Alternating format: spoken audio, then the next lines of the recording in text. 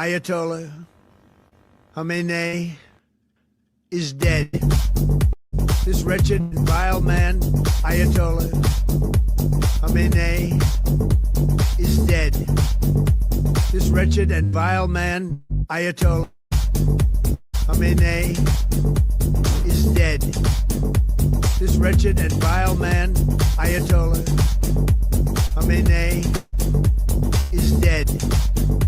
This wretched and vile man, Ayatollah Khamenei, is dead.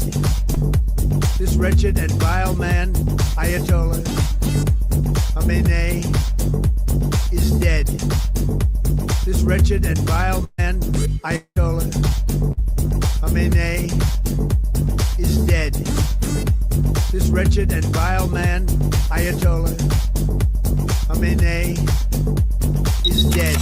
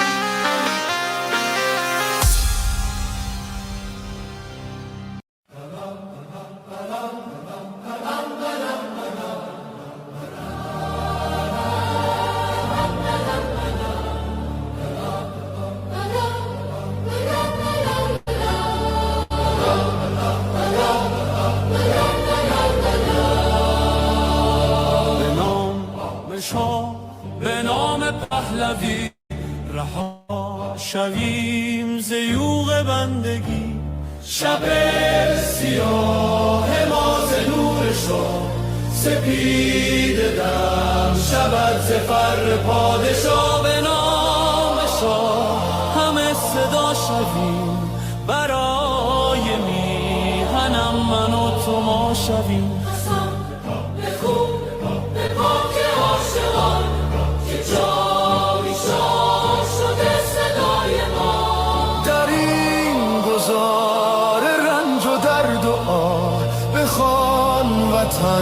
به نام پادشاه که با صدای شاه و نام تو جهان بلرزد از قیام تو. به نام شاه به نام پهلوی وطن شود دوباره می نوی. شب سیاه ما نور شاه سپید دم شود ز فر پادشاه. به نام شاه همه صدا شویم، برای میهنم من و تو ما شویم.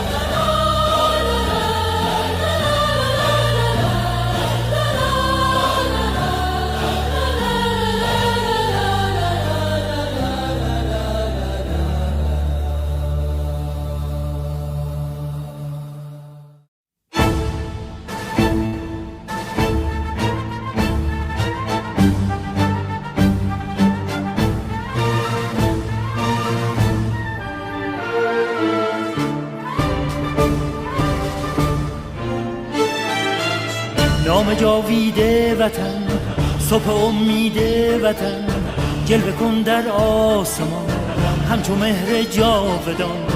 وطن ای هستی من، شور و سرمست من، جلوه کن در آسمان همچو مهر جاودان. بشنو سوز سخنم که هم آواز تو منم، همه جان و تنم وطنم وطنم وطنم وطنم. بشنو سوز سخنم که نواگر این چمنم، همه جان و تنم وطنم وطنم وطنم وطنم. همه با یک نام و نشان به تفاوت هر رنگ و زبان، همه با یک نام و نشان به تفاوت هر رنگ و زبان. همه شاد و خوش و نغمه زنان ز صلابت ایران جوان، به اصالت ایران کهن ز صلابت ایران جوان.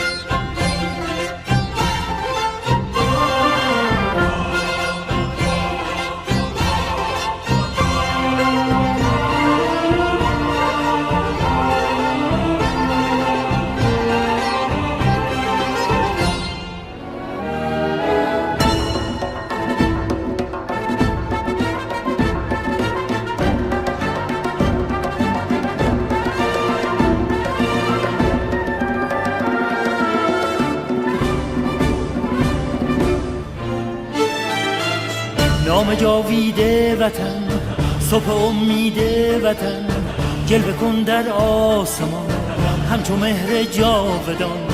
وطن ای هستی من، شور و سرمستی من، جلوه کن در آسمان همچو مهر جاودان. بشنو سوز سخنم که هم آواز تو منم، همه جانم وطنم وطنم وطنم وطنم. بشنو سوز سخنم که نواگر این چمنم، همه جان و تنم وطنم وطنم وطنم وطنم. همه با یک نام و نشان به تفاوت هر رنگ و زبان، همه با یک نام و نشان به تفاوت هر رنگ و زبان. همه شاد و خوش و نغمه زنان ز صلابت ایران جوان، به اصالت ایران کهن ز صلابت ایران جوان.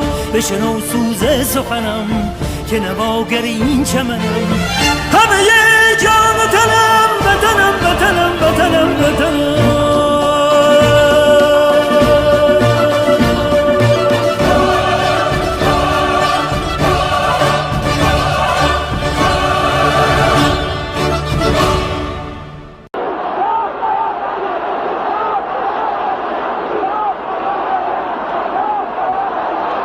When you look at crowds today, you have maybe 5,000-6,000 people here. On the streets yesterday, 1 million people, 1 million Iranians in the street for the Ayatollah Khomeini. Does that not give you concern? Does that not make you afraid?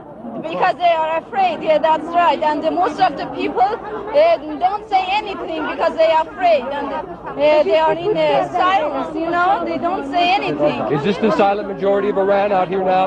Yes, yes, yes, that's right. Do you want the Shah to return? Yes, Shah to the country. What about you, Shah?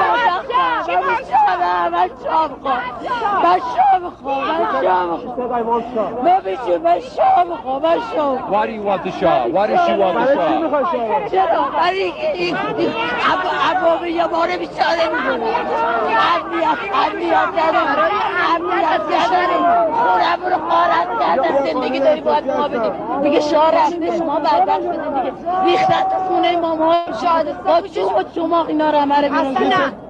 ما شاه میخوایم ما بیچاره این شادی کشتنش حلاله کجای قرآن گفته.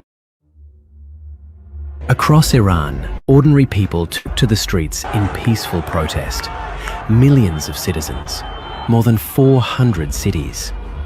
Their demands clear: dignity, justice, freedom. The response from the regime was absolute brutality. security forces opened fire on unarmed protesters. Tens of thousands of innocent men, women and children were killed on the streets. But the killing machine did not stop there. Despite what the regime has told the world, the machinery of terror has only intensified. Dozens of detainees, many of them children, are being forced to confess to crimes they never committed. الان میدونیم چه حکمی به شما دادن؟ چه حکم شما محاربه است. خب میشه بگید محاربه چیه لطفا؟ من نمیدونم چیه بابا. اعدام. تو رو خدا آقا. تو رو خدا اعدام بده. آقا من غلط کردم. گو خوردم. تو رو خدا آقا. خب غلط کردن تو چیزی درست میشه؟ به خدا من اونجا بیکار بودم. من جامعه به خدا خطری ندارم. آقا من غلط کردم. گو خوردم. Right now, at least 8 people are at risk of imminent execution. Their lives can be taken at any moment. These are not criminals. They are peaceful citizens who dared to hope for a better future. The world must not look away. The world must not negotiate with a regime that has an insatiable lust for blood. The world has a moral obligation to stop this cycle of terror, now and for good.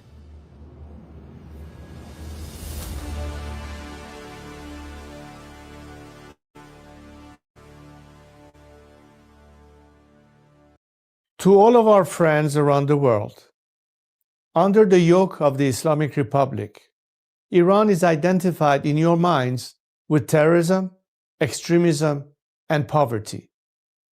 The real Iran is a different Iran, a beautiful, peace-loving, and flourishing Iran. It is the Iran that existed before the Islamic Republic, and it is the Iran that will rise again from its ashes the day the Islamic Republic falls. So let me be clear about how a free Iran will act towards its neighbors and the world after the fall of this regime. In security and foreign policy, Iran's nuclear military program will end. Support for terrorist groups will cease immediately.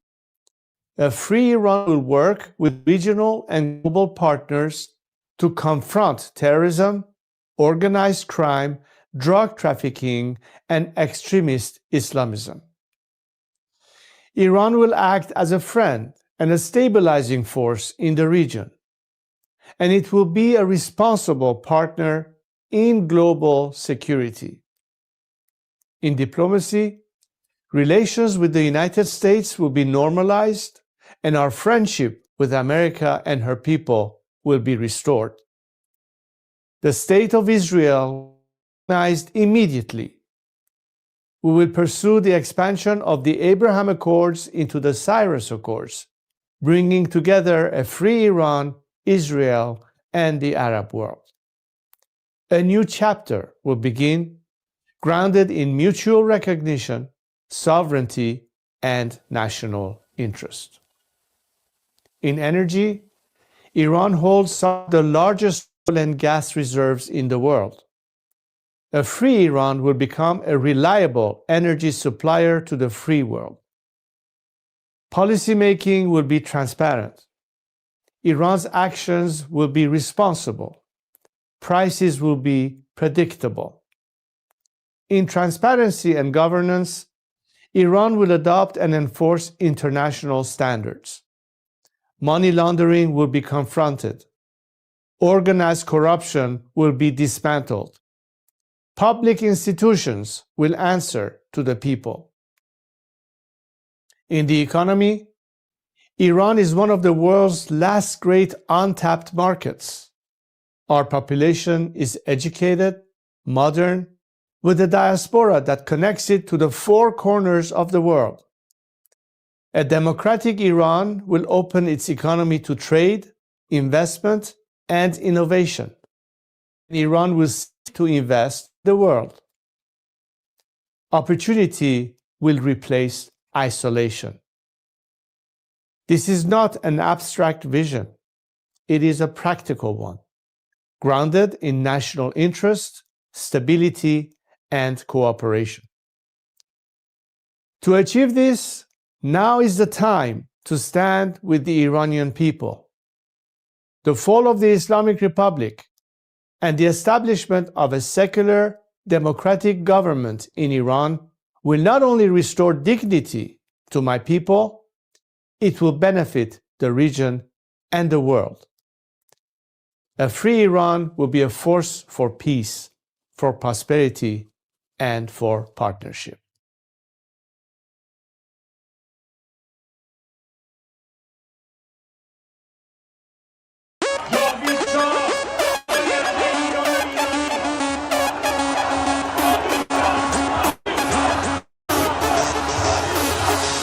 وقتی واسه غم نی گرچه قصه هامون کم نیست همه خسته این قبولم ما فرصتی واسه ماتم نیست روشن میشه فردا خورشید سرزمین ما سرم باز و سینه سپر بلند میگم جاوید شاه وقتی واسه غم نی گرچه قصه هامون کم نیست همه خسته این قبولم ما فرصتی واسه ماتم نیست روشن میشه فردا خورشید سرزمین ما سرم باز و سینه سپر بلند میگم جاوید شاه روبروم یه واژه یه هدف به نام انتقامه پشت سرم دعای مادر و تو دستم تفنگ بابامه رو زبونم اسم شاه بگین این عشق بی انتفاست هر جا اسم ایران اومد اونجا صدای بچه زاست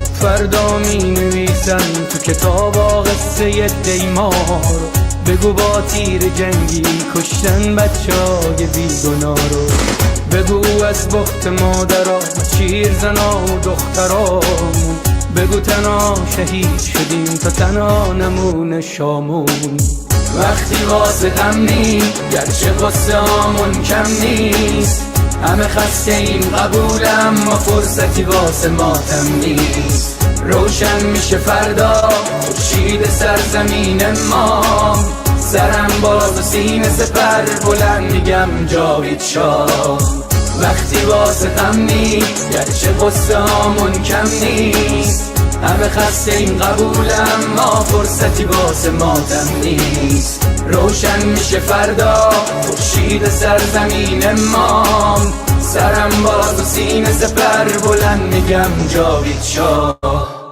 وقتی واسه غم نی گرچه قصه هامون کم نیست همه خسته این قبولم ما فرصتی واسه ماتم نیست روشن میشه فردا خورشید سرزمین ما سرم باز و سینه سپر بلند میگم جاوید شاه سلام من به تو یار قدیمی منم همون هوادار قدیم سید سلام چطوری مرد کلی کتلت شدین دایی بدون مدرک سلام بسیجی قهرمان رفتی پیش توسی با پنیر و یه نون سنگک سلام به محفل قرآنیتون سلام به مدیرای بحرانیتون سلام به حاجی اکبر و طوله هاش و خارج و رفقای ارگانیتون سلام به دزدای پول ملت که تش میفتین توی تور ملت سلام به همه شما کرکسایی که دارین نونتون رو میزنین تو خون ملت تا که تش زیر دست و پاک و تک بخورین حالا هی به یه بادکنک بدوین سلام آخر تو زندان باشه وقتی قرار این آب خنک بخورین مرگ بر ملا متولی ننگ در دنیا ننگ بر دوتا مجاهد چپی بعد از ملا مرگ بر ملا متولی ننگ در دنیا ننگ بر دوتا مجاهد چپی بعد از ملا اینو بگذاریم به خاک میرسیم تجزیه طلبی که به خاک بیرسیم ایران مردمش وطن پرستن از کرد تا بلوچ بری به فاک میرسی توف به هر چی مرسی است توف به هر کی در پی تجزیه است توف به لوی و همونی که شیفته ی گل ملیگرا تو وطن خدا نسلی هست سر کردستان همه برپا شدن بلوچستان فدای مهسا شدن شم واحد که شیر و خورشید ما بقی جعلی ها تنها شدن شادی باشه واسه همه در میهن کور بشه چه شهرچی اهریمن رخ رو بگی تا اون 6 کلاس سواد و خبرگان و مجد سری ترجیحن شبهای عروس و دامادی باشه برن سلامتی نوش کنن آبادی باشه مقصد کجاست میدون شهیاده به سمت اتوبان آزادی باشه سلام به نسل ندید پدیدا ندیدیم قدمتی ما شاه بود تو شادی کل میزدین حالا شاه بر میگرده پیک میزنین بزنین مرگ بر ملا متولی ننگ در دنیا ننگ بر دوتا مجاهد چپی بعد از ملا مرگ بر ملا متولی ننگ در دنیا ننگ بر دوتا مجاهد چپی بعد از ملا مرگ بر ملا متولی ننگ در دنیا ننگ بر دوتا مجاهد چپی بعد از ملا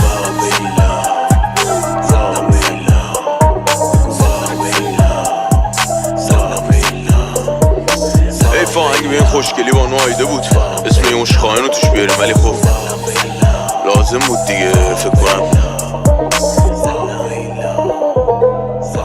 بانو آیده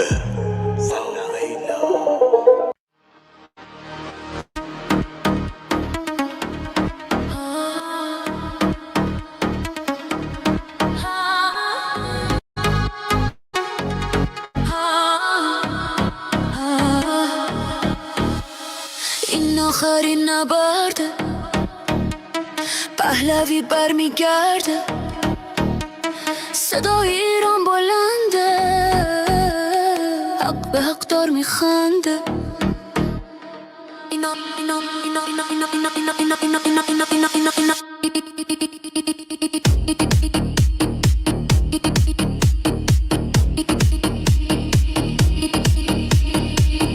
تو خیابون رکبار و شلیکه آینده اینجا نیها تاریکه فقط برای حقمون خواستیم داد بزنیم نمیذاریم این که شروع به فنا بدیم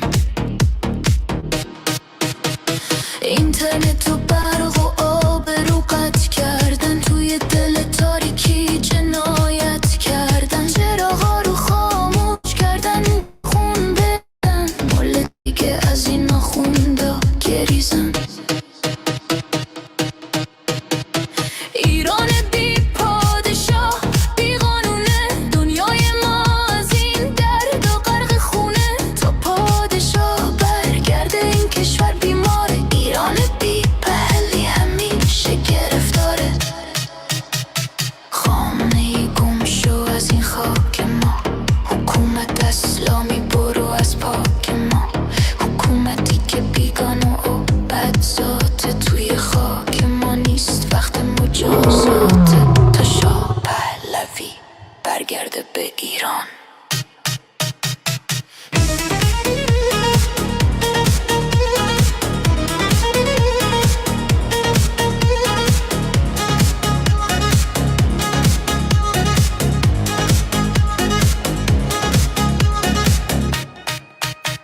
شما تروریست و قاتل و دزدید گلوی ملت رو با بیراه می جزید با خون ما این کشور رو دزدیدید از خشم این ملت مگه نترسیدید ما یه زندگی ساده و آزاد میخوایم صبح بدون ترس و فریاد میخوایم دوباره بیگان و مستی و لبخند بدون سانسور و زور و این بند خورشید و شیر دوباره تابان میشه پرچم واقعی توی جهان میشه ایران دوباره پارس و پر روره تا این شب تار نزدیک نوره مردم ایران ادامه بدین راه رو برای شاه باز کنین این ویروس رژیم رو پاک کنین جا بدین به عصر طلای ایران روی پا میمیم نه روی زانو آزادی حقمونه اینو میدونیم تا آخر میجنگیم بدون ترس ایران آزاد نزدیک میبینیم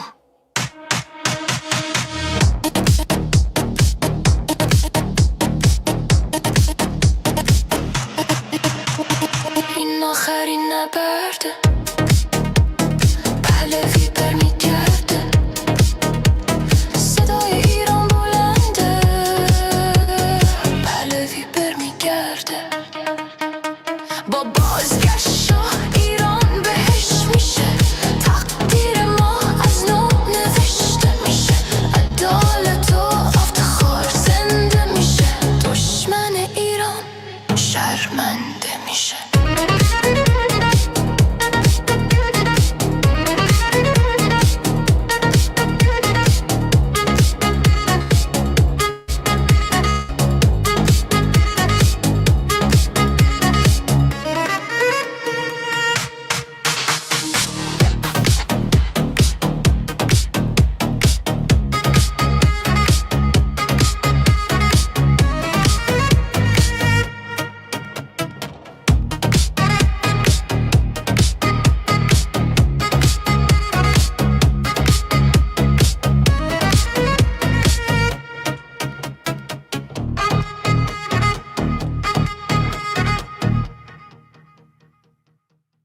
Let me tell you a story about a lion that came from the mountains. These mountains right behind you. Our lion, the lion of freedom, can only roam free and strong. But one day, some 47 years ago, liberal socialists had a different plans. Free healthcare and free speech was not good enough for them. The same lie you can see today in New York. They wanted everything for free, believing a thirsty vulture is better than a majestic lion. The vulture placed his claws on the Quran, swearing he was God sent. Both liberal socialists and religion fanatics joined forces, believed he's the Messiah. The vulture promised them prosperity, but instead took their dignity, stole all their resources to sponsor terror, and disconnected them from the world, leaving our nation poor, isolated, and thirsty for water. But now our lion is back, and he's bringing help with him. While history repeats itself in New York and Minnesota, we gathered here today to turn the page on history and claim our lion back. Yeah, Azadi Square, let me see you make some noise. We came here to make history tonight. Azadi standing tall, we breaking down the walls. Everybody jumping now, answering the call. Look where we are right now, making history in my hometown. Screaming loud, let me hear the sound. Put your hands up and watch the world go round. Tehran, stand up, make some noise right now. We came here to rock the spot. This is Azadi, yeah, we made it to the stage. Put your hands up, let them feel the rage. Tehran, show me what you got. Inflation,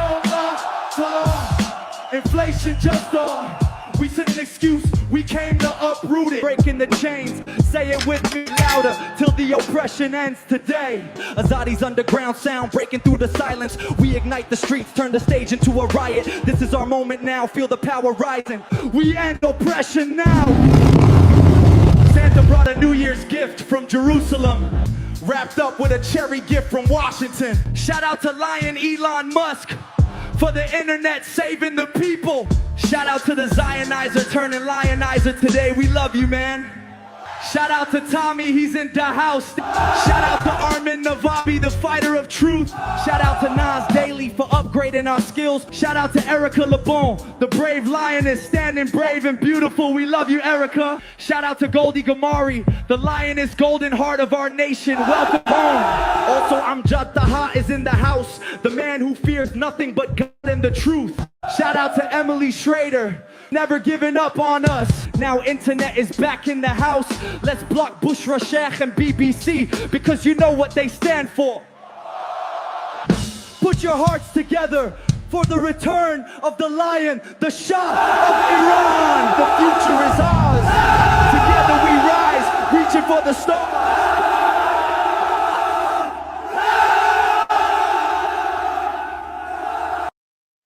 میاد روزی که سیمرغ ایران پالاشو کرده باز، که دیگه مردممون نشن قتل عام. میشکنه طلسم نسل ما، پیشمون خالی جای همشون، جزو خوبای تاریخ همه رفته ها. رو تخت بیمارستان میزنن تیر خلاص، هیلگر و سیب طلا نشون میدن زیر هوا. رگ آدم و حوا رو میزنن ما تیغ حلال. 72 ملت رو کشتن کجای سینه زن. لای داده مردم گم میشه آژیر گشت. مامورا تو پاره میشن زیر ماشین خشم.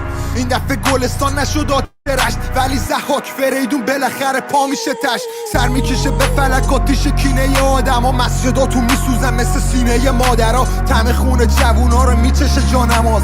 ستون دینو میشکنه خیزش کافرها. با لباس عزا مادر میرقصی کنار مزار. هر کی بیشتر بکشه میگیره کلاش طلا. قهرمان اونیه که پشت در خالی نکرد. وقتی کوبیده میشد چماق سپاه به درا. بار جنازه و جسد زیر شهر. دختر نوزاد تا پیرمرد. پسر میشه بی پدر، پدر میشه بی پسر. لباسامو سیاه ترن، نیمه شب تله جنین میجوشه تو دیگه مرگ. این مجاهدین دشمن ایرانی ها. این میرین عراقی ها رو واسه کی میارین؟ رقص جیر خور و ساز بیخیالی ایران داره میمیره. تنفس مصنوعی میدن با گاز شیمیایی. سقوط با همین از شمال تا جنوب، بالاخره فرو میرید تو خون. رسیده کاردا به استخون، شما میرید و ما میمونیم. شیر و خورشید دوباره میکنه طلوع. سقوط با همین از شمال تا جنوب، بالاخره فرو میرید تو خون. رسیده کاردا به استخون، شما میرید و ما میمونیم. شیر و خورشید دوباره میکنه طلوع.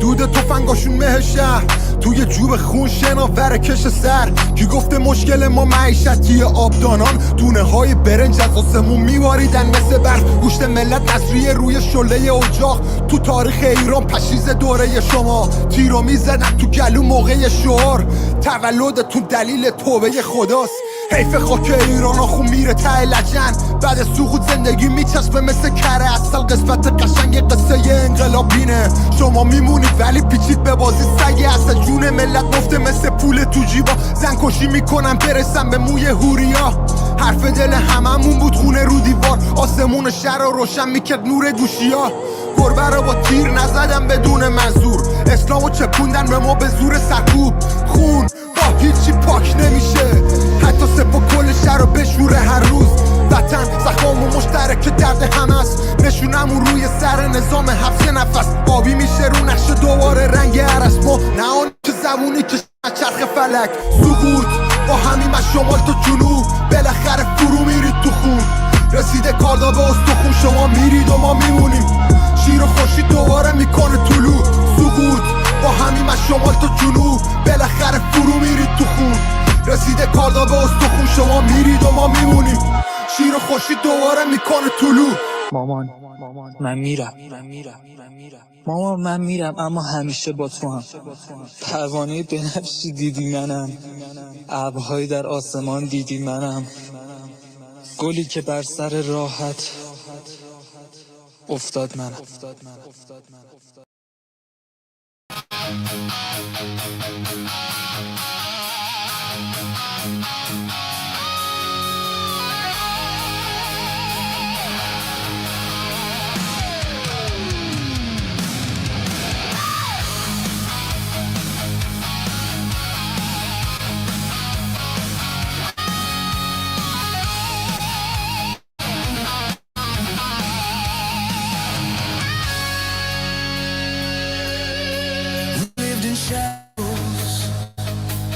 Cut from the light,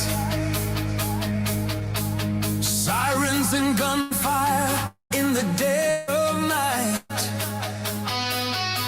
They took our voices, they shut the net. But not our will, not our regret. Now hear us say without any apology, America, send your angels of liberty.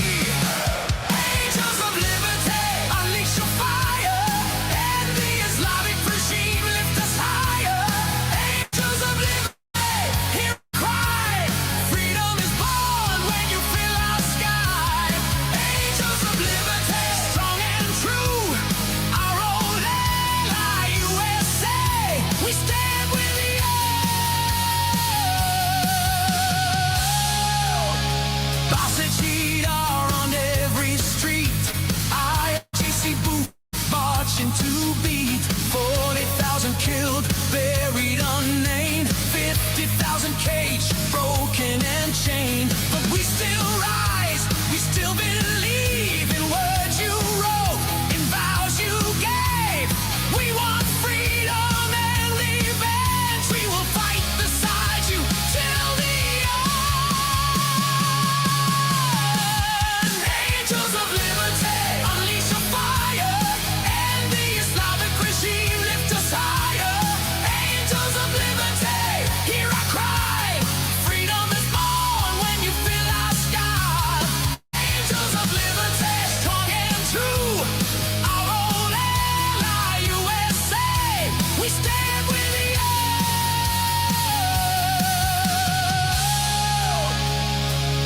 We stand with you.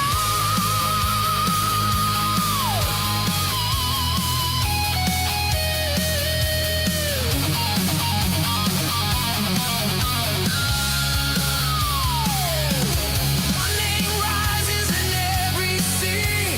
We shout King Reza Pahlavi. Our hope, our future,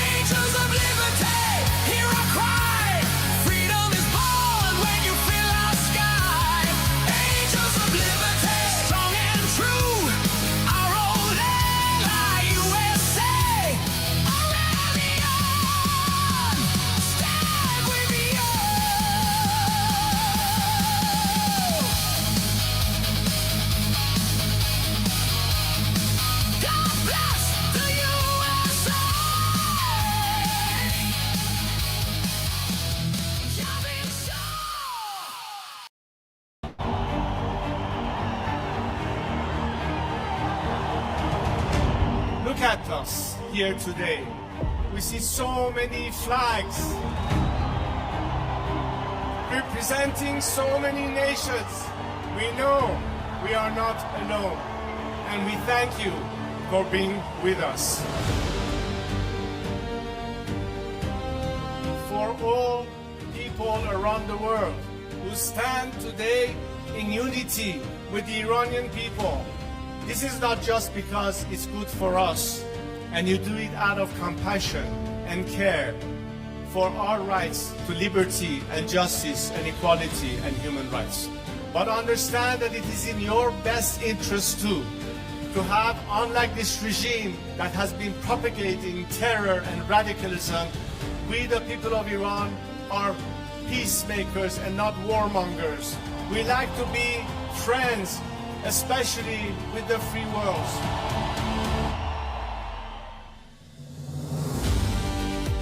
We'd like to be able to have the best neighborly relationship with the people of our area and the region, with the Arab countries, with Israel, and all our other neighbors. We are fighting for justice, we're fighting for human rights, we are fighting for liberty, we're fighting to put an end to all sorts of discrimination. Because as an Iranian, I stand here to tell you that I've dedicated 47 years of my life because I think that my country deserves far better than what we have right now.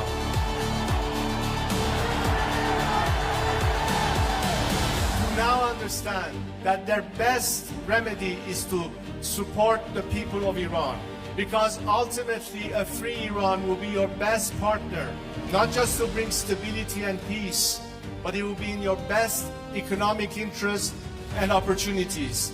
Together we can prosper again, and the world will be so different once the Iranian people are free. I am here to guarantee a transition to secular democratic future.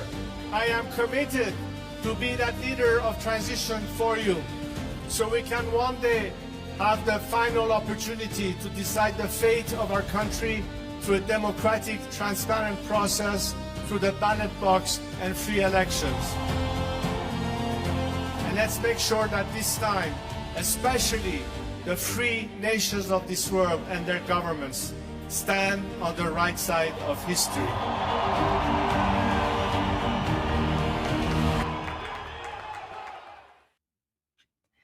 Armin, I have one more song before we begin in honor of our Israeli friends.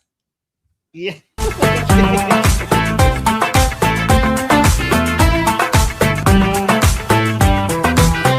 אתה נראה כמו סוס יאור, יש לך שכל של ציפור, עדיף שתישאר בבור כי בקרוב אתה תמות. אתה פשוט אידיוט גמור עם שיגעון גדלות חמור, אתה שטן או בקיצור אתה חלאת האנושות. גם אם תזרוק עלינו טילים או תאיים על הגלילים, החברים שלך מסוריה ואיראן. גם אם תפיל כאן עוד קטיושות, תדע שאין כאן שום ייאושות, ביחד נתגבר על הצרה. יאללה יא נסראללה, נדפוק אותך אינשאללה, נחזיר אותך לאללה עם כל החיזבאללה. יאללה יא נסראללה, תלך מפה יא זבאללה, נגזר כבר מלמעלה שזה הסוף שלך. אתה עלוב, אתה קטן, אתה מזכיר אורנגוטנג, יש לך קינים על הזקן ובקרוב תעוף מכאן. אתה ג'וק מת, אתה בואש, אתה מתחיל להתייאש, צהל אותך רק מבקש כדי לשרוף אותך באש. גם אם תזרוק עלינו טילים או תאיים על הגלילים, החברים שלך מסוריה ואיראן. גם אם תפיל כאן עוד קטיושות, תדע שאין כאן שום ייאושות, ביחד נתגבר על הצרה. יאללה יא נסראללה, נדפוק אותך אינשאללה, נחזיר אותך לאללה עם כל החיזבאללה. יאללה יא נסראללה, תלך מפה יא זבאללה, נגזר כבר מלמעלה שזה הסוף שלך. יאללה יא נסראללה, נדפוק אותך אינשאללה נסראללה, נחזיר אותך לאללה עם כל החיזבאללה. יאללה יא נסראללה, תלך מפה יזבאללה, נמצא כבר מלמעלה שזה הסוף שלך.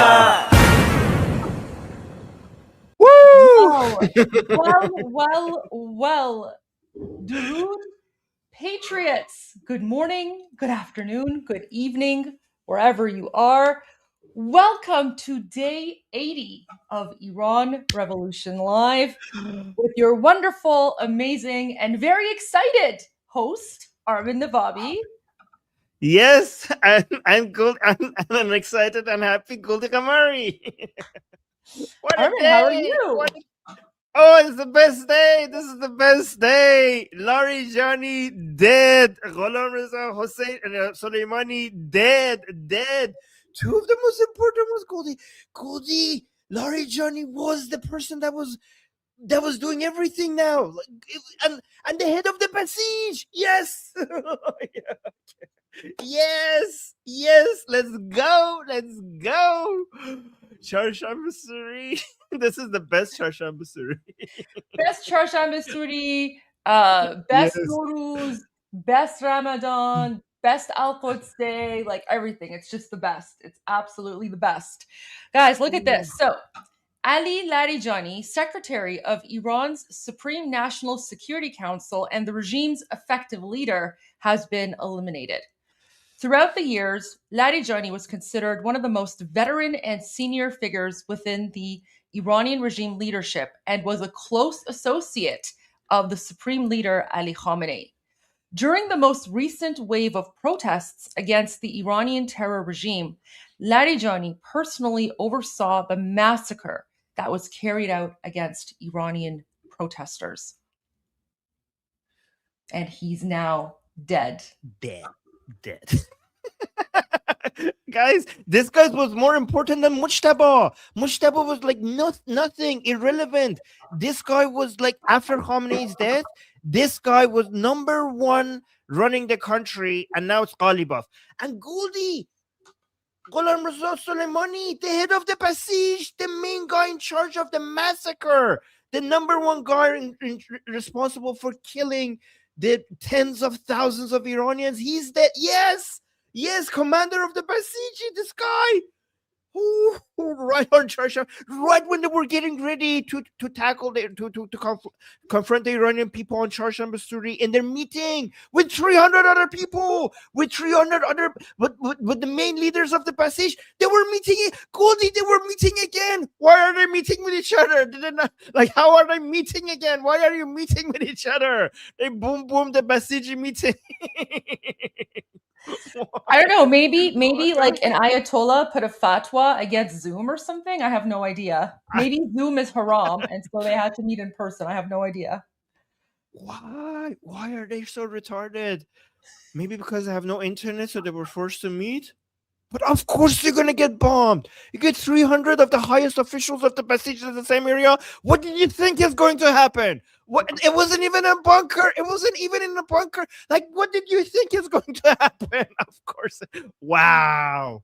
What a gift. Fatwa against Zoom.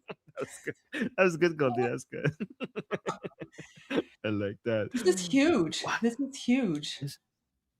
It's huge. I don't know which one is. Both of these are a huge blow to the Islamic Republic, because Larijani was the main person that was holding everything together. Without Khamenei, basically, like, the Islamic Republic is getting segmented and fragmented into different pieces. Larijani was the person who was basically, you know how like Spider-Man, like, trying to hold things together. He was trying to hold everything together, right? Let's not get sick. And now he's dead. And then when it comes to the suppressing capability of the Islamic Republic in the streets, the main guy in charge of that, he's dead as well. Radan is still. So now the most two important people is Ghalibaf and Radan. These two need to go. Now those are the two people that you need to look after. And Vahidi and also Najat. But yes.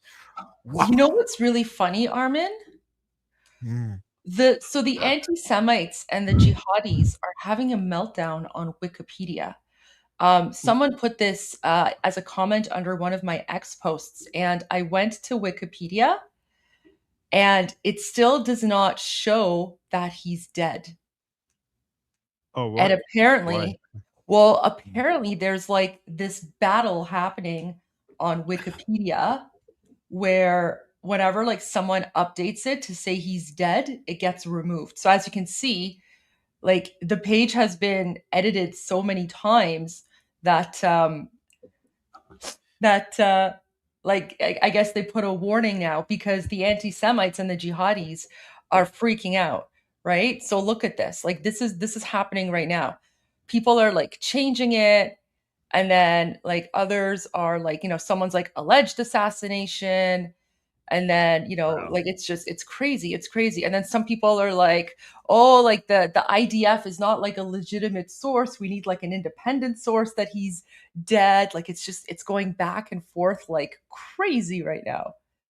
Look at all this. The IDF is not legitimate. Okay, buddy. Okay. But that's like, it's like they're literally freaking out. They're all freaking out. And so they keep on because they all knew that like he's basically the most important one, and they don't know what to do now. So they're just freaking out, going back and forth. And so yeah, his page still doesn't show him as dead. Wow. Goldie. Can I show you this? Yeah, Remember the finger? Okay, what happens when people raise their finger like this for United States and Israel? This is a lot of journey, and Israel is saying how to get. Oh, let me actually read the English one. Never raise your finger to threaten Israel. It won't end well. Know that about it. And guys, look at this picture. These are the people. These are the people who went like this to Israel, and this is what happens. Khamenei dead. Qasem Soleimani dead. Salami dead. Haji Zadi dead. Larijani dead. Oh my God. Don't. Such a beautiful day. Oh my God, Goldie. When I woke up and I saw your message, I was like, what?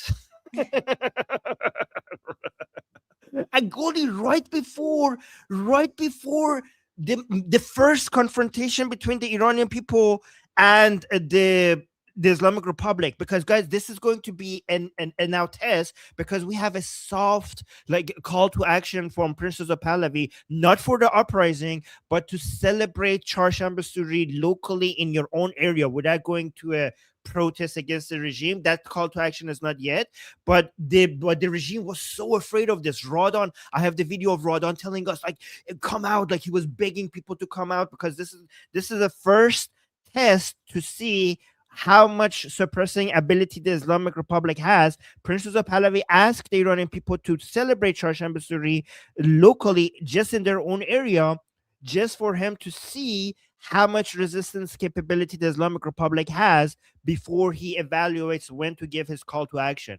And this is why right before the Charshamba Suri, removing so many, and guys, it's not just that meeting. There are so many attacks. While I was sleeping, there were so many attacks on different Basiji units all across Tehran. Look at this, Goldie, look at this one. This is so beautiful.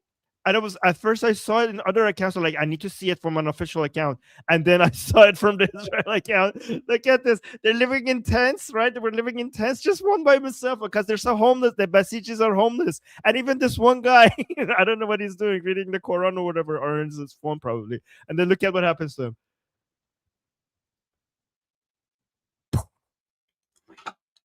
Wow. Are we sure that's real and not AI? Because some well, it's by official Israel's account. Oh, okay. It's so maybe it is real. Yeah.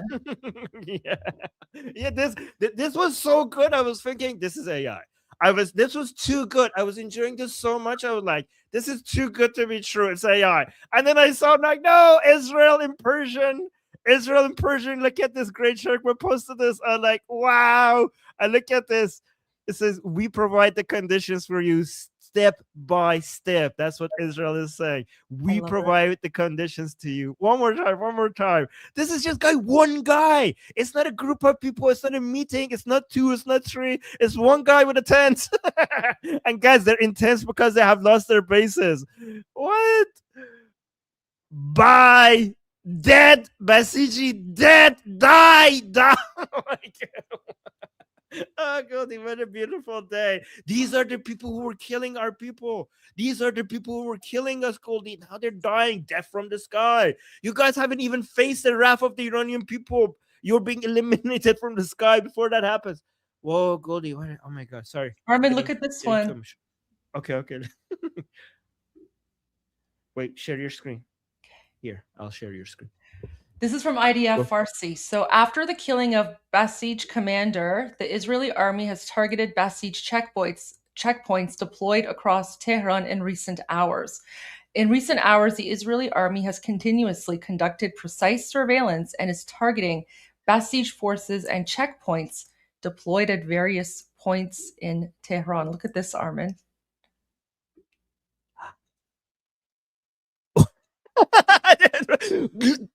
Wow, Goldie, look how targeted it is. Nobody around him was hurt. It was, how many people? Is it one person? I think it's two. Two people? Look at this. Look, the motorcycle. Goldie, the motorcycle person right next to him was survived and managed to drive away.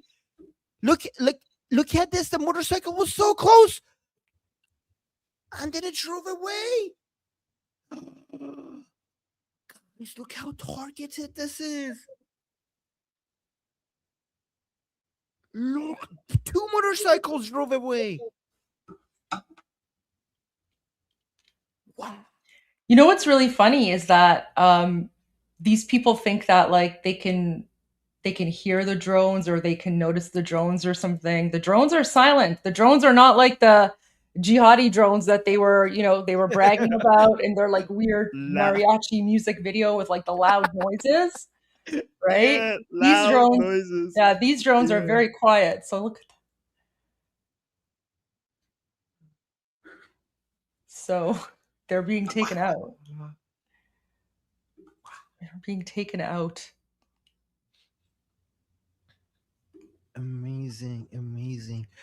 Goldie, today might end up being like today is going to be a really important day. We're going to see how much the Islamic Republic is going, because they promised that they're going to come and attack Charsham Suri, and that people who celebrate it will be they will be responding to it in the harshest way possible. And Radon came out with a warning. Do you guys want to see Radon's warning? Yeah. I think I played it last night, but play it again. Oh, really? Yeah, but play it again. Okay. Let me see. Oh, you did. Okay. When I left, right? Yeah. Wait, I just had it. Sorry, guys. Sorry. Oh, here. Wait, let me actually first show what Charsham Suri looked like last year for people who don't know. Like, I need to provide context, okay? So this is what Charsham Suri looked like last year in Khorasan. So let's watch this.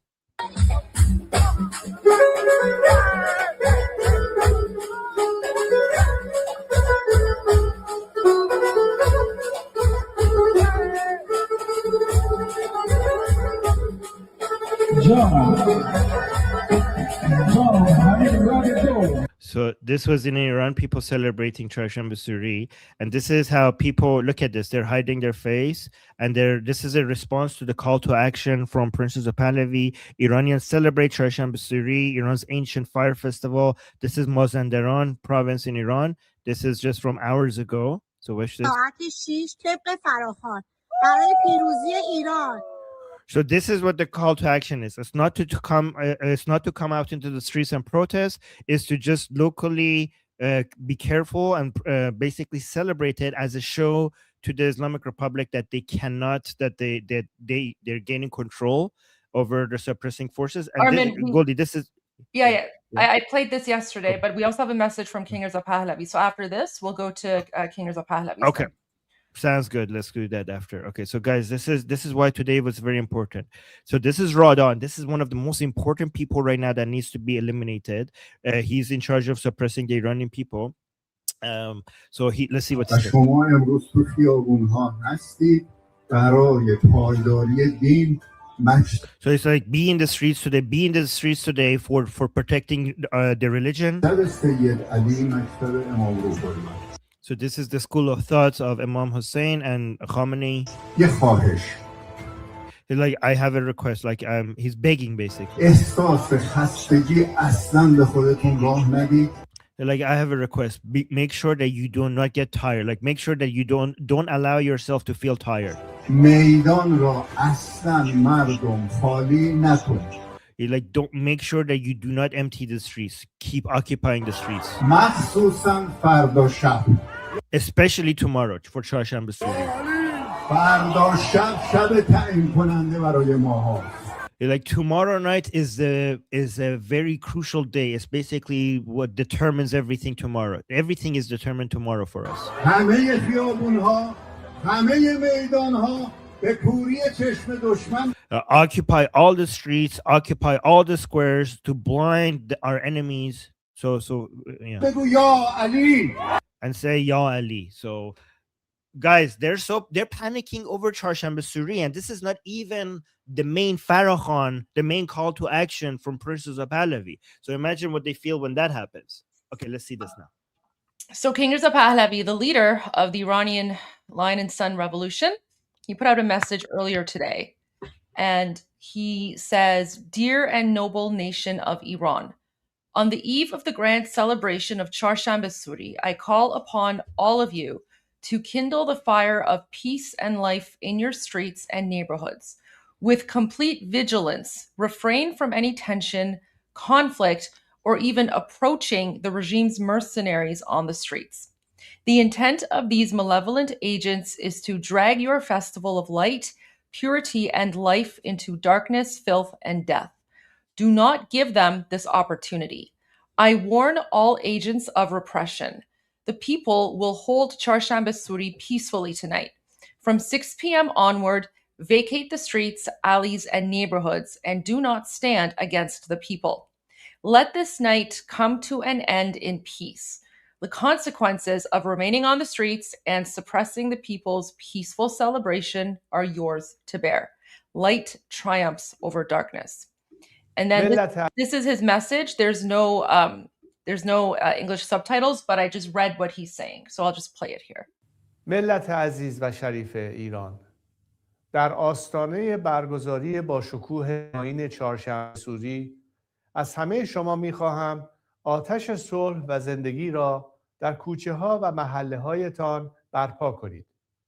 با هوشیاری کامل از هر گونه تنش، درگیری و حتی نزدیک شدن به مزدوران رژیم در خیابان‌ها خودداری کنید. هدف عوامل شر این است که جشن نور و پاکی و زندگی شما را به تاریکی و پلیدی و مرگ بکشانند. این فرصت را به آنها ندهید. به همه عوامل سرکوب هشدار می‌دهم. مردم امشب چهارشنبه سوری را مسالمت‌آمیز برگزار می‌کنند. از ساعت 6 بعد از ظهر خیابان‌ها، کوچه‌ها و محله‌ها را ترک کنید و در برابر مردم نایستید. بگذارید این شب در آرامش به پایان برسد. پیامدهای ماندن در خیابان‌ها و سرکوب جشن مسالمت جویانه مردم با خود شماست. نور بر تاریکی پیروز است. Javed Shah. Javed Shah. There we go. So there was that. We also, before we get to some footage, we also have a message from we have a message from the Sharbanu. Yes. So she put out a video as well. I'm going to read it and then we'll watch the video together because this one doesn't have subtitles either. So she says, on the occasion of the Persian Fire Festival, Chahar-Shamba Suri, dear compatriots, the traditional Persian celebration of Chahar-Shamba Suri symbolizes the triumph of light over darkness. This year, I observe this cherished ceremony in the honor and memory of the thousands of immortal souls of the Lion and Sun Revolution, young men and women who, like Siavash, fell innocently upon the sacred soil of their homeland. We honor their sacrifice and courage, as well as your strength and resilience. Your loved ones were among the finest children of this land and the pride of a great and ancient land. As a mother, a wife, and a fellow citizen, I say to the grieving families of those who sacrificed their lives for our homeland, your pain and sorrow are my pain and the pain of the great nation of Iran. It is my conviction that light will overcome darkness and that the sacred flames of patriotism will shield Iran, our beloved homeland. Long live Iran, Farah Pahlavi. So here's her message. هممیهنان عزیزم، امسال خانواده های 10,000 جاوید نام انقلاب ملی نخستین چهارشنبه سوری را بدون حضور عزیزان خود برگزار می کنند. من به عنوان یک مادر، یک همسر و یک ایرانی به خانواده های داغدار جان باختگان میهن میگویم درد و رنج شما درد و رنج من و ملت بزرگ ایران است. عزیزان، شما بهترین فرزندان ایران زمین و افتخار یک ملت بزرگ و باستانی هستید. فداکاری و شجاعت آنها و شهامت و صبوری شما را ارج می‌گذارم. آیین ملی چهارشنبه سوری یادآور ایستادگی نیاکان ما بر سنت و فرهنگ ملی ما، نماد پیروزی نور بر تاریکی است.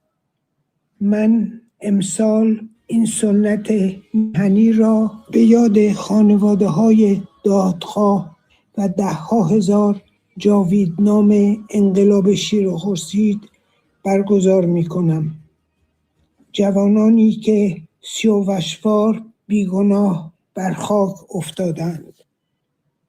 باور راسخ دارم که نور بر تاریکی پیروز است و آتش مقدس آگاهی ملی و میهن پرستی نگهبان ایران خواهد بود. پاینده ایران.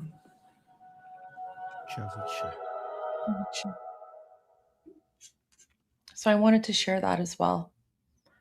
That was beautiful. Thank you. All right. What did you want to share next? We also have some comments from President Trump, but we have a lot of footage from Iran as well. So where would you like to go next? There is another message by Princess Pahlavi. Yes. The Badlari journey. Yeah. So Princess Pahlavi posted this saying, Ali Larijani, Ghulam Reza Soleimani, and a number of other of the most notorious perpetrators of the ruthless massacre of Iran's children have met just punishment for their crimes.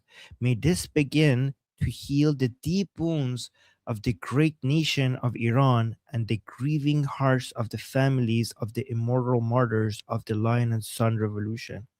I warn the guardians of corruption, lay down your arms, separate yourselves from the army of darkness and join the army of light. Long live Iran. Goldie, tonight we're going to see if how many of the regime forces will back down, given that they're saying that their main commanders are dead as well. Oh, wow, that's amazing. Happy Chorshanbe Suri, Armin. The memes are already started. Goldie, you know, yesterday I asked for AD and you said no, nothing for you, but you gave me an AD with that message. That was the best AD I could have ever gotten. I'm happy to deliver. Thank you. So wow. Here's that. And then Armin, do you remember when we were watching these people come out on like Al-Quds Day? Yes. And then we were just like, why are they being so stupid? Like, why are they coming out? Like, this is ridiculous, right? And then we were talking, and I was like, Armin, maybe Israel and the United States is letting them come out so that they can track them. Yes, but also because Israel doesn't want to hit them while they're surrounded by civilians as well. But yeah, that you're right. After they come out, they will not going to hit them. Well, I know Israel's not going to hit them when they're surrounded, but I'm saying when they came out, that gave Israel and the United States an opportunity to track them to see where they're going. To track them to their holes. Exactly.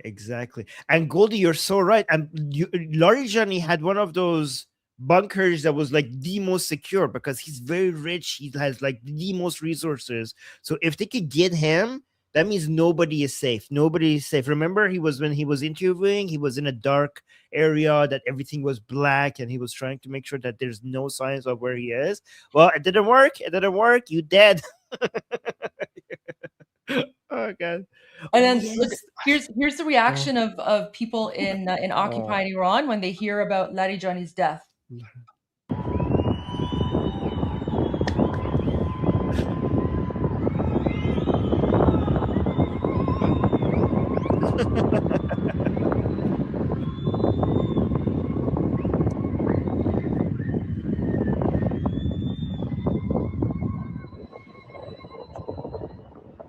Wow. Right. People are asking what's Charshamba Suri.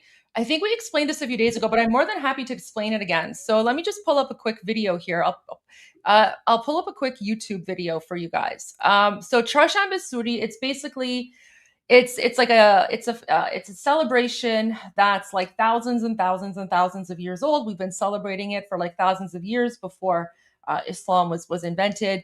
It's celebrated by all Iranians, regardless of religion. So, Muslims, Christians, Zoroastrians, atheists, Jews, Baha'i, everyone. So we all celebrate Charshamba Suri because it's like a traditional cultural thing. So what it is the last Tuesday night of the year, we go out and we make bonfires and we jump over the bonfire.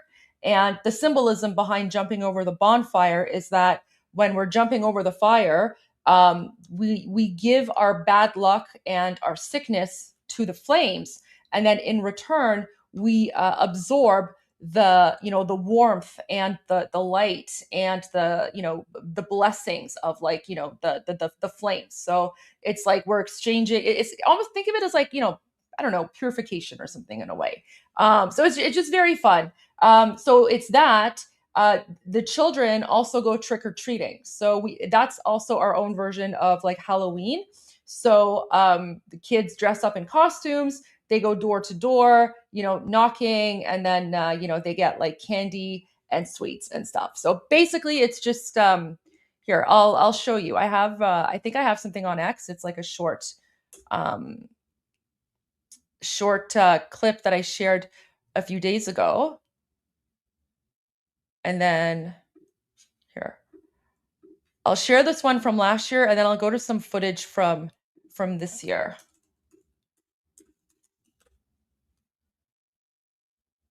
Let's see. Charshamba.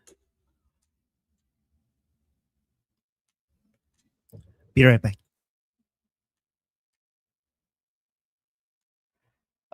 Where is it?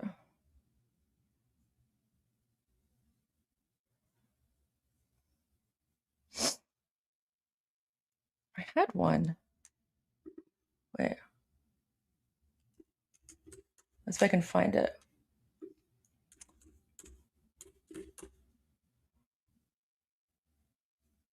Here we go. Okay. So this is a video from Iran last year. So watch this. This is basically Charshamba Suri.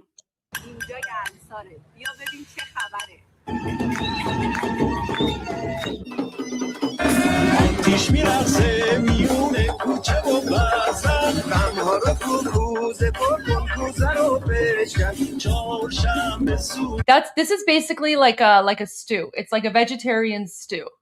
Oh, Armin was dancing. Vegetarian stew, and it's green because it has a lot of like herbs in it, like parsley and stuff.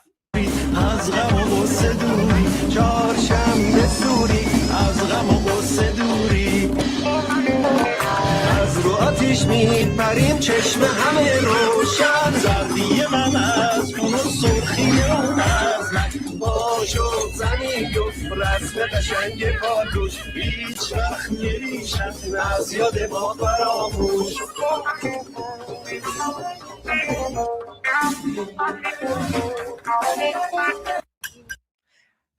So yeah, it's basically like a big party. It's a pretty much a big party.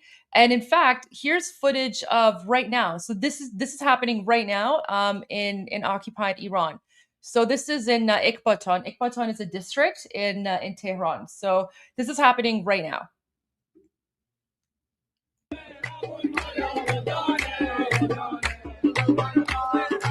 Wow, look at the crowd size.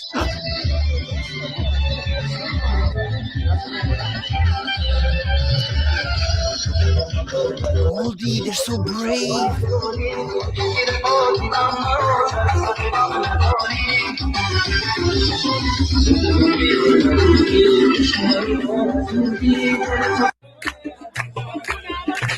Guys, singing, remember, singing and dancing is banned, right? So public singing, public dancing, music, that's all banned.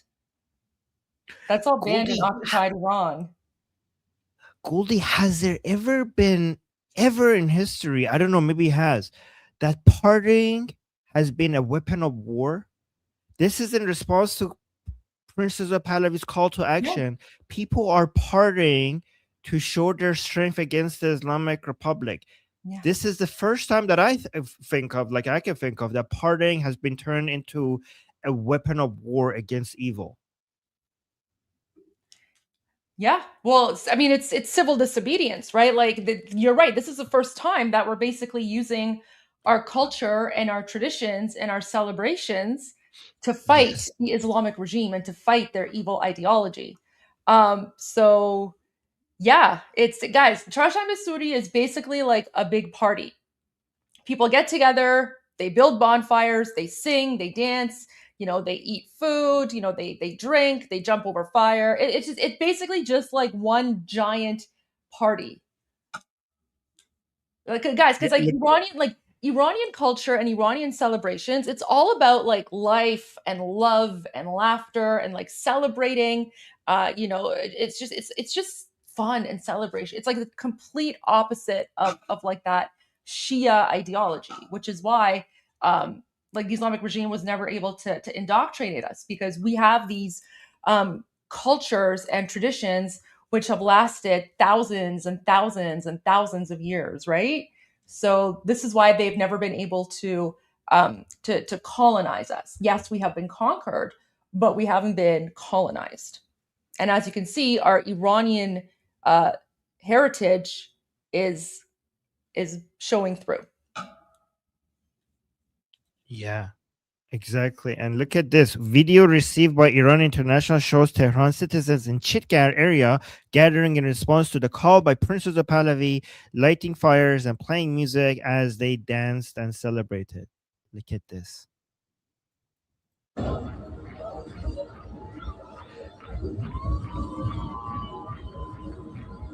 Oh.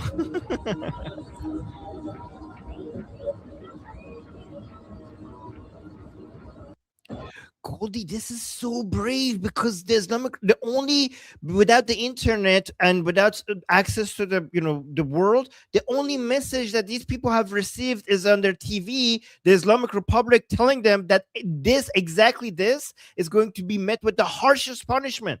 They've been threatened for days that they shouldn't be doing exactly that, and they're doing that.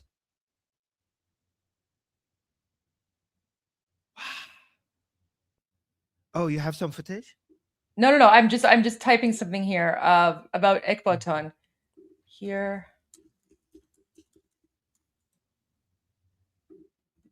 Guys, make sure you follow Goldie on X, because she keeps giving you the best updates on what's happening. Like every single video that, like the most important ones that we're sharing with you here, she posts that on her X account, and she gives you the best caption as well. So make sure you follow her. Well, thank you. And everyone follow Armin as well. Everyone make sure you're following Armin. Okay, yeah, I just saw the Iran International one. Let's see what else we can find. Tasso videos. Okay, here's another one. Yeah. Oh, This is my screen. Oh no, that's what I was going to share. Yeah, share that one. Oh yeah. Okay, yeah. Oh yeah. See, guys, Goldie and I were on the same page. She's sharing the same one that I have ready here. Oh wait, let me actually read the caption first for context. So, images of Charshanbe Suri tonight in Tehran. People, despite the presence of armed IRGC forces throughout the city, are trying in various ways to keep this celebration alive. So look at this one. It's fireworks. People, woo, tiny smile. Oh. Tiny fireworks. Yay!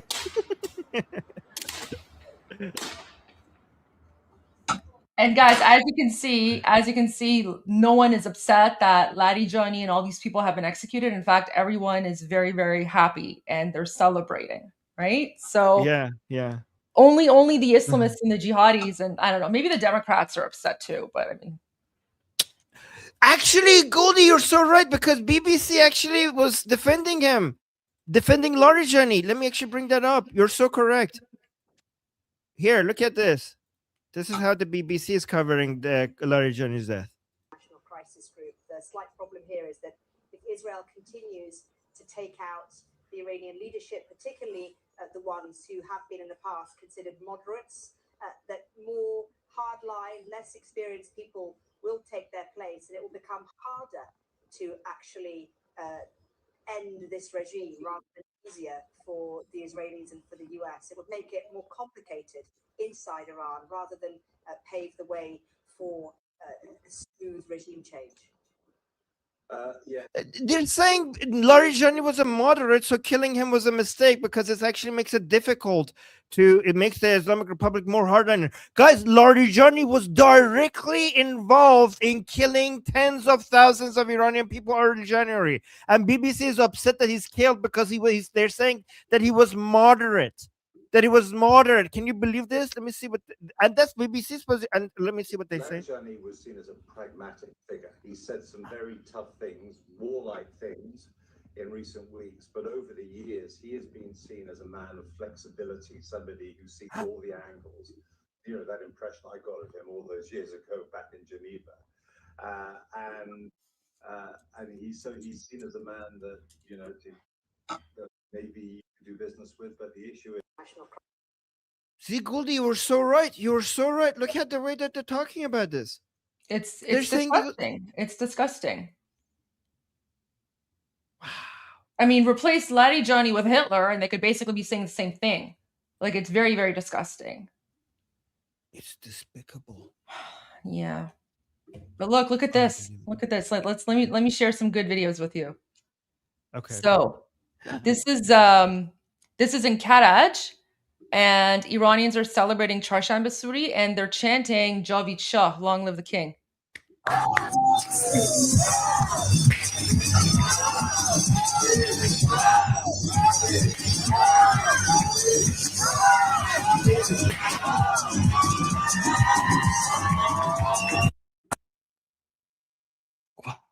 Remember, Armin, remember, you have like all the Democrats and all the no war with Iran. They're like, oh, the poor citizens are so scared and they're suffering. Do these people do these people look like they're like suffering under like a war-torn country? Do these people look like they're upset about the fact that United States and Israel are striking the IRGC?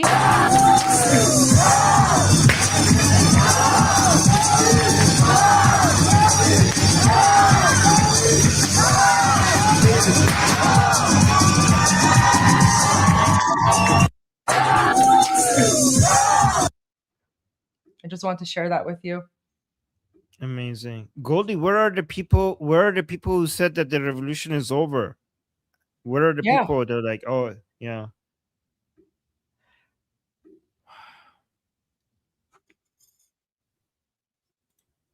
Amazing. Wait, let me see. There's some more footage here. Wahid Online posted this. Goldie, we trust Wahid Online. You think like we could? Yeah. Yeah. Okay. Hold on. Look at this, guys. For Charshamba Suri, Israel actually help us out with lighting some fire. I mean, that's too big to jump over, but it's in the spirit of Charshamba Suri. So this was some checkpoints by the IRGC, and apparently this is the result of some drone attacks after.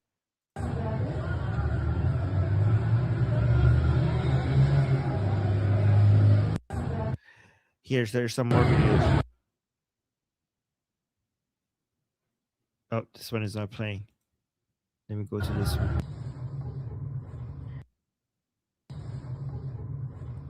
Oh, this one was. Oh. I think this one was before, maybe, and then we got after. But Goldie, I'm hearing that they're so widespread. Like today, like I don't know if people understand. Today was a big loss to the Islamic Republic. It was everywhere. Like is so widespread. Like they have been completely destroyed. It's so amazing. I really don't know who's going to be fighting the Iranian people. Oh, Goldie, do you want to see the way that drones operate right now? Like this is from Palantir. Do you want to see this video? 2-minute video. It's so impressive. Sure. Okay, guys. So look at the way the way the drones identify who's the target. And then it recommends actions, and you just have to confirm it and click execute, and then we'll just do everything that it needs to do. So it gathers information, it gathers all the data, it does pattern recognition, and then identifies who the target is, and then it provides you with a solution on how to take it out, and then you just click the final button as approve it, and then it does its thing. So all the decision making is being done by AI. So this is by Palantir. Look at this. This is Maven Smart System, Palantir's software as a service product that we are deploying across the entire department. As you can see, it's not just one data feed, it's multiple. And instead of having 8 or 9 systems for those decision makers to look at every single day in order for them to make decisions, you then fuse it into a single visualization tool. The single visualization tool allows you to select, deselect different types of data, look at different approaches to data, but more importantly, action from the same system that you're trying to develop your workflows around. Once you have a detection that you want to actually move into a targeting workflow, for example, this is what we do. Left click, right click, left click, magically, it becomes a detection. That detection then gets moved into a workflow. This is standard digitized workflow, but I want to walk you through it quickly. You have different types of targets that are identified on the left there. Every single column produces a different type of decision-making process. Once you have that decision and you're trying to actually action that process, we now move into COA generation, course of action generation, where we are automatically, via a number of factors, trying to identify what the best asset to prosecute a target looks like. Once we've got the different approaches and we select one, we then can move directly into how do we action that target? So we've gone from identifying the target to now coming up with a course of action to now actioning that target, all from one system. This is revolutionary. We were having this done in about 8 or 9 systems where humans were literally moving detections left and right in order to get to our desired end state. In this case, actually closing a kill chain.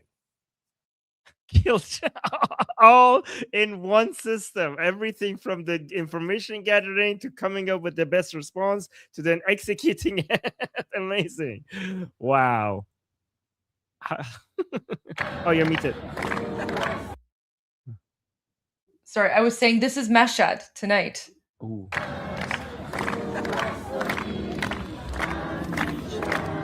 You're singing the national anthem.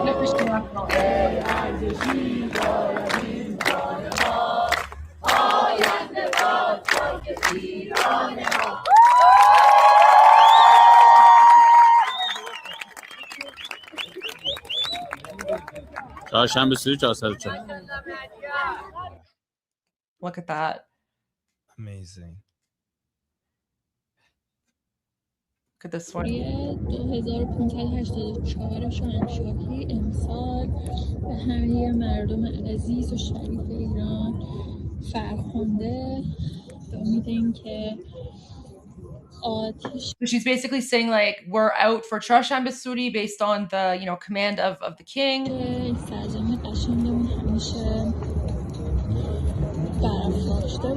I pray that Iran is always thriving. And she's like, this year is the year that we're going to celebrate victory. Basically, freedom from the Islamic regime. She says, Payande Iran, Javid Shah, which means, long live Iran, long live the Shah. Did you show this one already? You showed that already. Or did I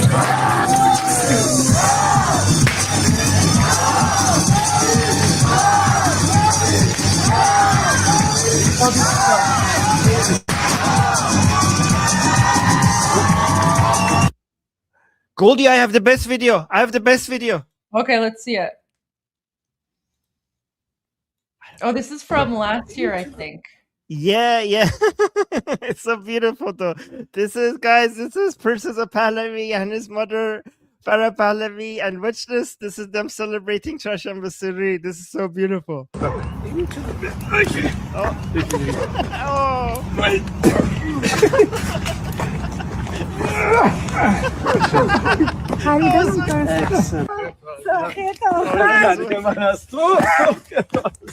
Oh, so cute. And that's with his wife, Yasemin Pahlavi, our queen. Oh, so beautiful. So, just wanted to share that. Have you seen this one, Armin? So no. Okay, you're gonna like this one. I'm gonna play it first, and then you can explain to everyone what's happening here. Okay.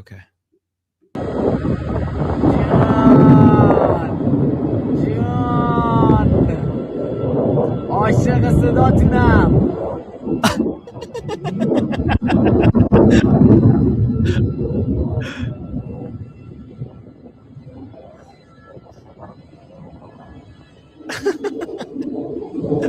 عاشق صداتونم بزنید که خوب میزنید جونم عاشق صداتونم بزنید که خوب میزنید.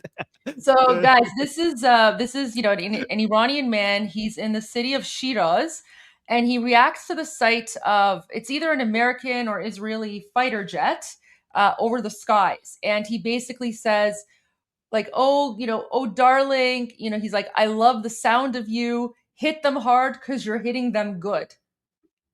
So he's basically cheering on the fighter jet. I can't tell if it's Israeli or American, but there you go. So Iranians are filming this and cheering them on, and he's basically saying, I love the sound you make. I love hearing the sound of you flying over the sky. And he's like, hit them hard because you're hitting them very well.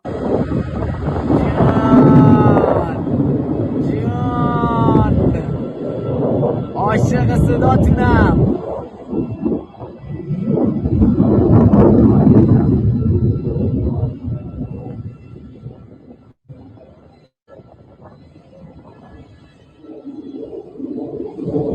عاشق صداتونم بزنید که خوب میزنید.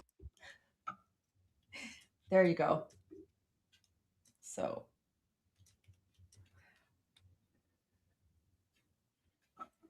okay, let me see. Sohail sent something. Oh yeah, Sohail, we already watched that one. We've showed a whole bunch, Sohail. It's actually pretty epic here. Look at this one. Oh.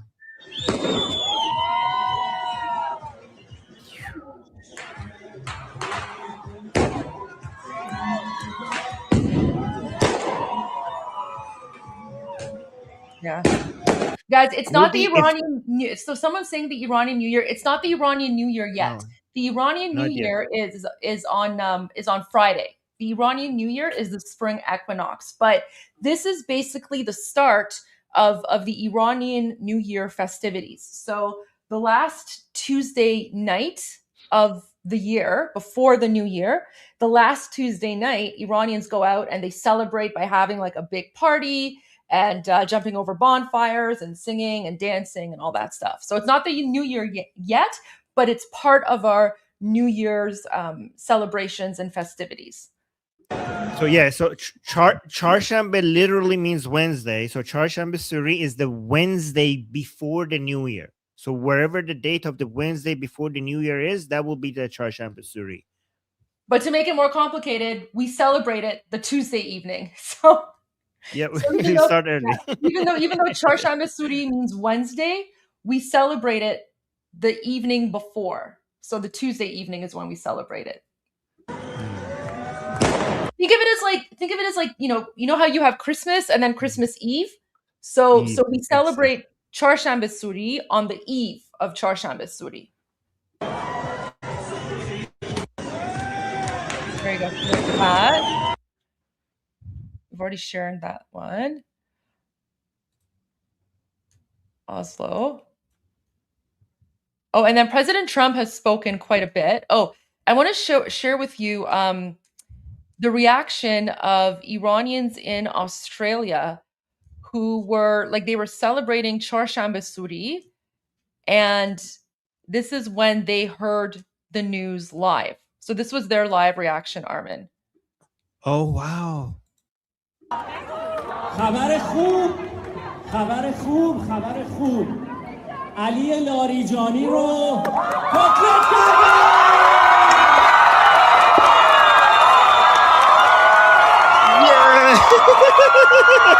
Let's go.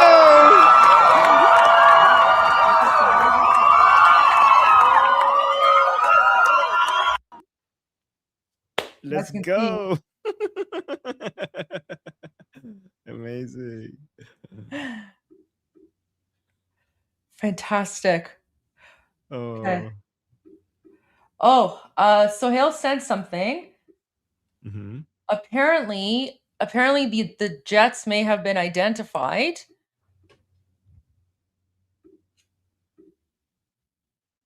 Well, Iran International says American and Israeli. And then Shin is like, what if this is RSAF? So Shin thinks that the jet might be from Saudi Arabia. Who knows? That would be interesting. By the way, guys, Saudi Arabia and a couple of other Arab countries around the Persian Gulf are now very much on the side of the United States continuing the military operations until it's over. Very much. Saudi Arabia was there from the beginning, but it's interesting that these Arab countries have a better position than many European countries. Right?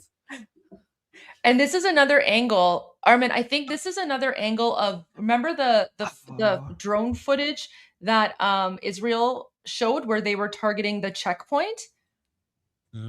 So I think this is the angle from the street. Okay. So this is the aftermath. Wow. Oh yeah, you're right. I think. I mean, I don't know, but it looks like it though. Yeah. But if not that, or you know what? I don't know. Actually, I think that's probably a different location. But apparently, even better. It's proof that they're striking checkpoints all across occupied Iran.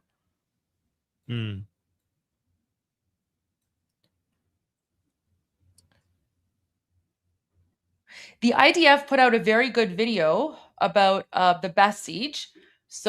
And it's in English. So it's 30 seconds long. This will give everyone here a very good understanding of who the Basij are and why we Iranians are grateful to Israel and the United States for going after them. These are the protesters of the Iranian regime, and this is how they are silenced by the Basij forces, a brutal paramilitary organization operating under the IRGC as their on-the-ground terror operatives.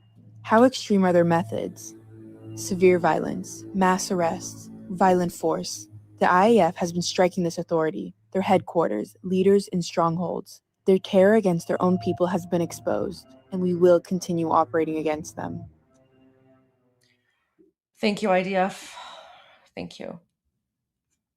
Okay, we'll go to you, Armin. All right, I want to share something that's here.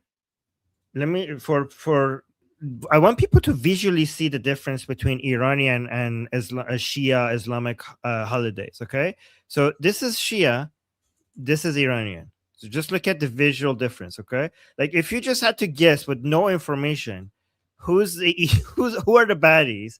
This is what they do. This is the Shia holidays. This is Iranian holidays. Okay, just guess. Like, imagine you had no background, no political knowledge about anything that is happening in Iran. Which one do you think is on team death, and which one do you think is on team life? Just visually looking at. Okay, Goldie, why is it so like? How is this so like? It's if this was a movie script, and they had the good guys and the bad guys, I would be like, make it more believable. Like, this is too apparent. This is too. These people are too cartoonishly on the side of death and destruction and evil, and this is too obvious that this is the good side, and this is the bad side. I mean, I don't know. Okay. Very, very easy to Yeah. tell. Yeah.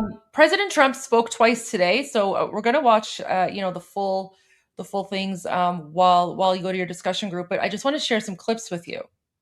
I said you have to attack Carg Island. You have to attack them years ago when they were acting up. They've been acting up for 37, 47, I guess now 48 years. For 48 years, they've been bad players, vicious players, and you can't let them have a nuclear weapon. If they got a nuclear weapon, I would say they would have used it within 24 hours after having it. And they would have had it if we didn't bomb them out on that great raid with the B-2 bombers 8 months ago or so.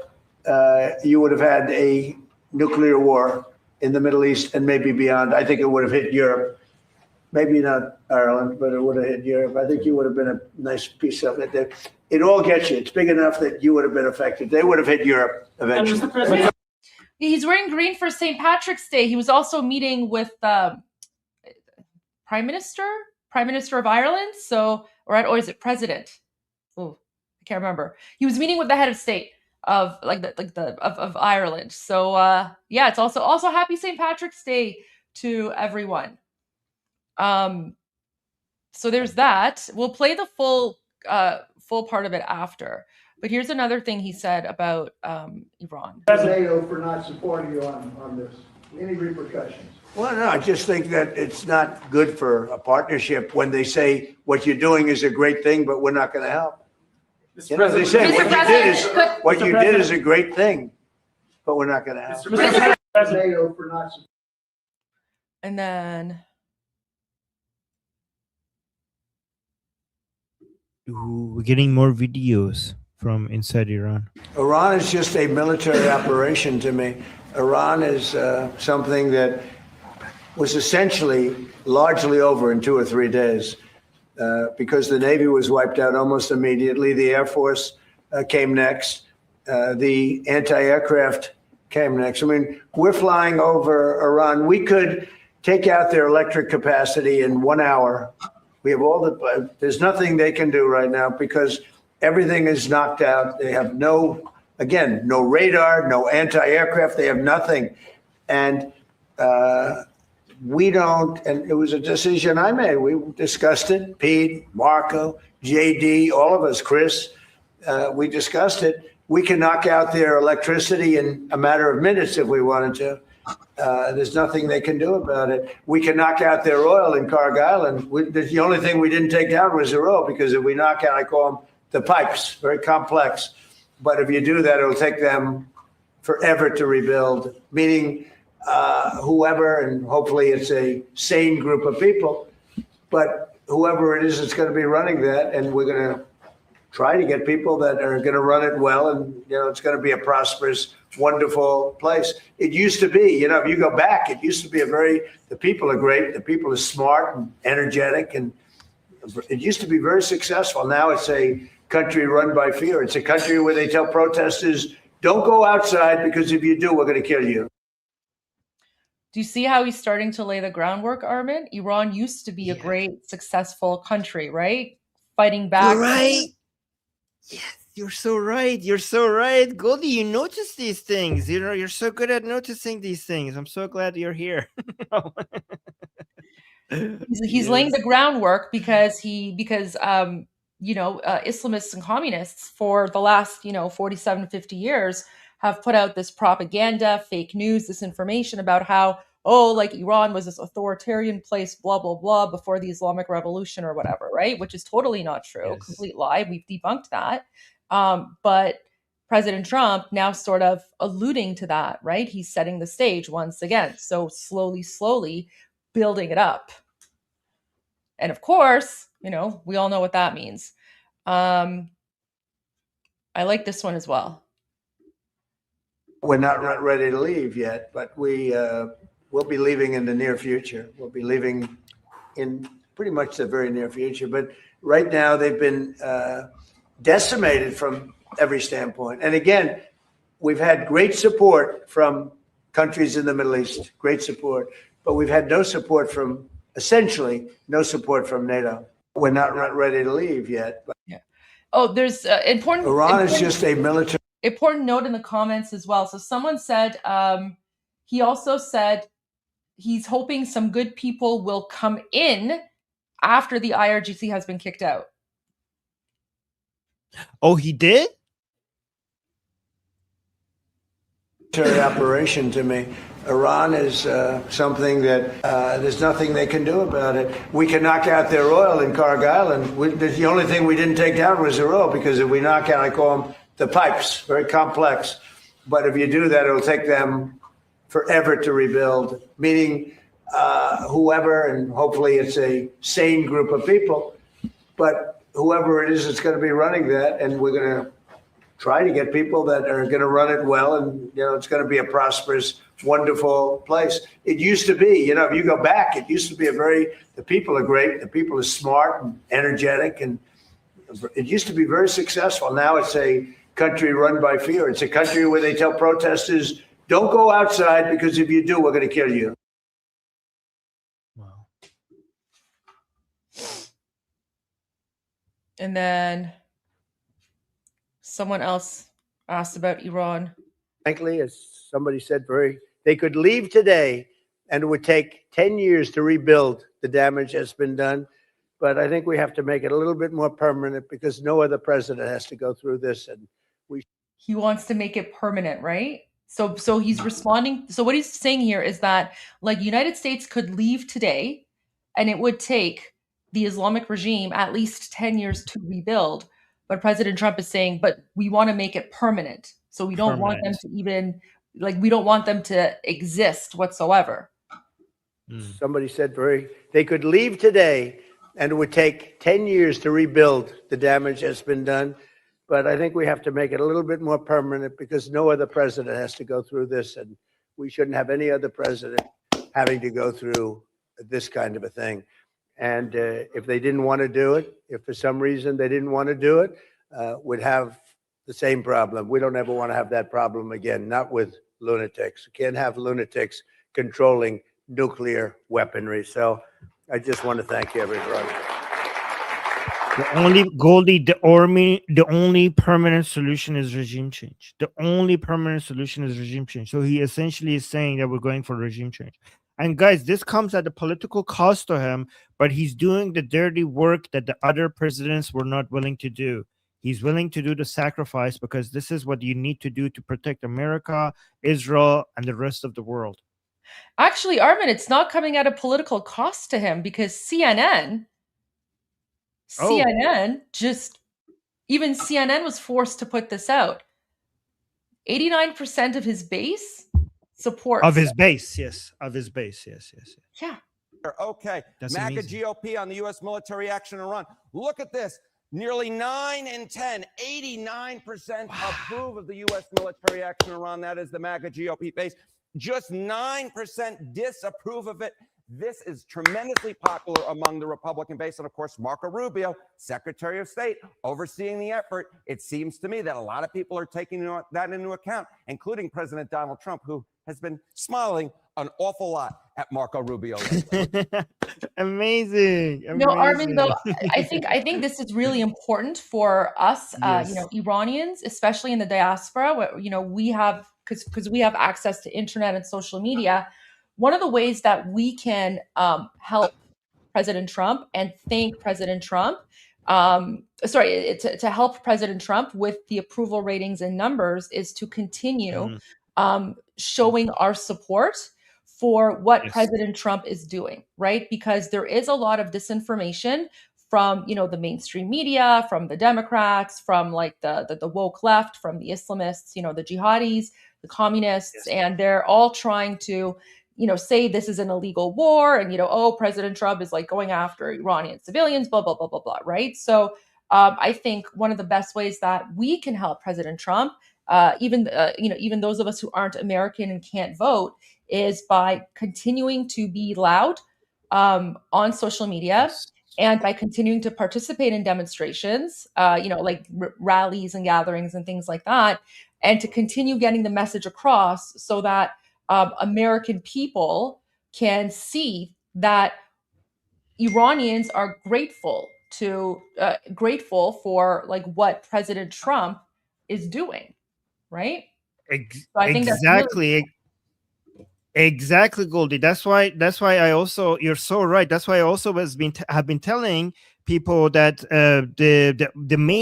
the only risk to these military operations being successful is running out of political capital, not military capital, because there's enough of that, but political capital. And the Iranian people coming into the streets and protesting in support of President Trump, that's exactly why Princess of Pahlavi gave us the call to action to continue doing that, because that was the only threat to these military operations. And the Iranian people have been key into demonstrating that these military operations are popular. And that's why the White House constantly was posting videos of Iranian people dancing and celebrating and thanking Trump, because that was a key part of these. That's why we call this not just a military operation, but the battle of narratives. This is information warfare as well. Exactly. That's very good. absolutely total information warfare. And Yes. yeah, there you go. So, all right, I just want to share that with you. All right. So Goldie, before I go to my discussion group, can I share one fun video? Yeah, go for it. One fun video. Okay. So, okay. Kotlet dagh taze. This is here Larijani threatening the United States, saying that they will punish them and they will humiliate them. Let's see what happens to people. Okay. آقای ترامپ باید یک کمی ونزوئلا زیر دهنش مزه کرد. فکر کنم میتونه فوری این کارو بکنه. حالا گیر کرد. ولش نمیکنه. این باید تاوان این. ایشون رهبر ما رو به شهادت رسوند. ولش.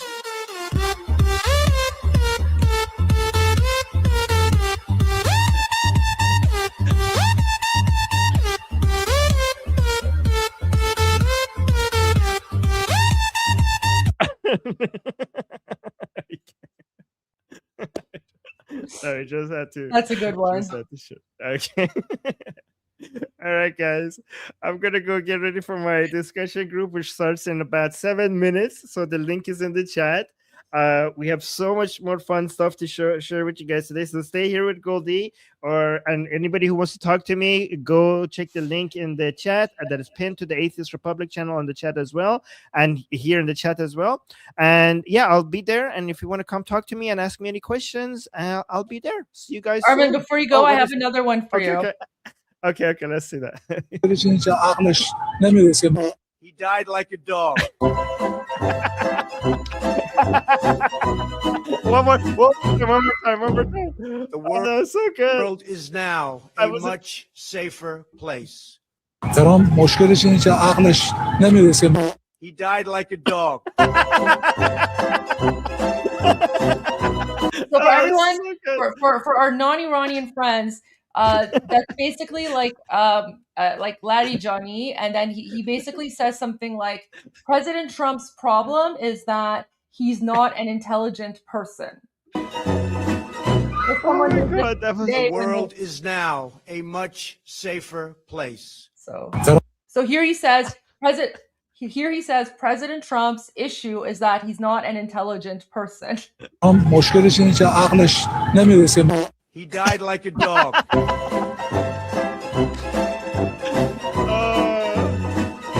Oh my God. The world is now a much safer place. Okay. There you go. All right. Okay. That was so good, short and sweet. Okay. All right, guys. I'll see you guys soon. I'll see you in our discussion group, and I'll be back here shortly. All right, guys. Oh, I'm Israel Chai. Long live America. Javid Shah, Payande Iran. Mwah. See you guys soon. See you soon, Armin. Okay, so I want to go to President Trump's earlier. This is, yeah, it's 6 times. Can you believe it? Oh, wait, this isn't the first one. Sorry. There's a different one. This is the later one. I want to go to the first one where he was speaking. Bilateral meeting. It's this one. Yeah. It's a very exciting Okay. year, right? And we're discovering new things. I mean, even a guy from my own city, a guy called who came from the office. Related. Very Irish. Absolutely. Yeah. There's a clean and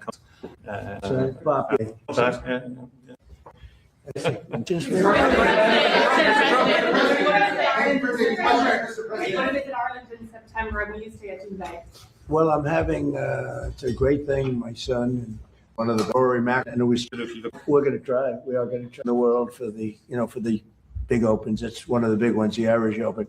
I am going to skip through the parts that are not related to Iran, though. So I apologize to the Irish. It's really become one of the most important tournaments. It's a very, Mr. President, it's a very hard course. What progress have you made, Mr. President, in getting America's allies to assist the U.S. in escorting those oil tankers through the Strait of Hormuz? Well, we don't need too much help, and we don't need any help, actually. In fact, we just put out a notice. I was watching over the last couple of weeks, and all of our NATO allies were very much in favor of what we did. They thought it was very important. We were just discussing it, actually. Very important that we take out the nuclear threat from Iran, and we've done that very strongly, very powerfully. We've wiped out their Navy, wiped out their military in every aspect. Their Air Force is now decimated. They have no Air Force, no Navy. They have no radar. Their radar is entirely gone. Their anti-aircraft machinery is gone. Everything is gone. Their leaders are gone. I guess one of their top person was, they say, a lot of people say their actual top was killed yesterday, along with somebody else.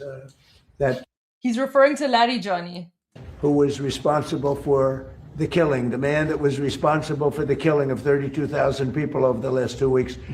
He was in charge of the killing of protesters. It's an evil group. I mean, they've killed much more than 32,000 people. And the man who was responsible for that was also killed yesterday. And all of the NATO allies agreed with us. But they don't want to, despite the fact that we help them so much, we have thousands of soldiers in different countries all over the world. And they don't want to help us, which is amazing. I mean, amazing. And I didn't do a full court press. Because I think if I did, they probably would be. But we don't need help. We've that war has been long prosecuted, as far as I'm concerned, almost from day one. We knocked out many of these things. We knocked out the Navy essentially in a couple of days. But I was surprised to see that NATO, while they agree that it was a very important thing to do, they agree fully. Nobody said, "Oh, you shouldn't do it." They would have had a nuclear weapon within 1 month of when we had the B-2 bombers bomb the nuclear potential. I call it the nuclear dust. So I think NATO's making a very foolish mistake. And I've long said that, I wonder whether or not NATO would ever be there for us. So this was a great test, because we don't need them, but they should have been there. The other thing is, and I think, very important, we didn't have to be there for Ukraine. Biden chose to spend hundreds of billions of dollars on Ukraine. And I guess the head of Germany just made a statement that, they weren't involved and they have nothing to do with the war. But at the same time, they think we did a great thing by knocking them out. Nobody wants to have Iran, or anybody, but nobody wants to have Iran with a nuclear, because these people are crazy. They're absolutely crazy, and they're vicious, violent. I mean, they killed, think of it. They killed, now I hear it's about 41,000 people. They put out a notice 2 days ago. Anybody that protests will. It's actually way more than 41,000. But President Trump knows the numbers. he's just he just knows that the world isn't, like, the American public, I don't think, is ready for the kind of horrific things. So that's why he's slowly taking the numbers up. But we know, like, it's like 90,000, if not more. Will be immediately shot and killed. That's pretty tough stuff. So everyone agrees with us, but they don't want to help. And we as the United States have to remember that, because we think it's pretty shocking. President Macron has just said in the last hour that he will never join a task force in the Strait of Hormuz until hostilities finish. Yet yesterday you said... Who said that? President Macron of France. What's your reaction to that, sir? Well, he'll be out of office very soon, so we'll have to see. I don't know. President Trump, on Doonbeg, you're building an extension to it at the moment, but there's been an objection put in, and it's being held back at the moment due to small snails. What are you disappointed about that? Planning Commission is. I have not heard that. No. Planning Commission. I mean, the course was built. Is objecting to speech. How close the U.S. to announce a coalition of willing to secure the Strait of Hormuz? Absolutely, that in certain countries have collaboration. You know what's ridiculous? Everyone's like, you know why President Trump doesn't really care about these Strait of Hormuz questions is because he knows that this conflict is going to end soon. And once it's done, Iran's transitional government will go back to maintaining the Strait of Hormuz, right? So he's not interested in making any sort of coalition or whatever, because it's irrelevant. They don't need it. And whatever coalition he makes, it's not going to last, right? Because ultimately that's Iranian territory. And when Iran is freed, they're just going to go back to maintaining it. But these reporters are just very stupid questions.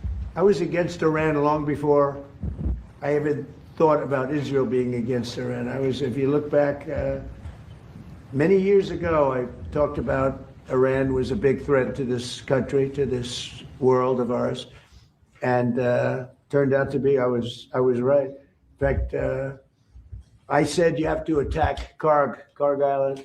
You have to attack them years ago when they were acting up. They've been acting up for 37, 47, I guess now 48 years.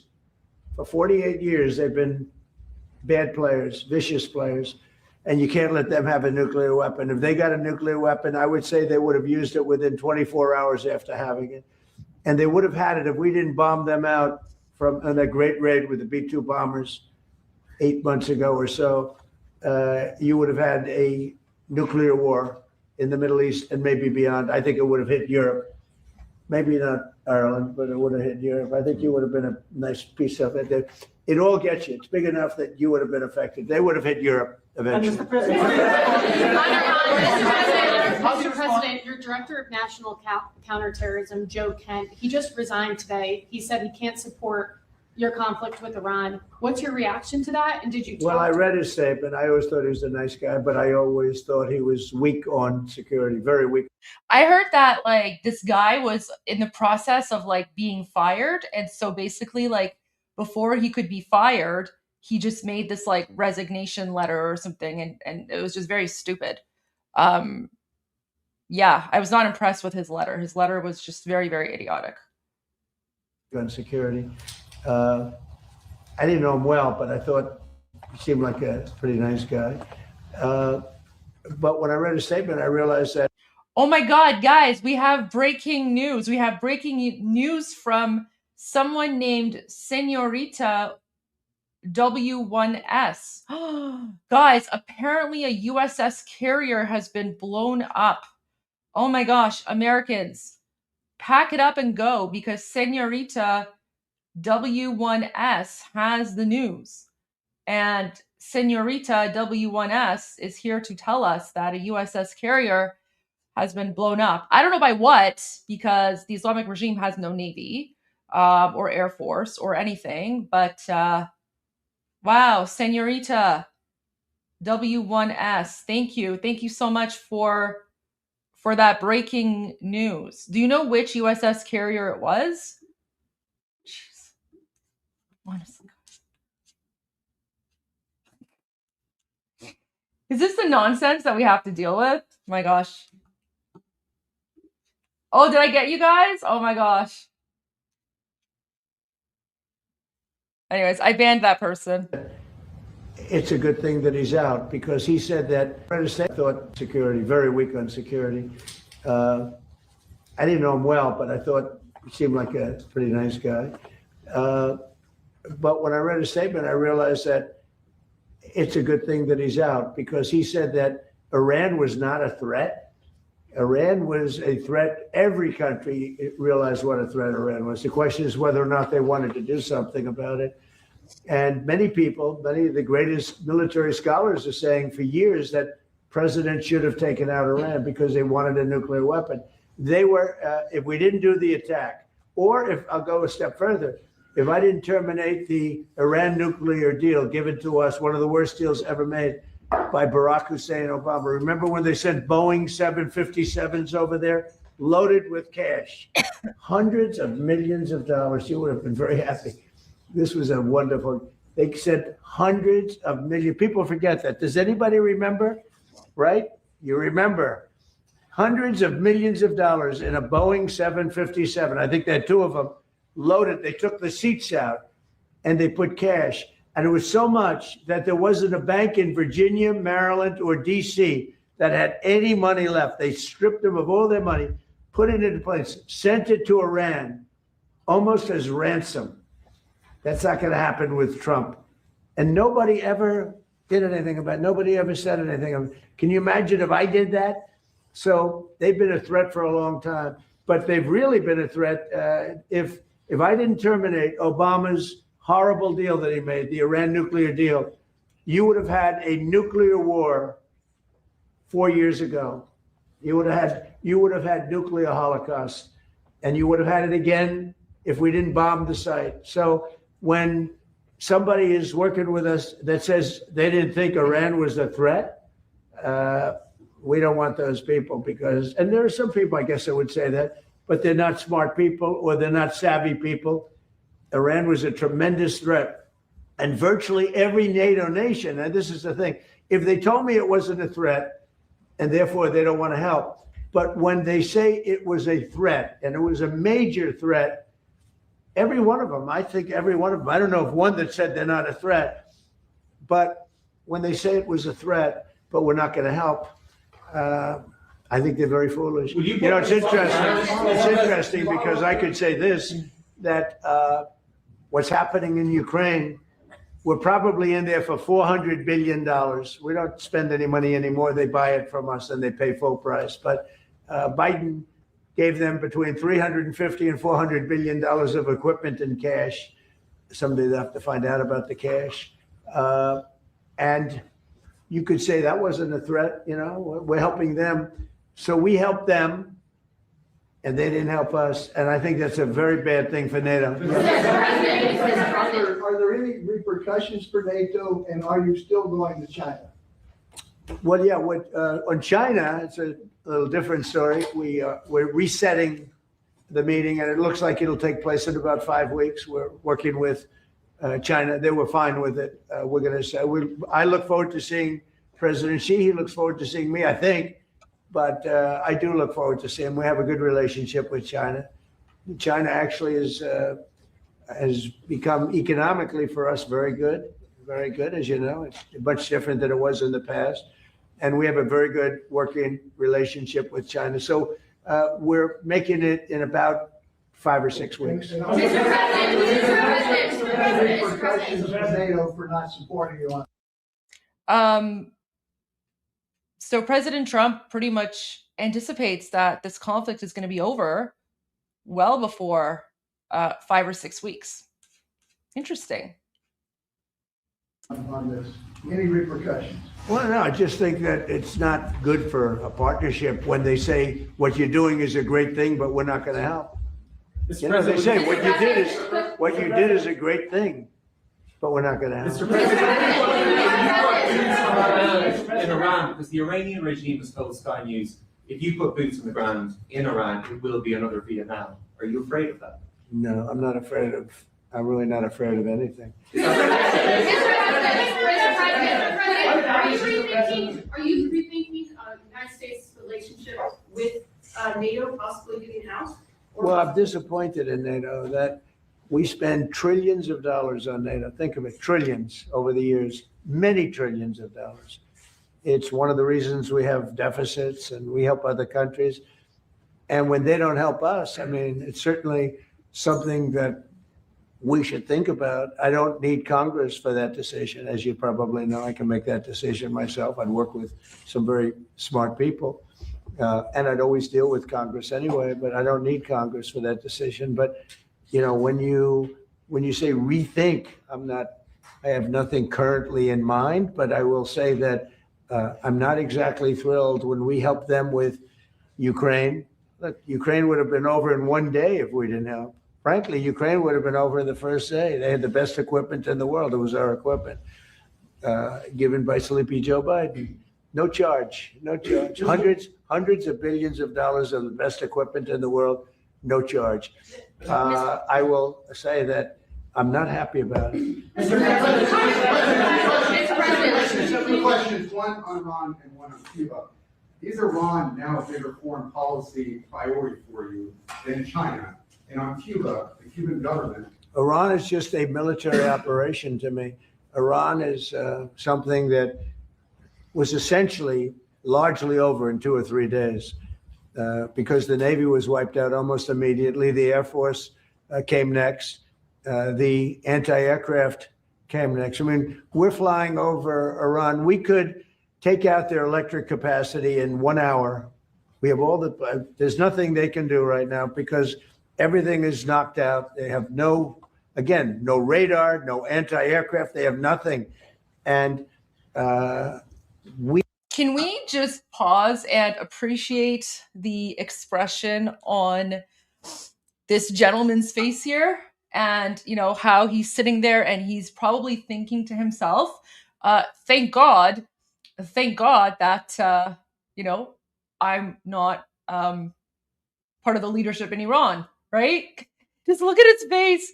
Look at his face as President Trump is just like casually talking about how like everyone is dead, like the military is destroyed, everything, right? His face. Yeah, the prime minister. Military operation to me. Ireland. Iran is something that was essentially largely over in 2 or 3 days because the Navy was wiped out almost immediately. The Air Force came next. The anti-aircraft came next. I mean, we're flying over Iran. We could. Yeah, absolutely. He's thanking God right now that he is not on President Trump's bad side. So there you go. Oh, let me go to some of your super chats here. Okay, hi from Germany. Oh wow, we have a lot of super. Okay, I'll get to the super chats, the previous ones as well. Hello. News in Israel says Pezeshkian asking to resign. That's funny. I'll look into that. Laurie Johnny cutlets for dinner tonight, 100%. Okay, so Push-Up says, criticism of Zelensky, but praise for China. Trump is weird sometimes. At least he's right on Iran. Guys, this is part of his strategy. This is part of his strategy, right? So he's like, it's all part of the game that he plays. Remember 2 months ago, guys, 2 months ago, President Trump was saying that, oh yeah, you know, we heard that the Islamic regime was gonna hang 800 people, but they didn't.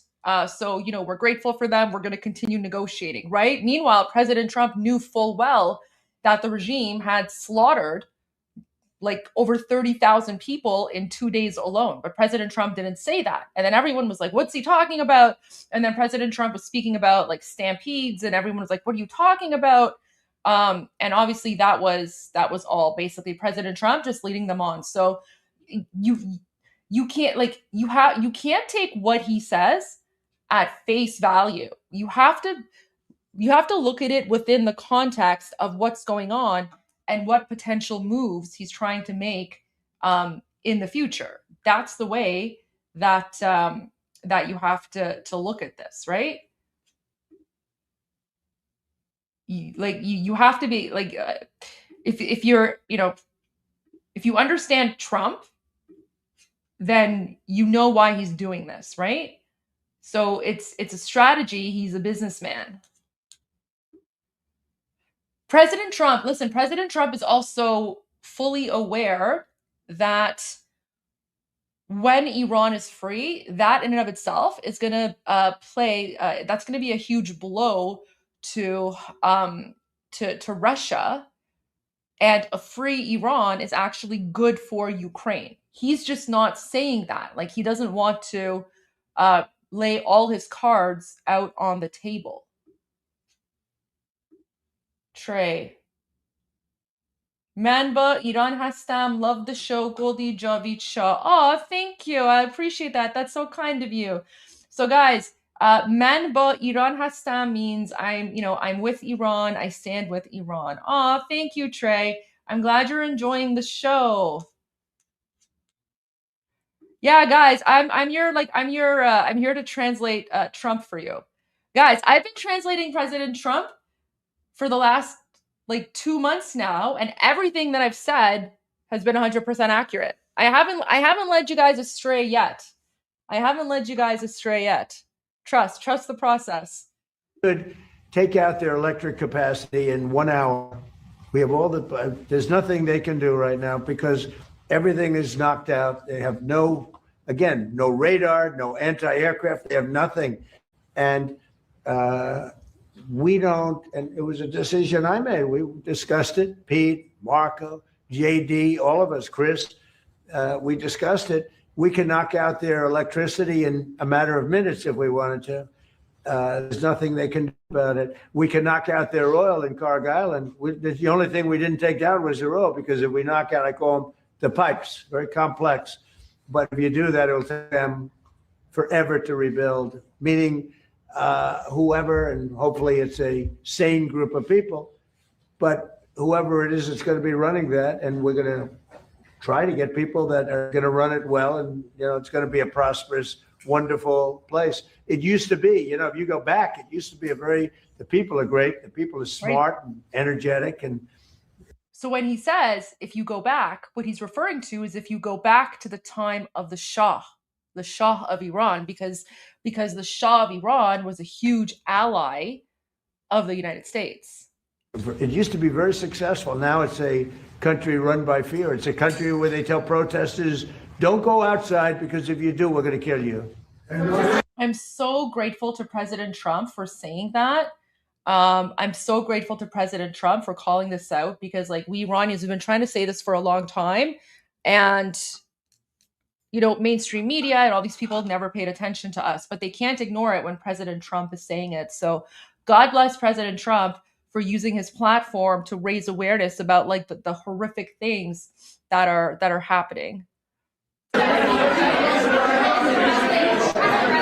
Yeah, Cuba. Well, Cuba right now is in very bad shape. They're talking to Marco, and we'll be doing something with Cuba very soon. We're really focused on this, but we're dealing with Cuba. Marco, do you want to say a couple of words about it?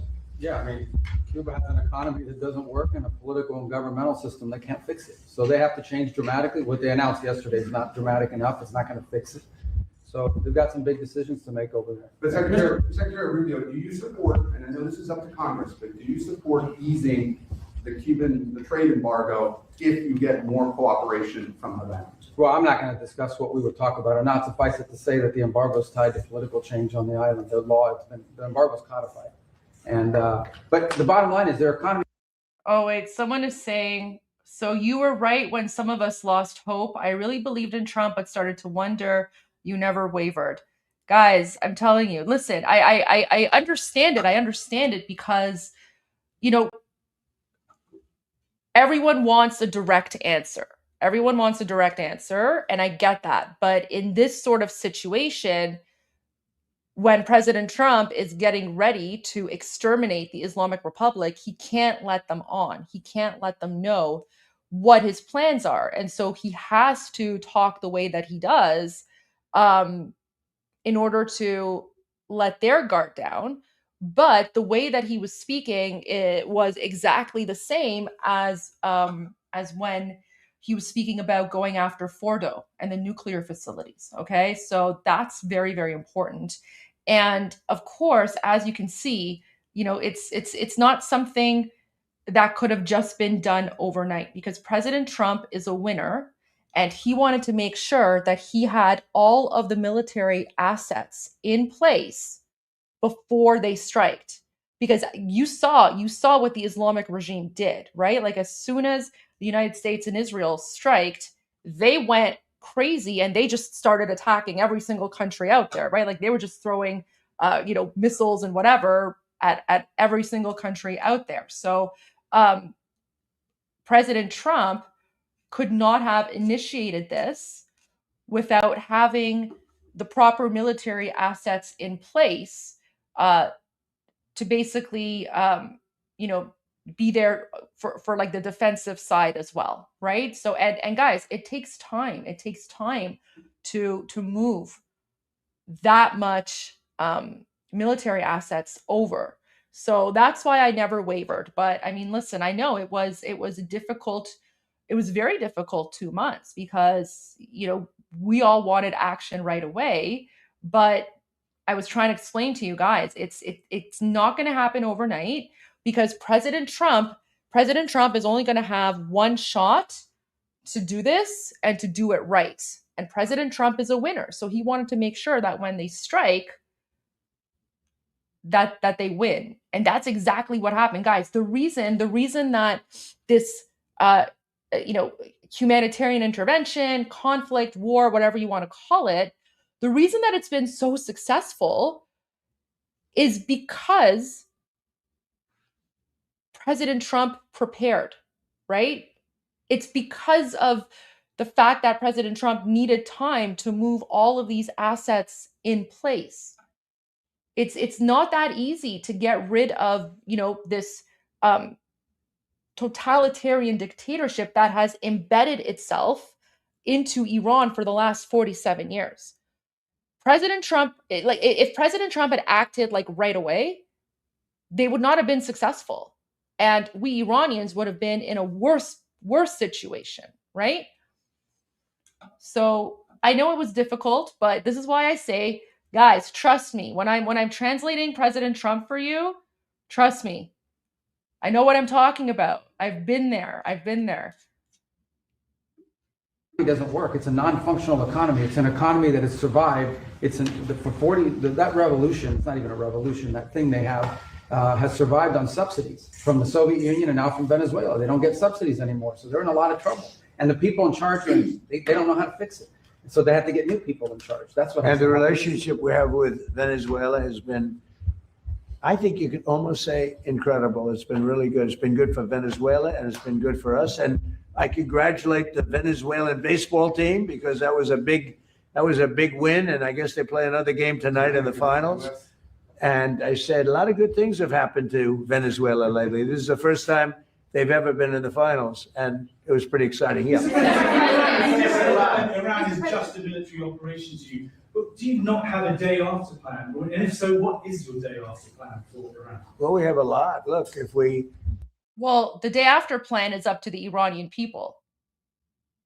The day after plan is up to the Iranian people, and President Trump knows that. But this is why it's really important for us, the Iranian nation, to continue raising awareness about His Royal Highness King Reza Pahlavi, to continue raising awareness about the Iran Prosperity Project, and to support and promote that, right? Guys, I guarantee you, President Trump knows exactly, there's no way, guys, there is no way that President Trump's team have not reviewed the Iran Prosperity Project, have not gone over it, discussed it. I guarantee you, President Trump knows everything. He's just not going to say it right now because it's not the proper time. It's not the time for it. So just listen to his answer, but don't despair, right? Because ultimately, it's not up to the United States to determine the day after, right? It's the Iranian people and the self-determination, which we've already talked about. First time they've ever been in the finals, and it was pretty exciting. Yeah. Iran is just a military operation to you, but do you not have a day after plan? And if so, what is your day after plan for Iran? Well, we have a lot. Look, if we left right now, it would take 10 years for them to rebuild. But we're not ready to leave yet. But we'll be leaving in the near future. So when he says we're not ready to leave yet, what he's basically saying is we're not leaving until the Islamic regime is completely destroyed and there's regime change. That's what he says. That's what he means when he says we're not ready to leave yet. We'll be leaving in pretty much the very near future. But right now they've been decimated from every standpoint. And again, we've had great support from countries in the Middle East, great support, but we've had no support from, essentially, no support from NATO. Do you see how he avoided the day after plan? Do you see how he avoided the question about the day after? Because he knows, and like he respects the right of the Iranian people to self-determination. What about your relationship with London? Has it been damaged by the fact that Keir Starmer isn't supporting you in this war? And has your opinion of Keir Starmer changed because of this? Well, he hasn't been supportive, and I think it's a big mistake. You know, they make a lot of money on trade with the United States. I went out of my way, as you know, they couldn't make a deal with Biden because they had no real administration to make a deal, Biden. But we made a deal. We made a good deal for them, and frankly, probably wasn't appreciated. I do look forward to seeing the king. He's going to be coming, as you know, very shortly. But no, I was disappointed because Keir was willing to send 2 aircraft carriers after we won, because essentially there's no threat for the aircraft carriers right now. And I said, no, we want things sent before the war, not after the war is won. So, yeah, I'm disappointed with Keir. I like him. I think he's a nice man, but I'm disappointed. You see that man right there? You know who that is? Churchill. That's the late, great Winston Churchill. And Barack Hussein Obama did not want his bust in this office. Did you know that? And Barack Hussein Obama sent... I love how you keep on saying Barack Hussein Obama. that bust back to England. They didn't want it. And when I came in, I was asked if I wanted it. I said, absolutely, I want it. And I put it right there, Winston Churchill. And, you know, unfortunately, Keir is not Winston Churchill. Do you have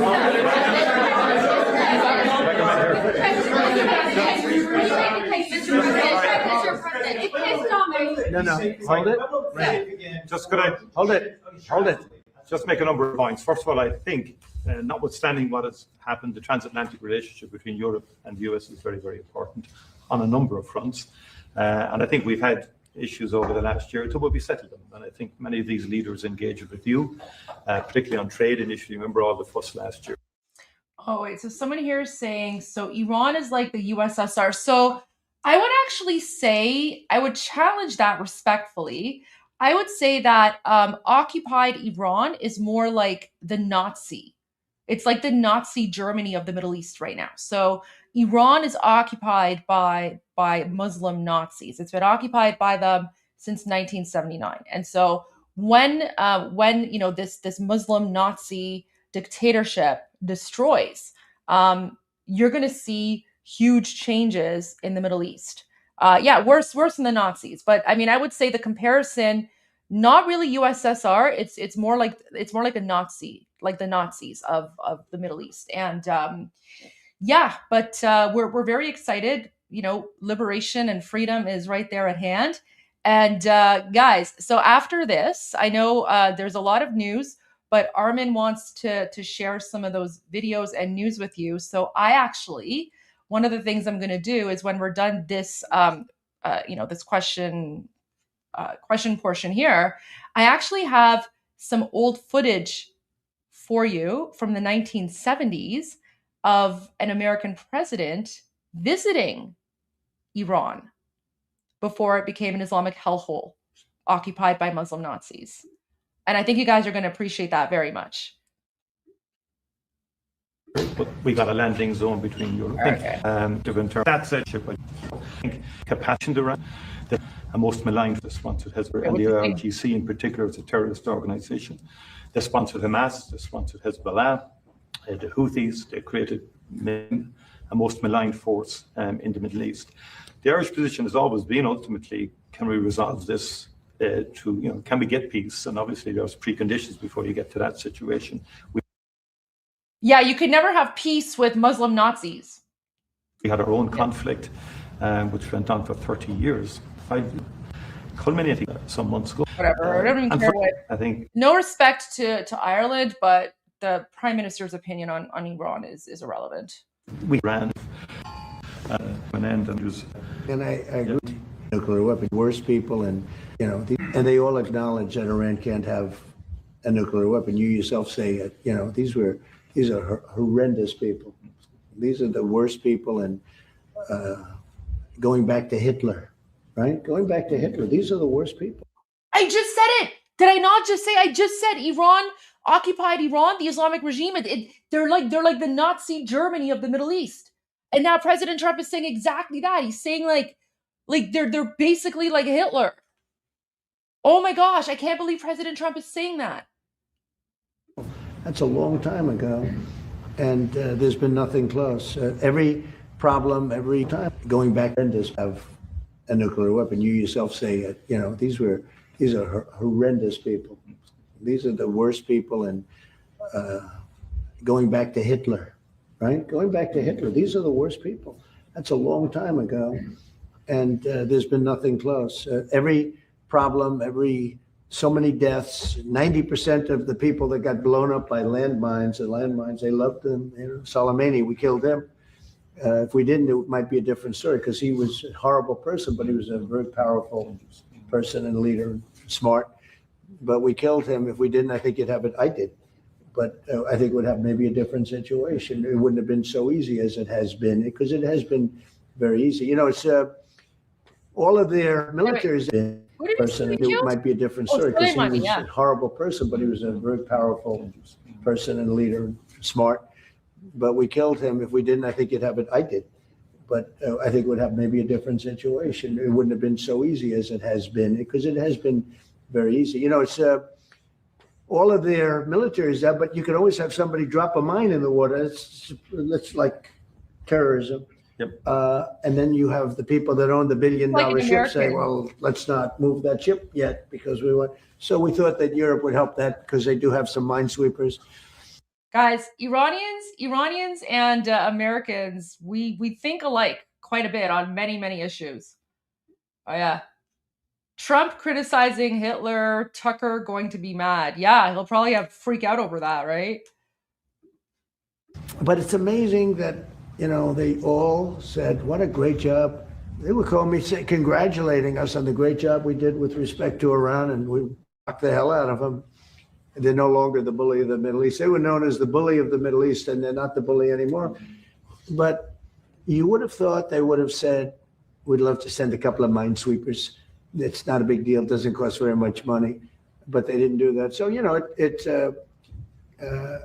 I think it's very unfair to the United States. Not to me, but to the United States. Go ahead, please. Keir Starmer isn't making... She's a fantastic reporter, by the way. Go ahead. Thank you. The Prime Minister isn't making the case to the British public as to why he should be supporting you. Relations, I don't best. Does everything. I just am with 8% of them going even as out of drug, but would like to have 24 do nothing but to sound like. So we don't even finding them. Would you prefer to have confidence? I said, if you don't change oil the country, just oil North Sea from Norway. So we take entry, destroy. Don't worry into that. China use proudly my environmental. You said he's a very nice man. I think he's a nice man. I think he's a nice man, but I disagree with him on two things primarily. His immigration policy is a disaster, and his energy policy is a disaster. And they're about the biggest policies you can have. You've allowed millions and millions and millions of people to come into your country that shouldn't be there. And by the way, that's all over Europe. And Canada. Europe is a different place. It's a different place. And I originate to put it nicely, I originate, many of us do, from Europe. I love Europe. I spent a lot of time in Europe. Oh, he's talking about like the mass immigration policies where they're like importing all the jihadis, right? So Trey says, I have one more thing to say. I really appreciate how patriotic Iranians are. It's crazy. They're more patriotic than a lot of Americans. Thank you. That's because we're very patriotic people.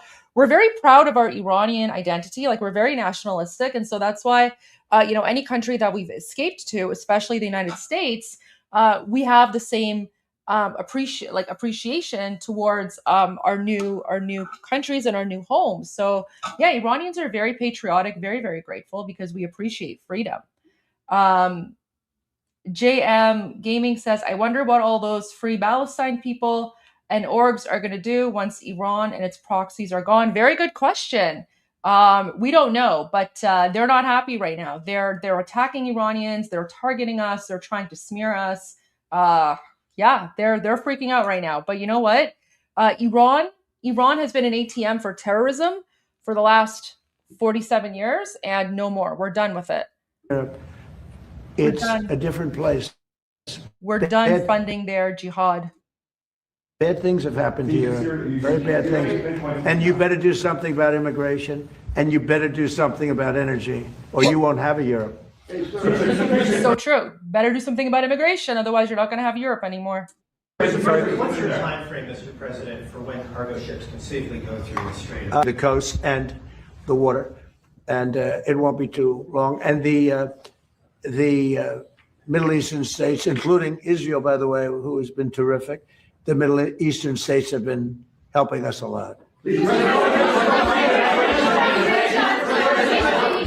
Go ahead, you. Mr. President, on fuel prices, what do you have to say to I'm very happy. A nuke, which will be soon. I've been a terrorist, and as soon as I'm rid of a nuclear power, I have a lot of friends from Ireland. They're very happy that I'm getting rid of a nuclear power, a nuclear terrorist. And as soon as that war's over, which will be soon, your prices are going to drop like a rock. You watch. I've been very good at predicting. There's even more confirmation. It's going to be over soon. No, in the back. Mr. President, what do you think about our president's comments that your actions in Iran are breaking international law? Say it. What do you think about our president's comments? Can you speak? You're speaking right into your phone. Mr. President, how do you respond to the increased attacks by the Iraqi militia groups against the U.S. Embassy and consulate in Kurdistan region? You want to answer that, JD? You want to? Yeah, well, Marco, obviously, the Secretary of State has control over the embassy. Look, there have been a lot of militia attacks against our base, or our embassy in Iran. I think Marco's done a good job of limiting the number of people who are at that embassy so we can provide essential funds, eliminate them. Suppose you can give them guns, you can't give them nuclear weapons. I think we agree very strongly on that. You can't give them. There are a lot of terrorists in that region of the world, and we've got to eliminate them when we find them. And you can't give them nuclear weapons. You can give them rifles, you can give them guns, you can't give them nuclear weapons.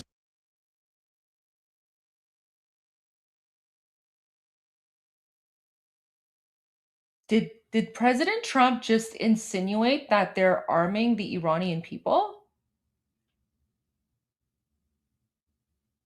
I don't know. I don't know about that, but that's interesting. I think we agree very strongly on that. On the immigration point. Yes, excuse me. Just first of all, I would say, like, Europe is still a very good place to live in. Good. Yeah, okay. No, it's not, buddy. No, it's not. No, it's not. Look what's happened to Ireland with all like the Palestine people in Ireland. Fix your country, buddy. I'm glad to hear that. And on the other hand, a lot of population is growing, but in a very positive way. Legally and plan the future because it is in favor of for that. But the fund is being overrun. Longer mechanism. Blah, blah, blah, blah, blah. The president has said that your war against Iran is illegal. It's an attack on international law. Who said that? The Irish president. Look. Whoa! The president has said. So she's saying the Irish president, so the guy, well, I don't know, president, is saying that President Trump's actions are a violation of international law. So stupid. That your war against Iran is illegal. It's an attack on international law. Who said that? The Irish president. Look, he's lucky I exist. That's all I can say. Because if you're going to allow countries that are sick and demented, and they are demented, to have nuclear weapons, everybody in the whole world should be very thankful. And I'm disappointed in NATO, very disappointed. I'm disappointed in a couple of other countries too. But they should be very thankful that this group of people feels the way we do. Because if a country like Yeah, guys, I just want to confirm, I want to clarify. So this is the Prime Minister of Ireland. That reporter is referring to the president, which is someone named Catherine Connolly.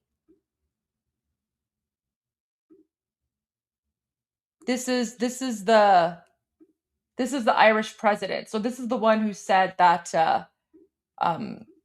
apparently the United States is violating international law. Anyways, Iran was allowed to have feels the way we do, because if a country like Iran was allowed to have the power of a nuclear weapon, if we didn't stop them, I stopped them twice. I stopped them my first term when I terminated the Iran nuclear deal, which was Barack Obama's deal. It was one of maybe the worst deal I've ever seen.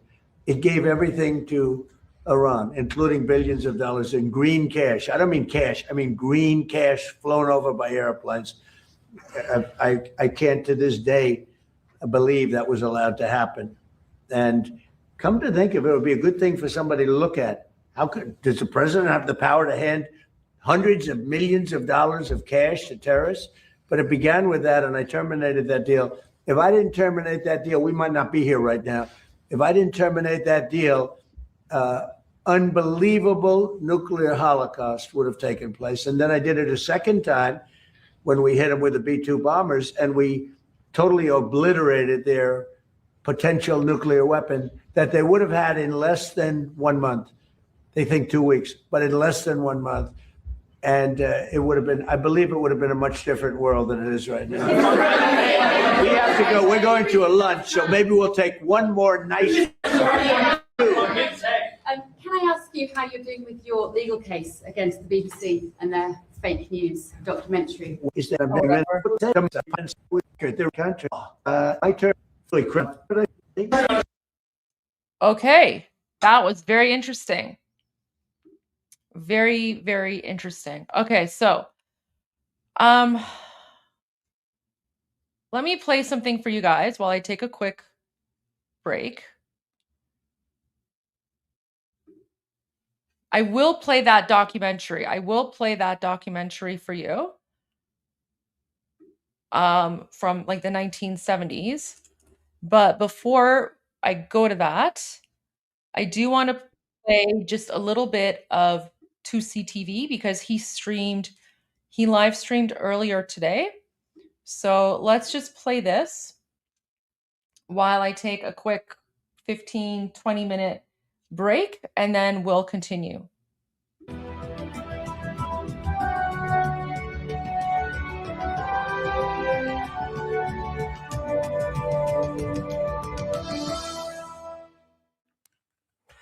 Hello, ladies and gentlemen. Welcome to 2CTV. This is your global news channel. I'm Maya Tusi, and the Islamic Republic of Iran has lost another leader. Now, it's difficult to keep count at this point, but the de facto supreme leader, Ali Larijani, has been taken out by the Israeli Defense Forces. We also have some updates from Australia as the IRGC members and their families are now moving to Sydney. We have a video evidence of some of them arriving in Australia. We have had the same situation in Canada over the last few days. More members of the IRGC Basij unit have now been wiped out on the streets of Tehran and other major cities. We're going to give you guys all the updates in this live stream and get your reaction. Don't forget to celebrate 1.5 million subscribers. This is the final day, final offer, limited offer. You can now become a member of 2CTV Plus by becoming a lifetime member. Yes, that's it. It's over. We're going bankrupt. We're doing this as a special offer for you guys. You get full access to our documentaries, our original series, interviews, our chat forum, but you also get a welcome phone call with me directly, free tickets to all our events, annual online 2CTV company conference, and VIP customer support. If you already have a monthly or annual membership, you can upgrade it, but you can only do it by using the link in the description box underneath the video.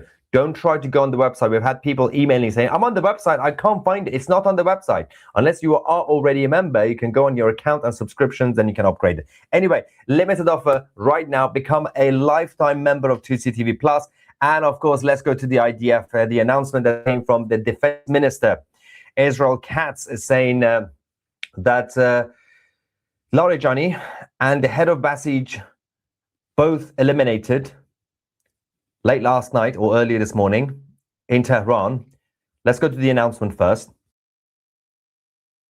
הממשלה בנימין נתניהו ואני הנחינו את צה"ל להמשיך ולצוד את הנהגת משטר הטרור והדיכוי באיראן ולגדוע שוב ושוב את ראש התמנון ולא לתת לו לצמוח. נשיא ארצות הברית דונלד טראמפ דיבר על קצב התחלופה הגבוה של מנהיגות איראן.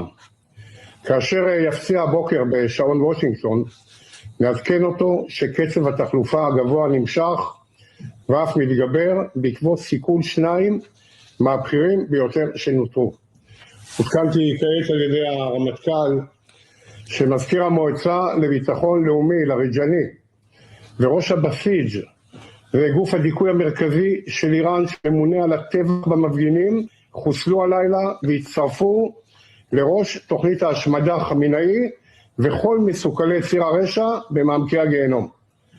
צה"ל ממשיך לפעול באיראן בעוצמה רבה מול מטרות משטר ובדיכוי יכולת שיגור הטילים ובהרס תשתיות אסטרטגיות מרכזיות בכל התחומים ומחזיר את איראן עשרות שנים אחורה. תוכנית ההשמדה מושמדת ומנהיגיה ויכולותיה מסוכלים. הרמטכ"ל, אני רוצה באמצעותך לשבח. Major announcement, of course, by the Israelis. As somebody in the live chat says, Maya is shouting, capital letters. Did you hear? Sorry, guys. I need to pause this because I left and I checked my phone and we have some breaking urgent news. Jeez. So the Islamic regime is now attacking Iranian protesters. Sorry, they're not even protesters. They're not even protesters. The Islamic regime is shooting into crowds of unarmed Iranians who are celebrating the Fire Festival. Look at this.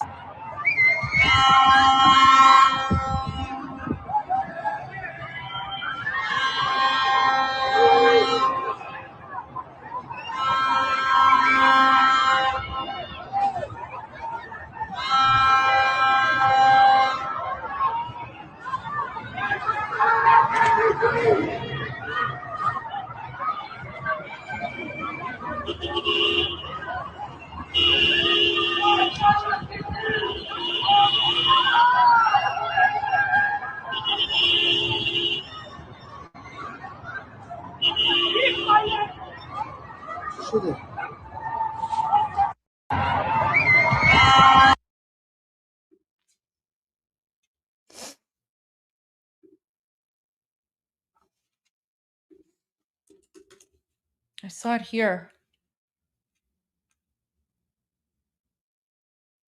Here's another one.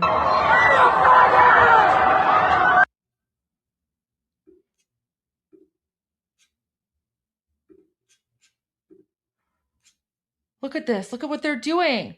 People aren't even protesting.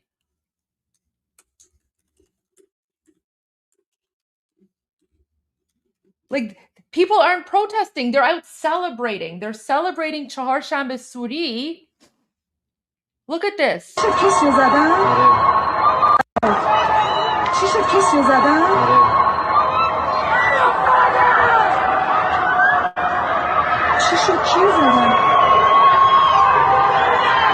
So the woman's like, what happened? Did they hit someone? And then the guy's like, yeah, I think so. And then everyone's like screaming because like something happened here. See?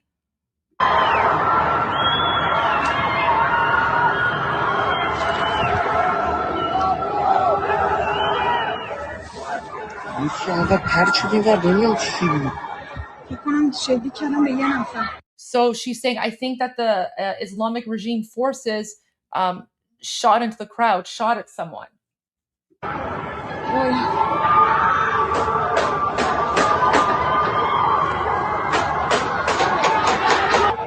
Dude, is that like gunfire? It's like gunshots?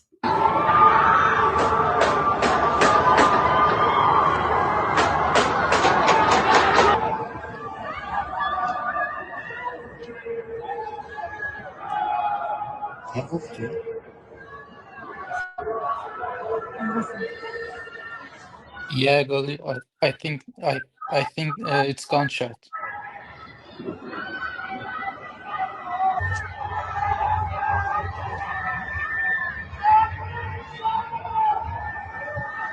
And then everyone's like screaming and raising awareness, and then someone in the background yelled "Jabit Shah, long live the king."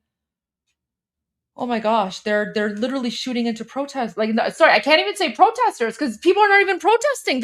We're out. It's Charshamba Suri. It's our festival of fire. Iranians are out celebrating the festival of fire. Look at this.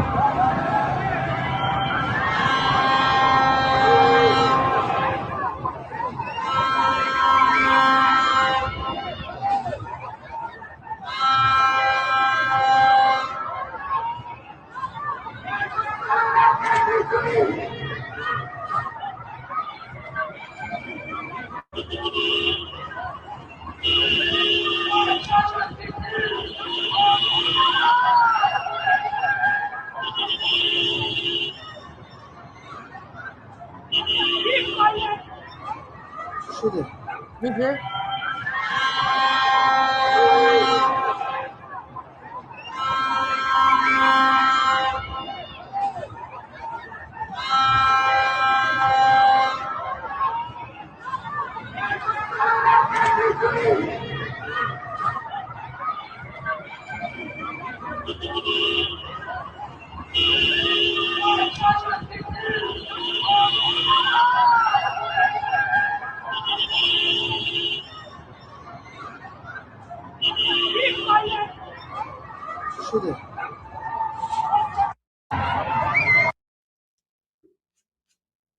Horrifying. Okay, I'll see what other news I can find, but yeah, that's the latest. Okay, let's go back to Tusi. I'll be back. That the mullah that arrived in Canada the other day was spotted at the Al Quds Day thing in Toronto. I'm not surprised. Canada announcement. Major announcement, of course, by the Israelis. As somebody in the live chat says, Maya is shouting, capital letters. Did you hear that the mullah that arrived in Canada the other day was spotted at the Al Quds Day thing in Toronto? I'm not surprised, of course. I'm going to find a footage or image. I don't know he went there. I mean, it's not really a surprise, but it's disgusting that the Canadians have allowed this. And now the Australians. All right, Ali Larijani, the de facto supreme leader of the Islamic Republic, the man whose job was to babysit the former supreme leader, Ali Khamenei, but he couldn't even look after that old man, is now being eliminated.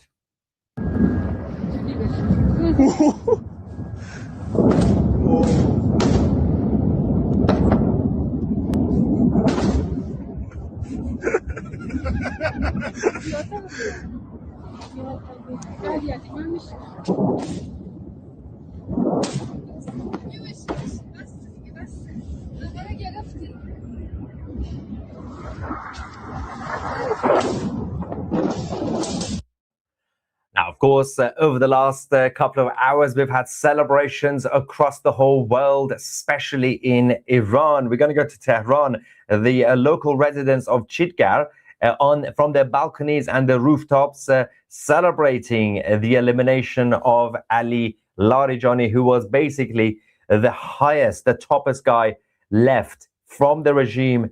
He's gone. It's all over. Goodbye. Let's go to Tehran.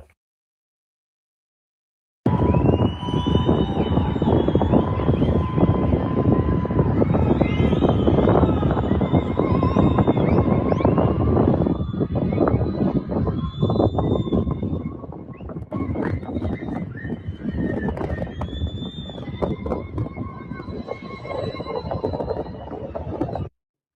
love how some people were just whistling and the others were going. Amazing. Although the sound of wind didn't really help hear them properly. But special forces of Basij are also getting wiped out. Over 300 of IRGC Basij members have now been eliminated. These are the guys who are on the streets, and their job is to do checkpoints, especially today. Today is an extremely important day because it's the final Tuesday evening, which is tomorrow is the final Wednesday of this calendar year in the Persian calendar. And 3 days from now, we're going to have the Persian New Year. And they have the tradition of the fire festival, or Çarşamba Suri, basically every year, the final Tuesday night, the night before Wednesday, people come out, fireworks, music, everything. Of course, the regime have been waiting for this. They sent out all the IRGC Basij members on the streets to control the chaos. But the Israelis said, okay, we've also checked the calendar. We are sending our drones. They are getting wiped out. Let's go to one of the videos.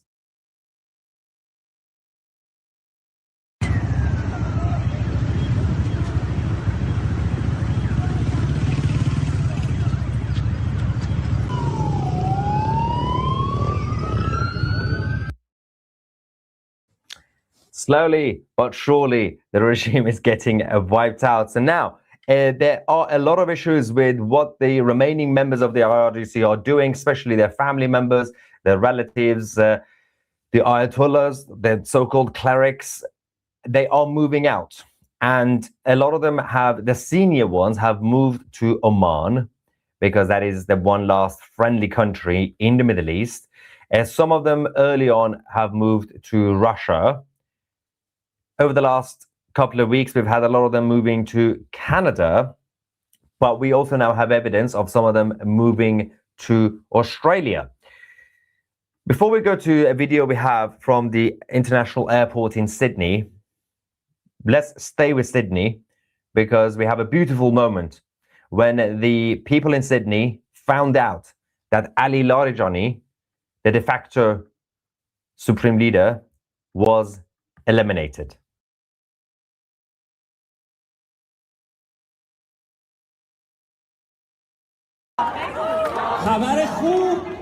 خبر خوب علی لاریجانی رو مطلق کرده.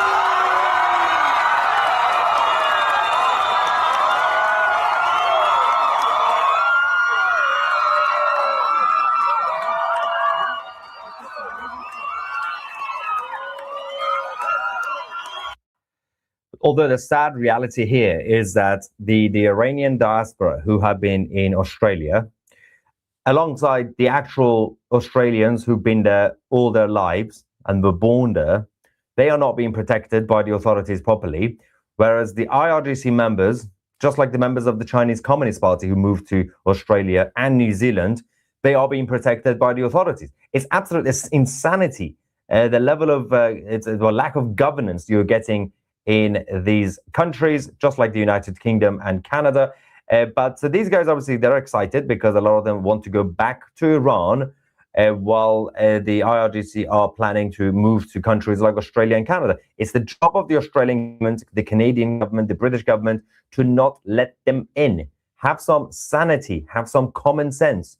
You know who they are, you know where they are. If they are already in your countries, arrest them and deport them back to Iran. Because these guys who are getting ready to go back to their country, they want the others to face justice. It's your job to protect Australians in Australia. Now, we also have another good news. It's not just Ali Larijani who's been wiped out. Ladies and gentlemen, another one bites the dust. This is major. A lot of people are focusing on Ali Larijani. This is even more important, actually. The head of the IRGC's Basij unit has been eliminated. Gholam Reza Soleimani, who was a commander of a Basij unit for the last 6 years, and under Soleimani, Basij units led the main crackdown against the Iranians on the streets of Iran, employing severe violence, mass arrests, torture, use of violence against the civilian demonstrators. He has now gone, and we have some funny stuff from this guy, by the way. Remember this face? Remember that stupid peanut face with his glasses? Soleimani, right? Wait for it. Firstly, we have to give you some info about this guy. The Israeli Defense Forces, when they eliminated the IRGC general in command of the Basij unit, this man was responsible for the murder of 40,000 Iranians in January alone during the protests. The Israeli Air Force, acting on behalf of the government, using IDF intelligence, targeted him. And for the past 6 years, this man was also in charge of brainwashing the new young generation of radicals who went to so-called Islamic centers and mosques in Iran to ensure that the future of the Islamic Republic is protected by getting some young blood. The problem with that is that a lot of the younger ones are now defecting because they're terrified for their lives. The Basij forces have been absolutely crucial in the protection of the Islamic Republic. Without Basij, they would not be able to stay for 47 years. You take out these guys, you take out the leadership, you take out the infrastructure, all the bases have been hit, you take out the checkpoints and the individuals who are on the streets, patrolling the streets, there is nothing else left. So this elimination is actually even more important than Ali Larijani, the de facto supreme leader.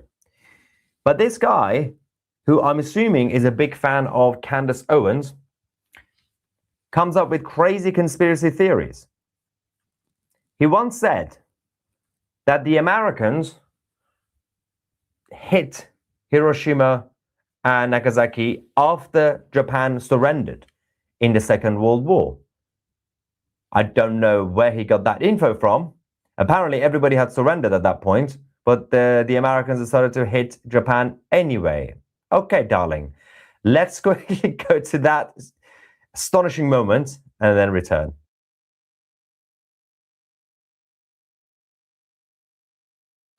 ببین امریکایی ها در جنگ دوم وقتی خواستن قدرت سخت را به رخ دنیا بکشن ژاپن تسلیم شده بود.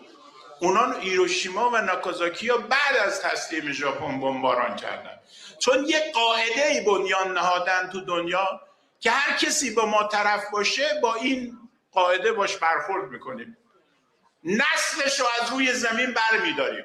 این قاعده رو گذاشتن. به خاطر این هنوز آمریکایی‌ها نون اون دوتا جنایت رو میخورن. نون اون جنایت‌های بزرگشون رو در بمباران هیروشیما و ناکازاکی میخورن. The interesting thing about what he said was that he made one good point, relatively. Firstly, he was wrong that the Americans hit Japan after surrender, right? But he said, well, they set up a new world order. Yeah, that's true. that was literally the idea. And they said, if you're not against us, you're our enemy. Yeah, that's true. Because anybody who was not in favor of the new world order, which was based on democratic capitalist societies, then the alternative was revolutionary communists who were not in favor of democracy or freedom. Yes, that is the enemy of the world order since the 1940s and 50s. Now, of course, right now we have bigger problems than that because the current world order is being attacked by all sides, from the liberal globalist side to the actual communist to Islamic side. But at that time, the biggest threat was the revolutionary Marxists. Anyway, let's talk about Sydney. We showed you guys the celebrations, but more IRGC members and their families are now arriving in Australia. This is the international airport in Sydney. Let's have a look. خب چرا نگاه نمی‌کنی؟ Why don't you look at us? Why don't you look at us, Matt? You said you don't know any Persian? Why don't you look at us? Hey? I'm just having a conversation, ma'am. I'm just having a conversation.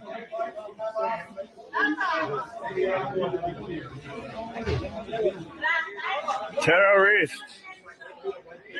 Terrorists. Terrorists. Terrorists!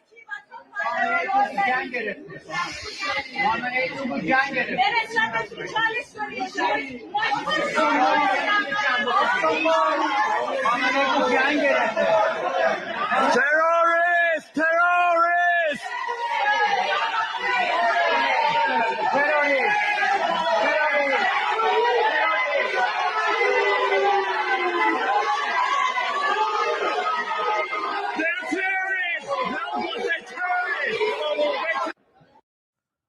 While the United States of America, under the leadership of President Trump, are arresting and deporting members and supporters of the Islamic Republic, countries like Australia and Canada, and of course the United Kingdom, are welcoming them with open arms. Coming into the airports freely, they could do whatever they want. This is a political choice. You can't blame the Islamic Republic. You can't blame anybody else. It's the job of the Western governments to not let them in. It's that simple. It's just like when people blame the UAE and Saudi Arabia for pushing out the radical Islamists from the Middle East. Well, that's a great policy. Well done, both UAE and Saudi Arabia. It's their job to push them out. It's the job of countries in France, the UK, Sweden, everywhere. Just keep your doors closed. Just because they're pushing them out doesn't mean you have to let them in. You also have to push them out. But of course, if you do the right thing and everybody does the right thing, they will all have to go to the same S-holes that they don't want to go right now. They'll have no option but to go to countries like Afghanistan. And at least you know where you stand. Now,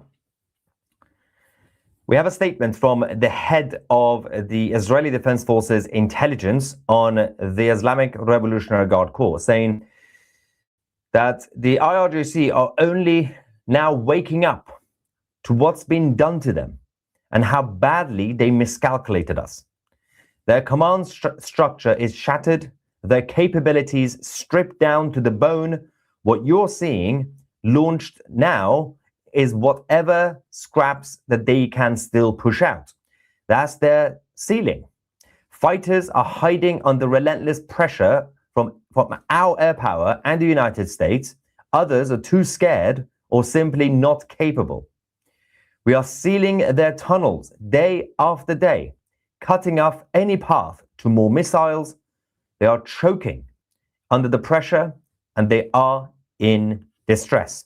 That's why over the last few days, you have seen essentially a massively reduced amount of missiles and drones being launched at all the countries in the region, UAE, Qatar, Israel, and many others. They did manage to hit, I think, Sharjah in the United Arab Emirates. They also launched a couple of missiles at Israel earlier.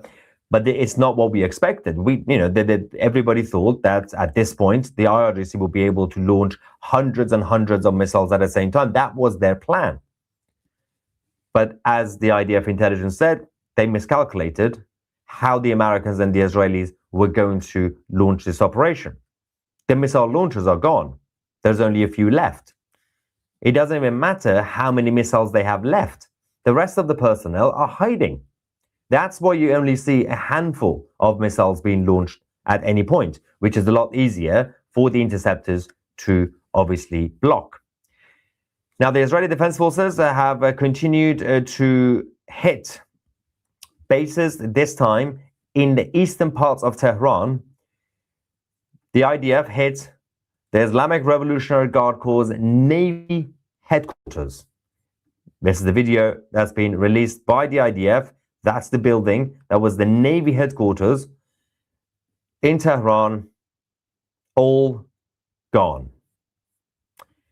Another sad day for the Islamist nutters. Anyway, there was this poster by the United States, the State Department, a while ago, that said, "Reward up to $10 million for any information on the IRGC's key leaders. Now, you had Mojtaba Khamenei on it, you had Ali Larijani, Hejazi, who's dead, and a few others. Now, they're all going one by one. The Israeli Defense Forces are now saving the US taxpayers $10 million. $10 million has been saved. The Americans don't have to give that money to anybody because the Israelis have done their job. The foreign minister in Israel also came and said Ali Larijani had a $10 million prize on his head, and we did it for free. Larijani was also under U.S. sanctions for the same reason, with a $10 million prize on his head. We did it for free, anyhow. Yes. We also have a video statement by the Israeli president, Herzog, wishing the Iranian people a Happy New Year, and of course the Festival of Fire, or Chorshamba Suri, which is tonight. Let's quickly go to the president, and then we will give you guys more updates on what is going on the ground in Iran. To the people of Iran, as the President of Israel, I'm sending you warm wishes on the Festival of Fire, Chorshamba Suri. May this Festival of Fire, which is a unique ancient tradition of your people, bring with it best wishes, warmth and happiness and change that you so well deserve. You deserve better. You deserve change. You deserve good. And I hope that this Chorshamba Suri will bring with it a real change. Change in the region, change in Iran, change for the future of our children.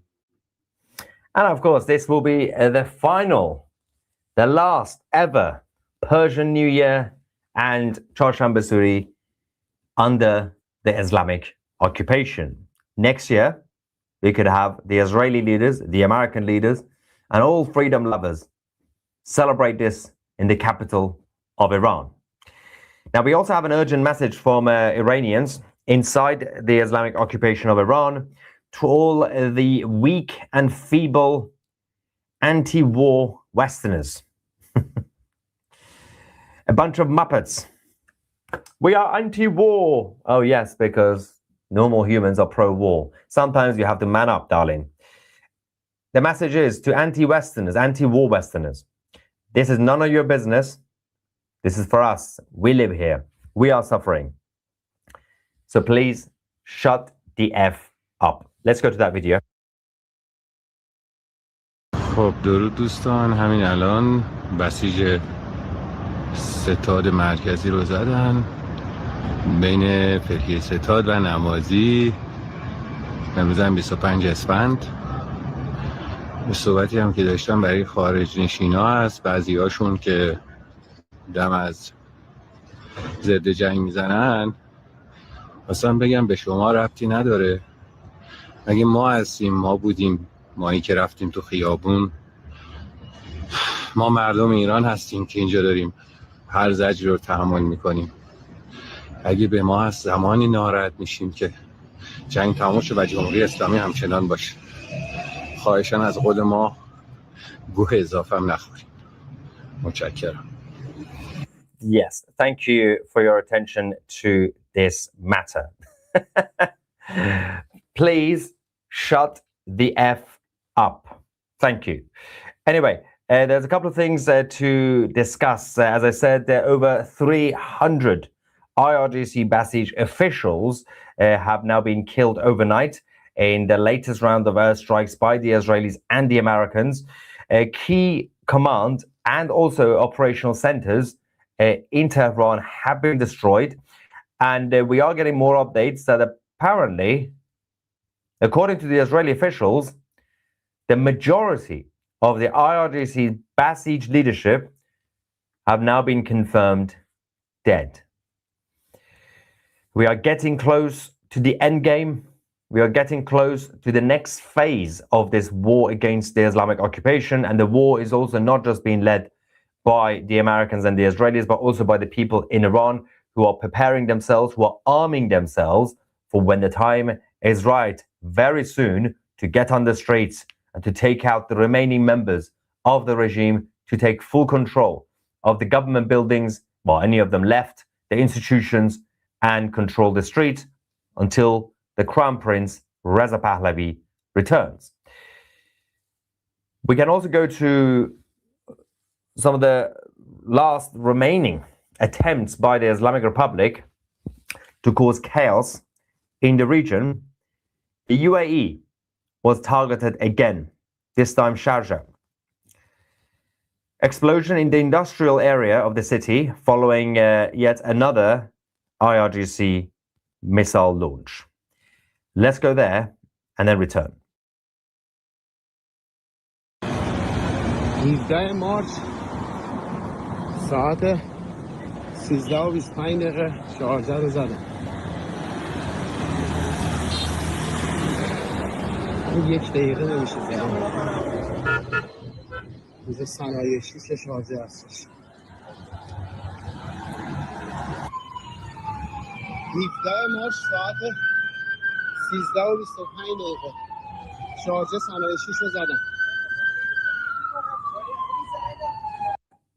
Yeah, in the video there you just saw the guy was giving the date, which was today, Tuesday, and saying the industrial area in Sharjah was hit.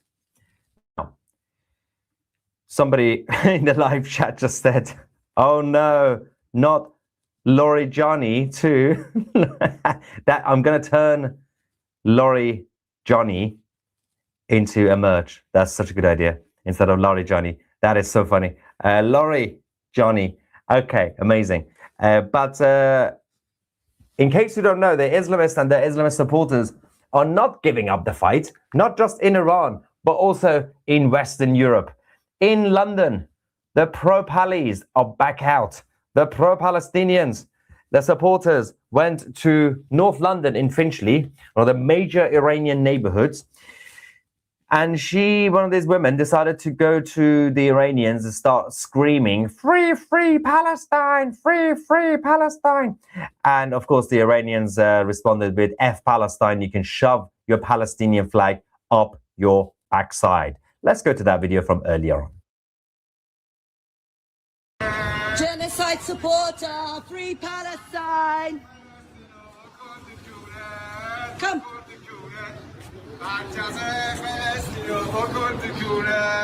بکن تکونه مادرت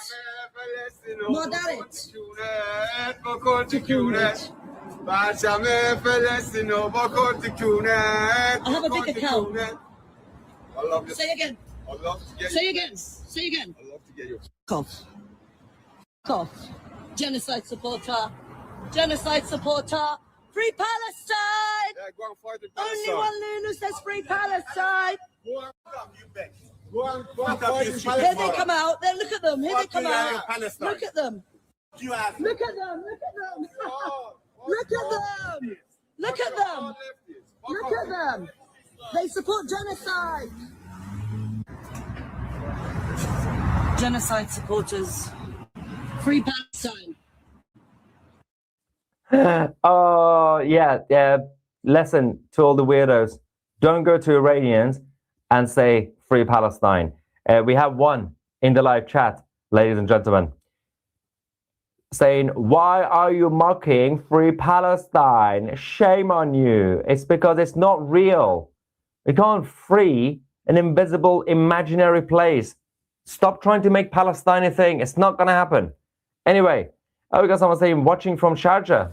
Hello, everybody in the United Arab Emirates. Love you guys. Now, celebrations by the Iranians continue. We're going to go to Canada, in Montreal.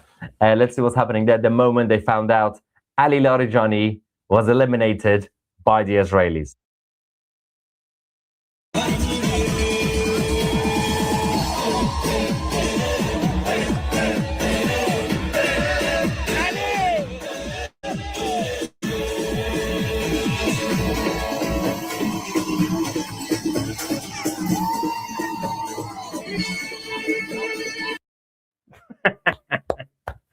So much winning, we're getting sick and tired of winning. Anyway, okay, so let's get some sanity. Do we have any more watermelon warriors in the live chats? Watermelon warriors, where are you guys? We also have the live feed from Beirut. So don't forget, this is the final battle, which also means it's the final offer, final chance to become a lifetime member of 2C TV Plus. Yes, we've gone crazy. As I explained yesterday, our rivals and competitors also have lifetime memberships, which they always put on their website forever. And they tend to charge you thousands of dollars for lifetime memberships. We don't do that on this channel. It's unnecessary. In fact, we decided to take the loss. So you can now become a lifetime member of 2C TV Plus if you're already a member, upgrade it by going on your account subscription. If not, the link is in the description. You can't find it on the website. The direct link to the lifetime membership is down below.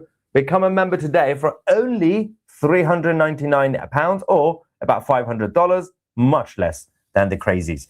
You will also get a welcome phone call with me directly if you want to. Free tickets to all our events. We also have the annual company event and conference that you can find out more about what we've been doing, because you basically become a stakeholder in our company, and a VIP customer support. Become a member of, lifetime member of 2C TV Plus by clicking on the link in the description. Last chance, it's going to go away. And that's the catch. Yes, it might be much cheaper than the alternative, but firstly, it's just value for money. Secondly, the catch is it's not there forever. So you could click on the link now and join. Otherwise, it's going to go away. It's over. End of the world as we know it. All right. Have you heard what they call the new supreme leader now? How has come out? What? HW has come out. Now that he's come out. Okay, that makes more sense. They call him Shistaba instead of Mush. Apparently, even in death, the spirit of Bibi is still working overtime and cleaning house. Yeah, whether alive or dead, Bibi Netanyahu continues to win. That is so embarrassing for the Islamic regime in Iran. Another one bites the dust, says Heather. And Yen says, don't worry, Larijani will soon be replaced by a cardboard effigy of Larijani. All is well. Again, his name is no longer Larijani. His name is Lori Johnny.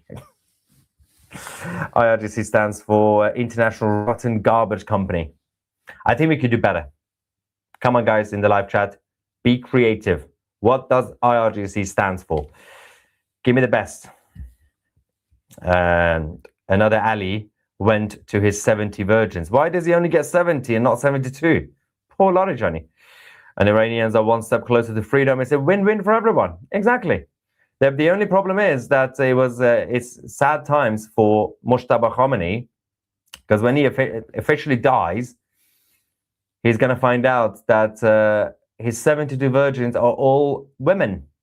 He's not going to be happy that they're all girls. He wants boys. Shame. Shame. Someone's shouting, "You're an effing bootlicker. This was Israel's war and posed no threat or benefit to the US." You know what? I'm not going to take debate. God bless the state of Israel. God bless the Jews, and F all the weirdos. You are losers. We are winning, and you can't do anything about it. Long live freedom, democracy, and free market capitalism, and the American empire, and the current world order. F you, your WEF, your NATO nonsensical weirdos, your United Nations, your ICCs, your ICJs. What else is there? Oh, the World Health Organization, the World Trade Organization. F all of you, you liberal globalist nutters. You can't do anything about this. We are winning. America is winning. Team Trump, Bibi, and now the future dictator of the world, Maya 2C. That was a good pitch, wasn't it? Okay. So 2C is just going to super chats now. Okay. I'm trying to see if I can find more news. So So word of this is spreading. Do you see, guys? Like, Iranians are pretty much like, we're celebrating Charshanbe Suri peacefully, and we're being attacked. So word of this is spreading. Wait, what's this one? What's this one?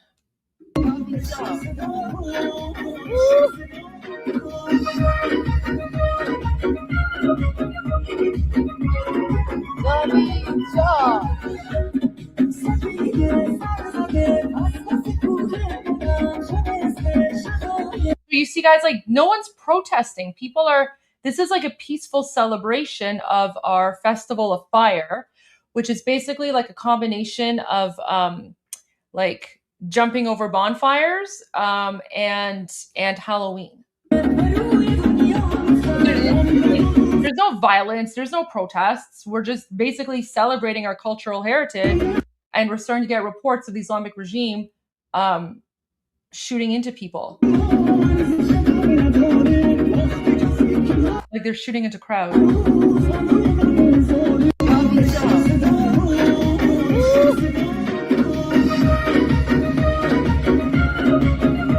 And then she's saying, Javid Shah, long live the king. Where's this?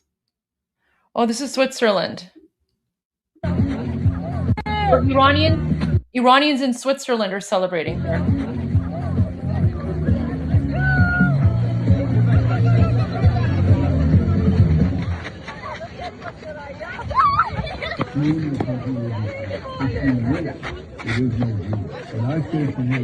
Now is the time to fight for freedom. Iranian.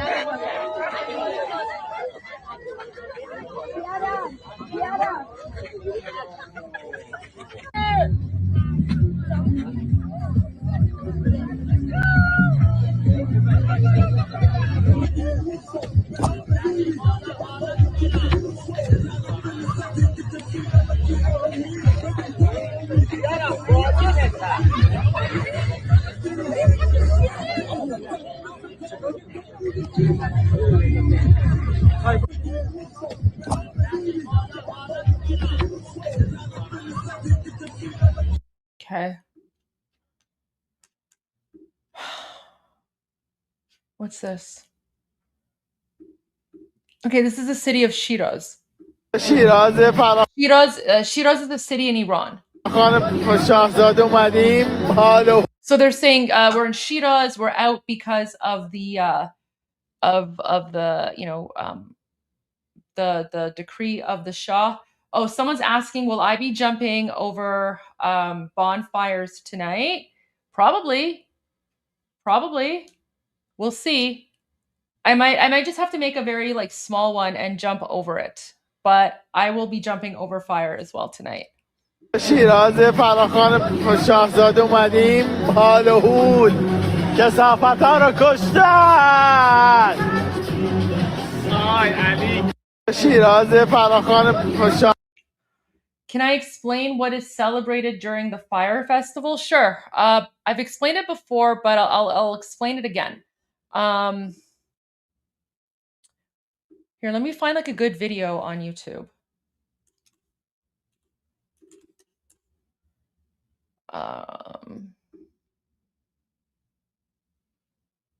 Okay.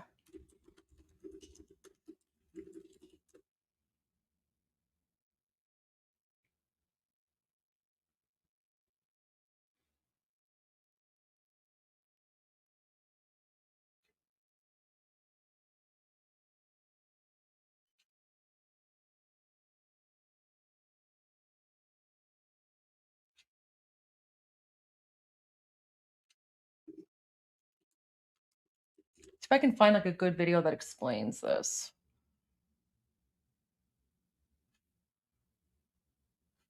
Like something that's not like weird and AI generated.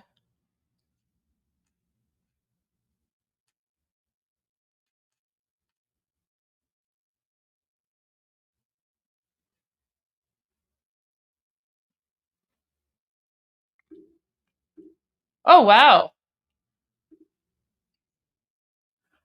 Oh my gosh.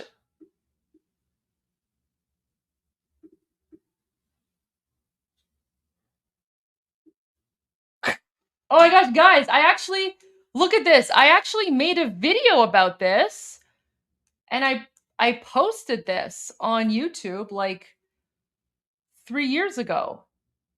All right, guys, so here I am like 3 years ago explaining the Iranian Festival of Fire. It's Persian Heritage Month in Ontario. And today, Tuesday, March 14th, is a really important day for Iranians in Iran and all around the world. For thousands of years, Iranians have always celebrated the last Wednesday Eve of every year.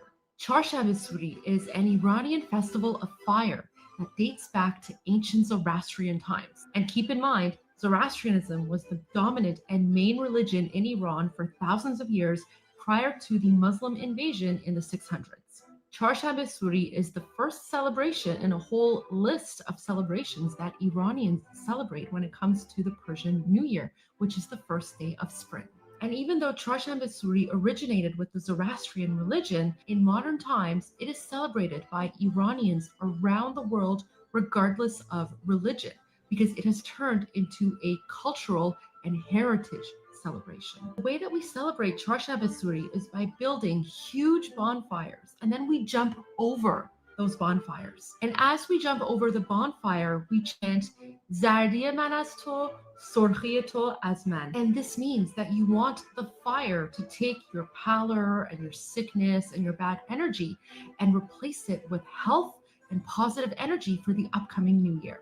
Now, symbolism is a very important part of Iranian culture and heritage. And as I've explained in earlier videos, the lion is a very important symbol when it comes to the people of Iran. Fire is also a very important symbol. And that's because of our culture and heritage, which dates back thousands of years and includes both lions and fire.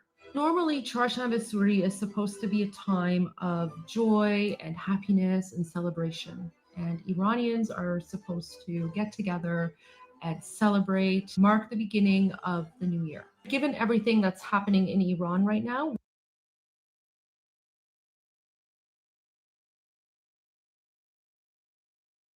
wait, I'm on mute. So I made this video 3 years ago with respect to, like I was talking about the uprisings then, like the Woman Life Freedom uprisings, but there you go. Oh, that's totally my own video.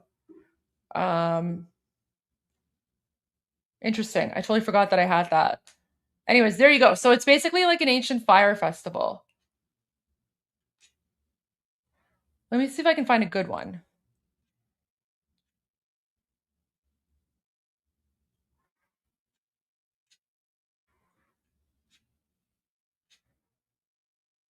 What's this one? The problem is there's like so many like weird AI videos out there.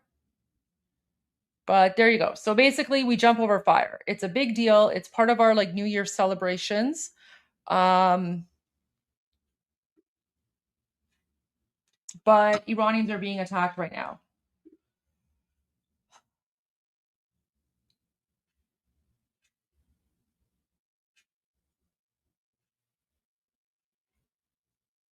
Look at this. So these are Iranians in Ekbatan. So this is happening tonight in Iran right now. So you see, like no one's protesting. Iranians aren't outside right now protesting. They're, it's families, it's, children. They're gathering to celebrate. They're gathering to celebrate Charshab-e-Suri, which is like the festival of fire.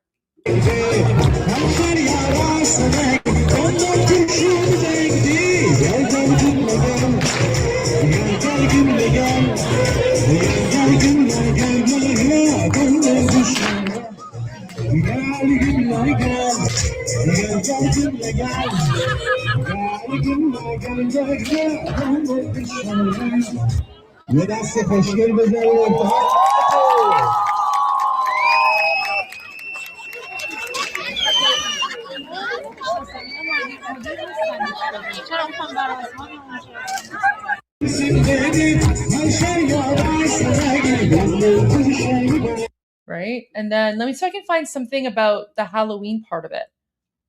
So, Qashq Zani. Okay, so there you go. So guys, Gosh, so we've been celebrating. So on our like for like the Iranian, festival of fire, where we jump over bonfire. Another part that's included in that is our version of trick or treating, which we call qashq zani. Qashq means spoon, and then zani means hitting. So basically, it's like you take a spoon and you like bang it on a pot or a pan or something. So the way that Iranians go trick or treating is they'll like, put on like a robe or like a chador or something. So that's why you can see the men here. The men are wearing like chadors because that's kind of like, what you do for like the Halloween, the Iranian Halloween. You wear like a veil or a cloth or whatever. And then, that's like your costume. You hide your face. You go to people's homes and you take your spoon, you bang it on like a pot, and then people are supposed to like, give you like sweets or, nuts or like raisins or dried fruit or things like that.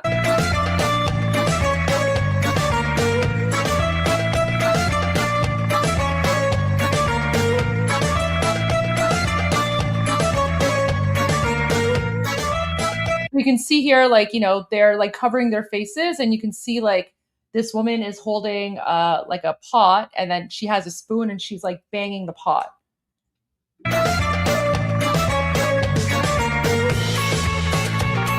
And you can see like even like the men are like, the men are all wearing chadors too, right? But this is only because it's like Halloween, right? So of course men don't dress like this, but for like Iranian Halloween, that's something that happens. No, chadors are fine, guys. There's no issue with chadors.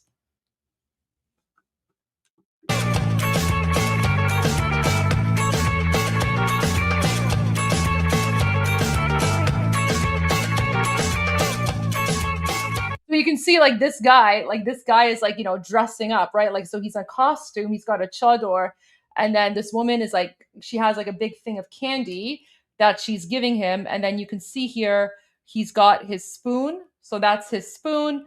And then that's like his metal bowl, right? So that's basically what happens. You wear a costume, but usually the costume is like some sort of chador, right? So it's like a joke as well. It's like a joke. It's meant, it's for fun. It's for laughs. So yeah, exactly. It's basically like how you guys, because I dress up for Halloween too. It's basically how we dress up for Halloween. So people like dress up in like a chador, and then he's got like his bowl, his wooden his spoon. He's banging on the bowl, and then this woman is like giving him candy and stuff. So yeah, kind of like Purim or Halloween or whatever. And like again, this is like a very ancient tradition that we've been celebrating for, again, like thousands and thousands and thousands of years.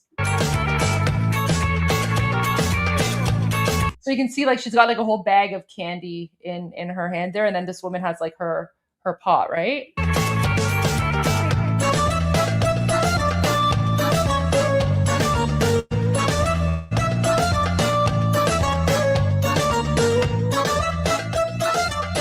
As you can see though, like no one's wearing black, right? Like no one wears like black chadors. Like all the colors are bright, right? So like the cloths that they're using, it's all like bright colors. It's bright, it's white, it's like flowery, right? Because the whole idea is that like like a blanket. Yeah, blanket. That's most people use blankets as well, right? Like we're not talking about like the hijab here. We're talking about more like blankets. So you take a blanket and like a bed sheet and you just cover yourself with like a flowery bed sheet type of thing. Yeah. Like there's no like hijab here. This has nothing to do with Islam, right? So this is not hijab. This is like like a costume with using bed sheets or like whatever.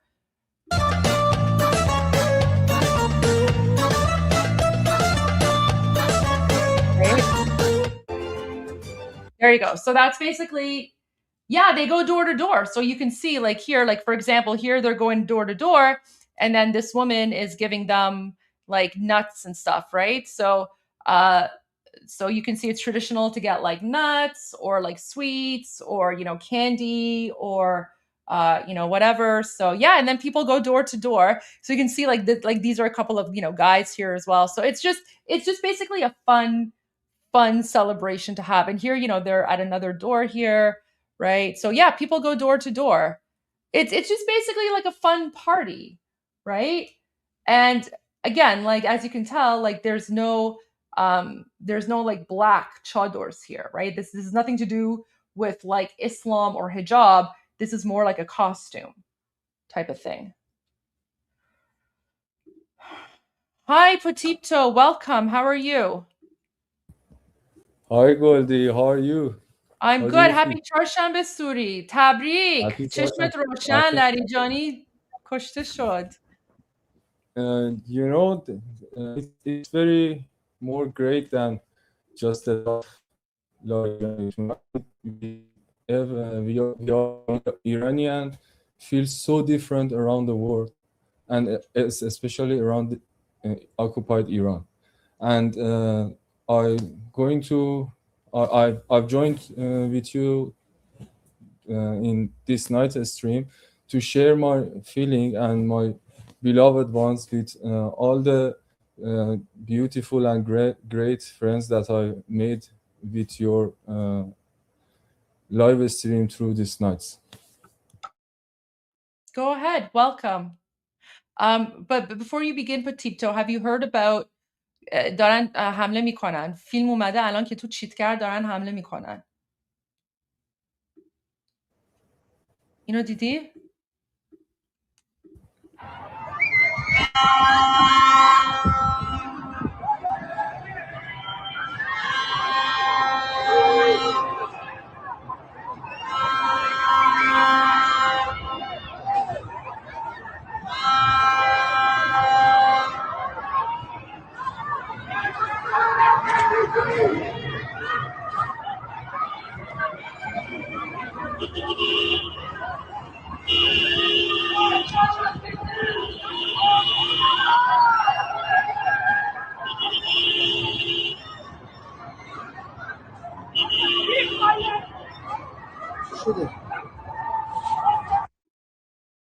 And then there's another one too. This is from Vahid Online.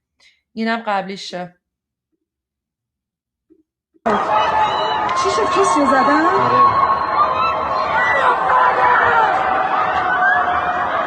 چی شد؟ کی رو زدن؟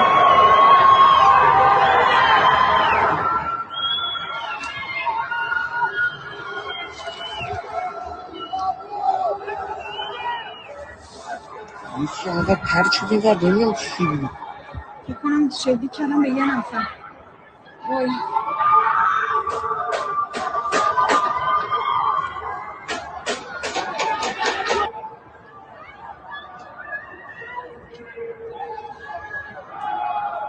نگفتی؟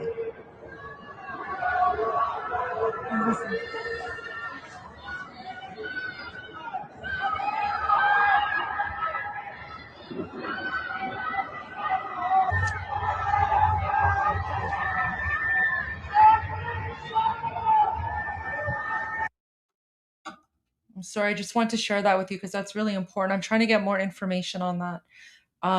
But I'm very happy you're here, Potito. I'm very, very happy that you are safe. Please go ahead with your message. I know everyone is very excited to hear from you.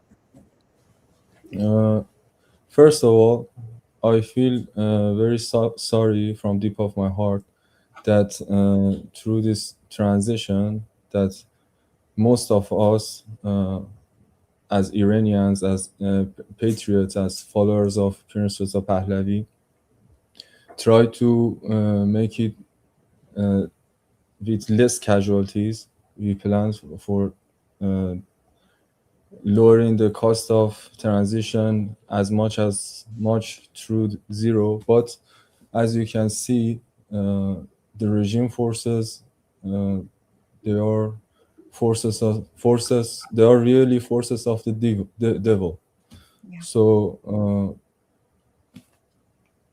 sad things happen, but I wanted to tell you about that.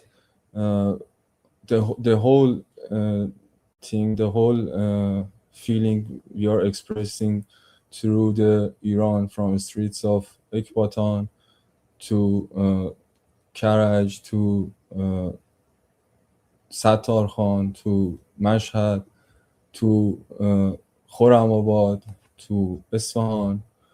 From every neighborhood I've been calling and contacting with them. Everybody deep from their heart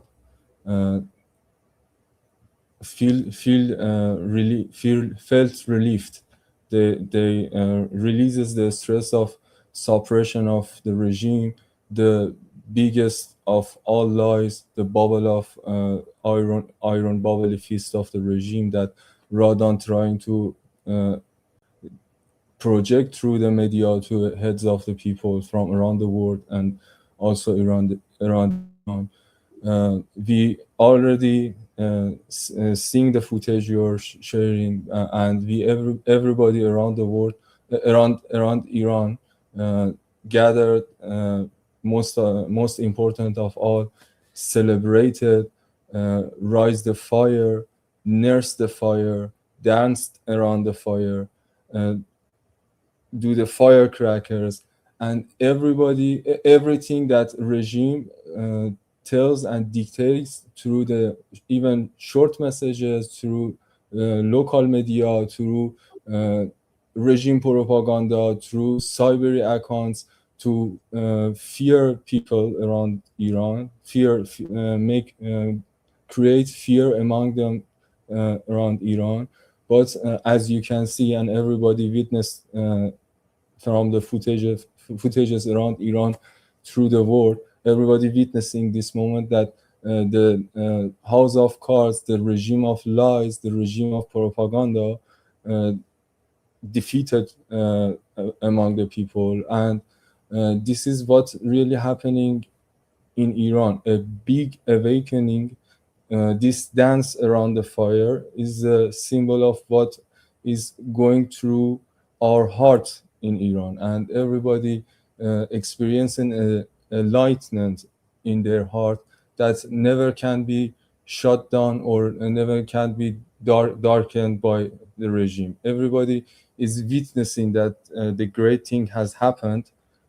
Through this, some of the regime forces make their mind and behave. As you see, most of the neighborhoods were safe, but as we all know that the forces of the evil, some of them may sell their souls to darkness and act so ruthless, like you see at this first video you are showing to me. So, and that's the conclusion. The majority of regime believe 100% of Iranian people, Iranian patriots celebrated, and we are going to ready for the next phase. Okay? Yes, of course, absolutely. Sorry, I was on mute. Please continue. داریم گوش میکنیم. استیج در همین بود. نمیخوام حوصله همه رو سر ببرم گلسا جان. اصلا ببین، شما حوصله هیچ کس رو سر نمیری. اتفاقا خیلی هر وقت که شما میای اصلا به همه یه انرژی میده و همه همیشه ببین هر وقت که شما نیستی همه تو چت میگن پوتیپتو کجاست، پوتیپتو اوکیه، پوتیپتو خوبه، چه خبرت پوتیپتو. اصلا شما حوصله هیچ کس رو سر نمیبری. اتفاقا به ما افتخار میکنی که اینجا هستی در کنار ما و آپدیت میدی. پس لطفاً ادامه بدین، چون که خیلی اینجا الان خیلی خوشحالن که شما هستی و همه خیلی شما رو دوست دارن. من قربون همتون میرم. من واقعا از همین حس عشق و علاقه‌ای که از شما گرفتم به من قدرت زندگی داد که از تمام این تاریکی‌ها کنار هم بگذاریم که بتونیم این لحظه ها رو جشن بگیریم. خیلی خیلی راه طولانی اومدیم و خیلی از ماها بینمون امروز نیستن، اما میخوام به همتون بگم که ما امشب به جای خودمون، به جای تمام کسایی که نیستن، به یاد تمام جاویدنامامون این آتیش رو روشن کردیم و به همدیگه قول دادیم که این آتیش رو تا فردای آزادی روشن نگه داریم. پس از صمیم قلب 100% به همتون خیال راحت میگم که ما در حال شروع کردن مرحله بعدی هستیم. الان باید بیشتر برای گذار آماده باشیم و از همه مهمتر باید منتظر یه نوروز پر از جشن و پایکوبی باشیم. تمام این 47 سال 50 سال تراما و ضربه و مشکلات روحی روانی جمعی و فردی که رژیم ترور جمهوری اسلامی به خود مردم و سرزمین ایران و تمام مردم ایران در کل دنیا زد، من فکر میکنم بهترین راهش اینه که فقط با جشن و پایکوبی و خوشحالی و لذت حلش بکنیم، چون اگر از هر در دیگه‌ای بریم این ضربه شاید تو روح ما نهادینه بشه. پس از همتون میخوام که برای نوروز واقعا آماده باشین، رخت نو تنتون بکنید، دنیای اطرافتون نو شده و بهتون قول میدم ایران نوین امشب آزاد شد، زاییده شد. ما باید در نوروز 2585 تولدش رو جشن بگیریم و به همدیگه قول بدیم که ازش تا روزی که زنده هستیم پرستاری میکنیم، چون این ایرانی که زاییده شده و ایرانی که قرار سرافراز بشه مسیر خیلی طولانی اومده و جانها و نامها و زندگیها و افسانه‌های خیلی بزرگی رو مخصوصا توی چند سال گذشته درون خودش زاییده و با خودش بزرگ کرده. Okay, now say that in English. I'm teasing you. I'll say that. I'll translate to English, Petito. So Petito, first of all, wanted to thank all of you for welcoming him so much and making him feel like part of the family, even though, you know, he has to hide his identity. And he said that, you know, the support of everyone here in the live stream has really given him the energy needed to, you know, especially when, you know, himself and all of his friends and colleagues who, you know, were sort of in a very, very dark place fighting against the regime, knowing that, you know, there are so many people around the world who are supporting the people of Iran and sending love and blessings and prayers. It's given him a lot of energy, and he's grateful to all of you. And he wants everyone to know that this is pretty much the end of the Islamic regime. He feels like tonight is the night that the Islamic regime falls. And his message to Iranians is, you know, buy, you know, your new clothes because you're going to have to wear them for the Persian New Year, guys. So one of the things that's, you know, like you know, one of our traditions is for the Persian New Year, which is the first day of spring, you're supposed to wear like a brand new set of clothes. Like you go and you buy new clothes, you know, that's kind of how you bring in the new year. Well, that's what Petito thinks. He thinks tonight is the night. We don't know. That's just his opinion. But he's feeling very hopeful, and he just wants Iranians to know, you know, get ready for the Persian New Year, because he feels like we will be celebrating a new Iran and you know, reborn Iran, free from the Islamic regime, much sooner rather than later. So his prediction is the Persian New Year. Let's see what happens. But he is very excited to be here, and you know, he's very hopeful for the future. Guys, I have a quick update on the situation. If you can just give me one moment to write this, because apparently, so after the terrorist Islamic Republic's attack on Iranians,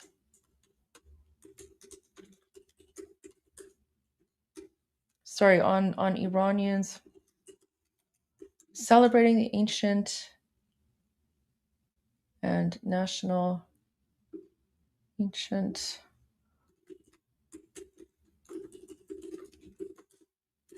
fire Charshanbe Suri in Chitgar, Tehran. And we're going to check the videos. According to eyewitnesses,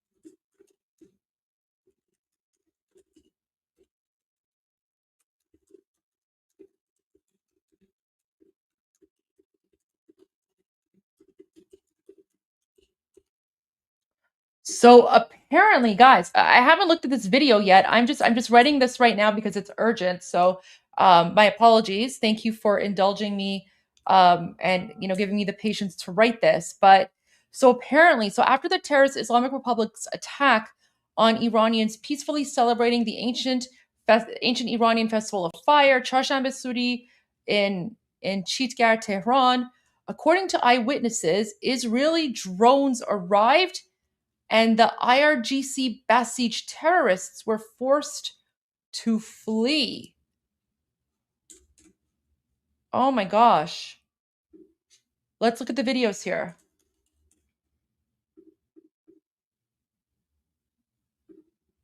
I hope this is true. It must be. Well, let's watch it together and see.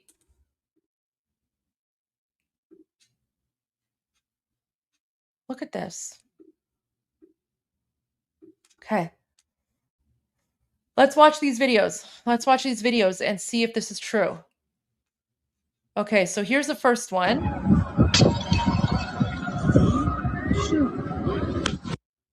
Wait. Oh, guys, they're turning around. Look, in this video, they're turning around.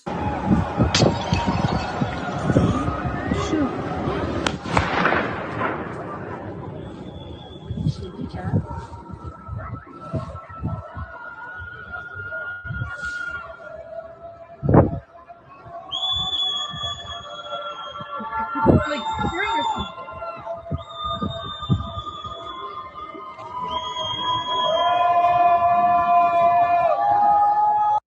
And then people from the balconies, they're jeering at the regime. They're like, oh.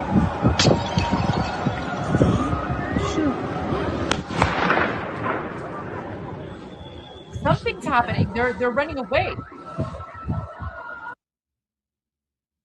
Someone's fighting back. The description here says Israeli drone. But there's 4 videos. This is the first one. I'm just playing it twice. We'll go to the second one after.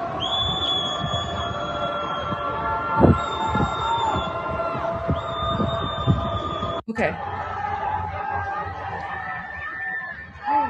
Oh my gosh, guys. So do you see that green laser? So you know what the green laser is? So that green laser, that is basically a green laser from the Islamic regime terrorist forces.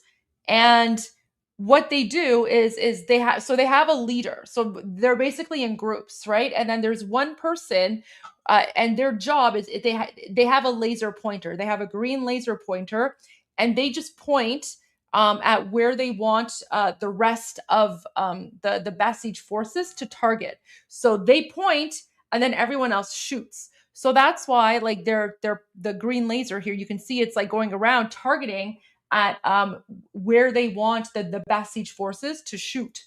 So they're basically saying shoot into the balconies. See that? Like, that's basically the green laser of death. It's horrifying.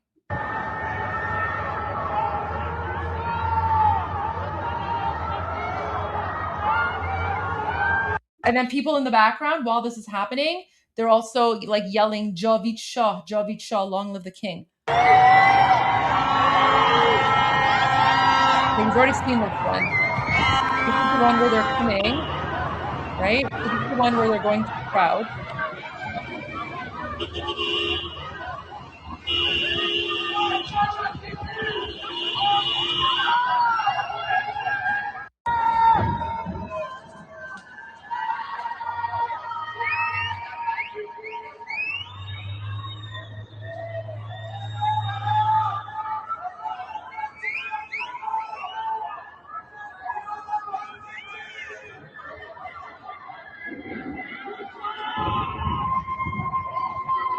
That's a boom boom. That sounds like a drone boom boom. That sounds like the Israeli drones found them and boom boomed them.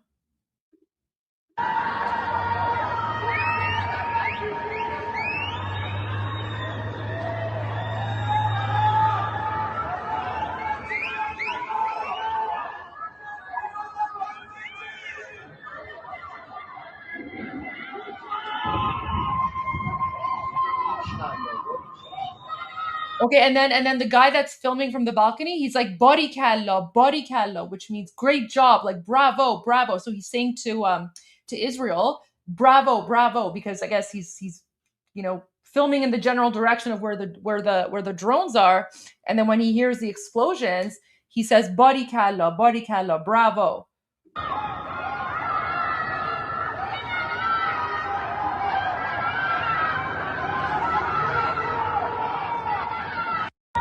Okay, let's play that one more time. Did you is that the same like thing you hear, like Potipto? Do you hear like the explosions from the drones? You know, Goldie, boom boom sounds these nights are so very common that maybe happens in every direction around you. So that's high possibility. It's a yes. But I love the fact that. Sorry, continue. Sorry. I love the fact that the timing of the response, they not even let him to be look like victorious, vicious guys for around half an hour. Attack them very soon. You know what I'm saying? I agree. Okay. Let's watch this again and then we'll go to the other one.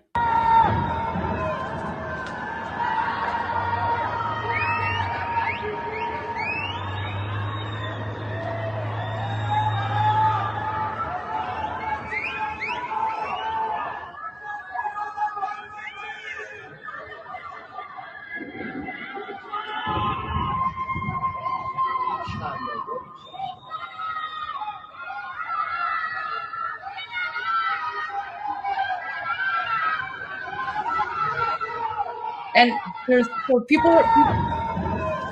You can also hear people chanting Bisharaf. You can also hear people chanting Bisharaf, but like it must have been something, because you can see like the Basij forces are retreating, right? Like as soon as they arrive, they start retreating. Wait, this car is going backwards. This car is like reverse driving.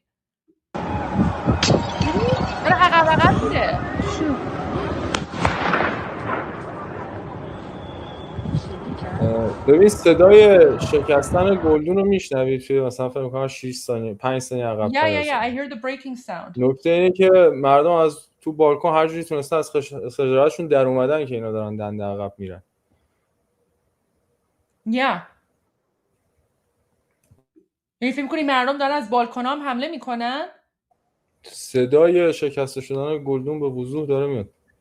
So Potipto thinks that based on like the sound of like a flower pot or like some glass or something shattering, he thinks that people could also possibly be attacking the Basij from their balconies.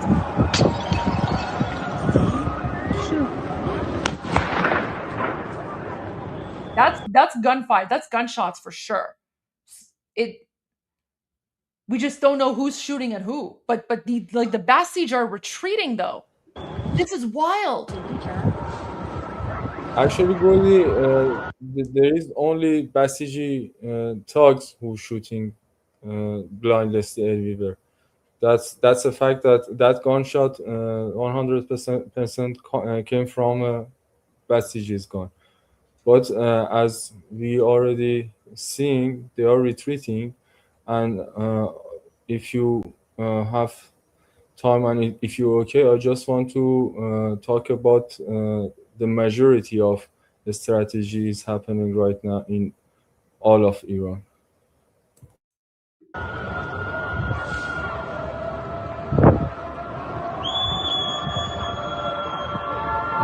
See, people are cheering, so something must have happened.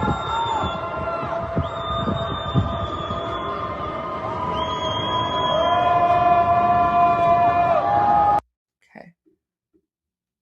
Let's go to a quick. بریم.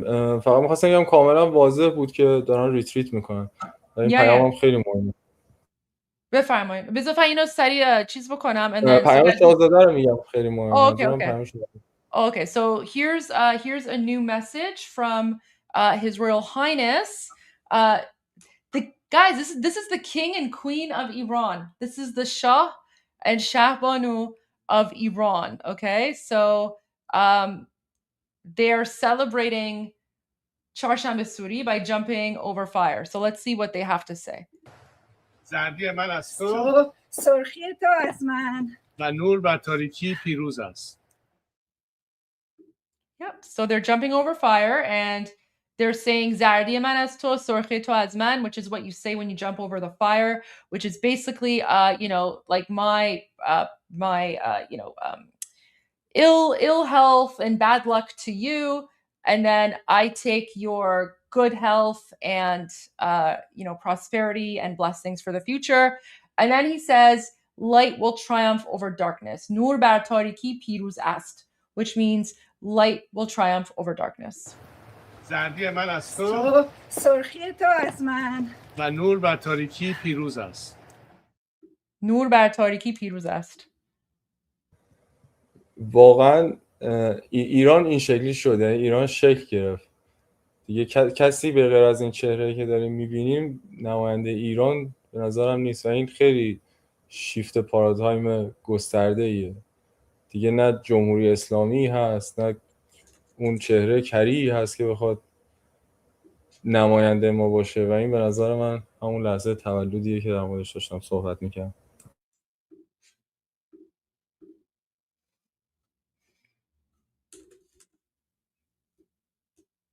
Wait.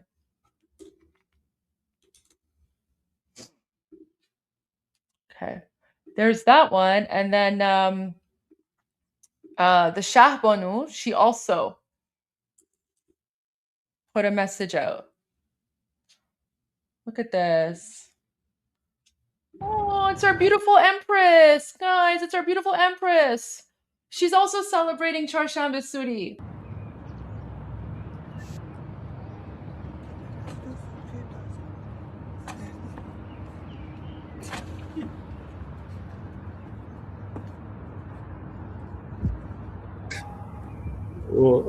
I love her so much. من خودم واقعا باورم نمیشه که چقدر فرح‌ها از صمیم قلبم دوست دارم. I love her so much. اصلا خودی تو میبینمش گریه، یعنی اشکم میریزه. زنده میشم من. خیلی دوستش دارم. خیلی دوستش دارم. و یه چیزی هم بگم، واقعا یک کلمه اغراق نیست که ایشون یه افسانه، یه اسطوره زندن بین ما. کسی هستن که به نظرم هزاران سال قبل و بعد از هر نظر، از نظر بینش، از نظر هر چیزی که ایشون تو طول عمرش کنار ما مردم و ایران بوده مقایسه بکنید، تو تاریخ ایران واقعا به نظرم اسمش گره میخوره.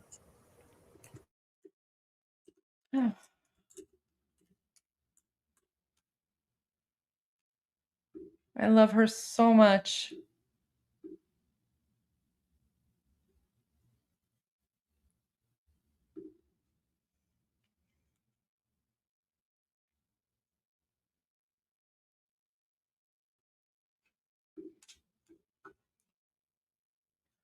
Honestly, Petito, I'm so happy that she is seeing these days. You know what I mean? Like I'm so grateful دقیقا.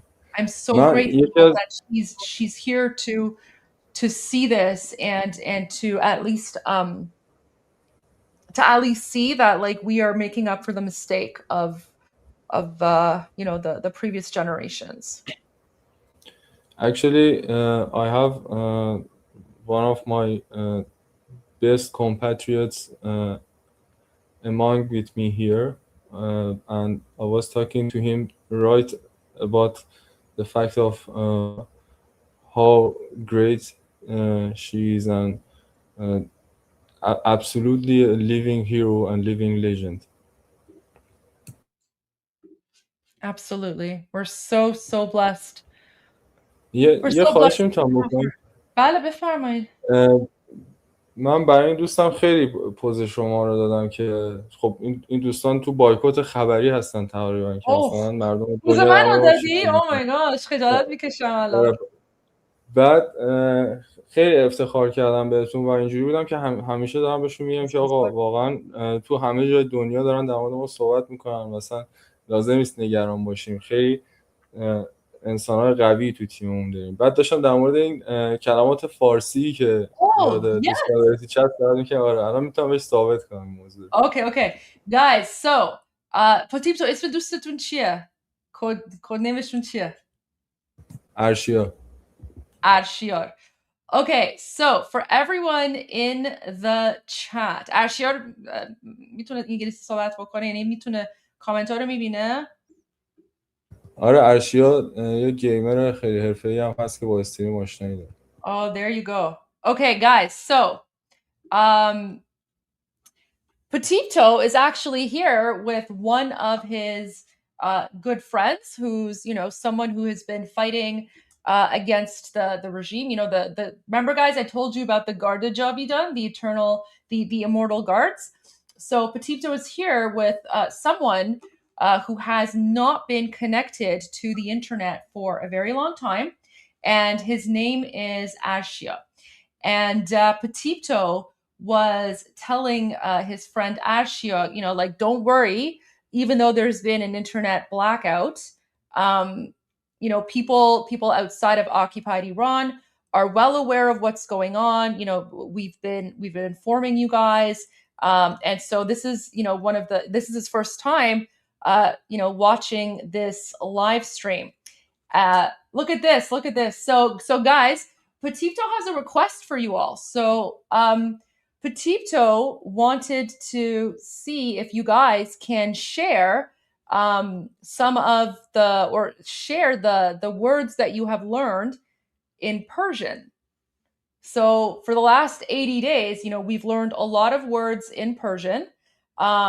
So I was hoping that you could share what you've learned in the chat. We have a very, very smart chat. Okay, so we have Durud. Look at this. We have Durud. Look at Durud Arshia. Okay, we have Kotak. Oh, look, we have Khamenei Parpar. Azadi. Bepish. We have Bepish. Bastani. Bastani is a new one. Bastani is ice cream. کلمه به پیش از آهنگ فریدون فرخزاد میاد، چون که اون آهنگ انقلاب فریدون فرخزاد همیشه میخونیم. پس you know what I'm going to do, because I actually haven't played Bapish yet. So while we share your the words that you've learned in Persian in the last 80 days, why don't I play some Bapish for everyone, because I know you guys like Bapish and we haven't played that yet today. So غرق انقلاب است.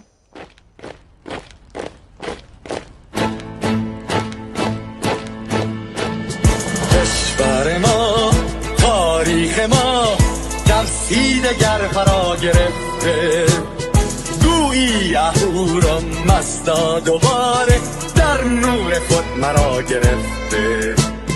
هشتون سرودی سر میدهم باز فارغ از رنج و تشویش، ایران غرق انقلاب است، به پیش به پیش به پیش، ایران غرق انقلاب است، به پیش به پیش به پیش. ای پدر هن ای پسر برخیز و با ما شو هنگام، تا درد آن تجربه تلخ ما را نکشیده در خواب. بگذار همدم ببرند گرگ ها دم لباس میش، ایران غرق انقلاب است، به پیش به پیش به پیش، ایران غرق انقلاب است، به پیش به پیش ای برزگر راحت قانون ادامه دارد در این زمان که پرتو یزدان از هر سو بر تو میبارد دستش به سوی آزادی از بحر خزر تا ایران غرق انقلاب است به پیش به پیش به پیش ایران غرق انقلاب است به پیش به پیش به پیش خلقا به پا بحر دفاع از استقلال و آزادی تا بشکنیم پشت ارتجاع پیریزیم ایران آبادی تا زنده سازیم سنت‌های ملی از فرقانی و کیش ایران غرق انقلاب است به پیش به پیش به پیش ایران غرق انقلاب است به پیش به پیش به پیش با امید روزی که تمام دلبشو و انقلاب تمام بشه و ما در روشنایی، نور و سعادت مردم کشورمون غرق بشیم. نه خارجی نه بیگانه نه مستشارهای ویرانی نه کیر خاران نه کاسه لیسان فقط هم رزمان ایرانی ما با شرافت میهنی بسازیم بهر فرزندان خویش ایران غرق انقلاب است به پیش به پیش به پیش ایران غرق انقلاب است به پیش به پیش مردان بیایی داخل صف ما اکنون که آغاز رویاست دشمنان بدانید ما زنده هستیم بعد از ما هم ایران پابرجاست آن روح شیطان ما را فریب داد با صد شعار مردمیش ایران غرق انقلاب است به پیش به پیش به پیش ایران غرق انقلاب است به پیش به پیش به پیش پرچم ما پرچم ایران غرق خون شهیدان روی شانه هامان حمل میکنیمش در هر خیابان و میدان تا ماسک دلقتان را بردار از روی تسبیح و ریش ایران غرق انقلاب است به پیش به پیش به پیش ایران غرق انقلاب است به پیش به پیش.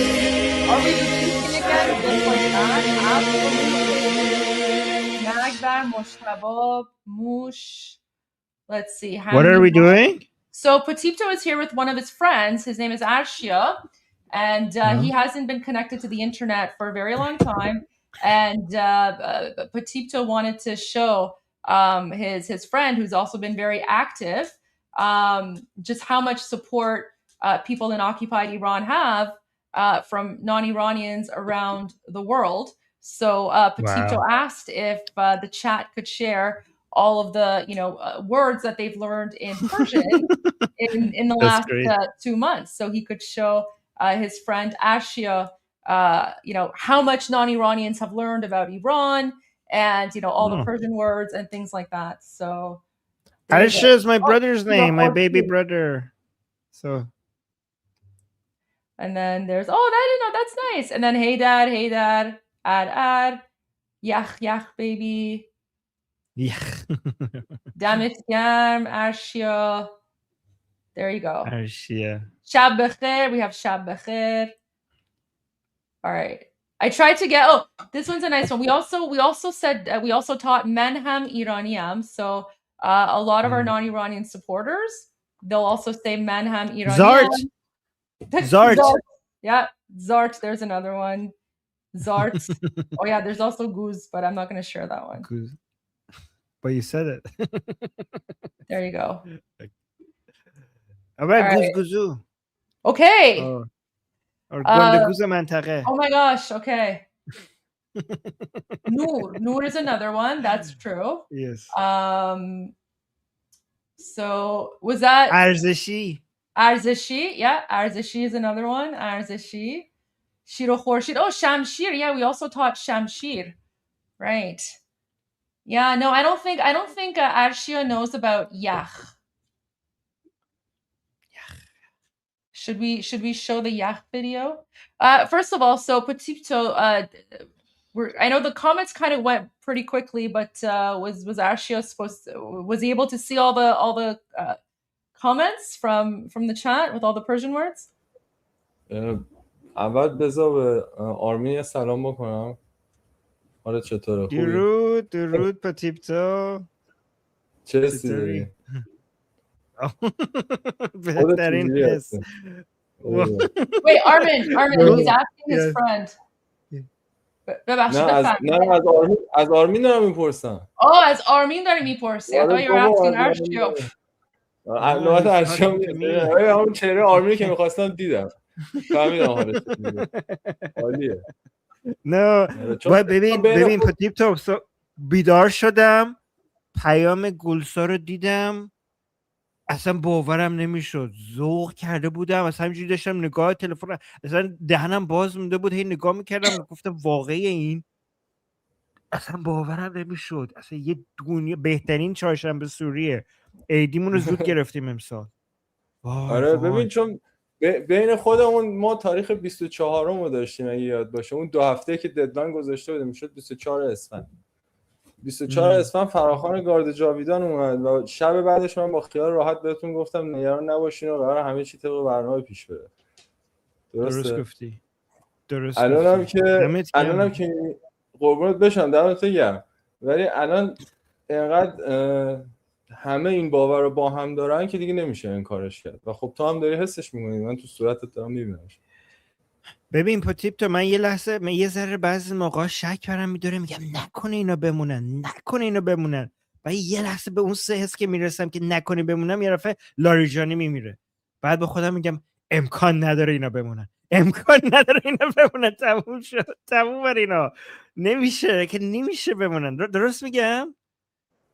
ببین حالا نمیدونم زیاد داریم فارسی صحبت میکنیم یا اگه لازمه ترجمه بکنیم، ولی من جوابتو بخوام بدم، این حسی که داری انتقال میدی، یعنی اشتراک میذاری، انگار داری در مورد مامان من صحبت میکنی.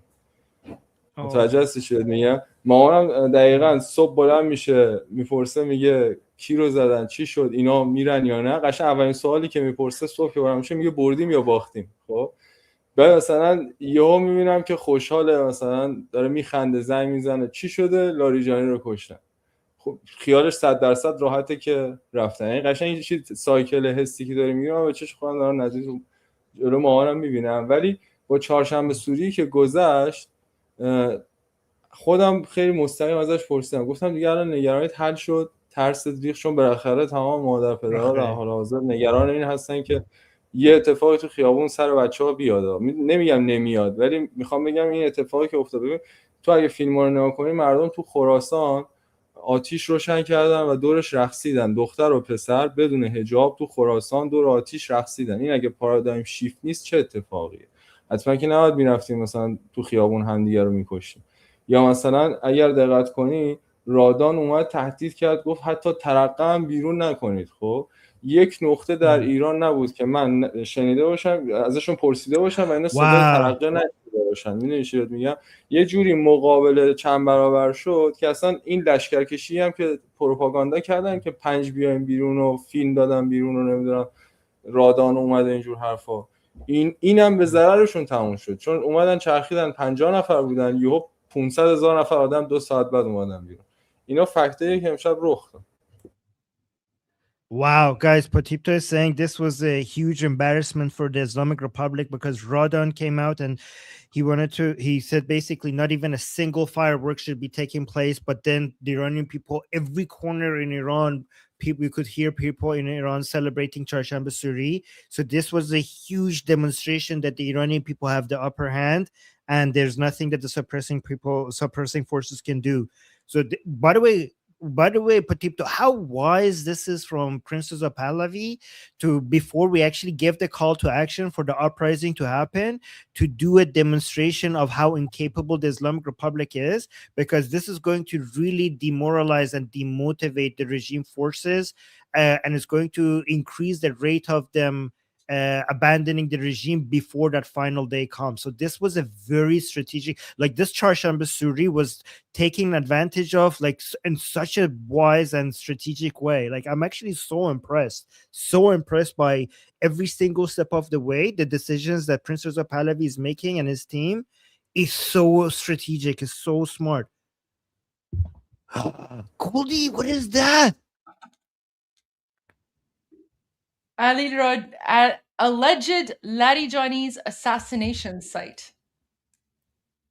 Oh my god. Wow. That's a Goldie, look at this building side by side. How come they're standing? This is so, look at that. They just take out the building and everything around it just keeps standing. Oh, look at that. Is that yeah, that's what the Patipto was talking about right now in Khorasan. Patipto, that's the one you were referring to, right? ولی من فکر کردم این مال سال پیش بود.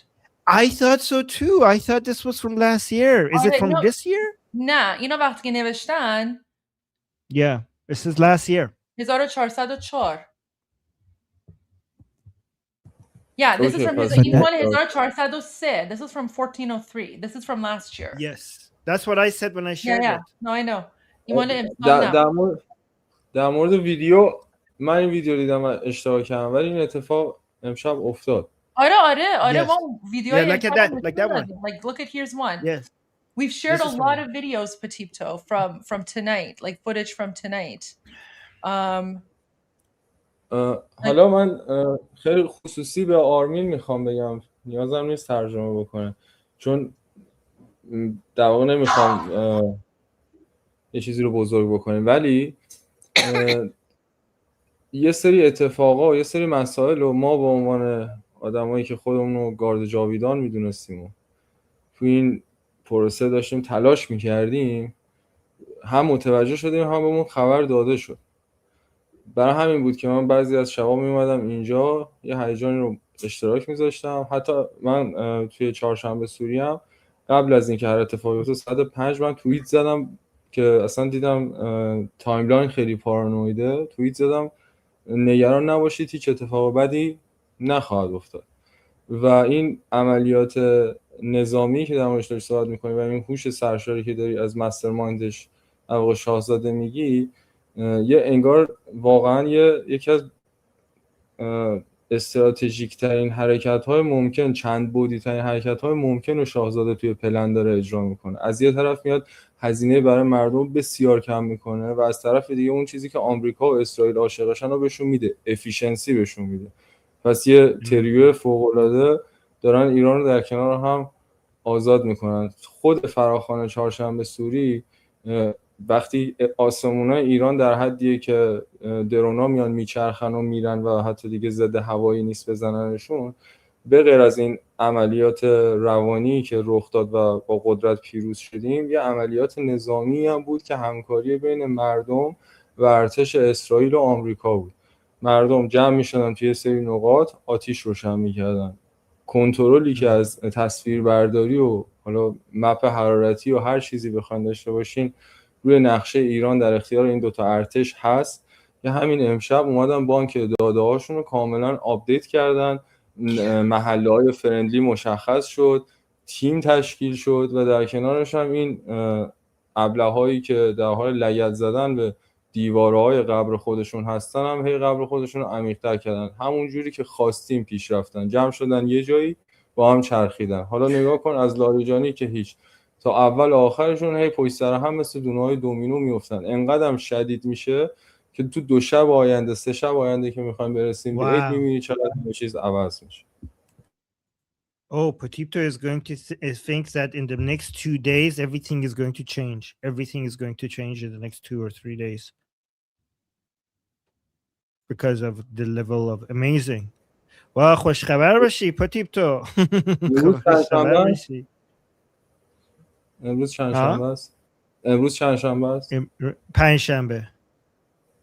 چهارشنبه سوری مگه نبود؟ چهارشنبه سوری بود الان ولی دیگه پنجشنبه شده. ما شب سه شنبه رو رد کردیم الان وارد چهارشنبه شدیم تو لوکال تایم ایران. آها 27 آره. اسفند چهارشنبه است. ایران 1 و 1 دقیقه است همین الان. جمعه عیده. یه شنبه آفرین شنبه بعد از عید، شنبه 1 بهار 2585 به نظر من بهترین شنبه‌ایه که همه منتظرش بودیم که از اون شنبه میخوایم یه کاری بکنیم. همه چیزش صفر، یعنی حتی جان بفهم. ایران ببخشید ایران هنوز پنجشنبه نشده، فکر کنم پنجشنبه شده. نه درسته، ببخشید راست میگی. هنوز اینجا لوکال تایم چهارشنبه 1 و 1 دقیقه هنوز 27 اسفند به وقت تهران. هنوز چهارشنبه. پس هنوز از چهارشنبه سوری هنوز مونده. پس هنوز چهارشنبه سوری اصلا قانونش نیه. ما قبل از اینکه چهارشنبه شروع بشه از سه‌شنبه ساعت موقعی که غروب میزنه تا طلوع چهارشنبه سوری میگیریم دیگه. تا چهارشنبه رو چهارشنبه به وجود میاد. حالا با اینا هم کاری ندارم. مثلا اصل اینه که پنجشنبه نه جمعه، این 2 روز رو ما در نظر میگیریم. شنبه میشه 1 بهار 2585 ماه 1400. Watch this. Armin, we've played this. We played the Shaw's one as well. I haven't seen it too. I know, but I'm saying we've seen it. Let's see together, Armin. Let's see. I want to see. It's so beautiful. We can see it 100 times, 1,000 times. Yeah. Yeah, let's this is so beautiful. Oh my god. Oh my god, so cute. Queen. Princess of Pahlavi's mother. Okay, again. Oh my god, that's so adorable. Oh. Wow. That is so cute. I'm gonna repost this. Oh my god. We're so lucky to see that. Okay.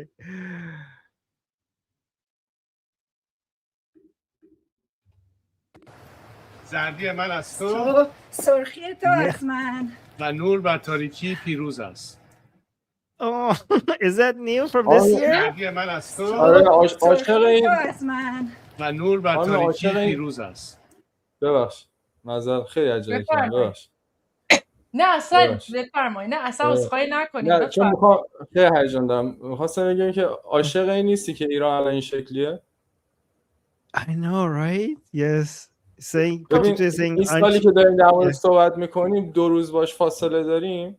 شاه و شهبانومون که اینجا، بیبیمون که اونطوری میاد میگه پاینده ایران نوروز پیروز.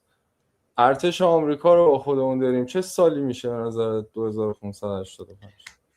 برای همین میگم این شنبه‌ای که میاد جمعه عید، شنبه هم شنبه است، همه چیز نو میشه. 1400 سال یهو میافتیم جلو. بهترین شنبه است برای شروع همه چیز.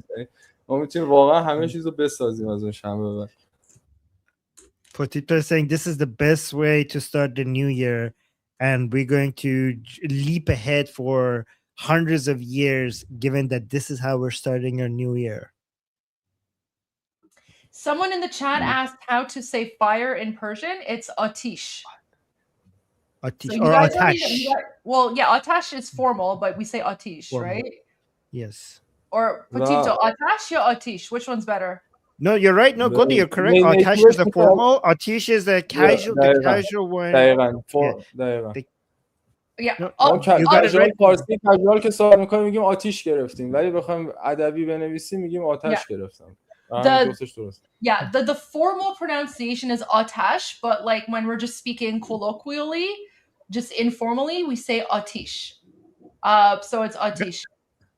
Guys, Yes, Armin. Goldie, you could ask me as well. I got my adabiyat in concours. I had one of the highest ratings in my concours university entrance Yeah, exam. but So Potipto's in Iran, so he's the most authentic Iranian right now. I went to Tehran. I went to Tehran University. Okay, so let's Listen, you're our go-to translator, but when Potipto's here, we go to Potipto. I'm kidding. آرمین So, guys, like, بفهم. Yeah.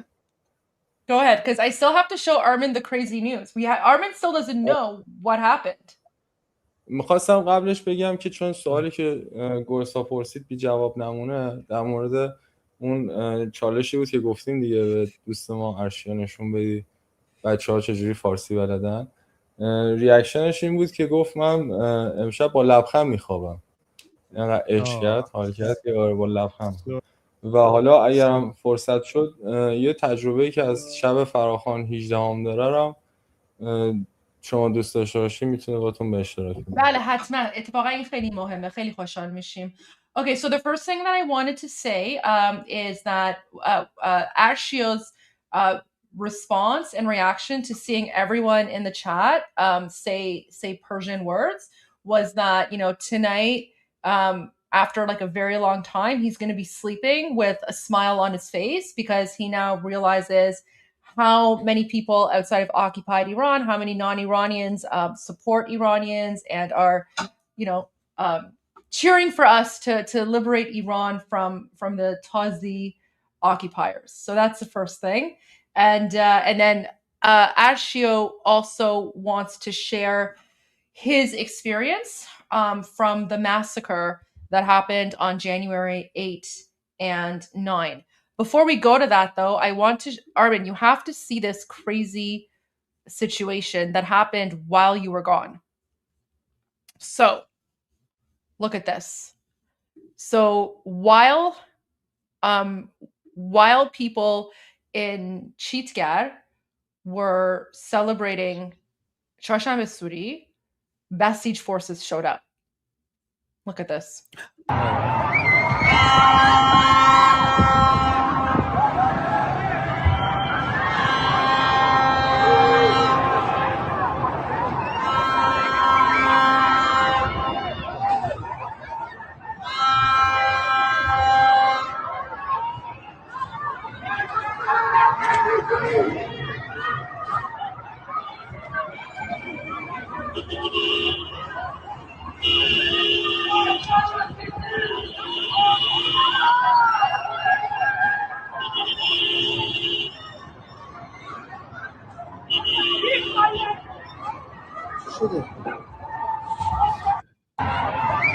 Okay, so while I'm updating Armin on this, for everyone in the chat, if you don't mind, why don't you, if you can, right? If you can't, don't do it for safety reasons. But if you can, why don't you let us know in the chat where you are watching from? Where in the world are you watching from, so that we can show Potipto's friend Arshia how many people from around the world are watching and supporting Iranians. So let us know in the chat while I share the updates with Armin here.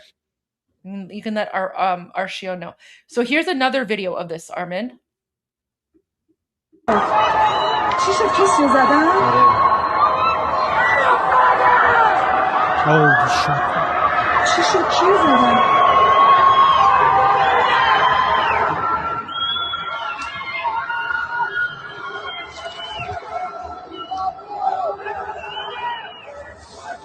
They shot someone? بکنم شلیک کردم به یه نفر. وای.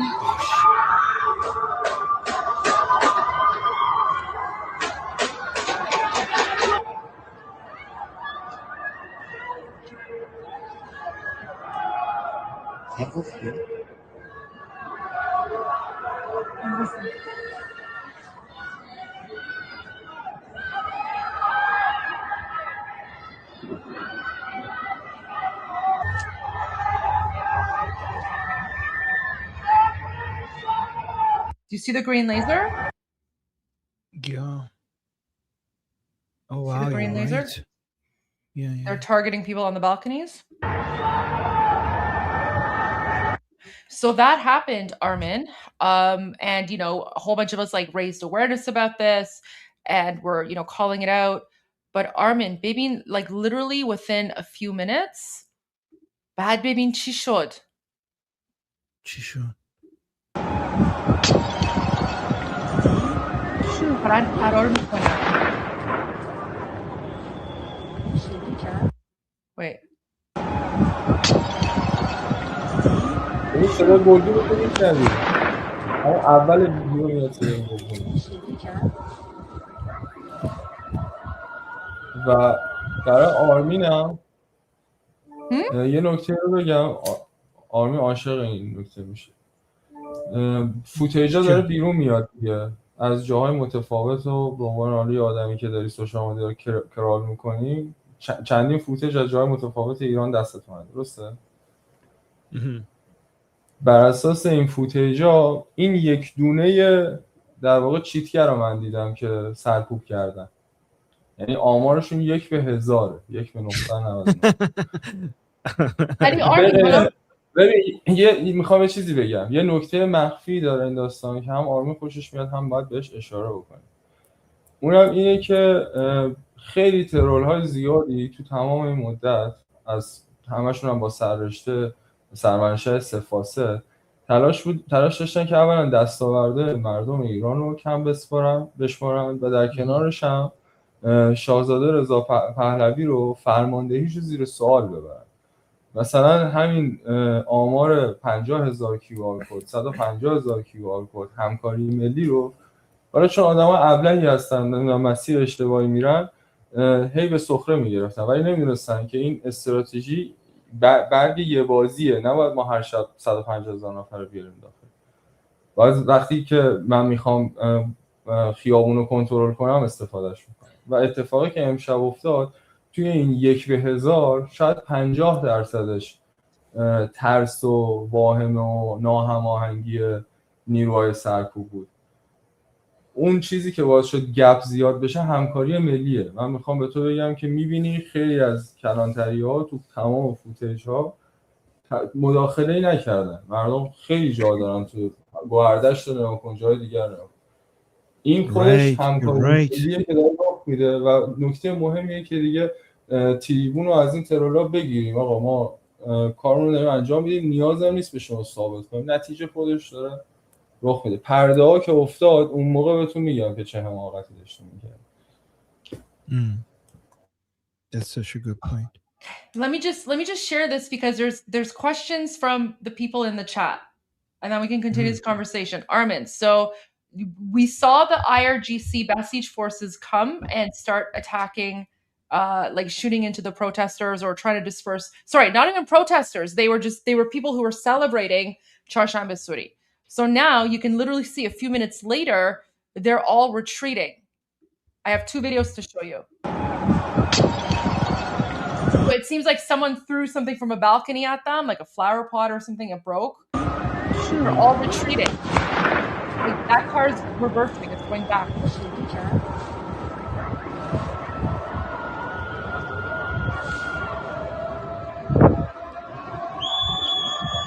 And everyone's like cheering that they're running away.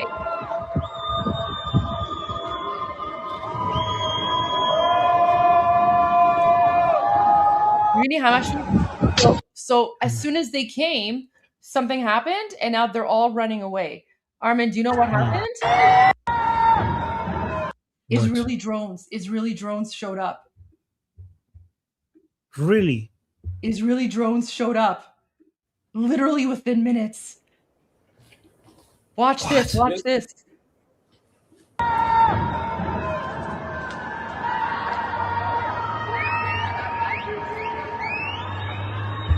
You hear the drone? Yeah.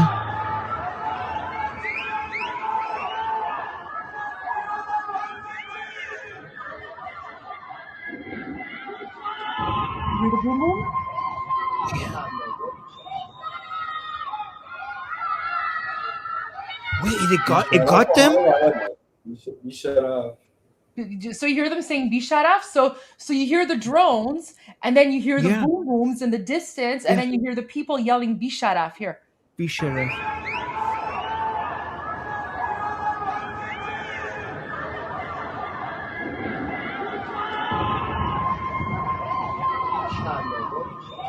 Oh, you're right.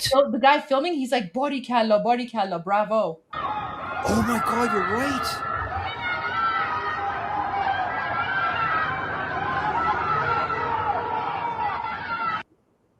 آرمین جون یه سوال دیگه، تو فکر میکنی مثلا نوجوانای 13-14 تا 24-5 ساله تهران و باقی شهرهای ایران چجوری مثلا پلی تایم کال آف دیوتی و بتلفیلد و پابجی و اینجور چیزاشون توی رنگ‌های اول دنیاست؟ هیچی اندازه آدمای هیچی اندازه آدمای تهران الان آماده واسه این نیست که یه جا رو گرو بدن، درون بیاد بزنه و با هم یه چیزی رو شکست بدن. همه چی طبق برنامه‌ست. So Potipta is saying that the Iranian gamers are have the record, like the highest ranking when it comes to PUBG and Call of Duty and stuff like that. So they're more than anyone else is now ready to have come up with the strategy to take over these places. Wow! But so here, Goldie, watch this again. Watch this again. This is why the Basij. This video is. This is why the Basij were retreating in the other video. Okay, so let me go back to that other video now. Okay. So this is them. This is them retreating.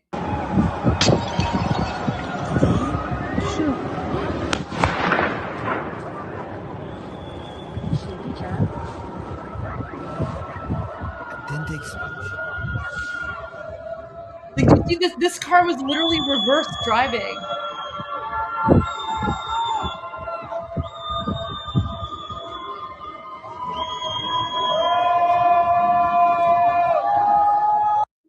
And then here's the other one.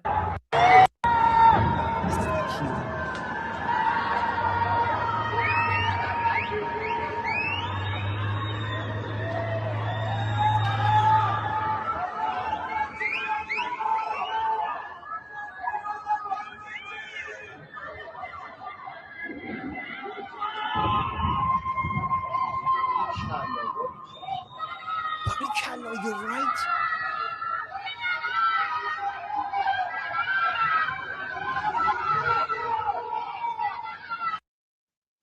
That is really good observation, Goldie. I wouldn't have noticed that. That's so good. You're right. You hear the drones and then some explosion and barikalla. Yeah, barikalla, and then everyone's yelling Bisharaf. Armin, the skies right now, the skies are full of drones. Wow. And Goldie, this is the only video that we have of Basijis showing up. Like Potipta was saying, we have so many videos of people celebrating, and we only have one video of Basijis showing up somewhere. Yeah. Which is really good. Oh, this was just denied. Oh. Oh, man. All right, I got to delete this. All right. So that was wrong. That's fine. Okay. Thank you for the correction. Well, I just retweeted Shin, but sometimes, you know, not everyone gets it right all the time. But... Oh, Armin. ببین دوستان ببخشید. پرچم شیر و خورشید توی سفارت کوپنهاگن رفته بالا. Oh, we're capturing more embassies. Iran's true flag, the lion and sun, has been raised at the Iranian embassy in Copenhagen. This is the first Iranian embassy. Actually, that's not true. The first Iranian embassy that did that was Washington, D.C. So this is the second one. You're right. This is the second one. Oh, wait a minute. What, you're saying this is official? Or captured by protesters? I don't know. We have to watch it and see. I'm just reading the caption. Okay. It's probably protesters, but let's protesters, yes. Well, because remember, part of King Reza Pahlavi's his direction Yes. for Iranians outside of Iran was to go to the embassies and protest and take over the embassies. So this is Denmark, Copenhagen.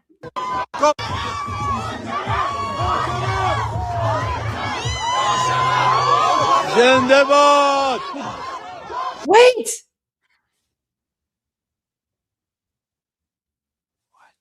فکر کنم خودشونه چون که مردم دارن میگن با شرف. Oh my God, Goldie! Whoa, and the gates are closed. The protesters are not there. آره بدون مقاومت اون پرچم بالاست، با افتخار اون بالاست. تبریک میگم. Guys, this is official. This is official. This is official changing by the embassy. تمام شد رفت. Let's go. Guys, let's effing go. Guys, this is not the protesters. This is the embassy staff. The embassy staff in Copenhagen lowered the Islamic regime flag and raised the line.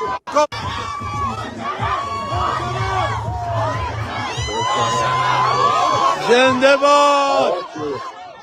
سفارت جمهوری اسلامی در کوپنهاگ پرچم شیر خورشید رو به بالا برد.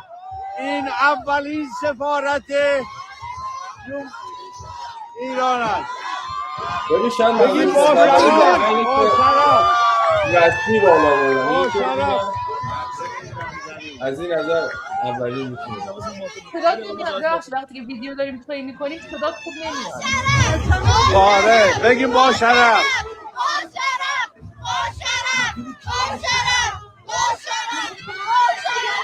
جاتون بین پلیس تظاهراتو میبنده.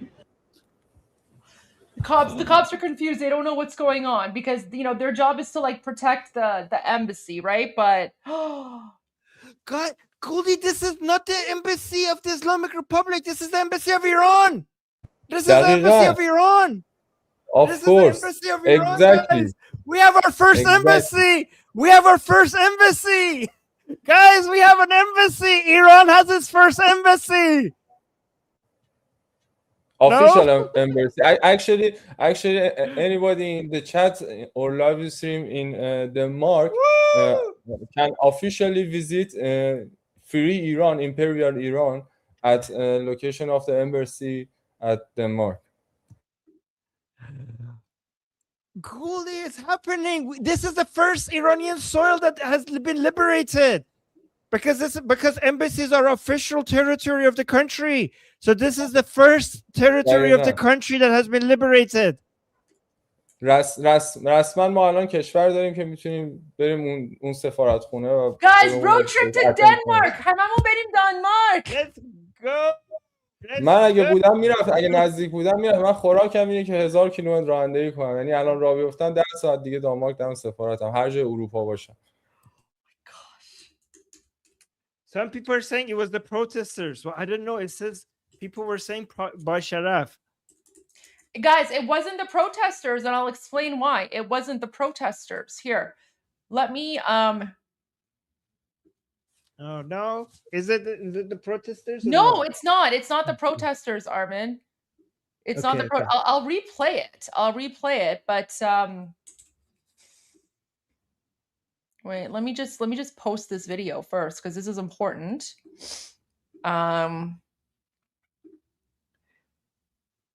Guys, anybody who's rude to Goldie in my chat, I will ban you. Okay, be careful. Mind your. Here, let me just share it again. So look at this. I'll explain why this is not the protesters. Look, the protesters. Oh wait. Look, the protesters are not on the side of the embassy. Okay, so that's the embassy.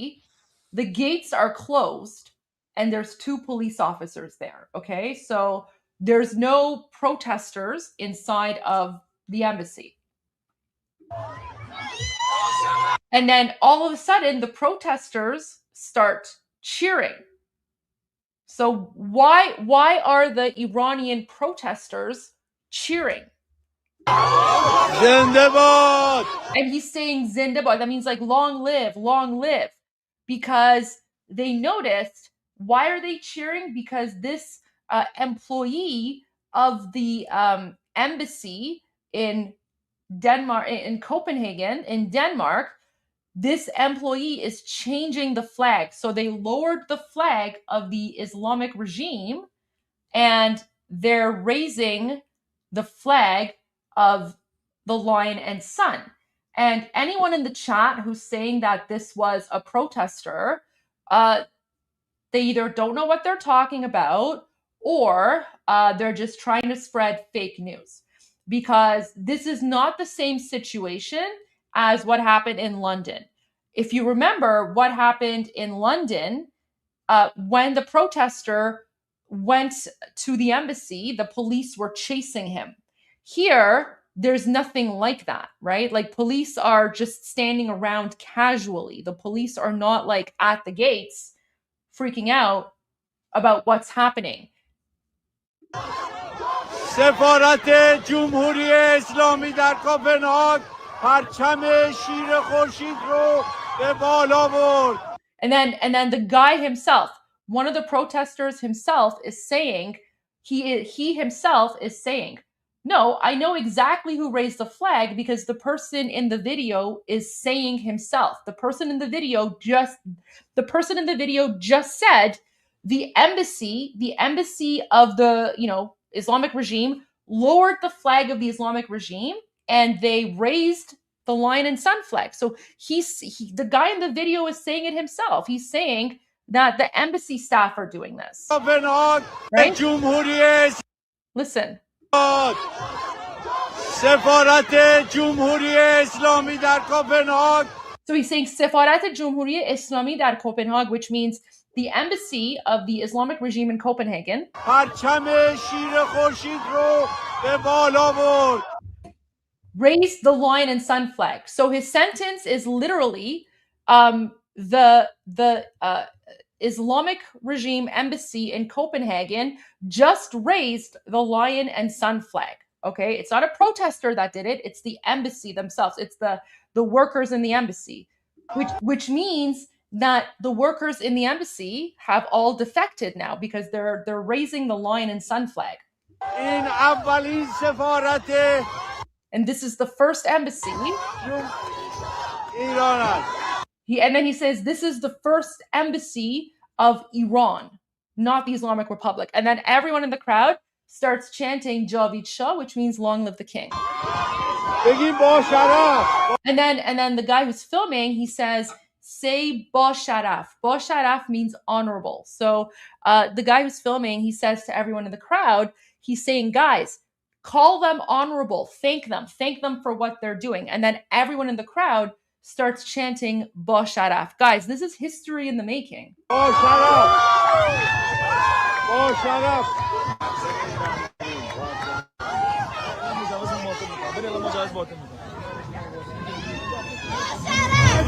آره بگیم با شرف.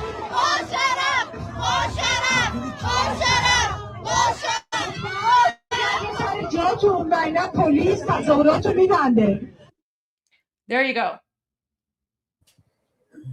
See? And look, I was right. Look at this. So Saint Flev says, I'm Danish. News said they surrendered the embassy.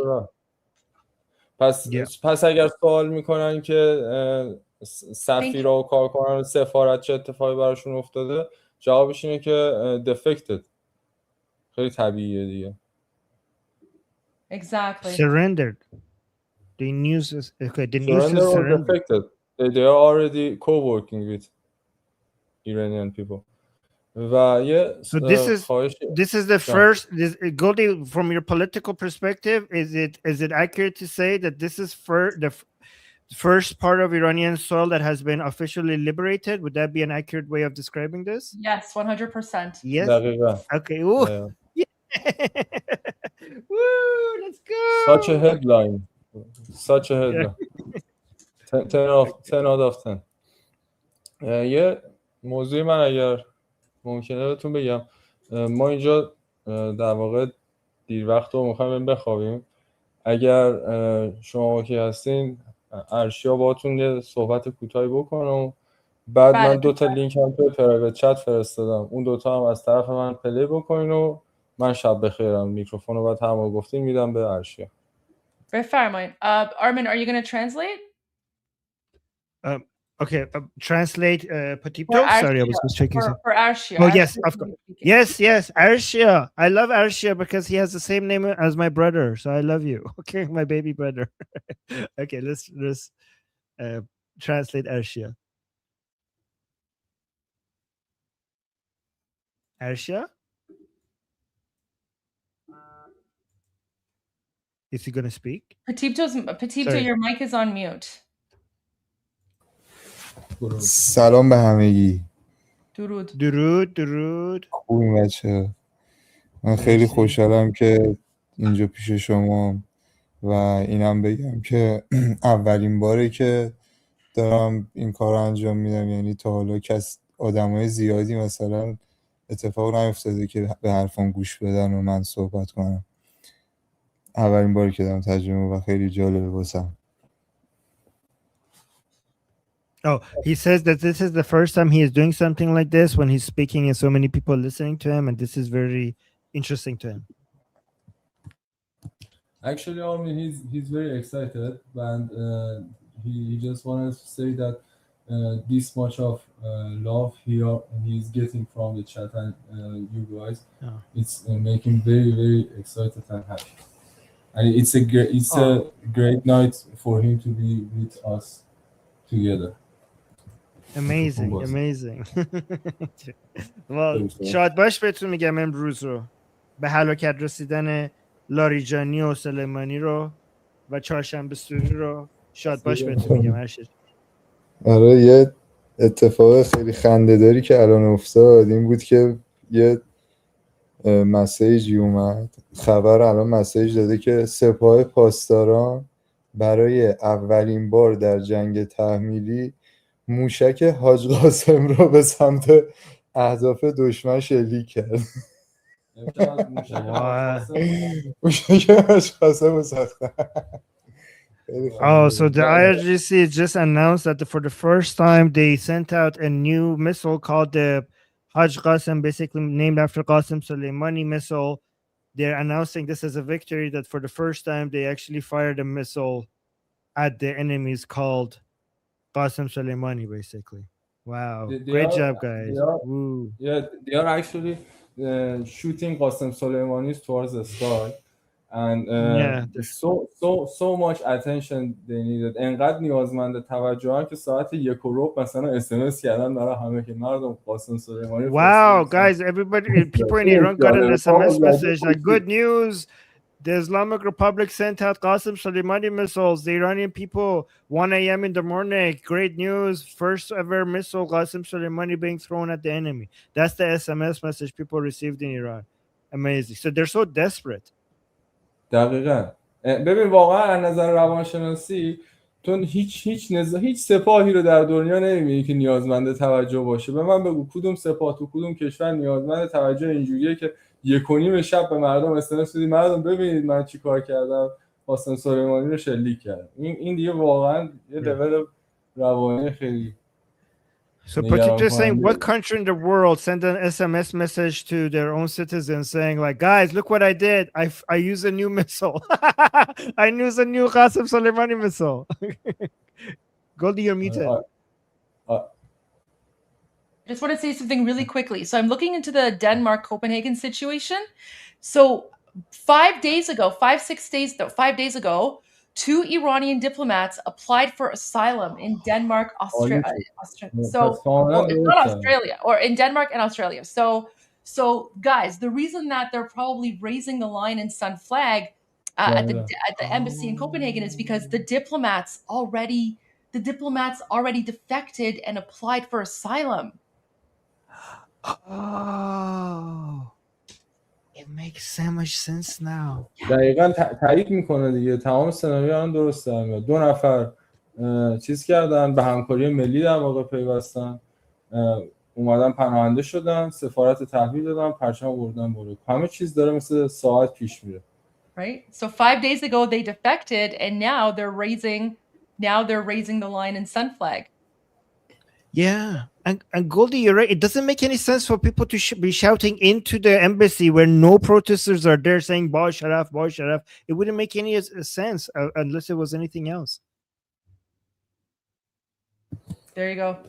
All right, just wanted to add that there. So there's some background context as well, because I remember hearing about Denmark and people defecting, and I was right. So it was the diplomats in Denmark that defected. So it makes sense that they would raise the line in Sun Flag. All right, please continue. Let's go back to Arshio. I just wanted to add that.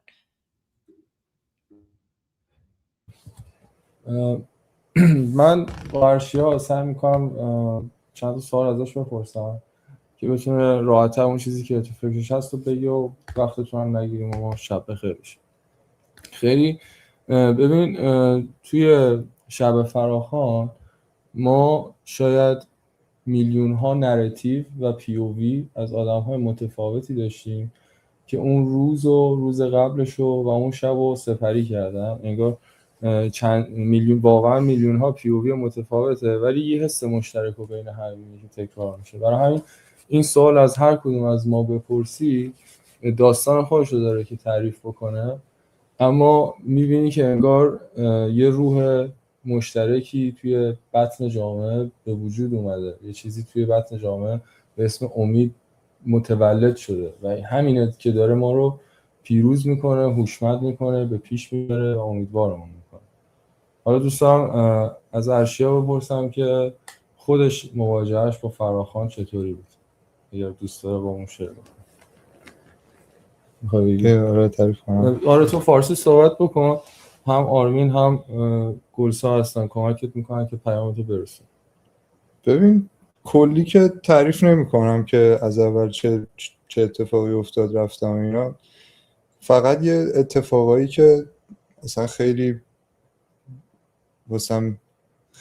مثلا چجوری بگم، اتفاقایی که برای به یاد موندنی بود، به یاد موندنی بود تعریف میکنم. خب رفته بودم واسم، ببین خیلی اصلا عجیب بود. مردم همه یه جا تجمع کرده بودن، اونور روبرومون هم بسیجی‌ها وایستاده بودن، با گوله مردم رو نمی زدن ولی یه جوری شده بود که انقدر مردم بهشون نزدیک شده بودن که از ترسشون این تفنگی که باش گازشگاور شلیک میکنن با اون سمت مردم هدف میگرفتن و با گوله گازشگاور به سمت مردم هدف میگرفت، شلیک میکرد. یعنی اصلا خیلی صحنه عجیبی بود. اون گوله به چندین نفر برخورد میکرد. خیلی صحنه عجیبی بود. شب اول فراخوان ساعت 8 مردم بیرونن تا 9 پیشروی میکنن. 10 مال 18 و 19 18 یعنی شب اول فراخوان ساعت 10 به بعد اکثر این بسیجی‌ها هر چی داشتن رو شلیک کرده بودن، یعنی با سنگای خیابون داشتن کار می‌کردن و این چیزی که ارشیا داره میگه انقدر بیرحم بودن که با کپسول گاز اشک‌آور سر مردم رو هدف می‌گرفتن. می‌فهمی؟ یعنی تو دیگه به این لول برسی که تمام تیرات شلیک بکنی، گاز اشک‌آوری که برای خنثی کردن صلح‌آمیز اونو به عنوان سلاح لیتال استفاده بکنن. این خیلی ارشیا رو تاچ کرده و ادامه داره. اصلا واقعا تو حال خودم بذار اینو ترجمه کنم. So early January, guys, when the Princess of Pahlavi gave the call to action on the first night, Arshia's experience was that the people were getting so close to the suppressing forces. They were so and they were so close to them that the suppressing forces were so scared and they were so out of ammunition that they actually shoot into the people with the tear gas that you're supposed to shoot like up and then for the tear gas to fall in the middle of a people to make them spread out. They actually shoot it directly at the people. They were shooting like they were trying to use it as a lethal weapon to that thing that comes out that's supposed to land somewhere to spread tear gas. They were like pointing it at the people and they were shooting them as directly. And Arshia was saying that really affected him when he saw that. و این نکته هم یادآوری کنم که میگه به چشم خودش دیده که این به چندین نفر برخورد کرده. And he saw with his own eyes that this directly hit a couple of people. بفهم. واقعا اصلا فاجعه بود. من واقعا خدا دوستم داشت که اون شب سالم برگشتم خونه، چون چیزهایی که دیدم و بخوام مثلا تعریف کنم الان رفتم جلوی جمعیت پیش کسایی که نزدیکترین فرد به بسیجی‌ها بودن، همشون بچه بودن، همشون حتی بسیجی بچه بوده؟ نه کسایی که توی خیابون آره بودن. توی خیابون معترض بودن. اون جنریشن ویکتوری که شاهزاده بهش اشاره میکنه، پسر و دختر بچه‌های 12-13 ساله ردیف اول بودن. خود ارشیا جنزی حساب میشه که مثلا تازه خیلی هم پروگرسیوه. بعد از این موضوع قبطه خورده که صف اول تازه اونا رو دیده که در 12-15 سالشون. 12؟ ببین میانگین بخواد بگم 13 سال میتونی ببینی کسایی که صف اول شجاعت مبارزه جلوی این سگای بسیجی. ببین اصلا خیابون پر از زن و بچه بود. این خیلی اینجوری بهتون بگم که خیابون پر از زنها و بچه ها بود. همه دستمو گرفته بودن. نمیدونم کسی وایکینگز رو نگاه کرده یا شما دیدین یا نه، ولی یه قسمتی داره که تمام در واقع شمال با هم متحد میشن جلوی روسیه واسن و اون اسطوره داستان یه کال تو اکشنی میکنه که زن و بچه دست تو دست هم، زن و مرد، دختر و پسر میان از مرزهای در واقع شمال دفاع میکنن. یه چیزی تو تاریخشونه در واقع. خب مشابه همین اتفاق 18 هم افتاد. چند گزارش متفاوت بود که زن حامله، کسی که شکمش پره، دستش رو گرفتن تو خیابون با افتخار داره راه میره. این میدونی از نظر واقعا چجوری بهت بگم، مقایسه واقعا با همون ساگای بیورن بزرگ دانمارکی ها میشه مقایسهش کرد، یا در واقع وایکینگ ها میشه مقایسهش کرد. ما اینو زندگی کردیم اون شب و این زاویه‌ای که ارشیا دید. So first Arsha was saying, like, I think God loves me because he survived so many crazy things on those days, and the things that he saw were epic. And he says that he saw on the front lines on those days when the people were protesting early January, he couldn't believe that they were so young. He himself is like like the 16-17-year-old age group. But when he went there, he saw on the front lines that the average age was like 13. Like people there were 12, 13, 14. That's the age group that were there. So the people there in the front lines of the protests against the regime were younger than even him. And like there's so many kids there. And then Potipto said, like, yeah, those days were like legendary days because there were young boys and girls and men and women and children were there. And even on the front lines, there were like pregnant women that were holding hands, like each other hands to defend each other. And pregnant women were on the front lines as well. And Potipto was saying, like, it's like it was so like those days were so legendary that you could only see those scenes in movies, like in the Viking movies that they love and watch. And he says, like, they saw legends that people see in myth and movies. He saw events like that happening in real time, in real life.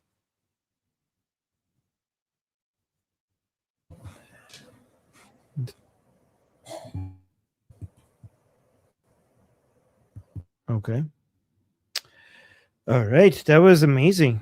Thank you for that. Let me see. آرمین من صدای شما رو ندارم. نه صدای من بود گلدی؟ فکر می‌کنم نمیدونم من داشتم. Yeah, guys, when I explained what they said, did you guys have my audio? I heard you, but I don't know if Tito did. آره مشکل از من بود. Okay. No, I translated everything. ممنونم. میخواید آخر صحبت هم بگی جمع‌بندی کنیم؟ چون حقیقتا یه همرزم دیگه هم هست که اونم اگر دوست دارید. Wait, I have an update for you. So, listen, this is why I hate this woman. I hate this woman so much. So, look at this. So this is where, gosh, I hate her so much. Wait, let me just. This is why, like, اقل از چپگرا بدم میاد. ببین این زنکه چپگر که از اون like oh wait, let me pull up my screen. So ببین این زنکه چپگر که از همون ززا هست okay, and then like ضد پهلوی and everything. این اومده این پست رو گذاشته. ببین چجوری دارن دروغ میگن. So میگه like the whole story about like Copenhagen comes from her, and then everyone is repeating the story. Everyone is sharing this. And then I did some more digging, and look, Iran International is saying that it was someone from it was one of the protesters that did it, which led to his arrest. But this crazy woman, which I absolutely hate, this video is spreading like wildfire.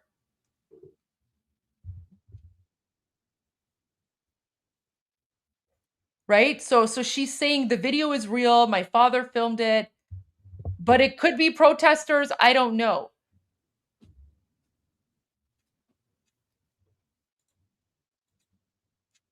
So the video is real, but she's saying, like she's saying in her like this is why like I hate this woman. این زنه خیلی بی‌شرفه.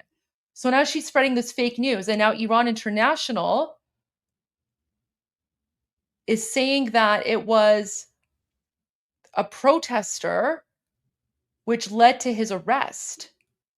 So we don't know which one is true because she's saying that her father told her that it was the embassy itself that did it, but Iran International is saying that it was a protester. سفارت جمهوری اسلامی هستیم. برافراشته شدن پرچم شیر و خورشید توی سفارت ننگین جمهوری اسلامی در کوپنهاگ دانمارک.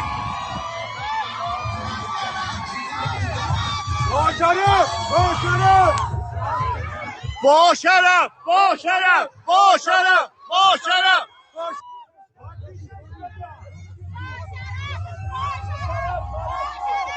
They raised the flag.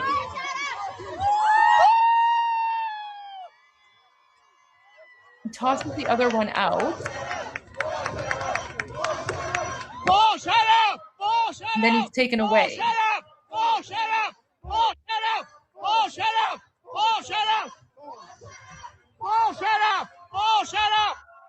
برافراشته شدن پرچم شیر و خورشید، پرچم اقتدار ایران در سفارت ننگین جمهوری اسلامی.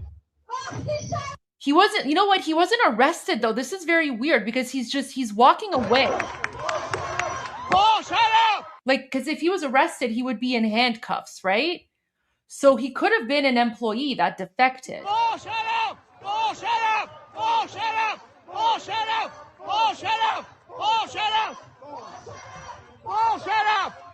He could still be an employee, I don't know. But Iran International is saying that he's been arrested, but that's not what an arrest looks like because when someone's arrested, they're handcuffed and taken away.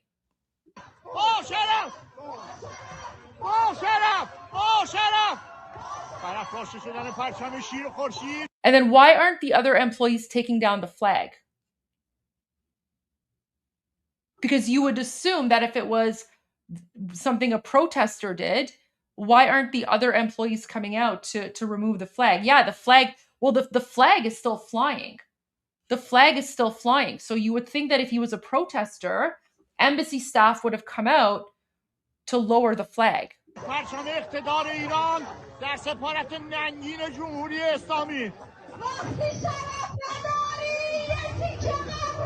Like he might have been escorted by police because he was claiming asylum. Conflicting reports. We're going to have to wait and see what comes of that. All right, sorry, I didn't want to interrupt, but I just wanted to share that update, Armin. Okay, thank you for that. Thank you. Okay. Sorry, let's go back to Potipto and our show. I'm so sorry. I just wanted to share this really quickly.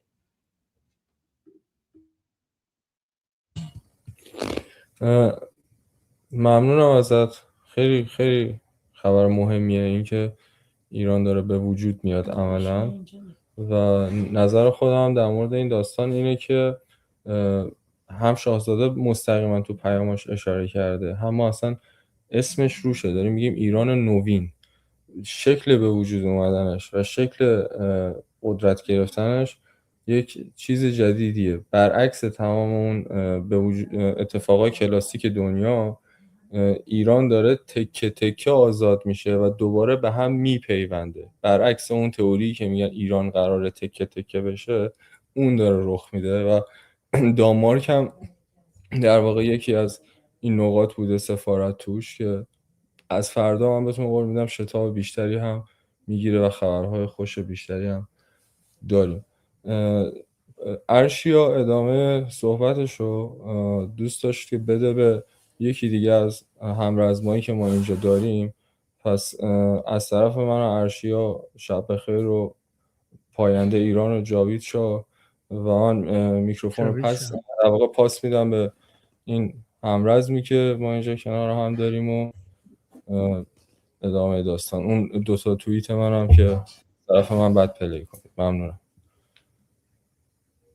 پس پاینده ایران جاوید شاه، ام اسرائیل خال. جاوید شاه حتما دوباره به زودی برگردین لطفاً. حتما. جاوید شاه، ام اسرائیل خال. Long live America.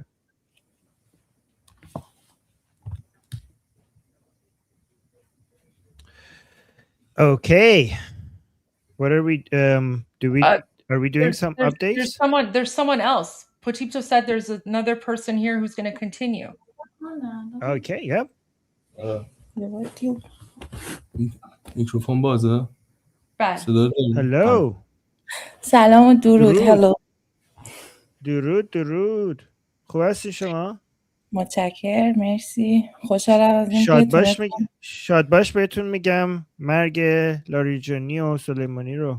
تبریک. اصلا چهارشنبه سوریمون به شدت خوشحال کننده شروع شد با این چنین خبر خوشی. چهارشنبهمون واقعا سوری شد و زودتر آتیشبازی و بله نتانیاهو بیبی جونمون شروع کرد.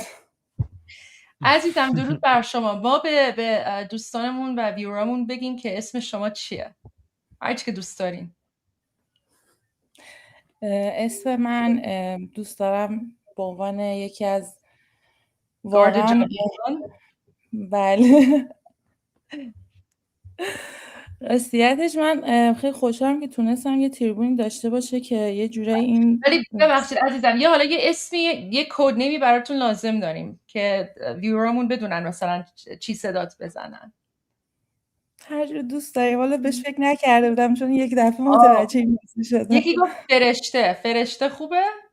مرسی. Okay, so guys, this is Fereshte. She's a friend of Potipto and Arshio.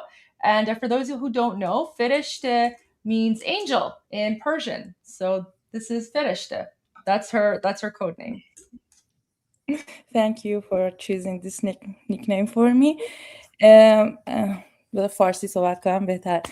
واقعیتش من خودم میتونم بگم یکی از شاهدای زنده و یعنی یه سروایورم از اون 19 دی ما که من با کازینای خودم و یک گروه از دوستام قرار داشتیم که در محله ستارخان جمع بشیم تهران و وقتی ما به سمت ستارخان اومدیم بریم فلکه دوم صادقی به شدت پر مأمور بود، پر ماشین شخصی بود و ما نتونستیم به سمت ستارخان بریم و چرخیدیم به سمت آیت الله کاشانی رفتیم. سفارت ساعت‌های حدود 8 و 10 دقیقه شب بود و همینطور که در مسیر بودیم ما با دوستام داشتیم صحبت می‌کردیم و اواسط بلوار آیت الله کاشانی به شدت جمعیت جمع شده بود و خوشحال که ما می‌خواستیم به جمعیت بپیوندیم، اما یه دفعه نیروهای سرکوب شروع کردن به گاز اشک‌آور زدن و از این بمب‌های صوتی خیلی وحشتناک زدن که مردم بتونن متفرقشن و جمع نشن. و من همینجور پشت کال با دوستم بودم که داشتیم از 2 جهت مختلف به هم میرسیدیم که ساعتهای نزدیکای 8:30 و 8:45 بود که کلا خط قطع شد، همدیگر رو گم کردیم و اکیپ ما داخل یه کوچه از فریای سمت آیت الله کاشانی ما یه جورایی انگار استاکمون یعنی گیر کردیم اونجا و حدود تقریبا میشه گفت 200 نفر بودیم داخل اون کوچه و اینا هر بار با لیزر سبز ما رو مثلا می‌خواستن بگن که نزدیکیم، تیراندازی می‌کردن، چقدر پشت سر هم گاز اشک‌آور مینداختن و ما فرار می‌کردیم تو کوچه‌های دیگه و دوباره برمیگشتیم. اوکی فرشته من برای اینکه ترجمه کنم تا اینجاشو برم Okay. برگردیم. Okay. All right. So, guys, Farishta is saying that she's one of the survivors of January 9th, when the protest, when the revolution of the Lion and Sun was happening. They plan to gather with her own group to participate in the uprising. They were going towards, they plan to go towards Satarkhan, but there were many agents there, so they had to go to Ayatollah Kashani area instead. This was 10 minutes past 8 p.m. And she's saying we were so happy to join. So to join the protests. But this was right when they started throwing tear gas at them. And she says that they were basic to spread them around. And she says she was on the call with her friend to meet with her, but that was when they cut down the internet and they lost each other, and they couldn't find each other because they couldn't communicate with each other anymore. And she says that they were stuck in an alley, and in that alley there was 200 of the protesters in an alley, and they constantly pointed at these green lasers at them and constantly bombard them with these tear gases over and over again. Okay. Yes, okay. داخل کوچه که بودیم مدام که گاز اشک‌آور می‌زدن با اون بمب‌های خیلی صوتی که ترسناک بودن و واقعا من اون شب جنگ واقعی و کف خیابون دیدم. یعنی من به شخصه میتونم بگم جنگ اصلی ما همون 2 شب بود. یعنی این چیزی که اسمشو گذاشتن جنگ و خیلی ازش میگن وای جنگ بده، جنگ اخه، کسایی که اون موقع تو خیابون بودن میفهمن جنگ چی بود. ما فقط یه مردم بی سلاح بودیم، یعنی فقط یه سویشرت مشکی تنمون بود با یه ماسک، هیچی نداشتیم. تنها گاردی که داشتیم همون سویشرت و هودیای مشکی بود که تنمون بود و اونا کاملا مسلح بودن، تجهیزاتشون زیاد بود و مقابل ما قرار گرفته بودن و ما تو کوچه کامل از اطراف مسدود کرده بودن و انقدر گاز اشک‌آور زیاد بود که ما مجبور می‌شدیم یه چیزی آتیش بزنیم. یعنی فیلم‌ها رو مثلا نشون میدن که وای اینا دارن یه آتیش درست میکنن که صدا میزنن، به این فکر نمیکنن که چقدر گاز اشک‌آور زده بودن به مردم عادی که ما از شدت این دنبال یه دود بودیم که چشمامون یکم راحت‌تر بشه. و چیزی که اون شب من دیدم واقعا یه اتحاد بین همه مردم بود. من خیلی ها رو نمیشناختم ولی انگار همه اونا خانواده‌ام بودن، کمک هم دیگه میکردن، شجاع بودن و کاملا من حواسم به ساعت بود. 1 ساعت تمام ما داخل اون کوچه گیر کرده بودیم. هر بار اینا میومدن با موتوراشون و اسلحه و گاز داخل کوچه که دوباره ما جمع نشیم. در خونه ها باز بود، میرفتیم داخل خونه ها قایم میشدیم، دوباره که میرفتن ما همجور برمیگشتیم داخل خیابون. دوست دارید تا اینجاش ترجمه کنید؟ اوکی. آخرش یه بار دیگه بگو چون آخرش نشدم. آخر 10 ثانیه آخرش این که داخل کوچه ما بودیم حدود 1 ساعت تمام طول کشید. یعنی مردمش هم مقاومت میکرد، اینا مدام اسلحه شلیک میکردن. اوایل با شلیک ساچمه شروع شده بود، داشتن ساچمه شلیک میکردن، گاز اشک‌آور میزدن، ما به کوچه هجوم میآوردن که ما رو هدف بگیرن. در خونه های همسایه ها باز بود، ما اصلا نمیدونستیم، یعنی خونه های رندوم غریبه بود. داخل خونه ها پناه میگرفتیم و دوباره برمیگشتیم. این پروسه دقیقاً 1 ساعت طول کشید. Wow. Okay, wow, that's crazy. So Farishta is saying that they were stuck in that alley for 1 hour and they were basically being bombarded with tear gas and what is it called, guys? Sound grenades? Like, you know, the grenades that they sound and it's just basically these types of grenades that they just throw and it just makes a big, what is it called? I don't know, you guys could tell me in the chat. But they kept on bombarding them with those 2 types of flashbang or something like that. Yeah, flashbangs. Okay. Flash bombs, right? And tear gases constantly. And then she says that what we experienced there was real war. Like if some people are right now are saying like, oh, don't bring war to the Iranian people, like the Iranian people don't want war. What's happening right now in Iran, that's not war. She says that those 2 days, January 8 and January 9, that's what real war looked like to them. So when people say war is bad, concussion bangers, some people are saying. Yes. Flashbang grenade, yeah. So that was the real war. And she says that they only had their hoodies and their clothing, and the other side was armed to the teeth. And they were facing them. They were trapped for an entire hour in that alley, and there was so much gas that the eyes were burning so much because they were basically being under so much tear gas that the entire place was filled with tear gas that their eyes were burning in that alley, and they were forced to burn things just so that there's some smoke to relieve them from all the tear gas. So guys, if you guys don't know, when there's tear gas, people are forced to burn things because the smoke actually helps with the burning of the eye. So sometimes people are like, oh no, why are the protesters burning things? They're violent, they're doing property destruction. But they were forced to burn things because to basically reduce the impact of the tear gas. And then Farishta was saying that I saw so much unity among the Iranian people in that alley that day. Everybody was treating each other like they were family. Even though everybody was a stranger, they were treating each other like they were family, and they were helping each other, and they were so brave. And for that 1 hour, they were basically helping and stuck together and backing each other up. And also, she also mentioned that they started using pellet guns at some point as well against the people. And then, this is the crazy part. She says that people in that alley, they left their doors open. They the people there, they opened the doors so that the protesters could come inside, even though they had no idea who these people are. Everybody was a stranger. The people who their homes were in that alley, they would leave the doors open so the protesters could come in. And Farishta says that we will go in, we will recover, and then we will come back out again and protest. And we'll go into the door inside these people's houses, these people that we didn't even know who we were, that opened the doors for us. They will go in and go out, and that's how everything was going in that alley for a whole hour. دقیقا درسته. دوباره یادآورش شدم مثلا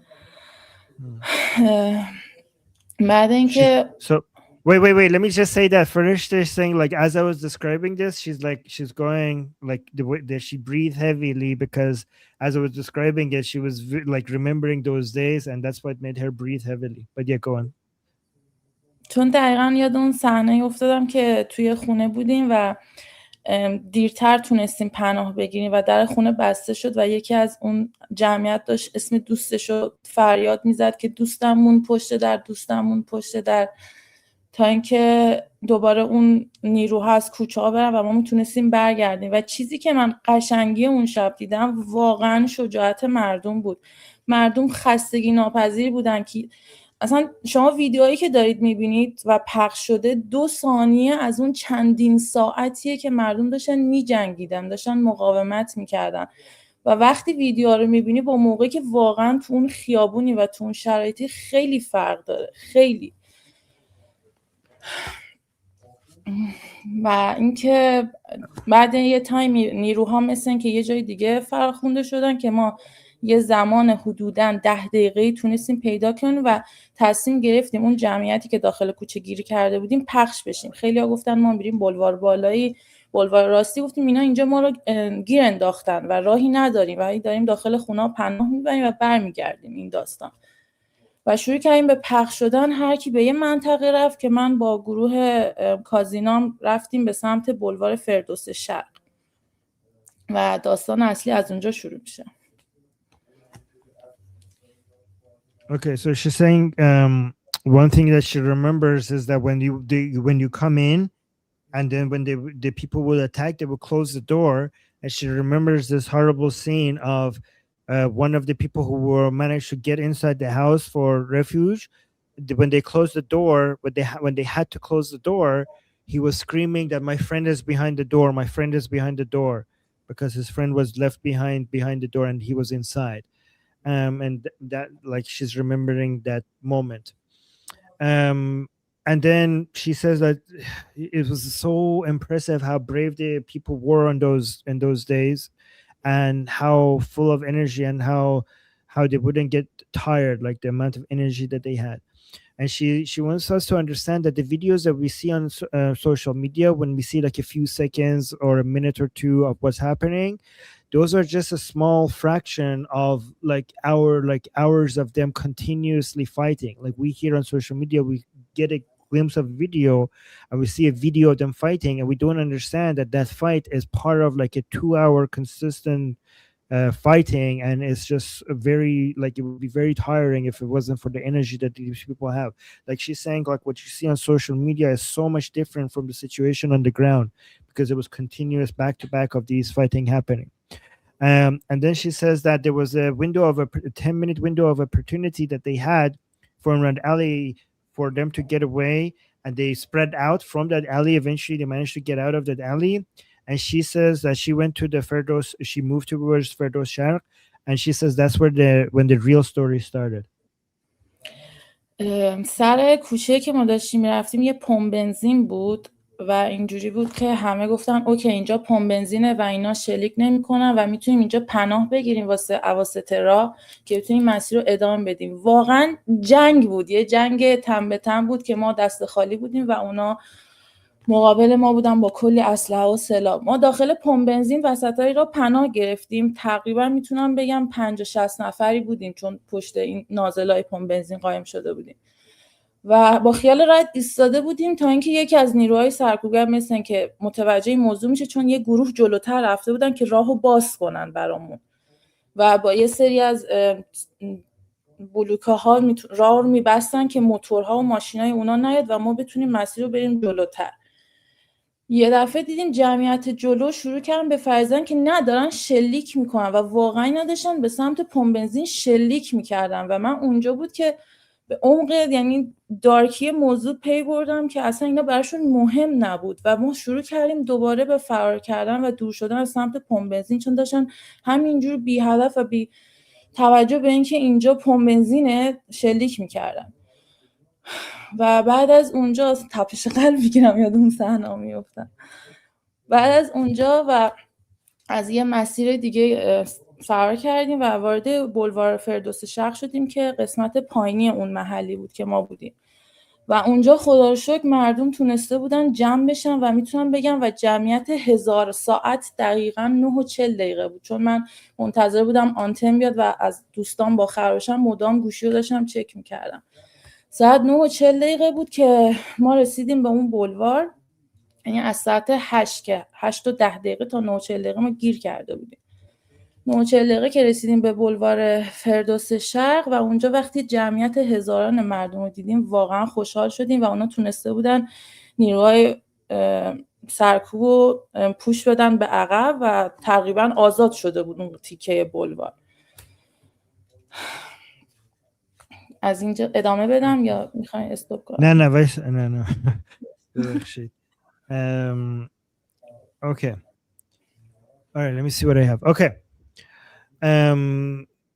So she says then after that when they were trying to go towards the Firdaus Sharq, there was a place that they hid behind. There was a gas station, and 50 to 60 of them were hiding behind the nozzles, like the pumping stations in the gas station, because their understanding was that of course they're not going to shoot at a gas station because this is a gas station. Nobody in their right mind will shoot at a gas station. So around 50-60 of them were hiding behind those, stations in the gas station, thinking that that's a safe area for them behind the nozzles and everything. And then while they were staying there to as their hideout to eventually go to Firdaus Sharq Boulevard, one of the people from the suppressing forces when was trying to clear the area because the protesters had blocked the streets so that the machines of the Basijis and the IRGC cannot go through. The person that was there to unblock the roads, he noticed these protesters, including Farishte, was in the gas station. And then she says that they started shooting at the gas station. And Farishte says that's the moment that we realized that these people don't give a crap at all about anything. They were shocked to see that they were being shot at while they were in the gas station. And Farishta says, I realized at that moment that nothing matters to these people.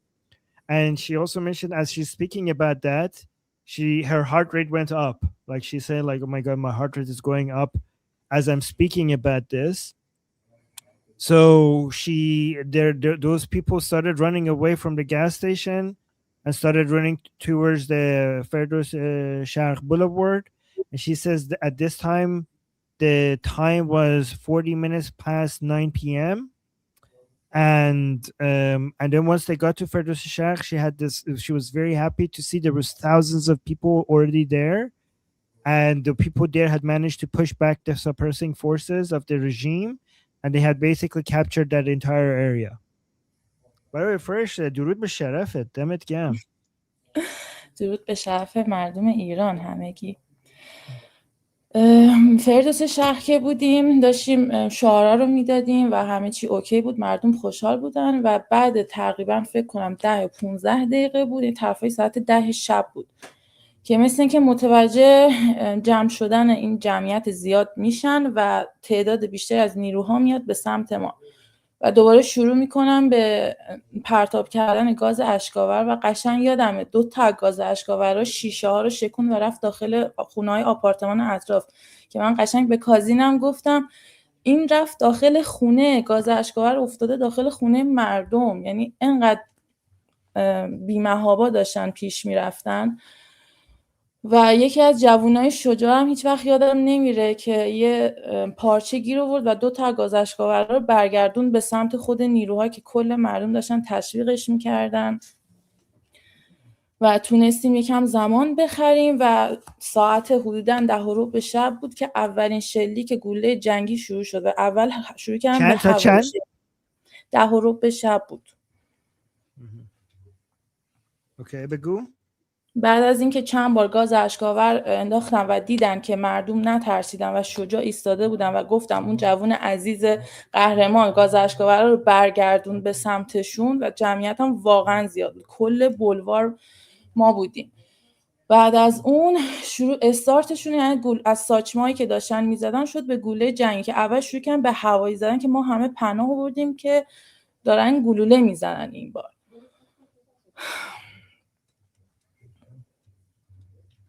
Okay, so Farishta is saying once we were in Ferdows Shah Boulevard, people were chanting, everybody was happy. This was around 10 p.m.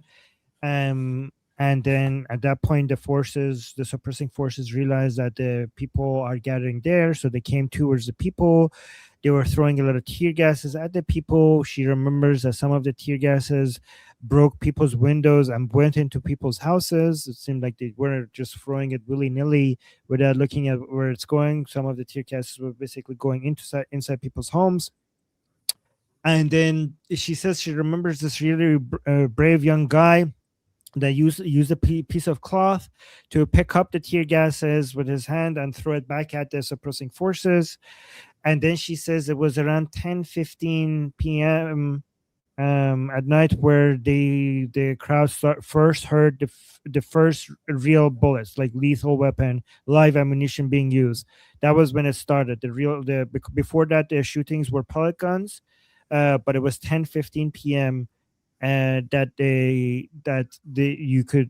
people start first time hearing that live ammunition, real bullets are now being used instead of pellet guns at people.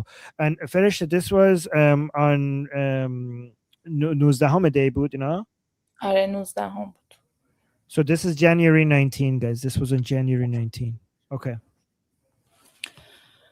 و همچنان این مقاومت ادامه پیدا کرد و تنها کاری که ما کرده بودیم دور هم جمع شده بودیم و داشتیم دست میزدیم، شعار میدادیم، شعارهای بدی هم نمیدادیم و همه یک صدا که جاوید شاه میگفتن این آخرین نبرد پهلوی برمیگرده، ایران ایران رو میگفتن، آزادی میگفتن و واقعا خیلی مسالمت آمیز و قشنگ دور هم جمع شده بودیم. ولی اینا از همین جمع شدن ما ترسیده بودن، جوری که دیگه از 10 شب به بعد افتاد به جنگ اصلی که شلیک به سمت مردم بیگناه و بی سلاح و بی دفاع. الهی بمیرم، چون 2 تا دوستای خودم همون شب جاویدنام شدن و پدر دوست خودم بغل دوستم بوده که بهش شلیک کردن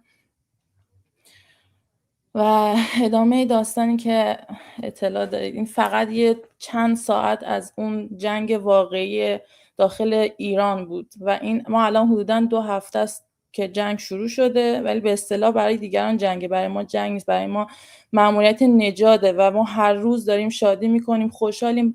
با هر کی از آشنا و اطرافیان تماس میگیرم همه با آرامش داخل خونه نشستن، هیچ تردیدی ندارن، همه خوشحالی میکنن.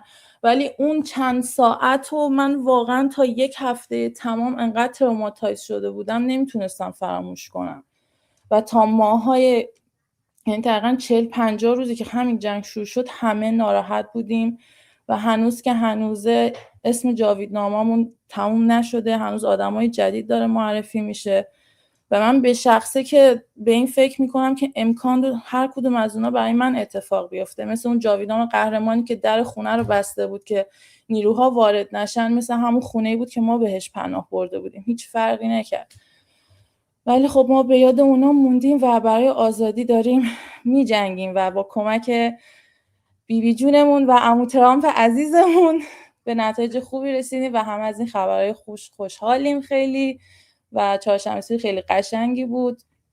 برای جشن پیروزی آماده ایم همگی و بهایی که دادیم واقعا خون جوونامون بود و امیدواریم آزادی رو به دست بیاریم. پاینده ایران جاوید شاه. و به تک تک همتون میگم همه یک صدا رهبر عزیزمون شاهزاده پهلوی رو صدا میکردن. عزیزم آره دقیقاً ایشون. Okay, that was so beautiful. Wait, فرشته گفتی که پدر دوستت کشته شد تو بغل دست دوستت بود؟ بله. و یکی از 2 نفر بودن که اون شب کشته شدن؟ بله. تسلیت میگم عزیزم.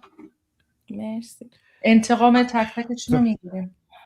دقیقاً ما هر روز با هر خبر کشته شدن که میاد انگار واقعا انتقام، یه کارما، نمیدونم بگم کارما، کار یونیورس، انتقام، هر چی که هست داره قشنگ جواب میده. تک تک اون اتفاقایی که افتاده، اون جسدا، اون همون کامیون، همون کیسه های که دوستای من، همسنای من، خانوادای من بودن، هیچ فرقی نداره، داره برای خودشون اتفاق میفته. اینا اون روزا فکر میکردن که خیلی قدرت دارن، خیلی قویان و هیچ کسی هیچ موقعی نمیتونن پاسخگو باشن، با خیال راحت داشتن شلیک میکردن و امروز داره جواب کارشون میبینن. بذار این جاشو ترجمه کنم تا بقیه‌اش هم اضافه کنم. Okay, guys, Farishta says that after that the resistance continued. We were together. We were only just chanting and clapping. We weren't doing anything radical. We were very peaceful. We were chanting for Azadi, for freedom. We were chanting Pahlavi. We weren't even doing anything like crazy or radical. But still, even though they were completely peaceful, it scared the regime really a lot. And around 10:30 p.m., that was the time when the real war started, when again one side being completely armed and the other side being completely unarmed. And then Farishta says that two of her friends became Javidnam, were killed by the regime on that night. One of them was the father of her friend who died right next to her that night. The father of her friend right in the middle of those protests. And she says that what that was the real war. Like what's happening right now in Iran, to the Iranian people, that is not war. Other people call that war, but this is not war. What they're experiencing, what the Iranian people are experiencing right now, that this is a rescue mission. It's not a war to them. It's a rescue mission. But she says, like right now, for example, Iranian people are celebrating. They're happy. They're peacefully celebrating. But those 2 nights traumatized her for weeks. And right now nothing traumatizing is happening. It was those 2 nights that traumatized her for weeks. But before these military operations started, people like they were unhappy, they were sad, they were traumatized, they were trying to recover from the trauma that they experienced in those nights. But these days, ever since the military operation, the mood has shifted to happiness and celebration. She keeps thinking about that night. She keeps thinking about this guy that you see on the screen, that the houses that The Iranian hodor, the same, she was also hiding in one of these apartments, one of these houses that the door was open for them, and she was basically hiding in that as well. And she says that this could have happened to her as well. Like, this is what they remember. And then she says that we're continuing to fight with the help of, as she says, Bibi June and Amu Trump, which means that the lovely Bibi Netanyahu and Uncle Trump, that's what they had. She's referring to them. She's saying with their help, we're continuing to fight. She says we paid with the blood of our young people to be able to be victorious, and we will be victorious. And then she says she said Javid Shah. She says that everybody in Iran keeps calling out Princess of Pahlavi's name, and then eventually, and then she said that this is karma, this is revenge for all of the people that have fallen. Like those days that they had trucks filled with the body of our fallen, but the body of our young people fighting for their freedom. And now exactly the same thing now exactly is happening to them. It's their bodies now that is piling up instead of our bodies. And those nights when they were killing us, they felt that they were so strong. They felt like they are dominant, that they have so much control over us, over those nights, thinking that they could do this to us. But these days they think so, they're feeling so weak. And what they were trying to make us feel, which is weak, now they're feeling exactly the same thing themselves. Ferishte Jun, I have a message for you from Bibi Gol. Jana. Bibi Gol. Armin, you haven't seen this either. This is a new video message from Bibi Gol. Oh, wow. Bibi Gol. So, Prime Minister این پیام یه ساعت پیش اومد بیرون. فرشته جون، شما زبان انگلیسیتون خوبه یا باید براتون ترجمه بله، متوجه میشم. Okay, عالی. Okay, so Prime Minister Benjamin Netanyahu from the Air Force Command Center at the, that's kind of a funny word, Kuria, in a message to the people of Iran for Nowruz.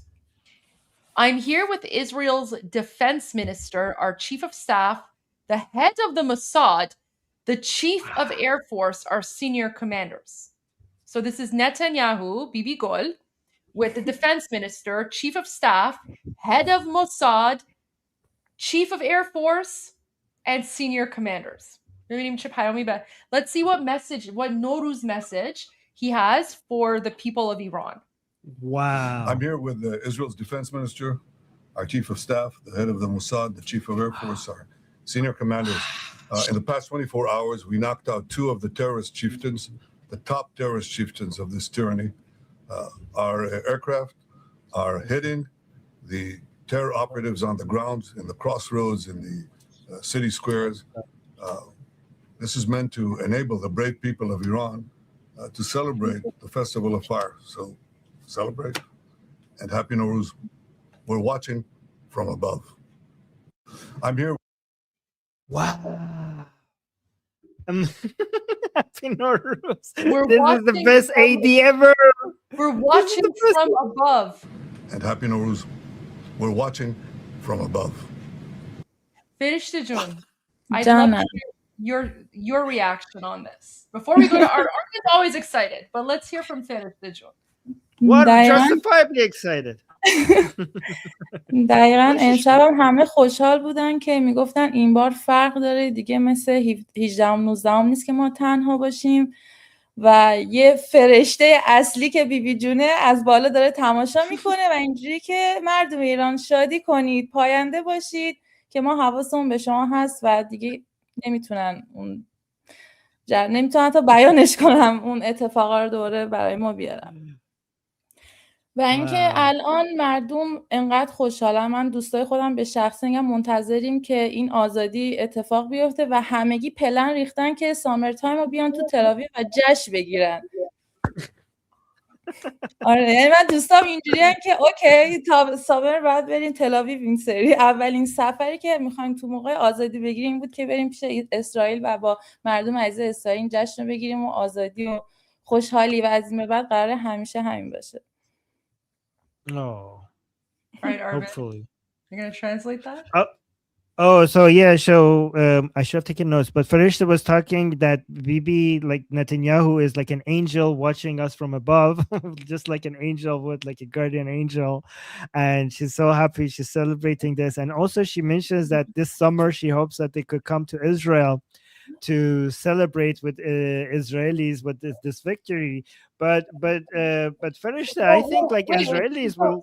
So she basically said, guys, so when she was talking about Tel Aviv, she said already her and her girlfriends are making like summer plans. They're making summer trip plans to like go spend the summer in Tel Aviv, and like they basically are already thinking and planning about their summer trip to Israel. Guys, it's going to be like Iranian hot girl summer in Israel. So all the Iranian girls are planning on partying in Tel Aviv this summer in a free Iran. You heard it from Firishte herself. Her and all her girlfriends literally planning on partying in Tel Aviv this summer. Farishta, wait a little bit because we have too much partying to do it in Iran with Israelis in Iran before we move to Israel and party there. We have so many. من میخواستم بگم که فراموش نکنید که آبادان شهر وفاست، غروباش چه باصفاست. می‌دونی چی میگم؟ Yeah. There you go. So we have to host the Israelis before we go to Israel. But go on. Americans, you're welcome in both Israel and Iran. You guys, wherever the party is, just come join. But Americans, first of all, we're gonna go to Israel. Oh yeah, you good. But by the way, Farishta, Goldie, and Patipto, I think we're going to be shocking Americans and Israelis when they come into Iran. I think they're not prepared for the level of love and hospitality the Iranian people are going to show them after they killed Khamenei. I don't think. I think we're telling them and they're listening to us, but I still don't think they appreciate what's about to happen. I think every American and Israeli coming to Iran is going to be treated like a celebrity. Every single one of them. I don't know. What do you think? You know what, Armin? I think we are going to educate American and Israelis on a course of how to party. We have a long history of party. We are the OGs of this thing. یه صحبتی هم که هست بین نسل من و دوست من که ما تو کل این محدودیت ها و سرکوبایی که داشتیم چنین هوم پارتی های ایرانی ها معروفه دیگه، چنین جشنایی داشتیم، چنین دوره همیا و تفریح. حالا تصور کنین که ما آزاد باشیم و اتفاقا یکی از قشنگیه که همه صحبتش میکنیم که جدا از آزادی و اون بنفیت هایی که واسه خود مردم داره، واسه کل جهان داره. چون ما به شدت عاشق اینیم که ارتباط داشته باشیم بقیه ملیت‌های مختلفی هم داخل ایران باشون ارتباط بگیریم، توریست باشن، با هم دیگه جشن داشته باشیم و واقعا این کشورمون رو به همه باز باشه، چه خونه‌مون، چه کشورمون، چه تفریحاتمون. و بی‌صبرانه منتظر اون روز هستیم که همگی در کنار هم و آزادانه جشن بگیریم و خوشحالی کنیم بدون هیچ کدوم از این نیروها. So Farishta is saying that Iranian, even under the conditions that we are in under the Islamic Republic, Iranians are famous for doing parties right. Like they're famous for their house party. So Farishta is saying, imagine how much we get to party once we are free. By the way, Farishta, guys, she's so right because Iranians have managed to master the art of partying hard under oppression. So imagine after years of trying to manage that, once they're free, how much they're going to party after years of experience of doing that under like while it being illegal. And then she's saying that this, by the way, she's saying that this level of partying is not just going to be benefiting Iranians, it's going to benefit the whole world because the Iranian people really love having a good relationship with the whole world. And they can't wait for the tourists to come in Iran to party with them, to celebrate with them, and to welcome them. And they're saying this is what the Iranian people have been waiting for to show them that we want to have a good relationship with them and to show them how they celebrate once they're here. So guys, when basically our partying is not just for fun, it's also for fixing 47 years of bad reputation because of the Islamic Republic. This is what I'm adding, right? Like we want to party hard with you and celebrate to undo all of that bad reputation that the Islamic Republic has created for us, to show you that we're with you, that we love you, that we want to have a good relationship with you, and we want to celebrate with you. Armin, I'm turning like 41 in a few weeks because I'm old. But I already plan on like going to Iran this summer. I'm just gonna spend my entire summer like just partying in Iran. Like that's already my plan. Partying. Goldie, we're just the same age. I know. Me and you are the same age. Yeah. Okay. So I'm just saying. I'm turning 41 in a few weeks, and I still plan on going clubbing. I'm gonna go clubbing in Tehran. I don't care. It's like a life goal. Well, you look like you're in your 20s, so that's fine. Nobody's gonna. Oh, thank you. No, I'm old. It's all the makeup. یه قولی هم من ازت میخوام گلی. بفرمایید. منم تابستون تولدمه و دوست دارم اگه ایران بودی حتما قول بدی که برم. حتما باعث افتخارم. اگه ایران بودم حتما میام و تولدتو حتما جشن میگیریم. خوشحال میشم. Thank you so much for the invite. خیلی قشنگه. من اصلا مطمئنم روز به روزش قرار خیلی قشنگه. We have تو پس من نمیام ببینم چه از من اینو نخواستی. اوکی اتفاقا میخوای بری ایران. من از تو که خیال 1000 بار گفتم ولی دوست داشتم که در واقع چون مامانم خودش یکی از طرفدارای گلساست دوست داشتم بهش قول بدم که نزدیک ببینم. به مامانت سلام برسون. بهش بگو لطفا مراقب خودت باش. از تو میبوسمش. داره میبینه. درود در مامانتون. درود به شرفتون. امید آزادی ایران. Okay, let's play this video one more time though, Armin, because Bibi Gol in this video, Bibi Gol comes out and he explicitly says, "Go out into the streets because we are watching you from above." And that's exactly the video footage that I shared earlier, right? When the Basij came to attack the people. And then they started retreating because the Israeli drones came. So let's just watch this again one more time. Yeah. I'm here with Israel's defense. ببین ایدی نوروزمون اینه که اسرائیل دروناش اون بالا هستن دارن بسیجی و نوروز. آرمین جان فقط قبلش پلی کوین اگه صحبتی نیست که من این جمع قشنگو واسه ببین من فقط یه صحبت باید دارم. ببین ما اینجا فقط داریم میایم حرف میزنیم. شما واقعا کف خیابون مبارزه کردین. من نمیدونم چجوری به شما بگم که ما همه چی رو مدیون شما سربازای ایران هستین و من هر از چنگای احساس شرم میکنم. احساس این میکنم در مقابل کسایی مثل شماها، مثل پوتیپتو، تو رفتین کف خیابون. من نمیدونم ما باید چه کار بکنیم برای ایران که بتونیم 1% کوچیکی از کارهایی که شما کردین و ما بتونیم برای شما جبران بکنیم. ما واقعا تمام ایران مدیون اون لحظاتی بوده که شما رفتین جونتون رو گذاشتین کف دستتون رفتین تو خیابون. واقعا درود به شرفتون. تا آخر اون مدیون همه اون کارهایی که شما دارین میکنین هستین و سعی میکنیم یه عمرمون از این به بعد سعی میکنیم که بذاریم سر اینکه جبران بکنیم اون لحظاتی که شما این فداکاری رو برای بقیه ما انجام دادین. مرسی از همتون. درود به شرفتون. این کوچکترین قدم‌های شما هم کمک فرق نداره. فقط تنها چیزی که من واقعا دوست دارم تو ایران آزاد انجام بشه این که اسم تمام جاویدنامه به عنوان یادگاری یه جا ثبت بشه و تا آخر این نماد قهرمانای اونا توی ایران بمونه. حتما. و اینکه همینطور شما چنین پلتفرمی ایجاد کردین که تونستیم صدامون رو برسونیم حداقل از داخل ایران، چون یه سری اخبارای خارج ایران است که خیلی مغایره. من همیشه گفتم حرف اصلی از داخل خود ماها که داخل خیابونیم و داخل کشور داریم زندگی میکنیم بپرسید که شرایط چجوره و همین کمک خیلی بزرگی که شما واسطه شدین که ما بتونیم با دنیای بیرون ارتباط بگیریم و خیلی چجور بگم شما هم مثل ما خیلی مقاومت کردین و دارید هر روز این تلاش رو انجام میدین و خسته ناپذیرید. بازم ممنون از شما. خیلی خوشحال شدم که تونستم صداتون رو بشنوم و از این راه استفاده کنم. ایران آزاد میبینمتون. به زودی در ایران آزاد. ببین شما عزیزم، شما همتون تاج سر ما هستین. این کمترین کاریه که ما میتونیم انجام بدیم. حالا منم عذرخواهی میکنم با این زبون فارسی. من 1 سالگی کانادا بودم دیگه، زبون فارسی کانادا یاد گرفتم، ولی خب سعی خودم هم میکنم. ولی خب ببین شما اصلا نگران نباشین. ما از ابتدا اینجا بودیم، صدای شما بودیم. هم من هم آرمین هم مصاحبه زیاد انجام دادیم توی رسانه‌های مختلف تو کشورهای مختلف و میدونم مخصوصا موقعی که اینترنت قطع بود و مثلا حالا شاید همه فکر میکردن که حالا کی هست، کی صدای شما هست. ما تا اون حدی که تونستیم، حالا هر چقدر کوچیک بود، سعی خودمون و تلاش خودمون رو کردیم و حالا دیگه به پیروزی خیلی نزدیک هستیم و نور بر تاریکی پیروز است دیگه. به زودی در ایران آزاد می‌بینیمتون.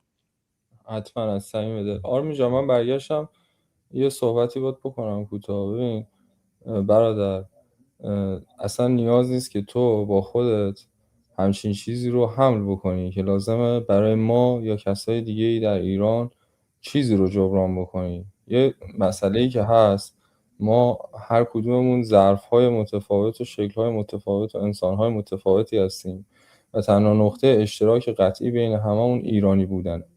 پس همین که ایرانی بودید کافیه. این که ما این کار رو کردیم انجام وظیفه بوده. توی اون لحظه ما اونجا بودیم. اگر شما هم جای ما بودین این کار رو میکردیم. پس اصلا فکر نکن دینی یا حسابی هست. همین که ایرانی هستیم و ایرانی میمونیم و ایران رو زنده نگه می‌داریم، کاریه که به نظر من کافیه و هیچ ناعدالتی دیگه توش یعنی اصلا دوست نداشتم این حس دیگه با خود حمل بکنی که قرار مثلا یه کاری بکنی که با هم لول بشیم. منظورم میفهمی. مرسی پتیم تو. خواهش می‌کنم عزیزم. امیدوارم. بدون تعارف فقط از جانب تکنیکی میگم، ما رو ببخشید که اگه مثلا یه خورده آن اسکریپت یا مثلا خارج فریم اومدیم، چون اینجا با توجه به شرایطی که داریم فقط میتونیم در لحظه باشیم و این در لحظه بودن تو اصلا عذرخواهی نکنیم. ببین ما این استیج رو بدون تعارف میگم. ببین اصلا ما تعارف نمی‌کنیم. این استیج در اختیار شما هست. شما هر وقتی می‌خواید بیاین صحبت بکنین، هر موضوعی که می‌خواید، یعنی اصلا کار ما اینه که صدای شما باشیم. پس چه بهتر وقتی که شما اینجا هستین، به ما افتخار می‌کنیم که حضورتون اینجا هست. You know, everyone appreciates hearing from people directly inside of Iran. So it's an honor for all of you to be here. هر موقعی که تونستین حتما بیاین در کنار ما باشین، چون که اطلاعاتی که شما از داخل ایران میدین, the information that you provide from inside of occupied Iran is the most important thing, because that's the direct news. That's why people tune in to Iran Revolution Live, because they want to hear from people directly inside of Iran.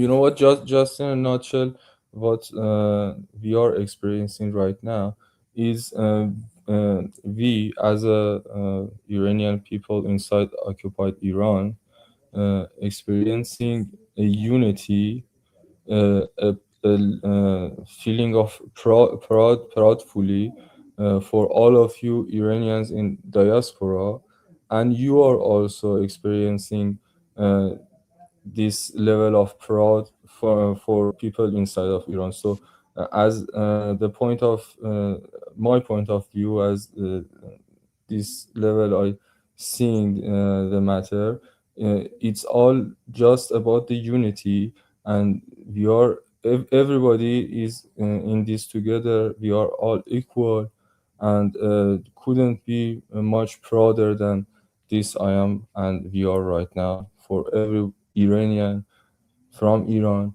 inside Iran, diaspora, or any compatriots from all around the world, especially brave people of Israel, brave people of USA.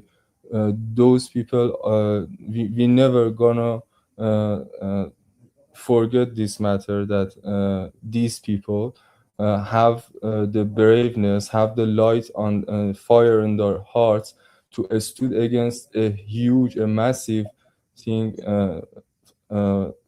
beside of Iranian people. This level of bravefullness never going to be forgotten, and we love you all. Thank you so much, Patipto.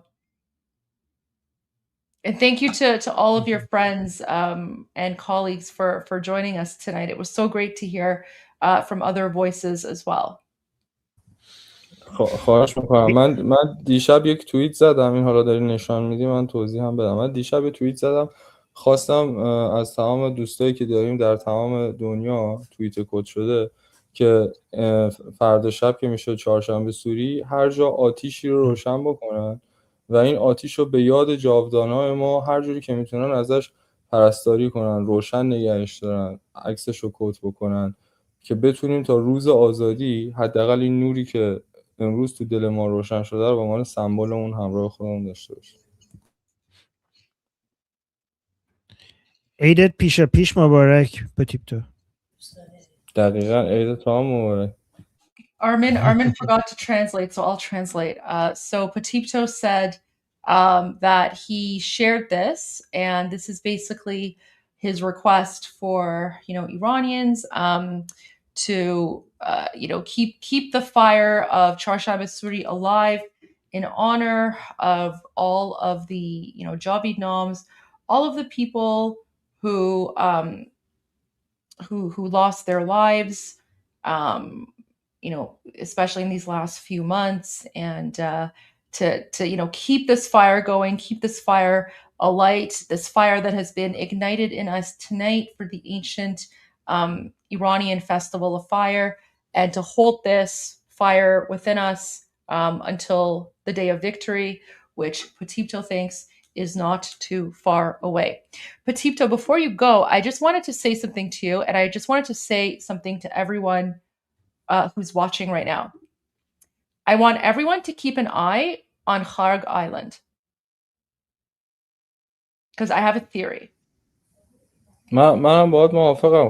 خارق قلب سپاه، هم از نظر نظامی هم از نظر مالی، که در واقع این مزدورا مهمترین منبع درآمدشون همزمان با مهمترین هیمنه‌شون شکسته میشه. اگر دامنه نفوذ ارتش آمریکا برسه اینور جزیره، تمومه، چیزی به نام سپاه پاسداران دیگه وجود نداره. انگار چند روز پیش یه خبری اومد که the Marines are deployed to the Middle East. بعد امروز از پرزیدنت ترامپ یه سوالی کردن. بذار سوالو بیارم.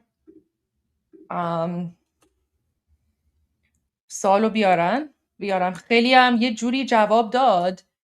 بعد ببین الان پرزیدنت ترامپ خیلی داره راجبه wait is it خارگ یا خارگ؟ خارگ دیگه. نه ببین هم خارگ درسته هم خارک درسته. خارگ تلفظ قدیمیشه، خارک اسم در واقع جغرافیاییشه. Okay. Yeah, you could end it with ge or ke, but it's ah. Okay, yeah, because my translation تلفظم از وقتا زیاد خوب نیست. By the way, Goldie, let me just I'm on a trail of thought, and I just want to finish this because he said something. Wait. Okay, sorry. Say what you want to say and I'll find this. I think Okay, here we go. I found it. ببین اینجا چی میگه. So someone asked President Trump today, Armin, this is a part that you weren't here, if he's afraid of putting US troops on the ground in Iran, if that would turn into another Vietnam. President Trump responds, no, I'm not really afraid of anything. In Iran, because the Iranian regime has told Sky News, if you put boots on the ground in Iran, it will be another Vietnam. Are you afraid of that? No, I'm really not afraid of anything. So he keeps on mentioning Kharg Island, and then now we have news of US Marines being deployed to the Middle East. And when someone asks President Trump if he's afraid of this turning into another Vietnam, he says no. And then Armin, you missed the other part because you were in your group discussion. In this same thing, he said that he's going to be in China in 5 weeks.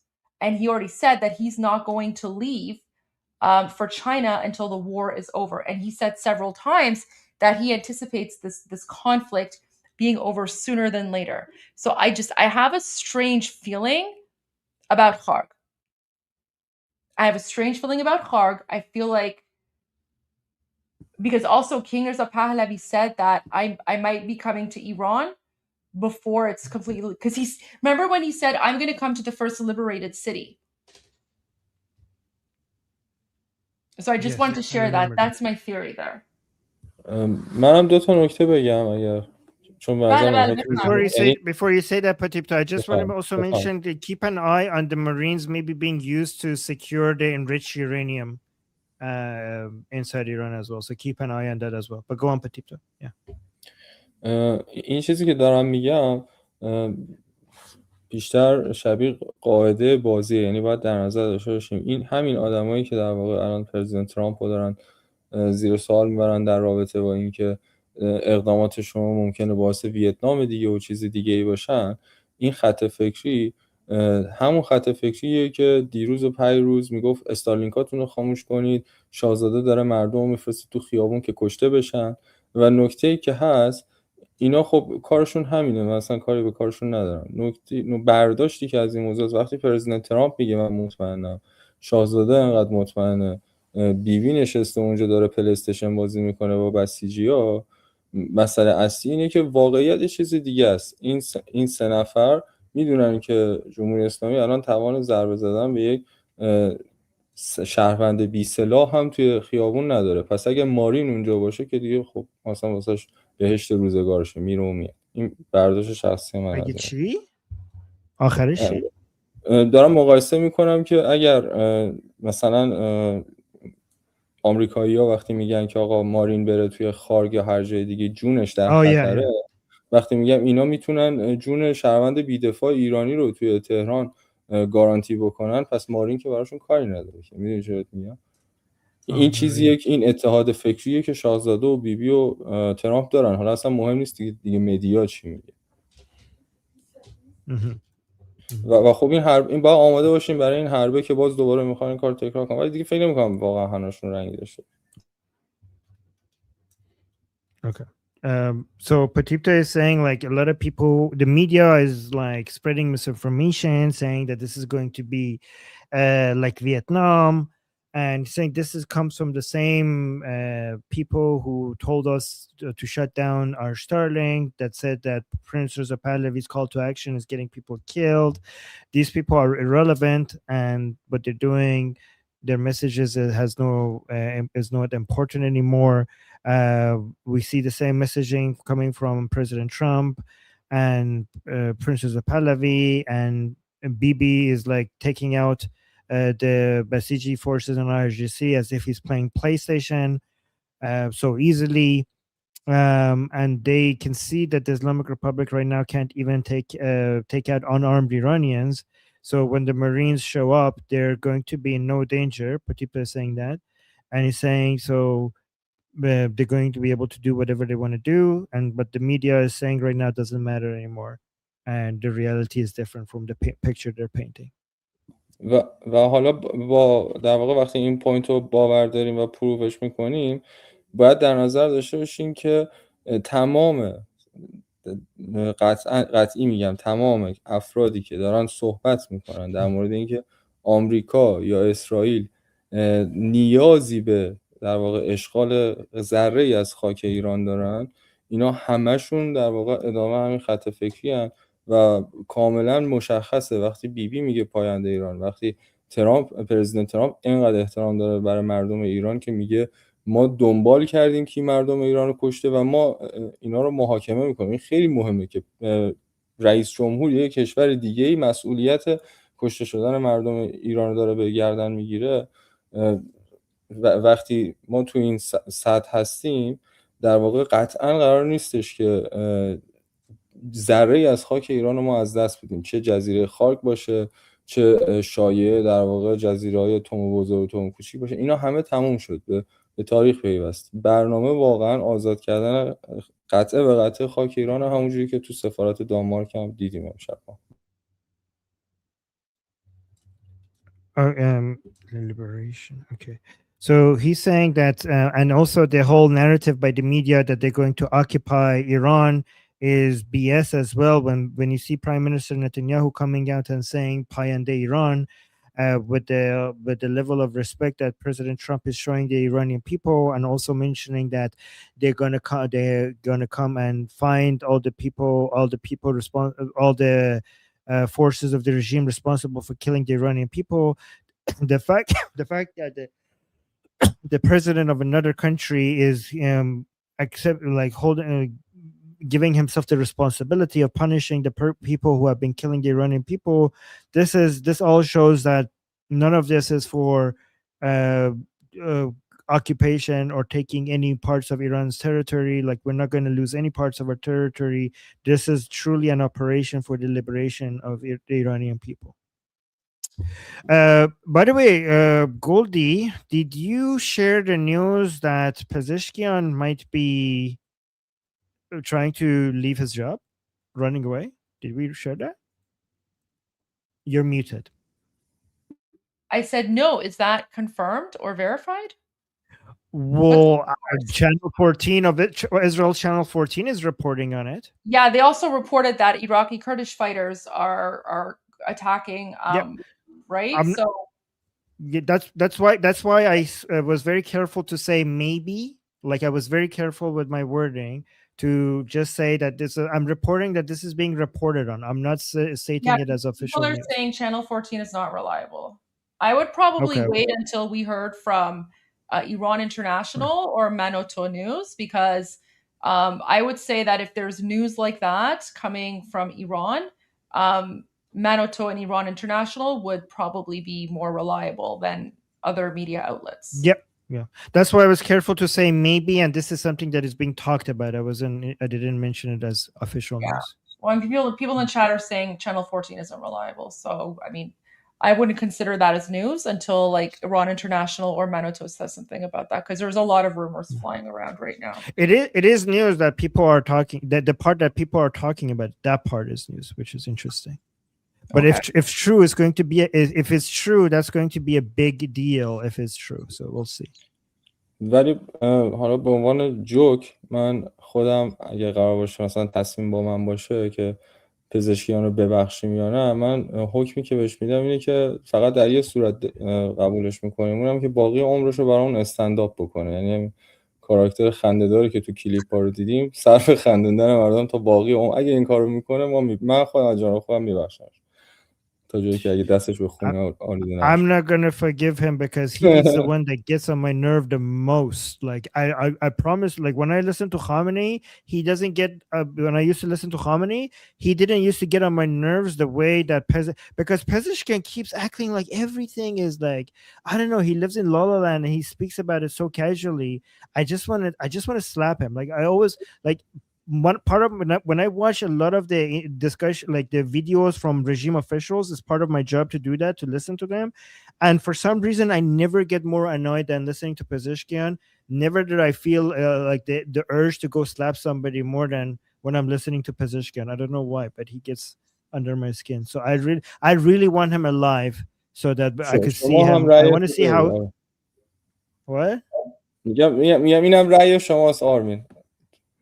Yeah, that's my vote. That's my vote. I want him alive. I want to see how he talks when everything falls apart. Like I really want to see how this man talks at that time. Yeah. دوستان من با اجازهتون برم. خیلی امشب شب خیلی دوست داشتم حس خوبم با همتون به اشتراک بذارم. مرسی. درود به شرفت. مرسی. بودم که اومدین. مراقب خودتون باشین. امیدوارم به زودی ایران آزاد بشه. من باور دارم. من دیگه از مرحله امید گذشتم. من باور دارم که به زودی هم دیگه ما همینطور. و حالا اگر من اگر شد اون ویدیو من رو با صدا پخش بکنم، چون این موزیک خوبم براشون گذاشته بودم. حتما پخش. اصلا مهم نیست. هر موقع تونستیم. من رفتم. خدا نگهدار. شبتون خوش. Good night and good day. Guys, love you all. See you soon. Nowruz Piruz. Nowruz Piruz. Okay, Armin. So it seems like CENTCOM is going quite hard after the Strait of Hormuz. Hours ago, U.S. forces successfully employed multiple 5,000-pound deep penetrator munitions on hardened Iranian missile sites along Iran's coastline near the Strait of Hormuz. The Iranian anti-ship cruise missiles in these sites posed a risk to international shipping in the strait. Wow. And then here's something in Iran. Ooh. The best thing to burn on Charshamba Suri for sure. I mean, you know what? I have my terrorist flag too that I want to burn, but I'm saving it for when the regime falls. So the only reason Okay. I have this is because remember I bought like a pack of international flags. So Yeah, I and bought that came with like it. the whole and unfortunately this garbage like Gurkha flag came with it, so it's like all crumpled. But I'm just waiting for the day that I can like burn it. You can spit on it. You can spit on it. I'm not gonna spit on it. Oh. That's like very low class. That's what like the Palestinians do. Like they spit on people. It's very rude. Ugh, I don't like that. It's very It's not like rude. I've been doing that well, against things. I think it's rude. So It's not. Well, I'm okay to be rude against the Islamic Republic. For me, that's okay. That's fine. You can do that. Okay, so that's basically most of the news that I have. I promised everyone that I would show like some old footage later tonight while we do some doom scrolling. So if you have like any final messages or thoughts or something, and then I'm gonna take like a quick 30-minute break and then come back and then share some old videos from the 1970s when the Shah was visiting the United States. And people are asking about memes and stuff. So if you have memes, you can share that now as well. I just need to take like a 15-20 minute break because Okay. I've pretty much been here all day. But if you plan on leaving now, I'm just gonna play like a 20-minute video from Tusi. No, I could hold the fort for you. I could hold the fort for only you. if you want Yeah. to.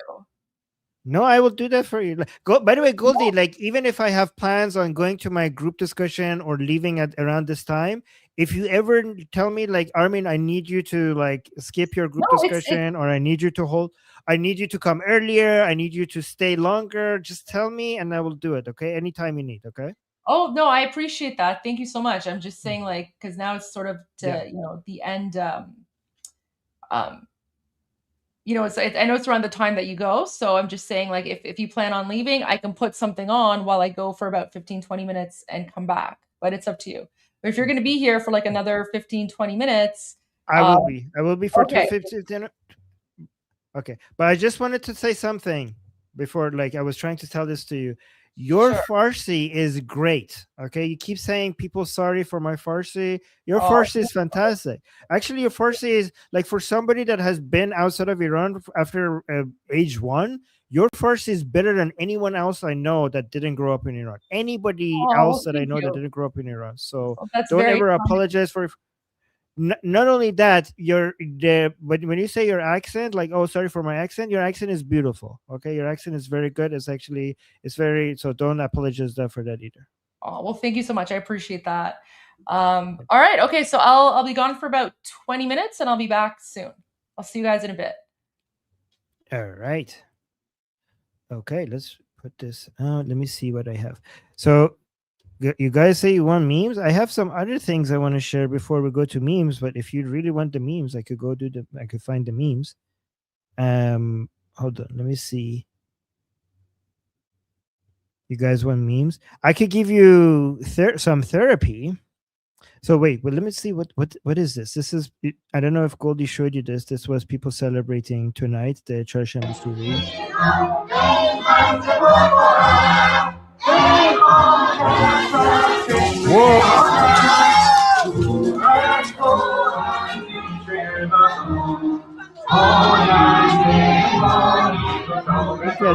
Guys, I'm feeling like I'm missing out. Like I wish I was in Iran celebrating Charshamba Suri with everybody. It's kind of sad. I want to go to Iran. Look at this. People having fun. In Kish, this is in Kish Island. Kish, Charshamba Suri. Kish, Charshamba Suri. So let me close this one. Let me bring the therapy that I mentioned. So this is Iranian people are saying تراپی جدید از فرماندهان هوافضای سپاه هستن و یکی داره سرشو میمله اون یکی هم معلومه دیگه. Okay, what the hell? So this is one of the IRGC people who just was killed, and this is their family. crying over his body. Let's watch this. یه محسن شده دورت بگردم ماشاءالله ماشاءالله ماشاءالله ماشاءالله باریکلا به غیرتت روز قبلش به پسر دخترم گفت نگه آقا از جنازه من رد بشن آقا رو بکشن باریکلا به Ew, that looks burnt. غیرتت ماشاءالله روی تار Why are you rubbing a dead body? Like, that's weird.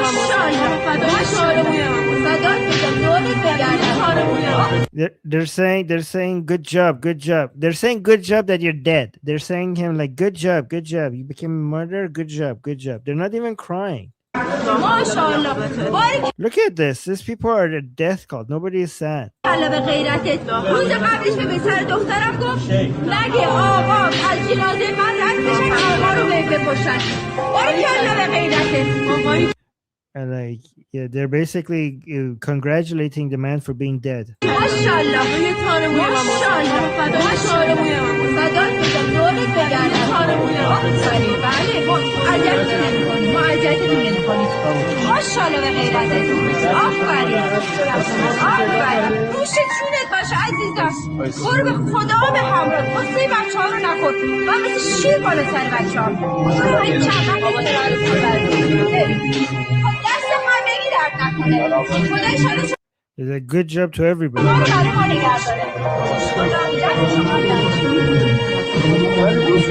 Oh my god.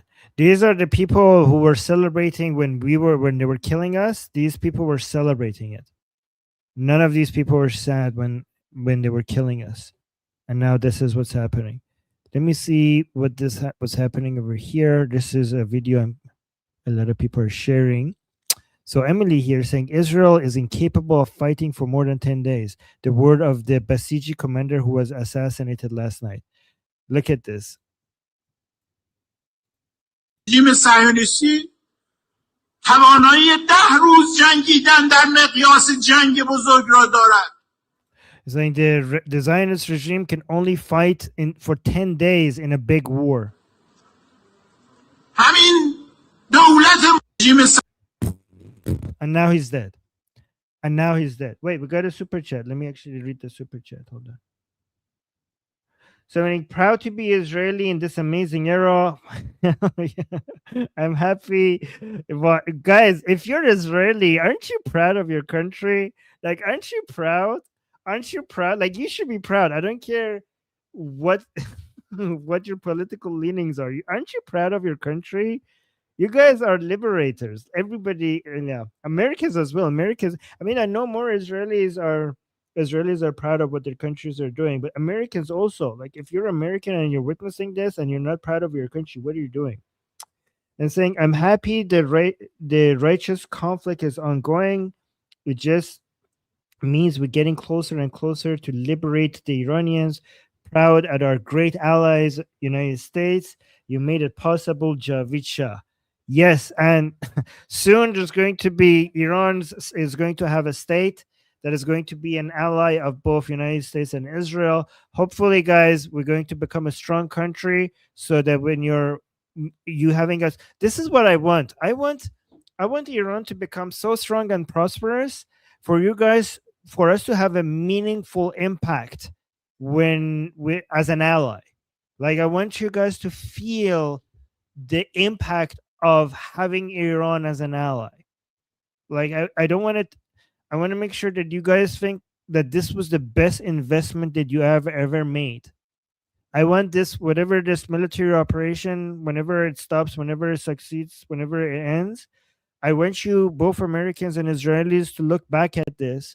And I want Iran to become so strong and so prosperous as an ally to both of your countries, for you guys to look back at these days, not just as a liberation, not just as a rescue operation, but also as the best investment that you guys have made for your own countries, not just for Iranians, but for your own countries. I want Americans and Israelis to look back at this and think that this was the best decision that we made in our history, not just for Iranians, but for ourselves as well. That's what I want. And I think that's why, as an Iranian, we have a responsibility on our shoulders. Like, we Iranians, we need to prove to the world that this was the best investment ever. So we need to work really hard and make Iran as the most. We need to have the most rapid rebuilding of our country, and we need to prove to the world that we were worth it. We need to prove to the world that we were worth it. So our this liberation of Iran is not the end of this fight. It's the beginning of it. Guys, mark my words. Iran's liberation is the beginning of our fight. It's not the end of it. It's the first step into rebuilding Iran. We have a duty not just to ourselves but to the people of the world. When you came to our help, we need to show that it was worth it. We need to show everyone that it was worth it, that they made the right decision. So we have this responsibility, and it's a very heavy responsibility.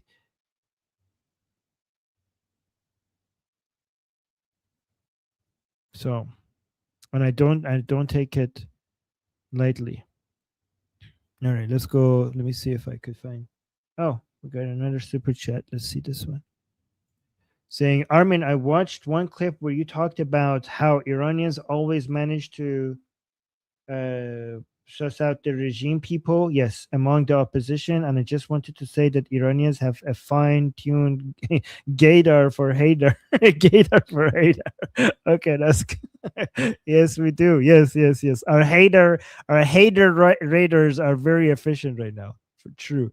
And I got another super chat saying, respect to those protesting in occupied Iran, Javid Shah, true, they are the heroes of our time. And again, I don't really know how to match what they're doing sometimes. Like, guys, a lot of us Iranians outside of Iran, we have survivor guilt, and that's why we work extra hard to try to do as much as we can to match the Iranian people inside Iran regarding what they're doing.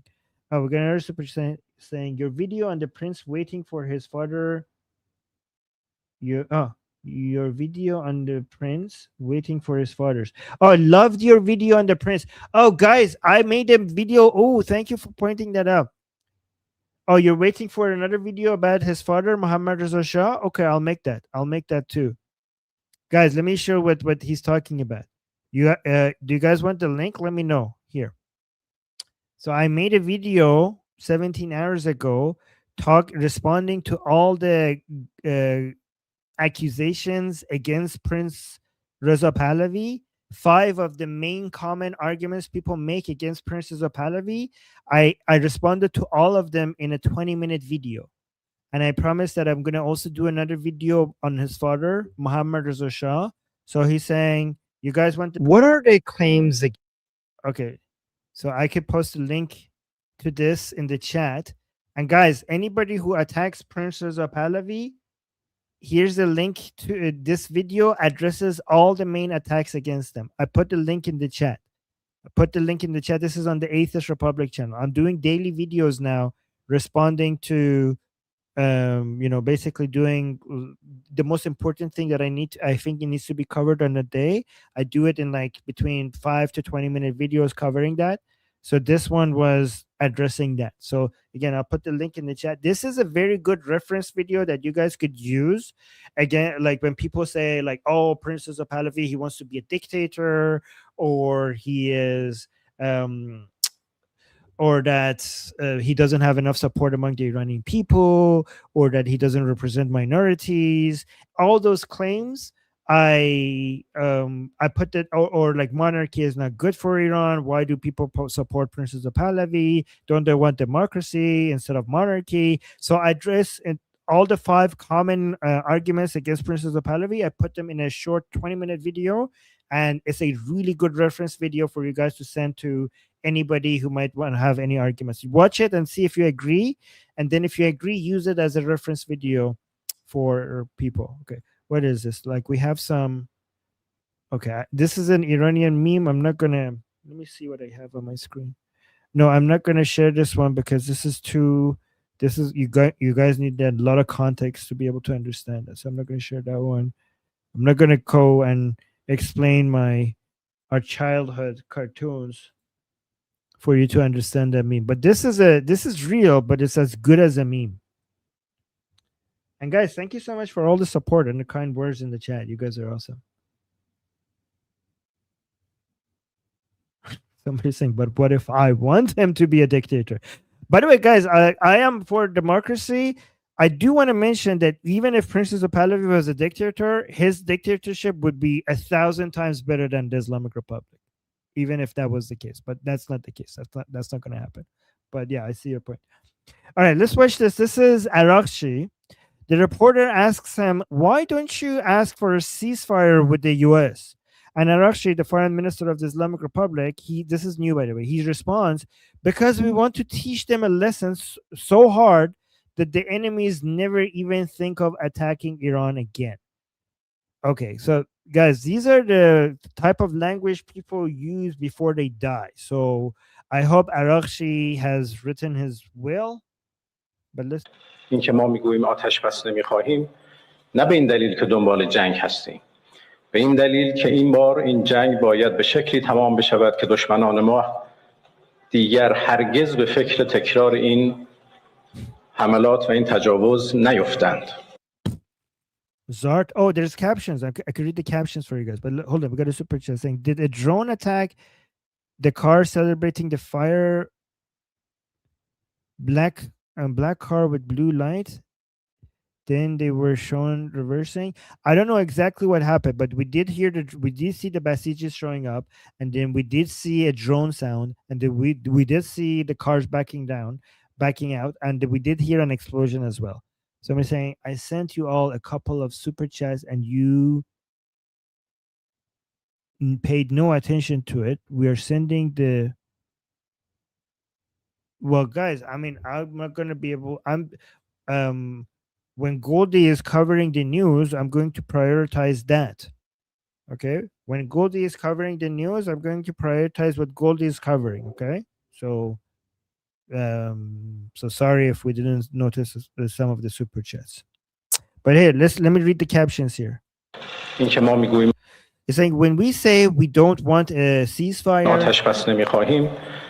it's not because we're seeking. It's not because we're seeking war. It's because this war must end in a way that ensures our enemy never again think of repeating these attacks and aggressions. And I think they learned a valuable lesson.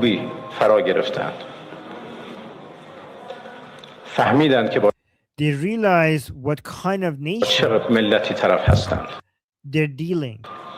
You're not the nation, you idiot. What kind of nation they're dealing with? One that won't hesitate to defend itself. Zart?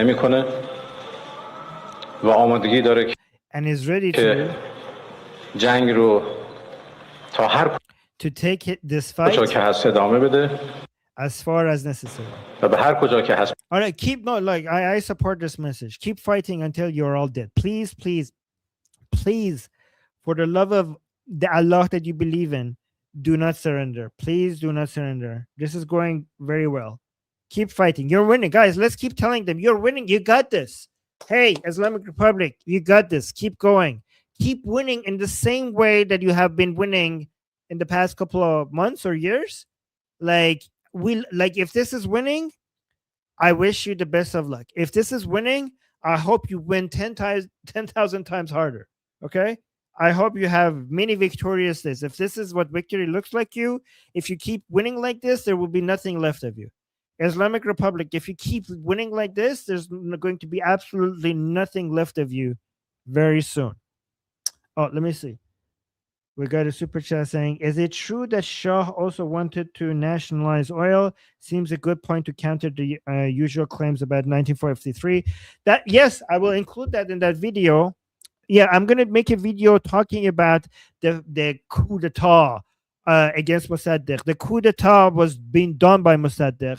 Mossadegh was chosen by Mohammad Reza Shah specifically to nationalize the oil. They're like, oh, Mossadegh wanted to nationalize the oil. No, Mohammad Reza Shah wanted to nationalize the oil. That's why he made Mossadegh the prime minister until he backstabbed him. And by the way, Mossadegh, people are like, oh, Mossadegh wanted to nationalize the oil. Mossadegh was famously said, this is a famous quote of him, that the oil of Iran belongs to the all the Muslims around the world, not to Iran, but to Muslims, all Muslims around the world. That is not nationalization of oil. That's Islamization of the oil. That's the Islamization of the oil. That's what Mossadegh famously said. So, yes, I'm going to make a video about that as well. The leftists have done a very good job spreading misinformation about the CIA doing a coup d'etat about the against the democratically elected prime minister of the Iranians. He was not elected by the Iranian people. He was handpicked by Mohammad Reza Shah. There was not a single election that voted for him. There was a fake referendum that he had, which was illegal. I could talk about it in a video. I'll tell you how fake that referendum was. But everything that Mossadegh was doing was illegal against the constitution, which makes what Mossadegh was doing the coup d'etat, not what the Shah was doing. And coup d'etats usually happen from the bottom up, not from the top down. The Shah, according to the constitution, had every right to remove Mossadegh from his position, and he resisted it. Anyways, I don't know, guys, did you watch this video? I know we already watched one video from Prime Minister Netanyahu, but did you guys watch this video? We should watch this video. So let me play this one. Did we watch this? Okay, I'm just going to play it. It's saying, this morning we eliminated Ali Larijani. Ali Larijani is the boss of the Revolutionary Guard. By the way, thank you. Thank you. Thank you, Bibi. Thank you for the AD. Okay, hold on, let me see. Ali Larijani is the boss of the Revolutionary Guard, the group of gangsters that effectively runs Iran. By the way, guys, there's Bugs Bunny. Look at that. There's a Bugs Bunny behind him. Oh my God. I have a doll too. Look at this. I have a doll here. Oh, you can't see it. I have something similar in my background. It's not Bugs Bunny, but it's this. I should put it. Guys, this is the doll that my mom had next to her in the hospital before she died. This is why I have it here, because this is the doll that my mom kept next to her on her bed in the hospital. That's why I always have it here. Anyways, so let's continue. So that group of gangsters that effectively runs Iran. Alongside him, we also eliminated the commander of the Basij. Yeah, that's a good one. They are the gangsters. They are the gangsters' assistants who are terrorizing the population in the streets of Tehran and other Iranian cities. We're operating there as well. Operating from the air with the Air Force jets and UAVs. We are undermining the regime, this regime, in the hope of giving the Iranian people an opportunity to remove it. It will not happen all at once, and it will not happen easily. But if we persist, we will give them the chance to take their destiny into their own hands. At the same time, we are helping our American friends in the Gulf, the Persian Gulf. In the Persian Gulf, I spoke at length with President Trump on this matter yesterday. There is cooperation between our air forces and the navies between myself and President Trump and his staff. We will assist both through indirect attacks, which create immense pressure on the Iranian regime, and through direct actions. There are many more surprises by stratagems. What is that? You shall make war. By I don't know what that is. You shall make war. We will not reveal all the. What is this? Hold on. I'm learning a new word.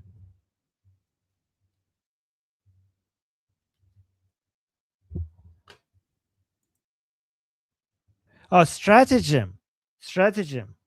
A plan or scheme, especially one used to outwit an opponent. Okay. Stratagem. So let's go back here. Wow, we're learning. Okay. New word added to my vocabulary. By stratagems, you shall make war. We will not reveal all the stratagems here. So basically, strategies. Is that the same as strategies? So wouldn't it be easier to just say we will not reveal all our strategies here? I've never heard people use this word. But as I told you, there are many. Now regarding another matter. The most important thing.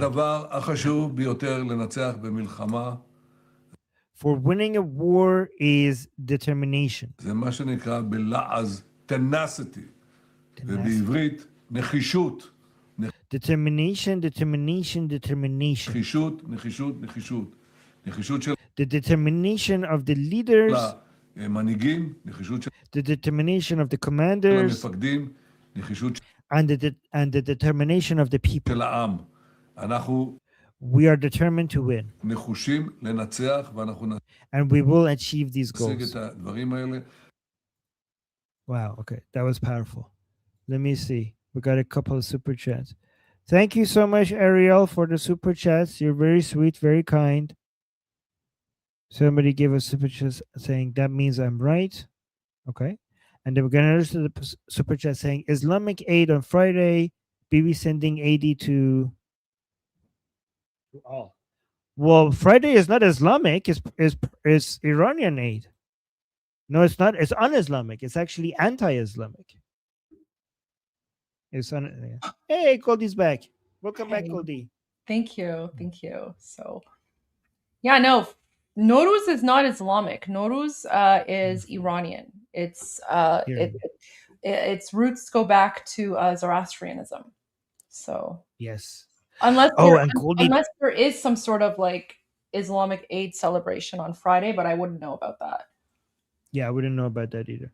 Oh, Ramadan Eid's on Friday too. Oh, so it might be. Yeah, okay, yeah. So they also have their Eid, which we don't celebrate. Yeah, no, we don't celebrate that. We don't. Okay. All right. Do you have any other news or videos that you were thinking of sharing? Not. I shared what I have. I do have a video from President Trump saying that he should be spending his time with the Iranians instead of the Irish. Do you want to see that? Okay. Sure. I mean, let's see that. I haven't seen that. Oh, okay. Oh, not this one. Sorry. Okay. This one. I know you just got to witness him, but it's really wonderful being with you. We have a lot of things happening. I spent my whole day with the Irish.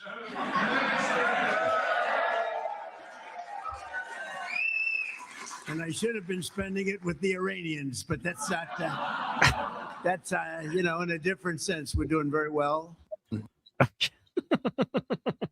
Interesting. So- oh my god, that's so cool. Okay. All right, Goldie. Do you want? Is it? I know. Yeah. I know. When I ask you, like you ask me, you tell me, like you don't. I don't have to ask you, but I'm just being polite. I'm just being Persian. Okay, it's I know. Tarof. Okay. I know. Okay. So okay. So, do you need me for anything? Is it okay if I go take care Yeah, of a no, few it's things? fine. Or It's fine. Do your thing. I was just okay. gonna like I wanted to play President Trump's second speech from earlier today, so I'm just gonna review that with everyone and see what Okay. he says about Iran in the second video that he spoke about. All right. Goldie, I just also want to say it's such an honor to like every one of these celebrations that when they kill Khamenei, when they kill Larijani, like honestly, there's no one on planet Earth that I would have rather celebrate these days with than you. Like it's such an honor that I get to witness and go over all of this while I'm here with you. So thank you for giving me the opportunity to do all of this. So Thank it you for just being makes me a so part proud. of it. It's great to Yeah. have you. Like it's great to do this together. So I think it's fantastic. And no, it's great. It's great. So Well, really happy. thank you, Goldie. All right, Goldie. Okay, I'm gonna guys. Bye. I'm gonna see you guys tomorrow. And again, I'm Israel Chai. Long live America. Javicha. Payande Iran. See you guys tomorrow. Mwah. Thank you, Armin. See you tomorrow. Okay, so we played President Trump's first speech, and now we're going to go to the second one. I don't think he speaks about Iran during like his actual talk, but during the Q&A, he does mention Iran. So we'll just watch this, and I'll probably skip through the first part here. Let's see how this goes. Moving along. Well, we like it. You're a healthy guy. And you done very well medically, I can tell you.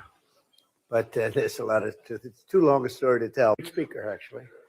When you think of everything that we've passed with a sometimes majority of one, when we get back to 2, 3, and 4, Mike, we think they're in heaven now. They're looking, and that help us with a vote. Been anything. And anyway, usually it's the end of your career. You're not allowed to use the word beauty in any form. Irish in this room, but thank you very much. And to every friend of Ireland, you are a story. Do it very easily. Relationship and both. Hope you enjoy your stay. Majority leaders, Ireland, and I don't know if I should be promoting merger. I love mergers. But more trouble with that. Thank you. The Republic. Thank you very much, Christian. Ambassador to Golf Walsh. He's a guy who loved greatest job in the glorious 250th anniversary. I wasn't supposed to be easy or I have the World Cup. Just do want to say that Iran knocking the hell out of us strongly. And I just do want to say that the war is being very, very strongly. We're doing very, very well. Iran knocking the hell out of them. And you have to do that. We can't let them have a nuclear weapon. They were 2 weeks away, in my opinion, 2 weeks away from having a nuclear weapon. If those beautiful, magnificent machines, those B-2 bombers, if they didn't do their job 7 or 8 months ago, they would have had a nuclear weapon, and there would have been no talking to them, no talking at all. They would have used it very gladly, very happily, and you sort of see that by the fact that they were sending missiles, ballistic missiles, powerful missiles to all of their neighbors, and for the most part, they were supposed to be somewhat friendly with their neighbors. They were going to blow the hell out of them, and that was going to be the Middle East. Between Israel, the Middle East, and Europe would have been there, and we would have been there. There would have been no stopping, and we did a good job, and a lot of people appreciated it. A lot of presidents know they should have done it. It was 47 years of terror. Every time you see somebody with no legs, no arms, a face that's been really so badly damaged, so badly hurt, lives destroyed, 95% chance it came right out of Iran. They loved that bomb. They loved that bomb. And the father of that was, as you know, Soleimani, General Soleimani. And We got rid of him in my first term. And if we didn't get rid of him, I think it might have been a different story because he was a bad guy, but he was a brilliant guy if you like to fight dirty. And he fought as dirty as you can. So we've done something that a lot of people said that other people should have done long before I got here. But it's my honor to do it. And we've had a very big day today. We knocked out things that nobody thought were possible to knock out. Today was a very big day already. As part of this great celebration, we also honor 250 years of cherished Irish-American friendship and 250 years of fierce, proud, tenacious Irish-American heritage. These are incredible people. Oh, I know so many Irish. They're difficult, though, you know, they're very difficult. And they're great politicians. You know, I was just told, right, that 23 American presidents have some Irish blood in them, right? Some a little bit, and some a lot, right? That's a pretty big number. I don't think and nobody else competes with that. But out of the 56 signers of our Declaration of Independence, 11 were patriots with roots in Ireland back in July 4th, 1776. It was a son of Ireland who actually printed that sacred document for the first time. Who knew that? In public, creator and of happiness come to America. And these are incredible. Make America into to do a little excursion, if you know, of maniacs moving along fast. Other than that, to take care of nuclear weaponry, a little excursion, if you don't mind, the world has ever seen, and we're doing better. We had to do a little excursion, if you don't mind, a little excursion to take care of nuclear weaponry in the hands of maniacs. But other than that, in a couple of weeks, and won't be much longer. So again, President Trump is confirming a couple of weeks won't be much longer. It's going to be over. It's moving along fast. We're way ahead of schedule. Did you know that, Mr. Speaker? I'm trying to save a lot of money by being ahead of schedule. We're way ahead of schedule. Nuclear, we had to do them home well. And with a little bit of Irish luck, they helped make America into the most exceptional nation the world has ever seen. And we're doing better. We had to do a little excursion, if you don't mind, a little excursion to take care of nuclear weaponry in the hands of maniacs. But other than that, in a couple of weeks, and won't be much longer, it's moving along fast. We're way ahead of schedule. Did you know that, Mr. Speaker? I'm trying to save a lot of money by being ahead of schedule. We're way ahead of schedule. Nobody would have thought, somebody, a great war historian told me today, nobody would have thought you could do that much damage in that little time, 2 weeks. But we're way ahead. But we had prior to that, and really, I guess you could say after that, but prior to that, and it'll bounce back so fast, the oil prices will drop like a rock, and the economy is so powerful, so strong. And, you know, we hit 50,000 on the Dow. Think of that, 50,000. I was told you'll never hit 50,000, not for the first 3 years. Maybe at the end of the fourth year, you might be able to hit it. We hit it in the first year. And we then hit 7,000 on the S&P, and that was even more of a long shot, Steve. That was a chance that they said you couldn't do that. That was harder than 50 on the Dow and all of those things. And then I said to myself, well, we're doing great. We're doing great. I went to Susie, my beautiful Susie Wiles. There's nobody like Susie. I went to Susie. Right? And everybody's with her, and she's a great woman, really. She's a great woman. But I went to Susie. I always go to Susie. I said, Susie, do you mind if I take a little excursion here? Do you mind if I, you know, we're hitting all these records, right? More people are working in the United States today than ever before. I could name this. I don't want to bore you because this is all about Ireland. This is all about, but you're a big part of it because you're a big part of this country. But I said, do you mind if I take a little excursion, my chief of staff? Because I want to do this. I have Marco here. We have a lot of our great people. JD is here.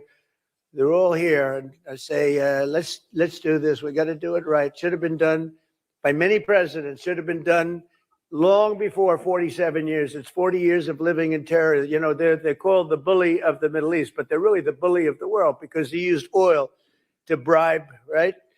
They used oil to bribe and to, you know, gain power. I don't know what they gained. What did they gain? What the hell? How are they doing? Not so good. They're all gone now. Every one of them, they're all gone. We don't even know who to, our biggest problem, we don't know who to deal with. Over here, I can call the Speaker of the House. He's so powerful. I can call him. I can make a deal. Maybe. I can even call your Democrat counterpart, this guy. I said to Kelly, what do you think of your counterpart? He said he's a great guy. This is Republican, Democrat. I never thought I was going to hear that about you. Let me shake your hand, please.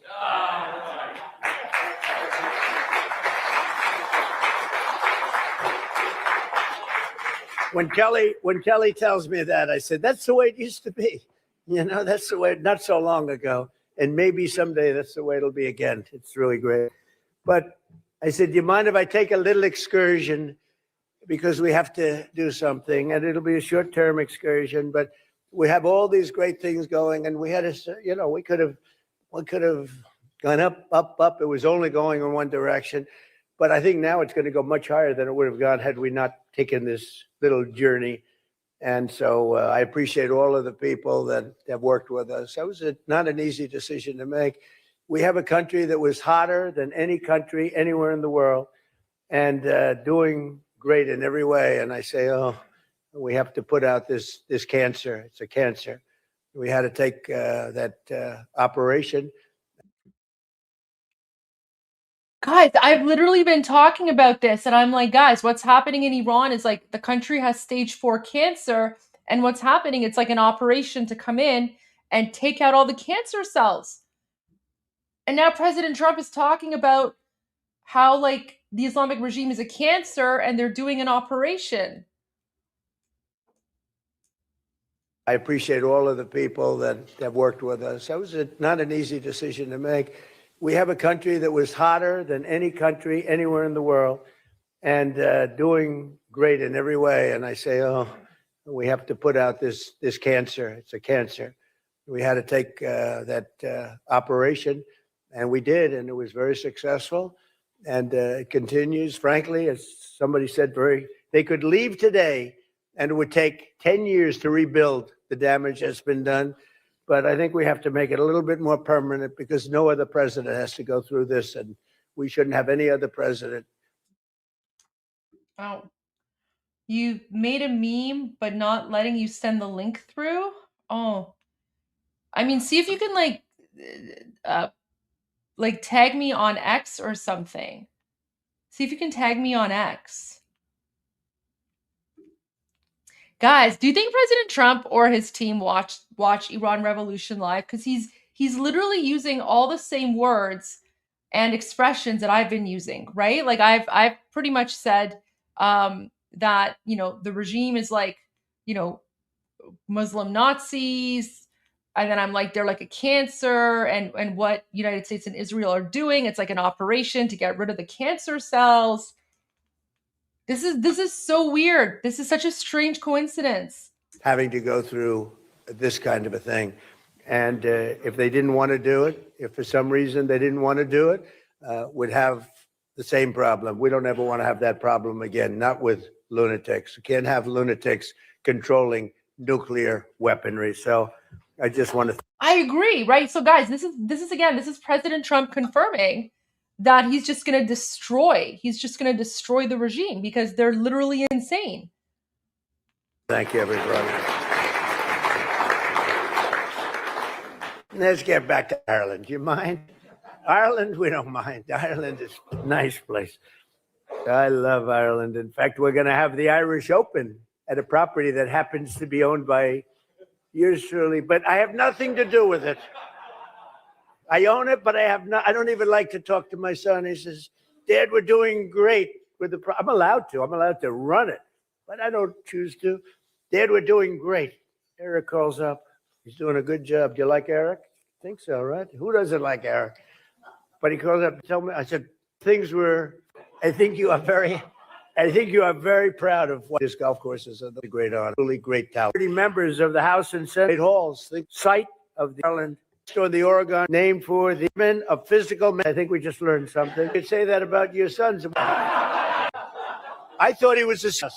Now I learned that, right?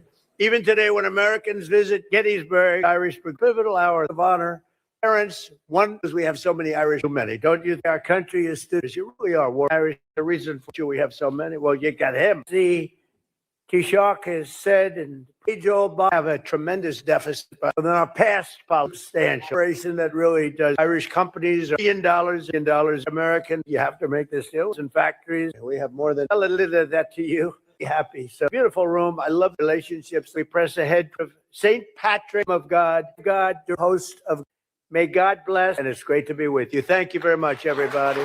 Thank you. Thank you. Thank you very much. I'm happy for you. Thank you, Lord. Thank you.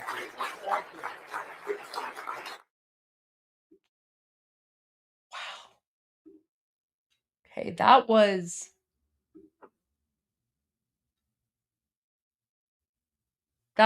very interesting.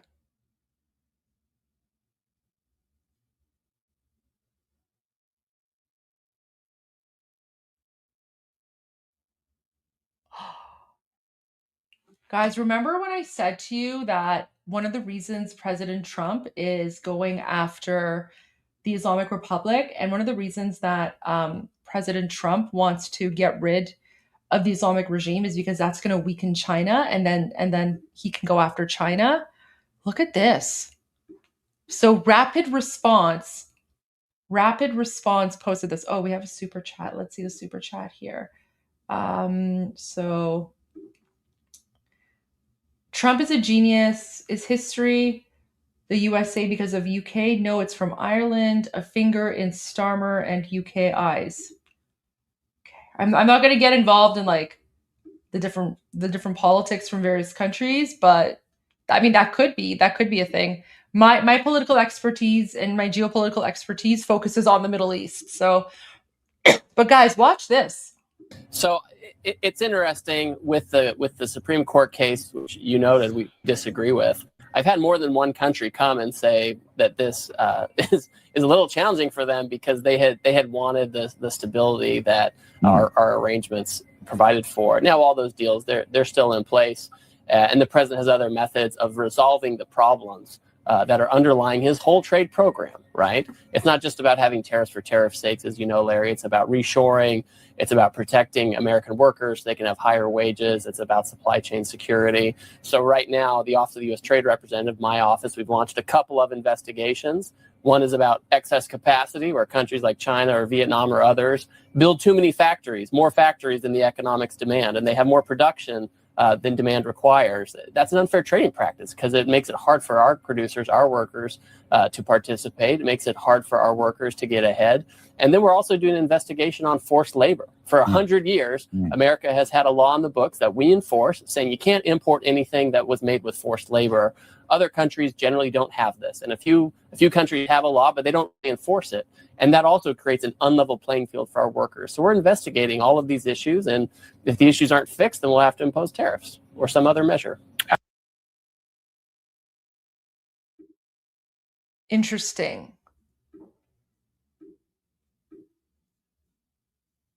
Okay.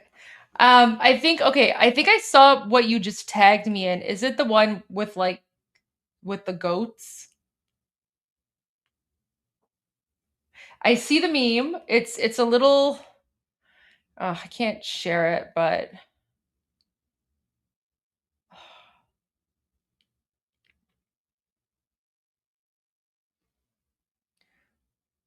it's okay. I see the meme. I see the meme. So it's basically like it's like one of those like evolution things where it's like a goat turns into a mullah. But it's got like some choice words there. So I'm not gonna share it, but I see the meme. Thank you for that. Okay. It's kind of funny though.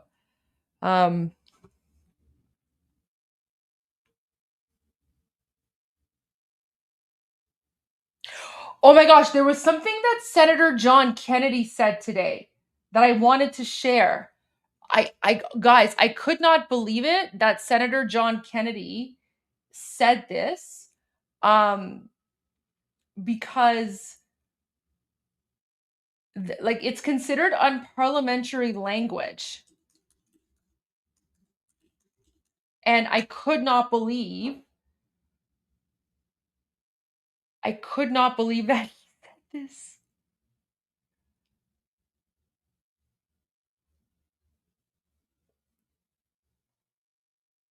Where's his account? Let me pull up his account. When he said this, I was just like, I cannot believe that an American politician is saying this. So he said, Prime Minister Starmer wants to give President Trump advice about our fight with Iran. Don't ask me about why there's like a Starbucks picture there, but I just can't believe that he actually said this in I guess Congress or whatever. But I was just like, oh, because when I was a politician, what he just said would be considered unparliamentary language in the Ontario legislature.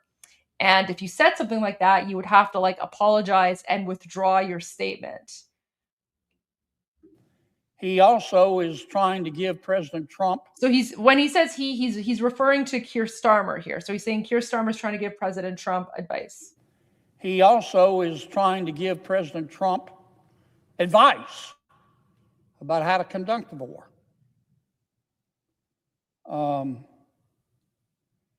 That's a little bit like seeking the advice of a nun about sex. Sir Keir Starmer is the last person you would want to go to advise you about how to have a military confrontation. He's the kind of guy that he'll want to quote, if you're in the middle of a bar fight, he'll want to stop and quote Socrates. That's what this is, a bar fight.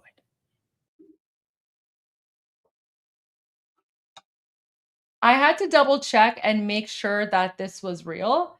And yes, he actually posted this video on his channel, which means that he actually said that.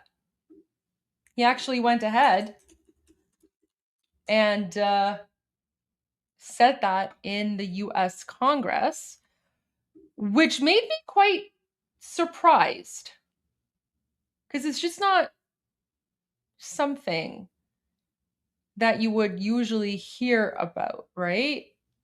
At least you wouldn't expect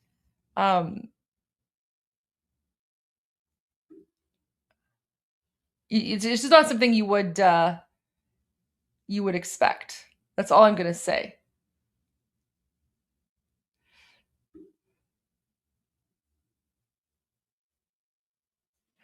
I just want to share this one final message from Amu Graham, and then I'm going to... Oh yeah, I was going to share a video with you guys. So I'll share that video afterwards. But look at this, guys. So Senator Lindsey Graham, he posted this March 16th, so yesterday. He says, to our allies in Europe and throughout the Middle East, if you don't believe Iran with a nuclear weapon would eventually be your war, you have missed a lot. Through Midnight Hammer and Epic Fury, POTUS acted in the nick of time to prevent a nuclear-armed Iranian regime. Past administrations failed to effectively confront this threat. The JCPOA empowered the regime and was the dumbest deal since the Munich Agreement of 1938. If I were you, I would help President Trump keep the Strait of Hormuz open, which benefits you more than anyone. I would also go further and recommend you more openly assist President Trump's efforts to end the evil that has emanated from the Iranian regime since 1979. This would give the people of Iran an opportunity to live the life that we have become accustomed to in the civilized world. Now, as you can tell, especially with what President Trump said today, pretty much no country has come to the aid of President Trump, right? But President Trump also made it very clear that the United States doesn't actually need aid or help from anyone. So what I actually think happened here is I believe that President Trump was testing all of these so-called allies, right? President Trump was testing his allies to see how reliable they actually are. And all these countries, they failed the test, right? And I think this is going to have serious repercussions on the United Nations and on NATO. Because remember, President Trump has already created the Board of Peace. So given the fact that, no one in NATO stepped up to help with the Strait of Hormuz, and, no one in the UN assisted in any way, shape, or form, President Trump is not going to let that go. So the way that I see it is President Trump was testing the allies, and they all failed. And guys, that's going to have some serious repercussions. That will definitely have some serious repercussions for these globalist organizations, because President Trump is going to remember who stepped in to help. And so this message was yesterday, and then President Trump spoke about that today in the earlier statement, in the earlier meeting that he had, when he had that meeting with the Irish Prime Minister. And he said, we asked for their help. And President Trump said, we don't actually need their help. Like we can do it on our own, because of course America is very strong. But it was a test, and everyone failed. It was a test of alliance. It was a test of allegiance. And that, guys, that's going to have some serious repercussions. So keep an eye on how things shift internationally and change internationally in the next few years, because President Trump is not going to let that go. Yeah, guys, I know King Reza Pahlavi is speaking at CPAC. We've already spoken about that. We've mentioned that way before when it was announced. So it's not breaking news. But no, thank you for that. Yeah, and when King Reza Pahlavi speaks at CPAC, we will share his speech when he speaks about that. But that's not breaking news. But thank you for that.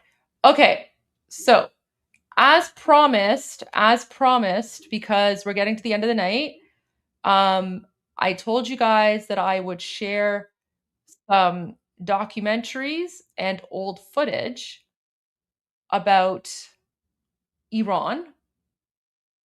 So we're going to end off the evening with this documentary. It's from the Richard Nixon Foundation. And this is the state visit of the Shah of Iran to the United States in 1973.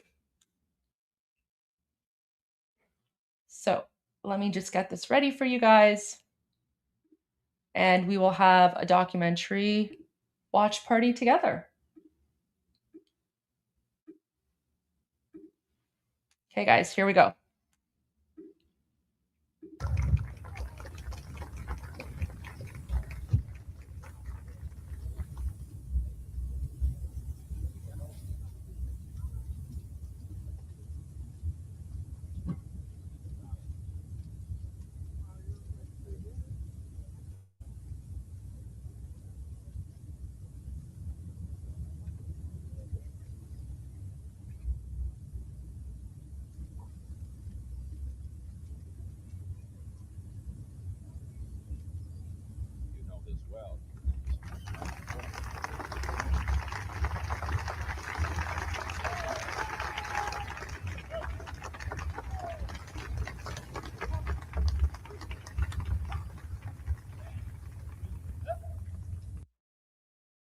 This is not the military demonstration. So the military demonstration, that was in 1963, I believe, 1962 or 1963.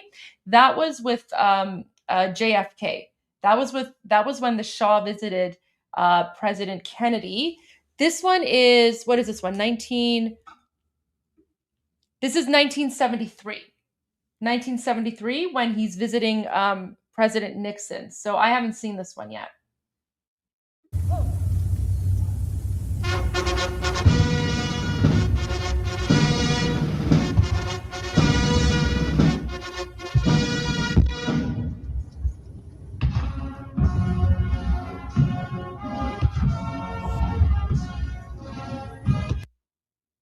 my gosh, guys, they're playing the official national anthem of Iran. They're playing Surud Milli Shahanshahi. Wait, Surud Shahanshahi Iran. Guys, the American, the band is welcoming the Shah of Iran by playing the Iranian national anthem. Listen.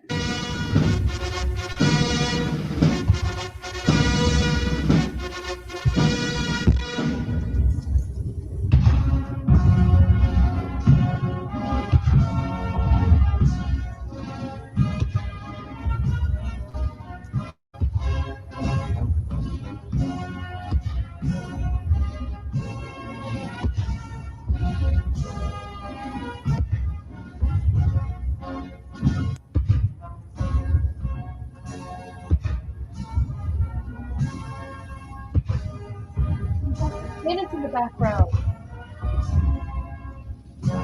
Do you hear like they're also like firing cannons in the background?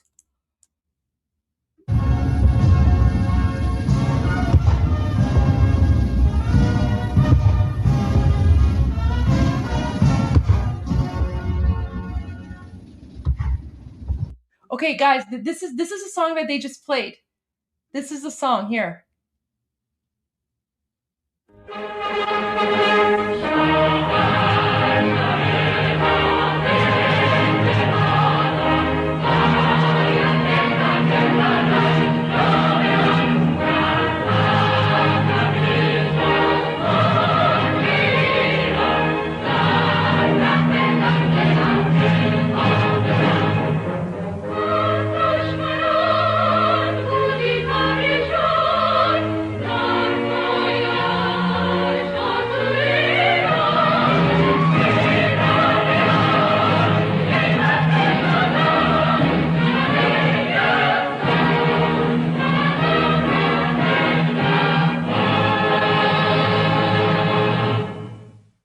So that's basically it's like the Iranian equivalent of God Save the King.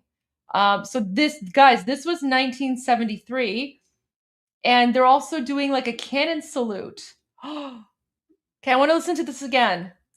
This is so amazing. Oh my gosh.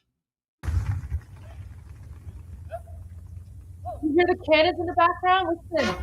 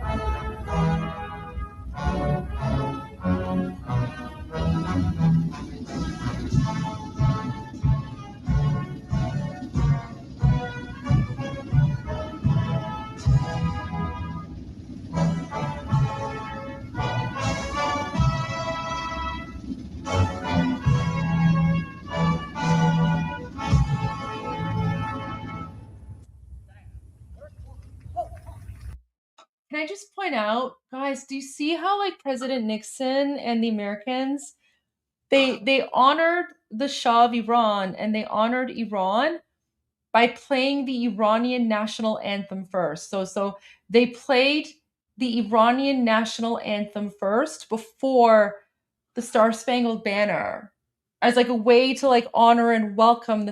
Do you see how close allies we were before 1979?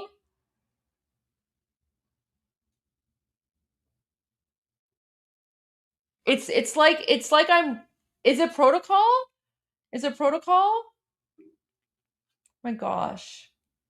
Honestly, I feel like I'm watching a different reality here, right? Like just seeing like this friendship, right? Like, do you see how close we used to be?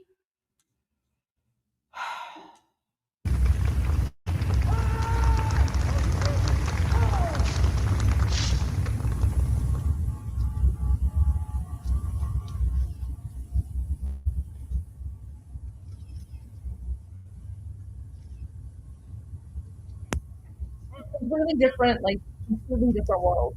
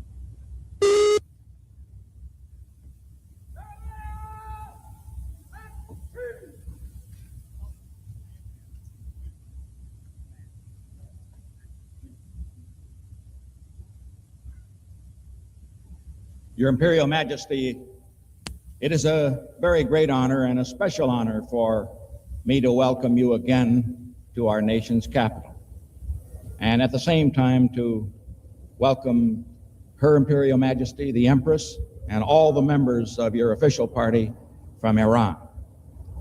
I say a very special honor for several reasons. First, because our friendship goes back over a period of 20 years.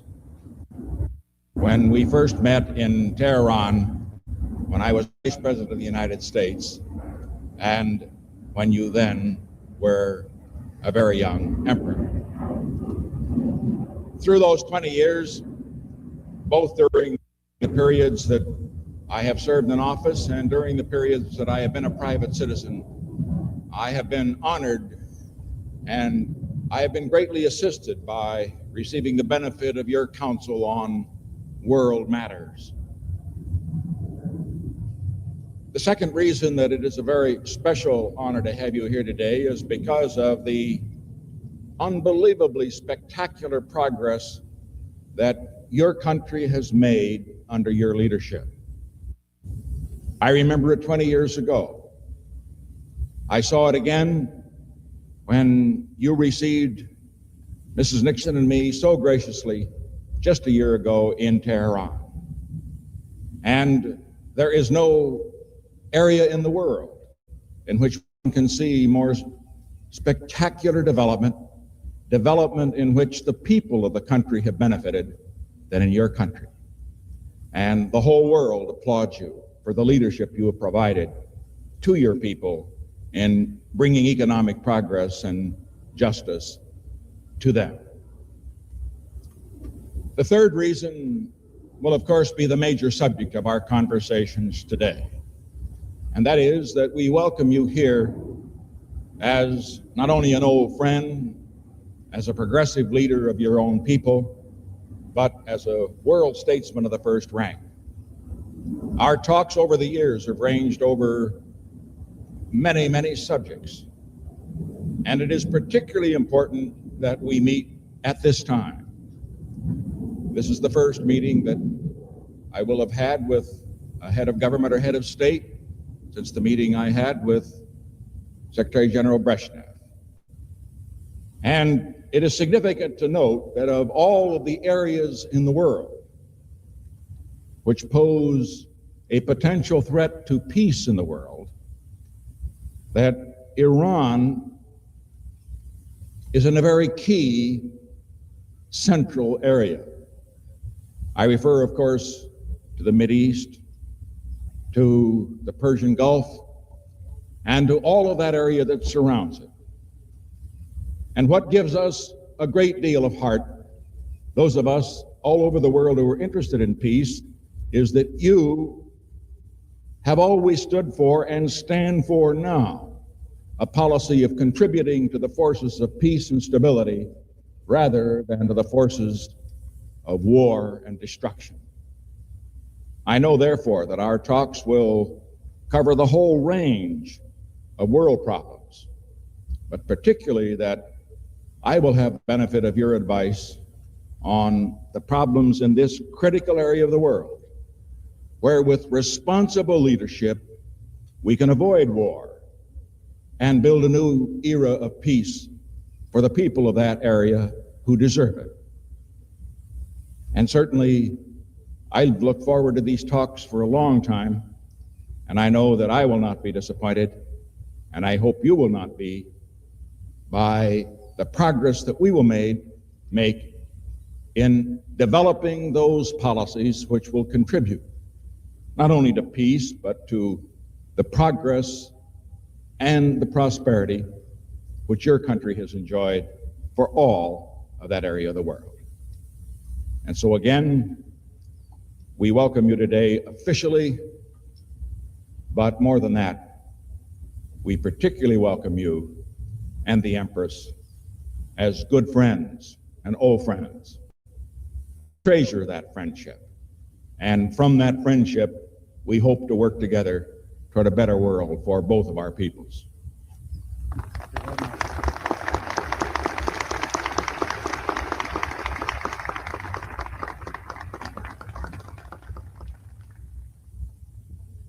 I am deeply honored, Mr. President, to be once again your guest, this time alongside with the Empress,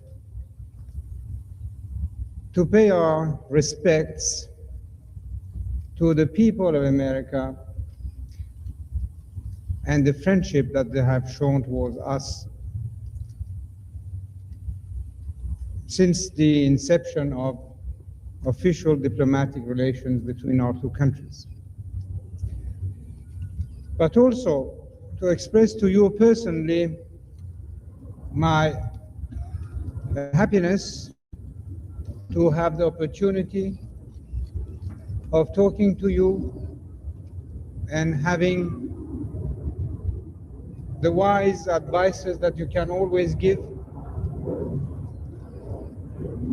because in the world that we are living, especially in the days and years which lie ahead, we have got to be in constant contact in order to preserve what is really worth preserving, for which we are working, for which we are striving, and in our case, for which we are ready to die. You have mentioned graciously that our country is making progress. That is true, as the United States has made progress. What you have achieved since your independence is unbelievable. We have had the privilege of flying over your country since yesterday. What we see is something staggering, wonderful, and really something to be copied where it can be copied. You have been blessed with so many wonders of nature.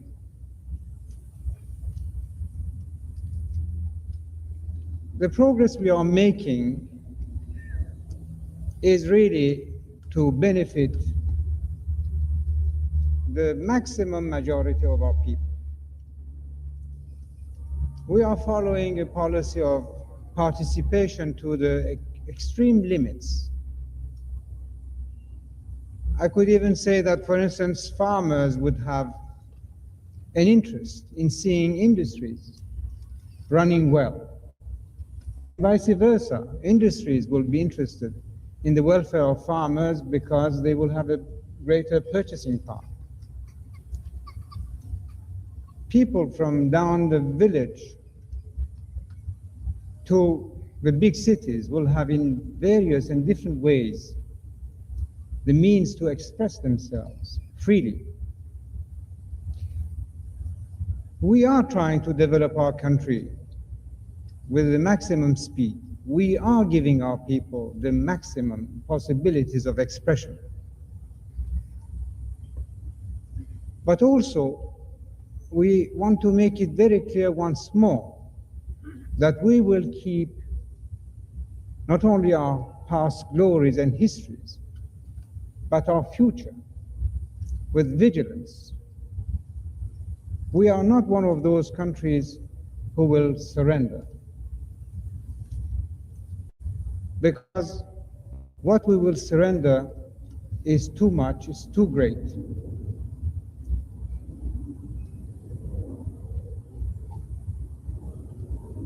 All this,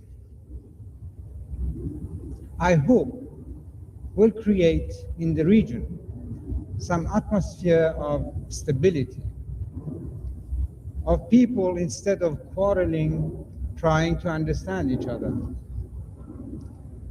to cooperate, to fight against the still existing evils of maybe poverty, illiteracy, not enough medical care. But we shall do this all only if our honor is preserved, intact. Because life for us without independence, honor and dignity has no meaning. I know that you understand these words better than anyone else, Mr. President, because this is what you have shown all during your life. And the dramatic success you had in your foreign policies is a source of inspiration, because, as you have said, the time of confrontation should be replaced by negotiation. Negotiation in good faith could have excellent results. And we hope you success in that field. And we shall do the same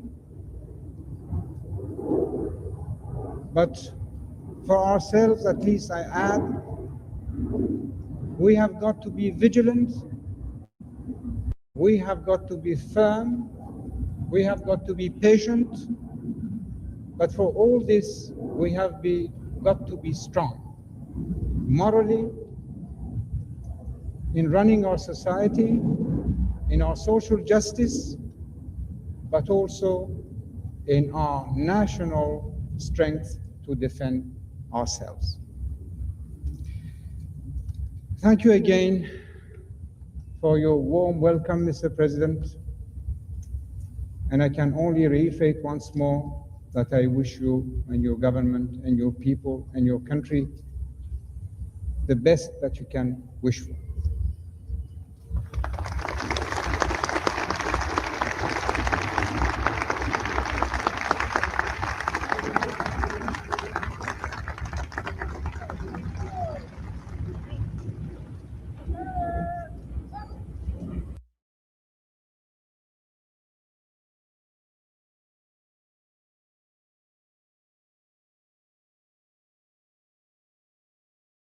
My mic was off. All right. So wasn't that amazing? What an excellent and fantastic speech from our Shah. All right. 2C is live. So we're going to tune into 2C TV.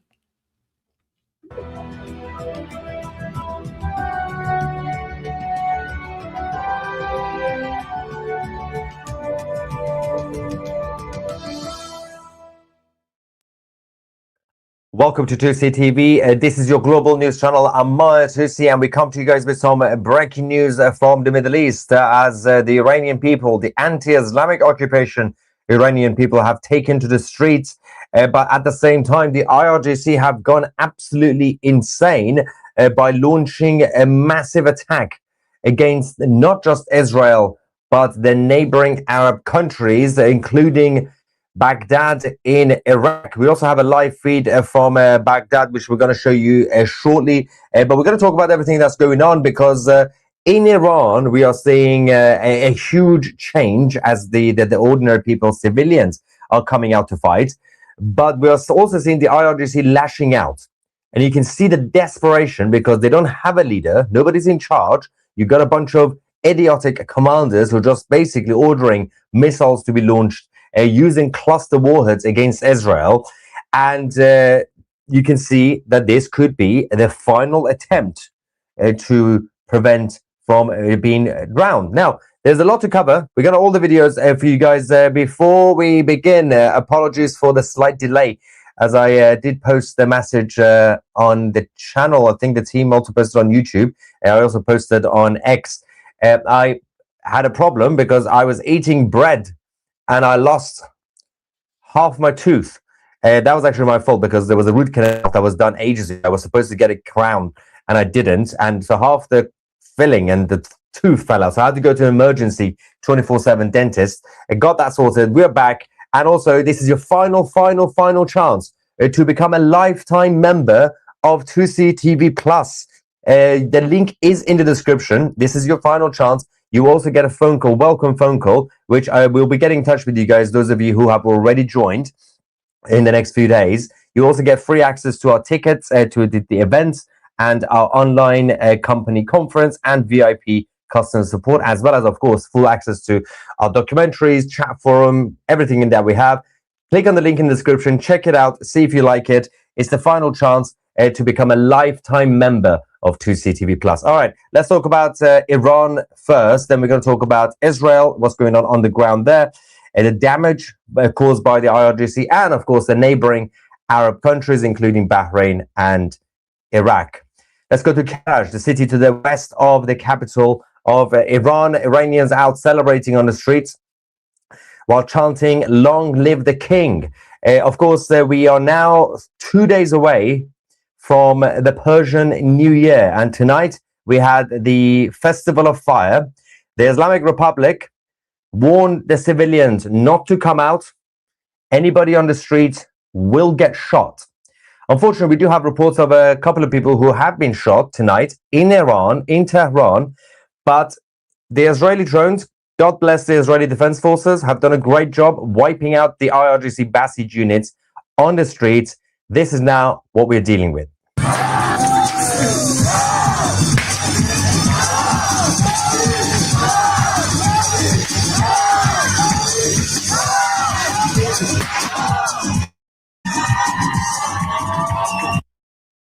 Crazy stuff happening in Iran. So the regime basically banned tonight. This is an ancient tradition in Iran. Goes back to the Zoroastrian traditions, of course. The final Tuesday night of the year, before the Persian New Year, every year you have the festival fire. Basically, people do bonfire, fireworks, jump over fire. It's celebrations. And you say goodbye to the year that you've just had, and you look forward to the new year. People still decided to come out in defiance. Let's go to another video from Iran.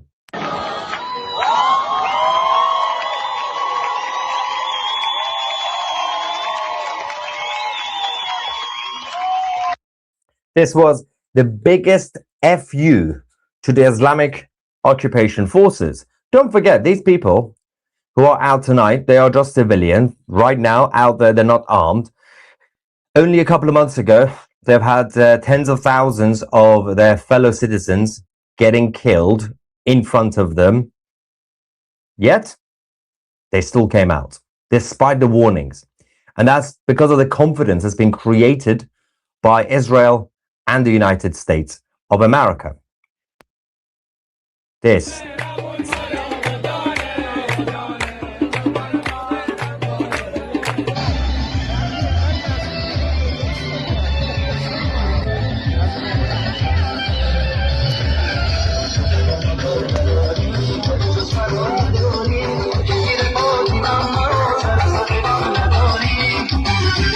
Look at that comment. So that's interesting. Someone actually said, Kurt says, hey, wait a minute. According to the mainstream media and the fake news that they claimed Israel and the US are losing badly, you don't need to know what you're talking about, do you? Actually, I'm kidding. That's the thing. Because if you listen to the liberal media, they'll tell you that the Islamic Republic is winning. Yet somehow the Iranian people are out. They're not all getting killed. Yes, unfortunately, 1 or 2 people have been shot tonight in Chitgar in Tehran. Unfortunately, as expected. But the rest of them, they felt confident enough to come out because the Israeli drones have been very busy over the last few days. And the United States have been busy hitting the infrastructure. This is why the IRGC don't even have a leader. And somehow the liberal media are telling you that the Islamic Republic are winning. I don't know with what sort of logic you can actually look at this when you see the facts on the ground. Now, while they don't have a leader, while they don't have any sort of infrastructure anymore, they are lashing out because they are clinging on to power. The command countries, not just Israel, we're going to show you the damage that they've been causing tonight in Israel, thanks to using cluster warheads, which is extremely, extremely illegal. But drones hitting the US embassy in Baghdad, the capital of Iraq, and of course the CRAM systems, the air defense system, was fighting back.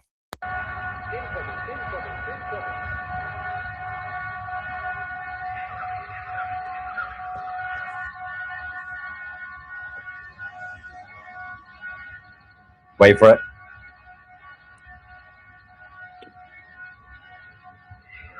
They're going to stop.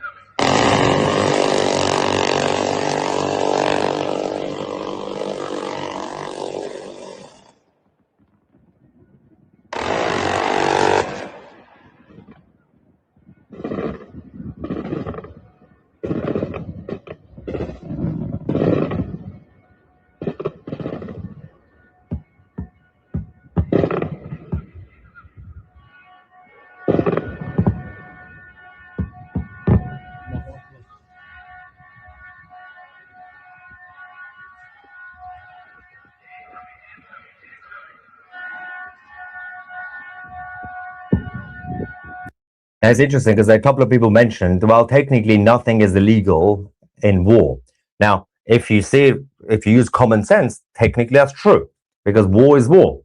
But based on the global consensus created by the liberal globalists and those in favor of the Islamic ideology over the last few decades, backed by the United Nations and the ICJ, they say the rules of engagement are important. They claim that even conflicts must have rules.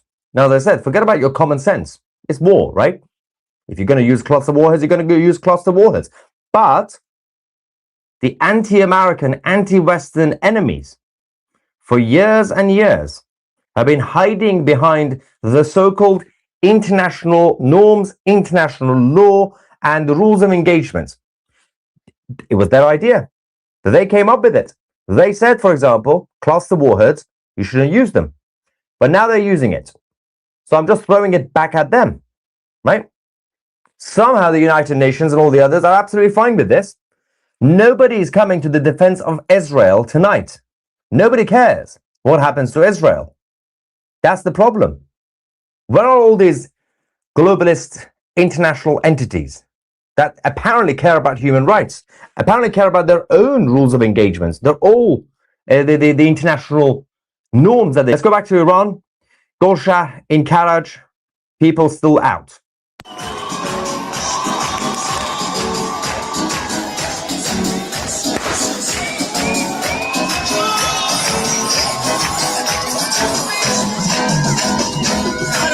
Sorry, the idiocy of this person. So, the rules of engagement came about after World War II, not from liberals. Number one, when we talk about the liberal globalists, the consensus that was created when? After the Second World War, who was this? Literally the liberal globalists. And you're saying, no, it didn't start after the Second World War. It started after the Second World War, which is exactly what we're saying. The consensus that was created, and in fact, even though the American empire started leading the consensus, the global consensus, America won. If America wasn't involved, if America wasn't helping Europe, everything would have been different in the 1940s. America got involved, America won, America is the most powerful country, leads the world. Get used to it.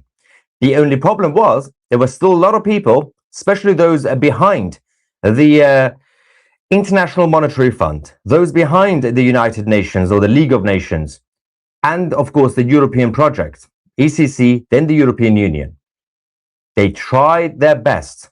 Individuals like Klaus Schwab, when he created the World Economic Forum, and of course before that the European version of it, they tried their best to take charge, to prevent the Americans from calling the shots. It happened immediately, almost immediately, early 1950s. The rules of engagement, the so-called international law, all that, they started to be misused by those calling the shots. And that is the problem. And now Americans are getting in trouble by the same system that apparently they created, because they're not in charge. America is the world police. It is the empire. When the Europeans, when the rest of the world need help, they go and beg Americans to help them. Otherwise, they are all against America. That is the problem. It's disgusting. Israel and America right now are on their own alongside the Iranian people. Now, the regime in Iran, unfortunately, decided to start firing at the ordinary Iranians who came out tonight in Tehran.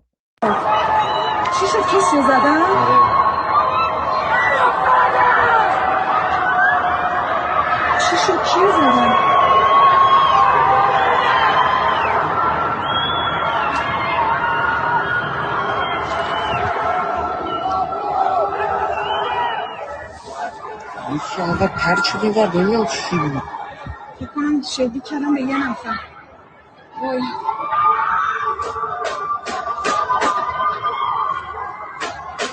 Yeah, it shot someone there on the ground.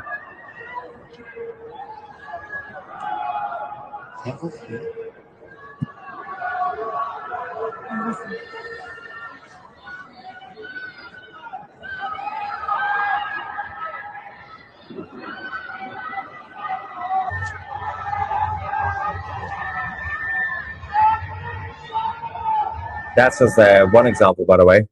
Someone says, the Geneva Conventions were driven by Canada, read our combat records. Not only that, the so-called European Convention of Human Rights, another beauty, led by British judges.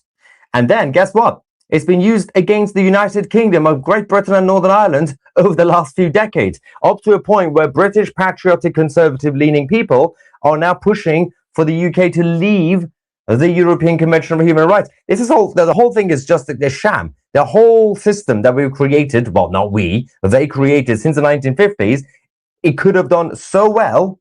And by the way, it's still been better than the alternative. We could have all been communists. That would have been lovely, right? If the Soviet side would have won, or if Adolf had won, it was never going to win. Not the whole world, unless you watch The Man in the High Castle. That was never going to happen.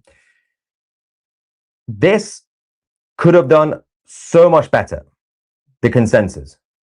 But now, slowly, decades after decades, it's been misused. The regime in Iran, in Chitgar, also decided to send more forces who somehow managed to get away from the Israeli drones temporarily to scare the crowd and scatter everybody. Watch this moment.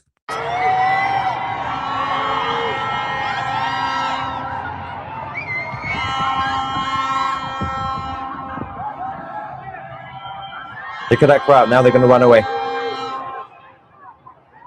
They're going to come, but wait for the cars. There we go. They're coming.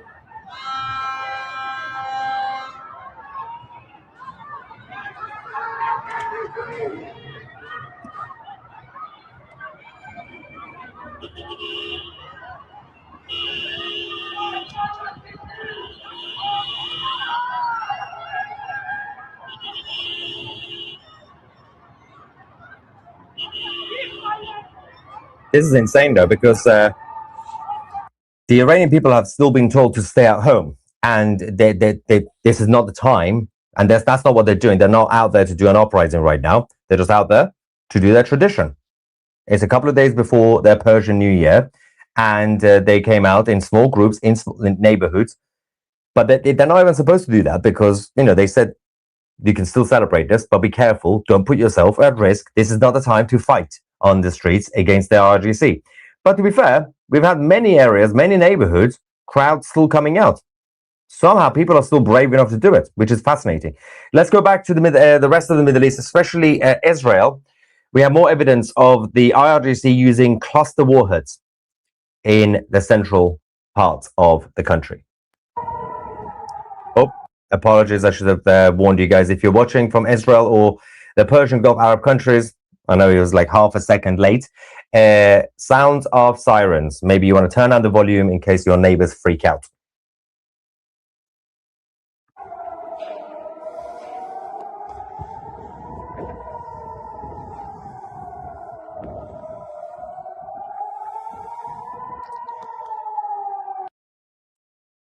Yeah. We have Damoes, what? 77. You want to see this? Hang on. This is a good one. You are just another Western liar that doesn't know S. If this is the best way you can intellectually fight back, I'm assuming you Eastern nutter. If you don't like Western people, then I can't really help you. If you come back with some sort of good comeback, then that'll be fun. And I'm always looking forward to having a good chat with the trolls, especially the anti-Western ones. So yeah, it's always good. Yeah, if you're not happy, you can always move to Beijing and live with Winnie the Pooh. Okay, damage has been caused over the last few hours across Israel, especially in Tel Aviv. Especially around central Israel in general, due to not just the missiles coming from Iran, but also the cluster warheads that they have been using. A lot of cars have been damaged, a lot of residential buildings. The air defense also has been activated across the region in Iraq, in Bahrain, and of course in Israel. We're going to go quickly to Iraq, and then we're going to go back to Israel because this is the video of the air defense operations in over the skies, just near the U.S. bases in. Is it Soleimania? Yeah, Soleimania in Iraq.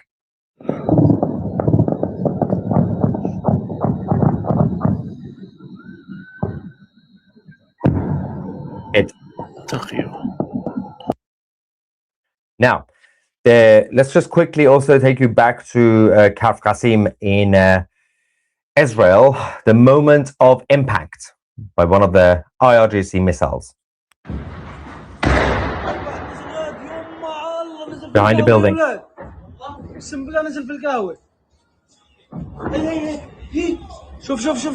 They've also once again hit a lot of, there we go, a lot of Arab areas, Arab neighborhoods in Israel.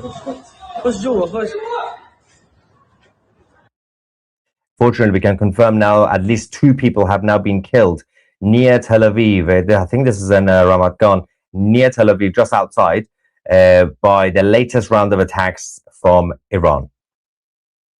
This is the video we received from the aftermath of the latest rounds. Of course, everybody watching from Israel, our thoughts are with you. This is basically, as we can see right now, the final desperation, the final attempt as they are clinging on to power. It's not even a power. They're not even clinging on to power, to existence, because they don't even have an actual leadership. The reason this is happening tonight, the lashing out, is because of what happened earlier on. Ali Larijani, the de facto supreme leader, was killed. Guess by who? Oh, of course, the Israelis. So obviously this was going to happen tonight. This is not a surprise, but don't forget, those of you who are watching from Tel Aviv, for example, you must remember the so-called 12-day war. The number of missiles being launched at the same time. Now, right now, we have to worry about the cluster warheads. The number of missiles are a handful at any moment, which is much better, but they are using cluster warheads. But this is also towards the end. Only a bit of more patience needed to move on from this. The IDF have been very busy taking out more missile launchers, but at the same time, the commanders, the last few remaining mid-ranking members of the IRGC, the moment they realize the game is up, and it's still going to take a while for them, by the way, it's going to be like that Japanese soldier in the forest, still fighting for the next few years. They'll realize they've got nothing left. They are running out. Just a bit more patience. But another evidence of cluster warheads being used on Tel Aviv. As tonight.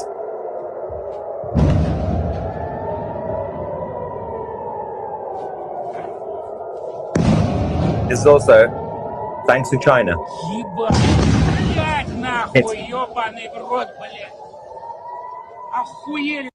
I think we have another angle of a direct hit by the cluster warheads, the missiles from Iran in Tel Aviv. This is the aftermath. One of the cars hit.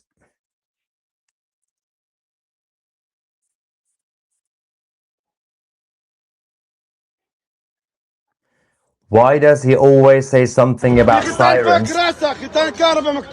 Oh wait, sirens to people in Israel. It's the same reason I explained why. It's common sense and it's courtesy.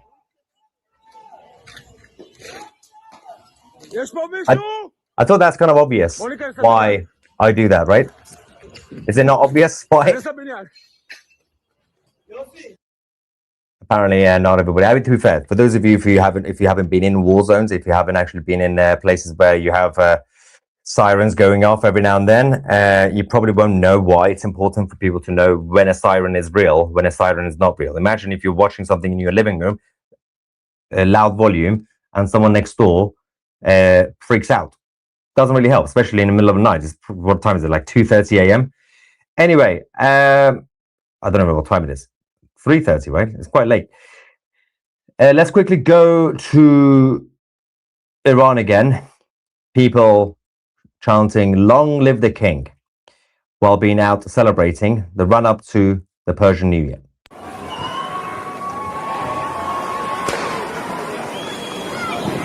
جاوید شاه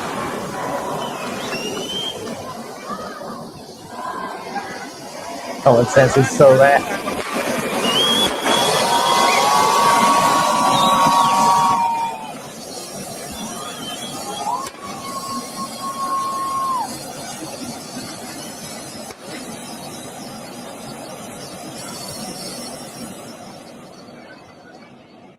Problem is the anesthetics were going out, so the pain is coming in my mouth, my tooth. The pain is back. There we go. ایران ما Singing the original national anthem. Also, insane scenes from Karaj as well.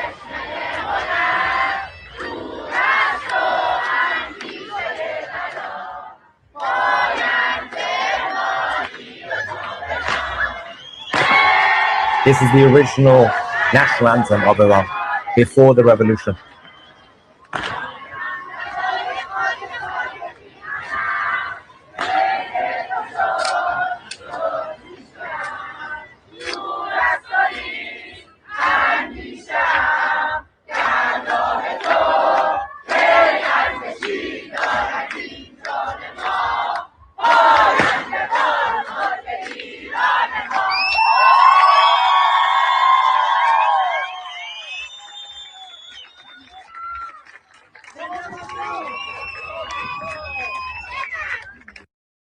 A few things here. What's this? Khamenei swan song. I ain't nothing but Ahun Dof. Old school. Well, retro. All the supreme leaders of Iran appear to be gay, which doesn't quite fit the Islamic narrative, does it? Love you, bro, but not in that way. Yeah, not in a Khamenei way. Javid Shah, I'm Israel Chai. God bless America. Brilliant, David. Maya TV will soon be the flag carrier of the UK. And there's someone here with a profile picture of my face with no tooth, missing a tooth. I'm going to explain that later. The tooth fairy is here slipping you an envelope under your pillow. Tomorrow, my profile pic goes back to Goblin Greta.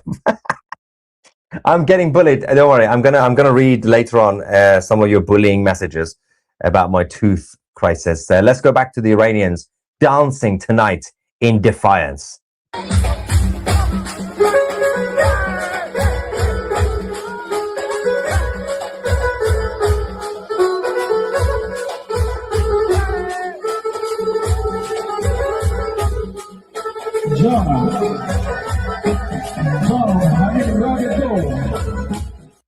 And of course, the chants of "Long Live the King" continue throughout the night.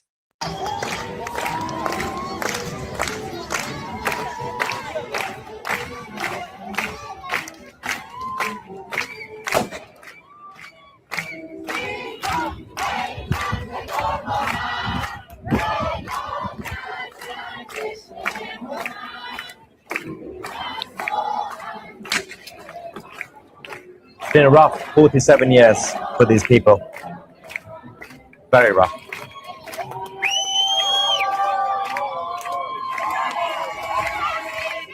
Someone said, "Footloose, Iran style," literally. Dancing in defiance.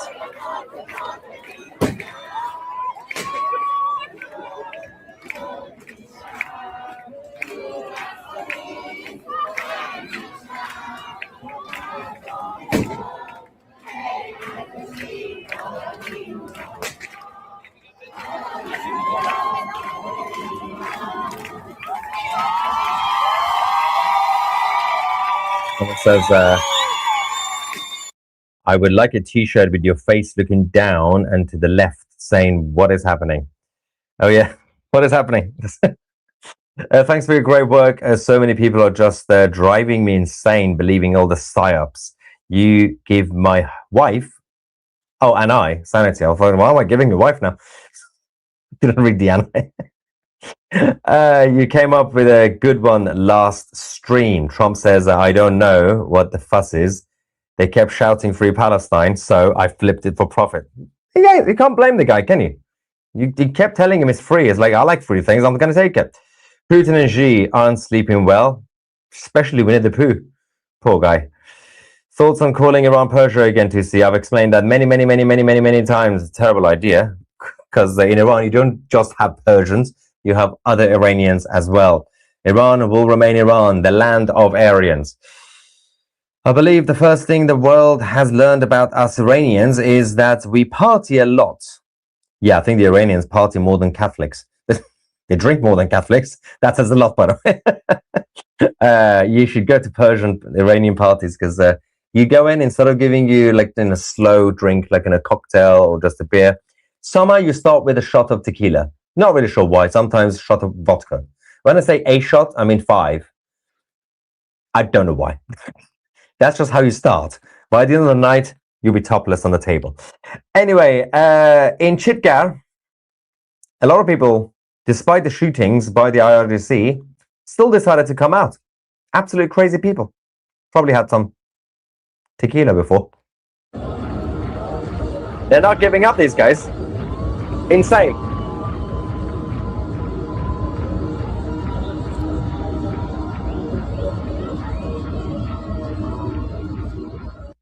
Okay, so I'm gonna go to you guys bullying me because apparently that's what we do here now. I post this is the YouTube one. Our team posted that I had a problem earlier. I lost a tooth.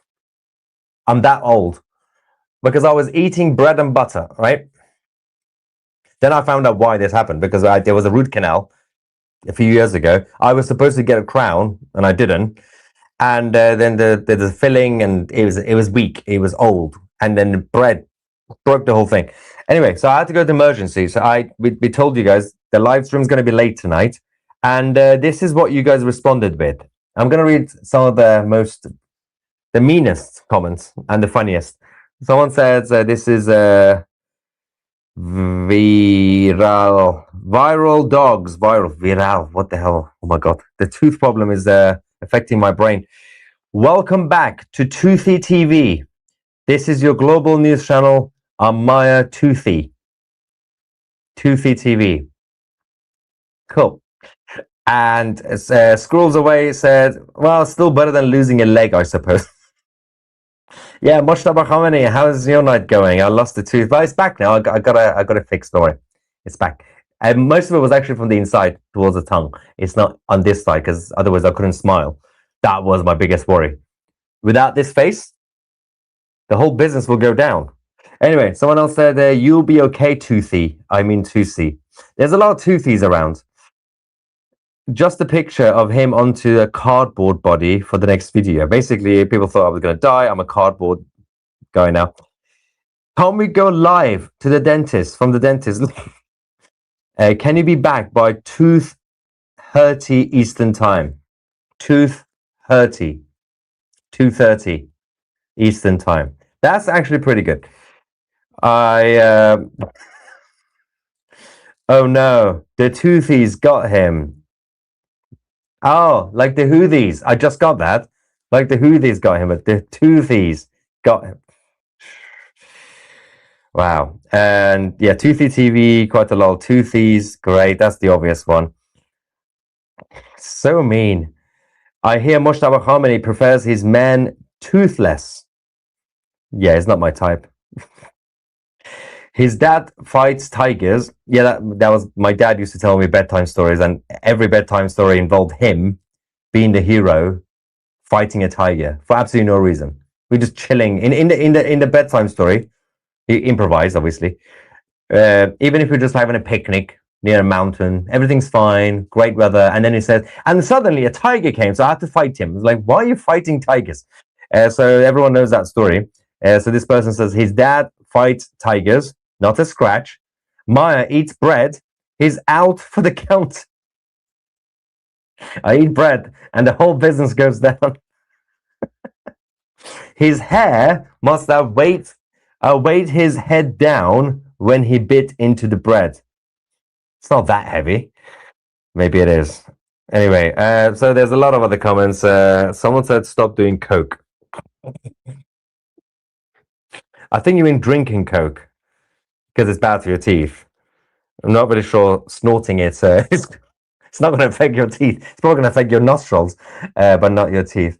Anyway, going back. Jesus, getting bullied by you guys. Do we also have Baghdad? We're going to have to go to Baghdad shortly. Okay, I think Tusi's having a little too much fun with whatever meds he took for his tooth situation. So there you go. He'll be back by Tooth Day. Anyway, so yeah, let's go to some breaking news. And guys, it's really interesting. Wait, let me change the format here. Where was I? He's not drinking anything. I think he's still coming down from like his anesthetics or whatever he had to take to deal with his tooth, right? With his teeth. So I mean, we can continue. Do you guys want to continue with listen, if you guys are enjoying Mahir Tusi being high, we can continue. That's fine. I'll continue. All right, let's see what other jokes he has here. See Baghdad Bob. We have the live feed. This other Maya says, happy Charsham Suri, my same name brother, Javid Shah. I still cannot believe your parents named you Maya or Mahia. That's the actual pronunciation, but no one can say it in the West. I should be the only Maya. Let's take you to Baghdad. Do you remember this crazy place? There we go. We now have, what is happening? I said it. I said what is happening. Wait, guys, I'm gonna send him a super chat to troll him. So what should I send him? Should I say welcome to Toothy TV? Let me know in the chats what I should send him. I'll just send him like the first good thing that like comes to mind because I want to send the super chat before he's done. That's my thing now. Apparently, I see. Okay, live feed from Baghdad. That's peaceful now. Thank God for that. We haven't seen a peaceful Baghdad since 2002. Okay. Right. Something about the Greeks. Fagatola, great, not bad. If it weren't for the fallacies of logic, the indoctrinated class of modern liberals would have logic. Yikes. Yeah, the problem is they can vote. Not good, right? Fact. The bloodiest days are the final weeks. This all shines a light on who stood with the US, IDF, and the Persians, ready to come home. Inevitable. Yeah, it's definitely going to get bloodier. It's going to get a little bit weird towards the end. And just like the treatment I got earlier tonight, it was really painful towards the end, but then it got fixed. And at the end of the day, we will all remember who was on the right side of history and who I told him we love Toothy TV. betrayed President Trump and Prime Minister Netanyahu and the Iranian people. Let's not forget. Wisconsin here. Our legacy media sucks. Yeah. It was good to see you, Maya, on Fox News. You're always my go-to. Bless you and all you do. Thank you so much for the support. I shall be back on. Also, fun news for those of you in the United Kingdom. Usually, because you don't really get fun news anymore. I have been invited to go and speak at the Oxford Union, at one of the Oxford Union debates. For the record, the president of Oxford Union is a pro-Palestinian or is a Palestinian. I don't know, whatever she is or he is or they are, what gender. So that's going to be fun. So I'm going to have extra security. In case you're not familiar with the Oxford Union, just go on YouTube. Everybody's been on it. Douglas Murray, my good friend, and many others. It's the most insane place. It used to be the most civilized place to go and traditionally have debates. Big names been there. And nowadays you go and debate and then you get stabbed. So at least you get threatened to get stabbed. Massive super chat here saying congrats to Iran and to you, Tusi, for all your hard work. Although it's not over until it's over. Let's not get too excited yet. Still have to drag out the Basij unit till the end. Funny, these Western leftists believe America doesn't have agency in this war. They truly believe Israel controls the US military and security. If Israel was so good at controlling anybody, including the American empire, or anything, if the Israelis were so good, right? they would not have enemies decades after decades right next door to them. They would have annihilated them. Secondly, they would have controlled the Americans probably 10 years ago or 20 years ago. The US administration, some of the former prime ministers in Israel also betrayed Israel, mostly because of a lot of concessions. They kept offering land to the Palestinians. Like, stop giving them land. They don't want a Palestinian state. They just want to wipe out the Jews. They were offered the Palestinian state many, many, many times.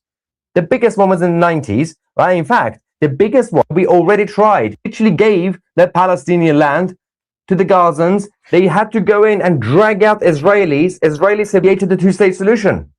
The Palestinians had Gaza. Full control. What happened there? Oh, they spent years building tunnels, building an army, and invading their neighbors. Can we stop talking about that now? Goldie And Armin is now in the live chat bullying me, saying we love Toothy TV. Goldie, hang on, where's your thing? Where is what is happening? I said it, that was on purpose, by the way. What is happening thing? Oh my god, where is my life? Where is Goldie's hat? Oh, you don't want to see what's going on over here, by the way. It's everything's a mess. Hang on, hang on. Where is the hat? Where is the H? Oh, I found it. No, it didn't. That's not even a hat. Okay, so this isn't working. This is the level of professionalism that you will never get on CNN. So I was trying to be a good boy and do a shout out to Goldie by finding her Iran hat. Oh no. It's gone. The Jews took it. I blame the Jews. I had them Make Iran Great Again. Was it Make Iran Great Again? Or whatever it was. I got it from Goldie's channel. Go check it out. Get a hat from Goldie. Oh, God, that was stressful. All right. Yeah, the drug's not working anymore. I'm in pain. It's also 1:30 a.m. for me. Why am I even here? Congrats on the subscription milestone. Watch the video from your wedding. Did you hack into my... Oh, that's the one I published. I thought you hacked into my computer. What a great compliment. We did post a short version of it. Thank you. Thanks, guys. And, okay. So I'm trying to see. There's a lot of toothy comments. Mike, toothy... Mike? Anyway, my tooth... Also, the most important thing you do, if you really care about me, if you really feel sorry for me, if you really love me, because if you don't, I'm coming for you, you should become a member, but a lifetime member of 2C TV Plus, so you don't have to worry about direct debits or all that nonsense. One-off payments, full access, forever, and a phone call with me. Why not? Become a lifetime member for only £399 or about $500. And you get a phone call, welcome phone call with me, free tickets to our events, and an annual online conference, and of course the VIP customer service, and access to everything we have, including documentaries, original series, podcasts, special interviews, and our chat forum, our private Discord server. Right now, the best way you can do it, don't go on the website. There's a link in the description under the video. Click on that. That's the only way you can find it, because it's not on the website menu. Go on the link in the description. I'm also going to do a pinned comment. We keep getting emails. People saying, how do I do it? There's a link on the video. This is your final chance to become a lifetime member. Thank you so much for watching. I'm Maya Toothy, and we are the media.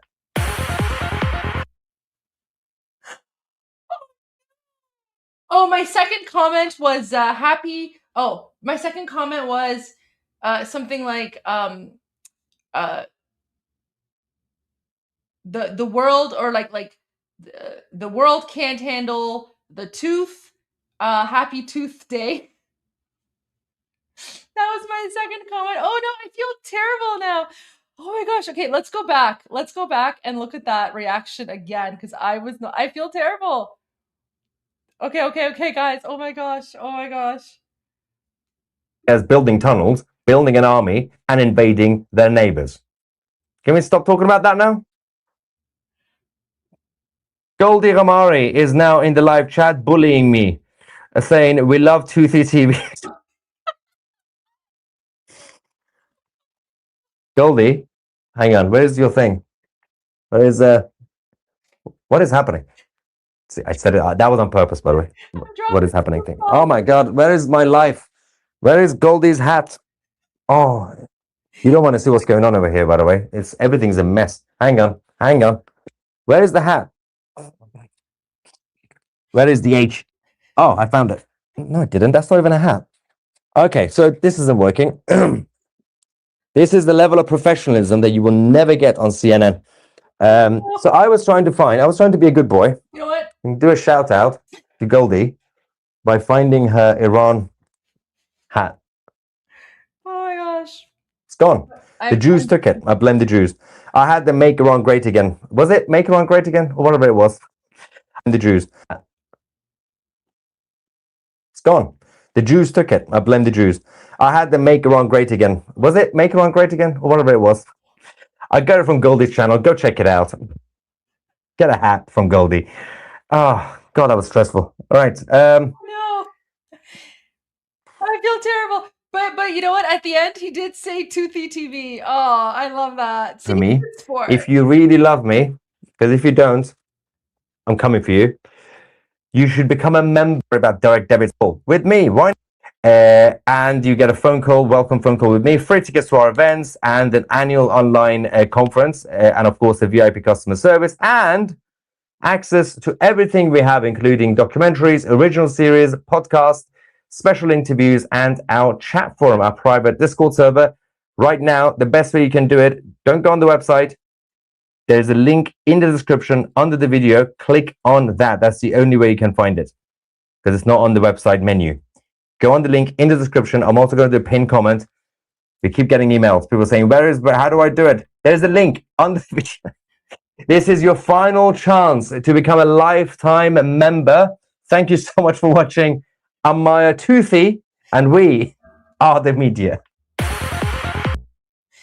Oh, it's all good, all good. Anyways, he just messaged me. All good. He's laughing. He's laughing about it. So, oh my gosh, that was too funny. You know what? Sometimes we need a laugh. Sometimes we all need a laugh. Oh yeah. You know what? I'm not surprised because he had a whole show that he was supposed to do like a couple of hours earlier, and I was actually getting a little bit concerned. Because I was like, where's Toothy? Where's Toothy? But so he's doing like, it's really late right now, guys. It's like past 1 p.m. like where he is, because he's in like the UK, right? Yeah, it's like 1:30. So imagine like, doing a show at like 1:30 a.m. So yeah, there you go. And so he started the show a little bit late. But look, he's a trooper. He literally had an emergency, and he's probably still dealing with with the meds and stuff, right? So good for him. Good for him. Like, but guys, like, do you see how dedicated Iranians are? Like, whether we're in occupied Iran or outside, it's like nothing will stop us from sharing the truth. So lots of love, lots of respect for Tusi for doing that. Okay, I'm gonna share one final video, and then I'm gonna go to bed as well because I have another long day ahead of me tomorrow. But guys, remember earlier, so this is the final thing that I'm gonna share. Remember earlier we spoke about Mag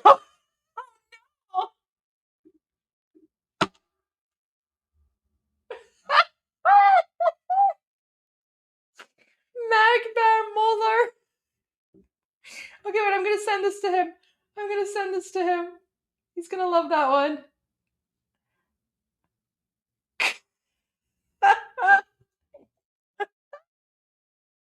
Oh no. Okay. Let me send that. Let me just take a screenshot and I'll send that to him. Get rid of the dust on my screen here. Oh my gosh. That's so funny.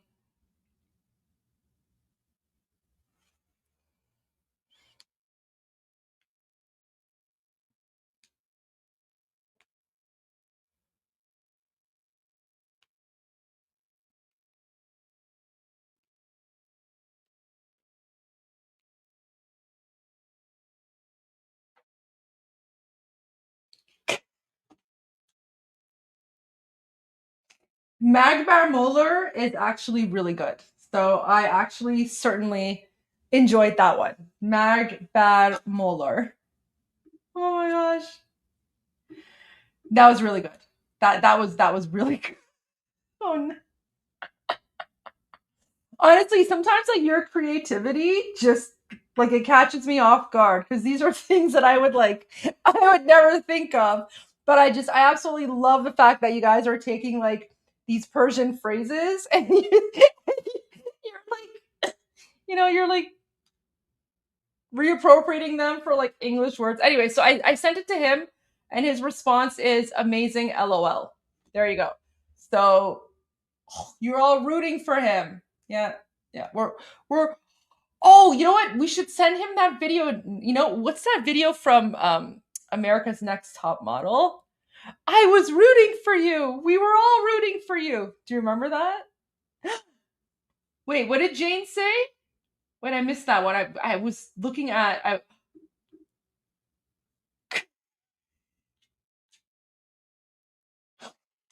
and Tooth. Oh my gosh.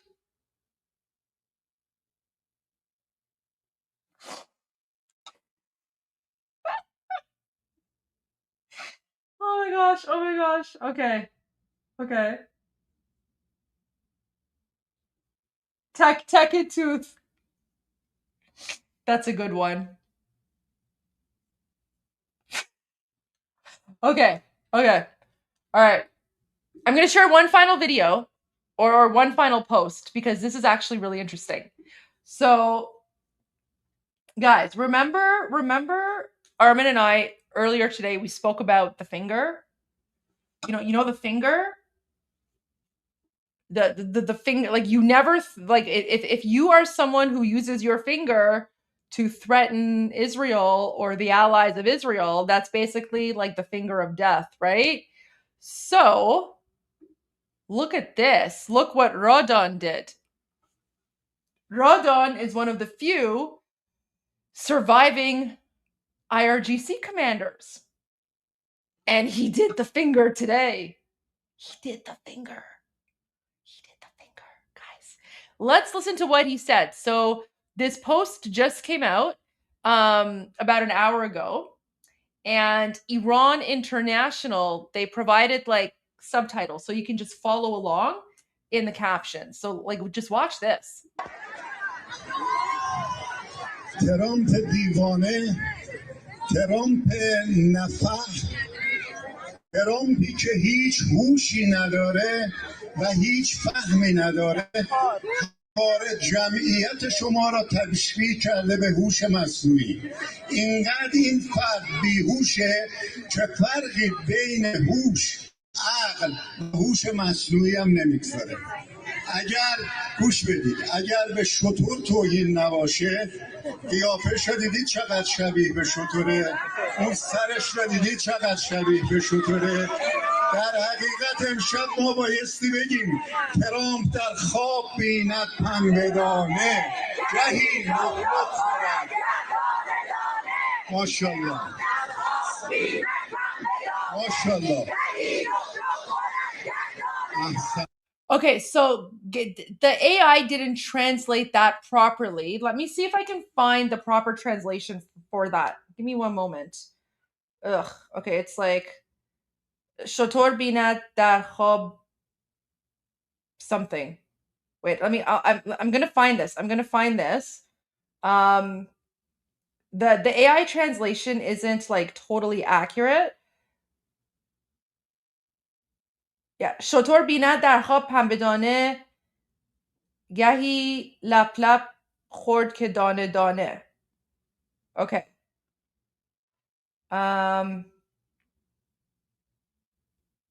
Let me put this in ChatGPT so that I can like properly explain this in English. Okay. Please explain this. Iranian saying English and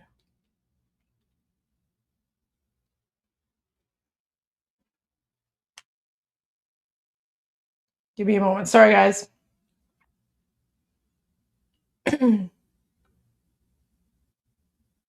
Okay, so let me explain this proverb for you guys.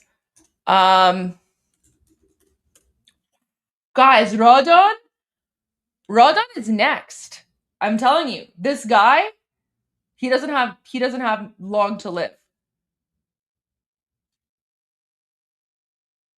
Okay, so this is what he was actually saying. The AI translation, like, it didn't get it properly. So the saying, it's like a proverb, right? So the proverb in Persian is شتر در خواب بیند پن بدانه گهی لپ لپ خورد که دانه دانه. So here's the literal translation. The literal translation is, a camel dreams of cotton seeds, sometimes gobbling them greedily, sometimes eating them one by one. So, on its own, it doesn't make sense. No, guys, this is not a Durka Muhammad Jihad thing. This is Persian poetry. This is Iranian poetry, and so Iranian poetry is it's very deep, it's very meaningful, and so how like it's how like people study Shakespeare, because when you read something that Shakespeare writes, you don't, like, what he's saying is not what it actually means, right? Like, you have to take a step back and kind of analyze the poetry. So it's the same thing. It's the same thing with Iranian poetry. So what this actually means here is, it's a saying used to describe someone who fantasizes about things that are unrealistic, unattainable, or not grounded in reality. So it implies the person is daydreaming about something they'll likely never have, that their imagination is more satisfying than the real situation, and they may even be enjoying the fantasy as if it's real.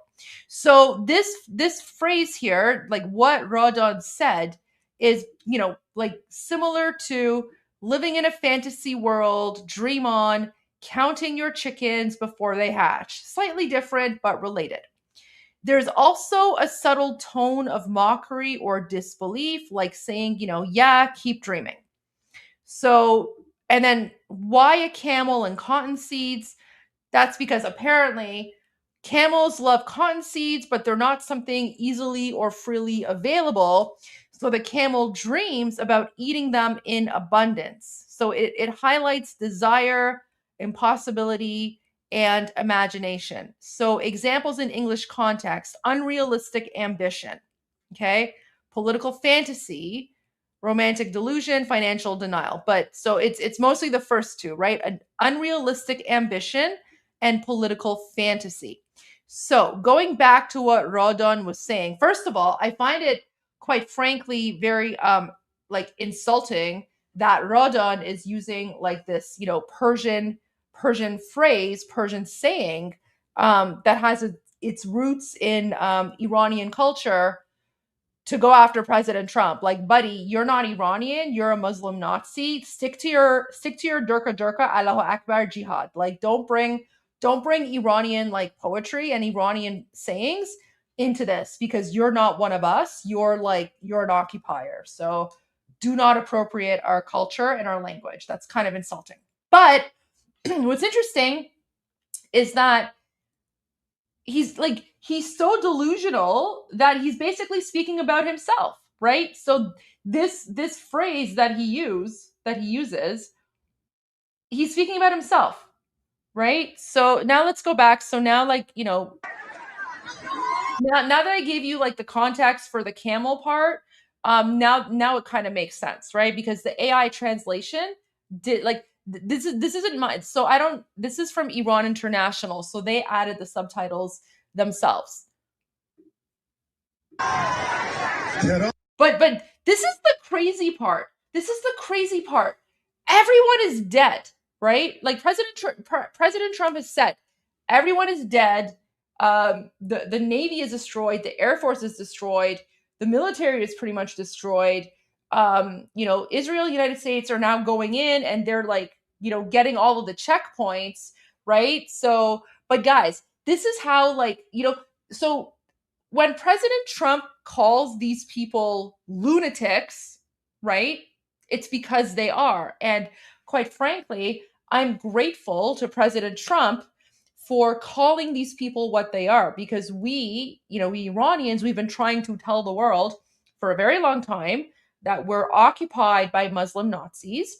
We're occupied by people who are literally insane. They're savage. They're literally like third world inbred 7th century savages, not rational actors, not normal people. And like, if he was a rational, normal person, he would have already surrendered by now. But instead, he's doubling down. He's doubling down, and he's doing like the, you know, Durka jihad finger thing, and he's threatening President Trump, and he's insulting President Trump, right? So like this is why these people, they will never surrender, because they're part of this like Shia Muslim Nazi death cult, right? They're part of this death cult. And so they're going to be like, you know, pretending like they're winning right up until the very end when they're boom boomed. And I think President Trump, you know, God bless him, has now recognized that, right? Because President Trump is a logical, rational, normal person. These people are literally insane. These people are literally insane. Yeah. So here you go. ترامپ دیوانه، ترامپ نفح، ترامپی که هیچ هوشی نداره و هیچ فهمی نداره، همواره جمعیت شما را تشبیه کرده به هوش مصنوعی. You know what's interesting? So he's saying to the crowd, President Trump is comparing this crowd to AI. Well, okay, if the crowd is as big as you say it is, why isn't your propaganda state TV turning the camera around to show the size of the crowd? Right? Why, if you are actually claiming that President Trump is lying, which of course he's not, because President Trump is saying the truth, like literally United States and Israel have complete sky control, so they can monitor everything. They can see the size of every single crowd at every single moment, at every single second, right?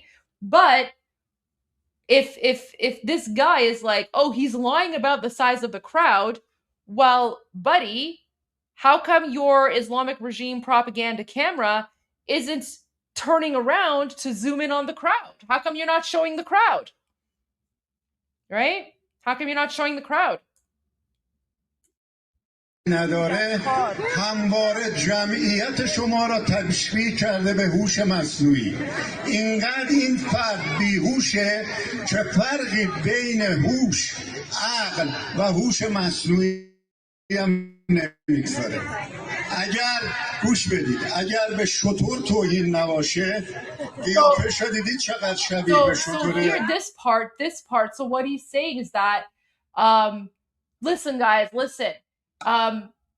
I don't want to insult camels, but but President Trump's face kind of looks like a camel. And then that's when he says the camel saying, where it's like camels, the whole thing about like, keep dreaming, keep on dreaming. And this is just, President Trump is like political delusion. So he basically, like, he literally, like, the whole thing is insulting President Trump and saying that, like, oh, I don't want to insult camel. Anyways, I don't want to repeat it because it's just very rude, but I just gave you the context there. But اون سرش رو دیدی چقدر شبیه به شتره. در حقیقت امشب ما بایستی بگیم. And then look, there's literally like a mullah walking by. اگر گوش بدید، اگر به شتر توهین نباشه. Look, there's like a mullah right there. قیافش رو دیدی چقدر شبیه به شتره. Ew, the mullah's wearing like some sort of like weird jihadi like army outfit or something. Like, what is this? Look. Like the guys, the mullah looks like he's wearing like a onesie. He looks like he's wearing like a zip up onesie. Remember, guys, the mullahs are supposed to be religious leaders, right? Why is he dressed in like some like weird like jihadi onesie military outfit? Yuck. Ew, I can honestly I can smell them from here. I can smell them from here. Like they smell like sweat, BO, and like old socks.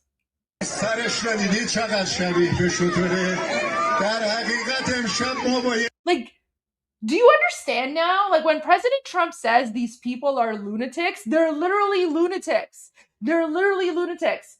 The United States and Israel has completely decimated the IRGC, and then this like third world inbred savage is standing there waving his finger, and he's like, President Trump's face looks like a camel's face. Like, what is it? What in what reality will that achieve anything? Right? Again, like former politician here. In what reality will it achieve anything to be like, President Trump's face looks like a camel's face? Have you, like, do you see the insanity that we Iranians have been dealing with for the last 47 years? And these people are the ones who come and they shoot into us. They shoot in our crowds. This is the same guy. This is the same one who last night said to the Islamic regime, go out and shoot into crowds of Iranians. So Iranians are completely unarmed and defenseless. Meanwhile, these Muslim Nazis who have all the guns, all the weapons, all the military grade stuff, they show up and they shoot into unarmed crowds. ترامپ در خواب بیند پنبه‌دانه گهی مغلق خورد ماشاءالله ماشاءالله. You know what? I really wish that someone would just boom boom this whole thing. Like just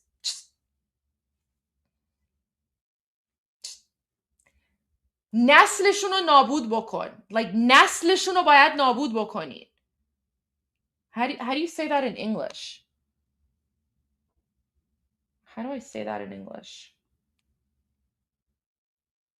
نسلشون رو نابود بکن. Yeah. So destroy, exactly. Remove the bloodline. Like just remove the bloodline, destroy the generation, just like, guys, just wipe them out. The men and the women. We don't want the women either, because the women are the ones who raise the men to be demonic. The women are even more evil than the men. The women are even more evil than the men. Okay? Do not show mercy to the women. The women are the ones who drag Iranian women away, beat them, torture them, and then the women are the ones who bring in the men to rape the Iranian women, and then the Muslim Nazi women stand there and watch, and they gloat and they laugh. They gloat and they laugh as they're watching the Muslim Nazi men rape the Iranian women. The women are even more evil than the men.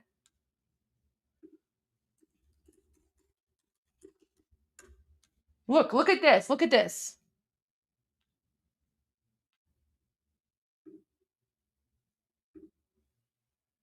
Do you see this? This is Qasem Soleimani's mother. This is the demon. This is the demon that gave birth to Qasem Soleimani. So when I tell you the women are even more evil than the men, just remove the bloodline. Remove the bloodline. Because you know what? This is the kind of women, remember, never forget, this is the kind of woman that raises someone like Qasem Soleimani. So never forget, behind every single evil mullah, evil ayatollah, evil Islamic Nazi terrorist, okay, behind every single one of these terrorists, there's a demon woman that raised them, okay? So no, do not show any mercy to the women, because they're just as insane. And the women are the ones calling for the murder of all these Iranians, right? Yeah.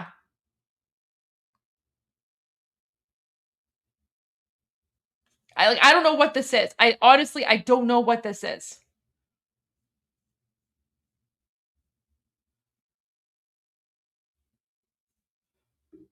But this is the creature. This is the creature that gave birth and raised Qasem Soleimani to become the evil, genocidal clown, terrorist demon that he is, right?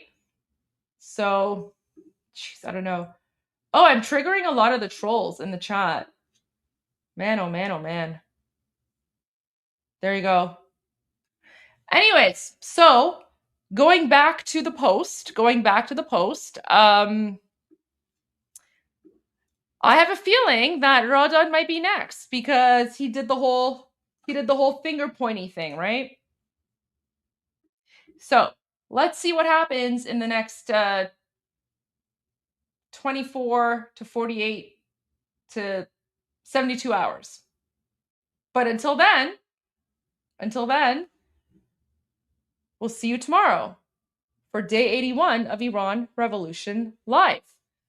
And let's see what happens to Ramadan and his, jihadi finger.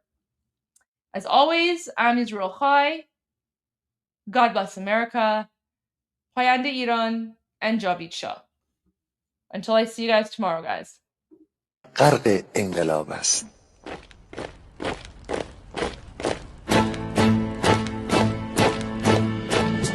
کشور ما، تاریخ ما در سیدگر فرا گرفته، گویی اهورا مستا دوباره در نور خود مرا گرفته. اکنون سرودی سر میدهم باز فارغ از رنج و تشویش، ایران غرق انقلاب است، به پیش به پیش به پیش.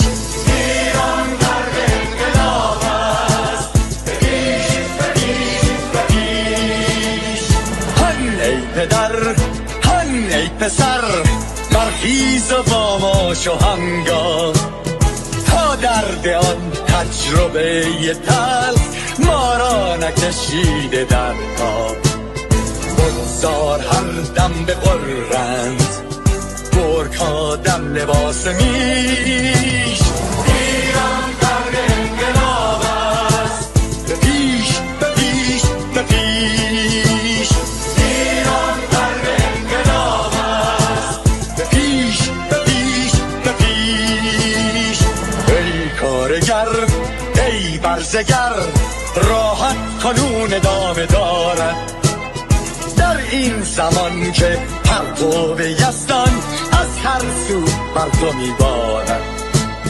پس پیش به سوی آزادی از بحر خزر تا کیش. ایران غرق انقلاب است، به پیش به پیش به پیش. ایران غرق انقلاب است، به پیش به پیش به پیش. خلقا به پا بهر دفاع از استقلال و آزادی، تا بشکنیم پشت ارتجاع تیریزی ایران آبادی. تا زنده سازیم سنت‌های می از هر آیین و کیش. ایران غرق انقلاب است، به پیش به پیش به پیش. ایران غرق انقلاب است، به پیش به پیش به پیش. با امید روزی که تمام این دلبشور انقلاب تموم بشه و ما در روشنایی، نور و سعادت مردم کشورمون غرق بشیم. نه خارجی نه بیگانه، نه مستشارهای ویرانی، نه چیر خاران نه کاسه لیسان، فقط هم رزمان ایرانی. تا باشه آفت میهنی بسازی بهر فرزندان خویش. ایران غرق انقلاب است، به پیش به پیش به پیش. ایران غرق انقلاب است، به پیش به پیش به پیش. مردان بیایید داخل صف ما، اکنون که آغاز رویاست. دشمنان بدانید ما زنده هستی، بعد از ما هم ایران پابرجاست. آن روح شیطان ما را فریب داد با صد شعار مردمیش. ایران غرق انقلاب است، به پیش به پیش به پیش.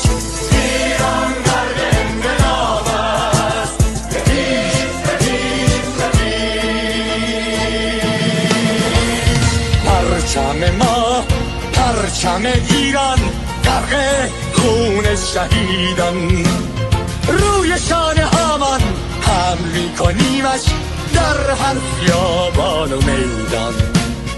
تا ماسک دلقکان را برداریم از روی تسبیح و ریش. ایران غرق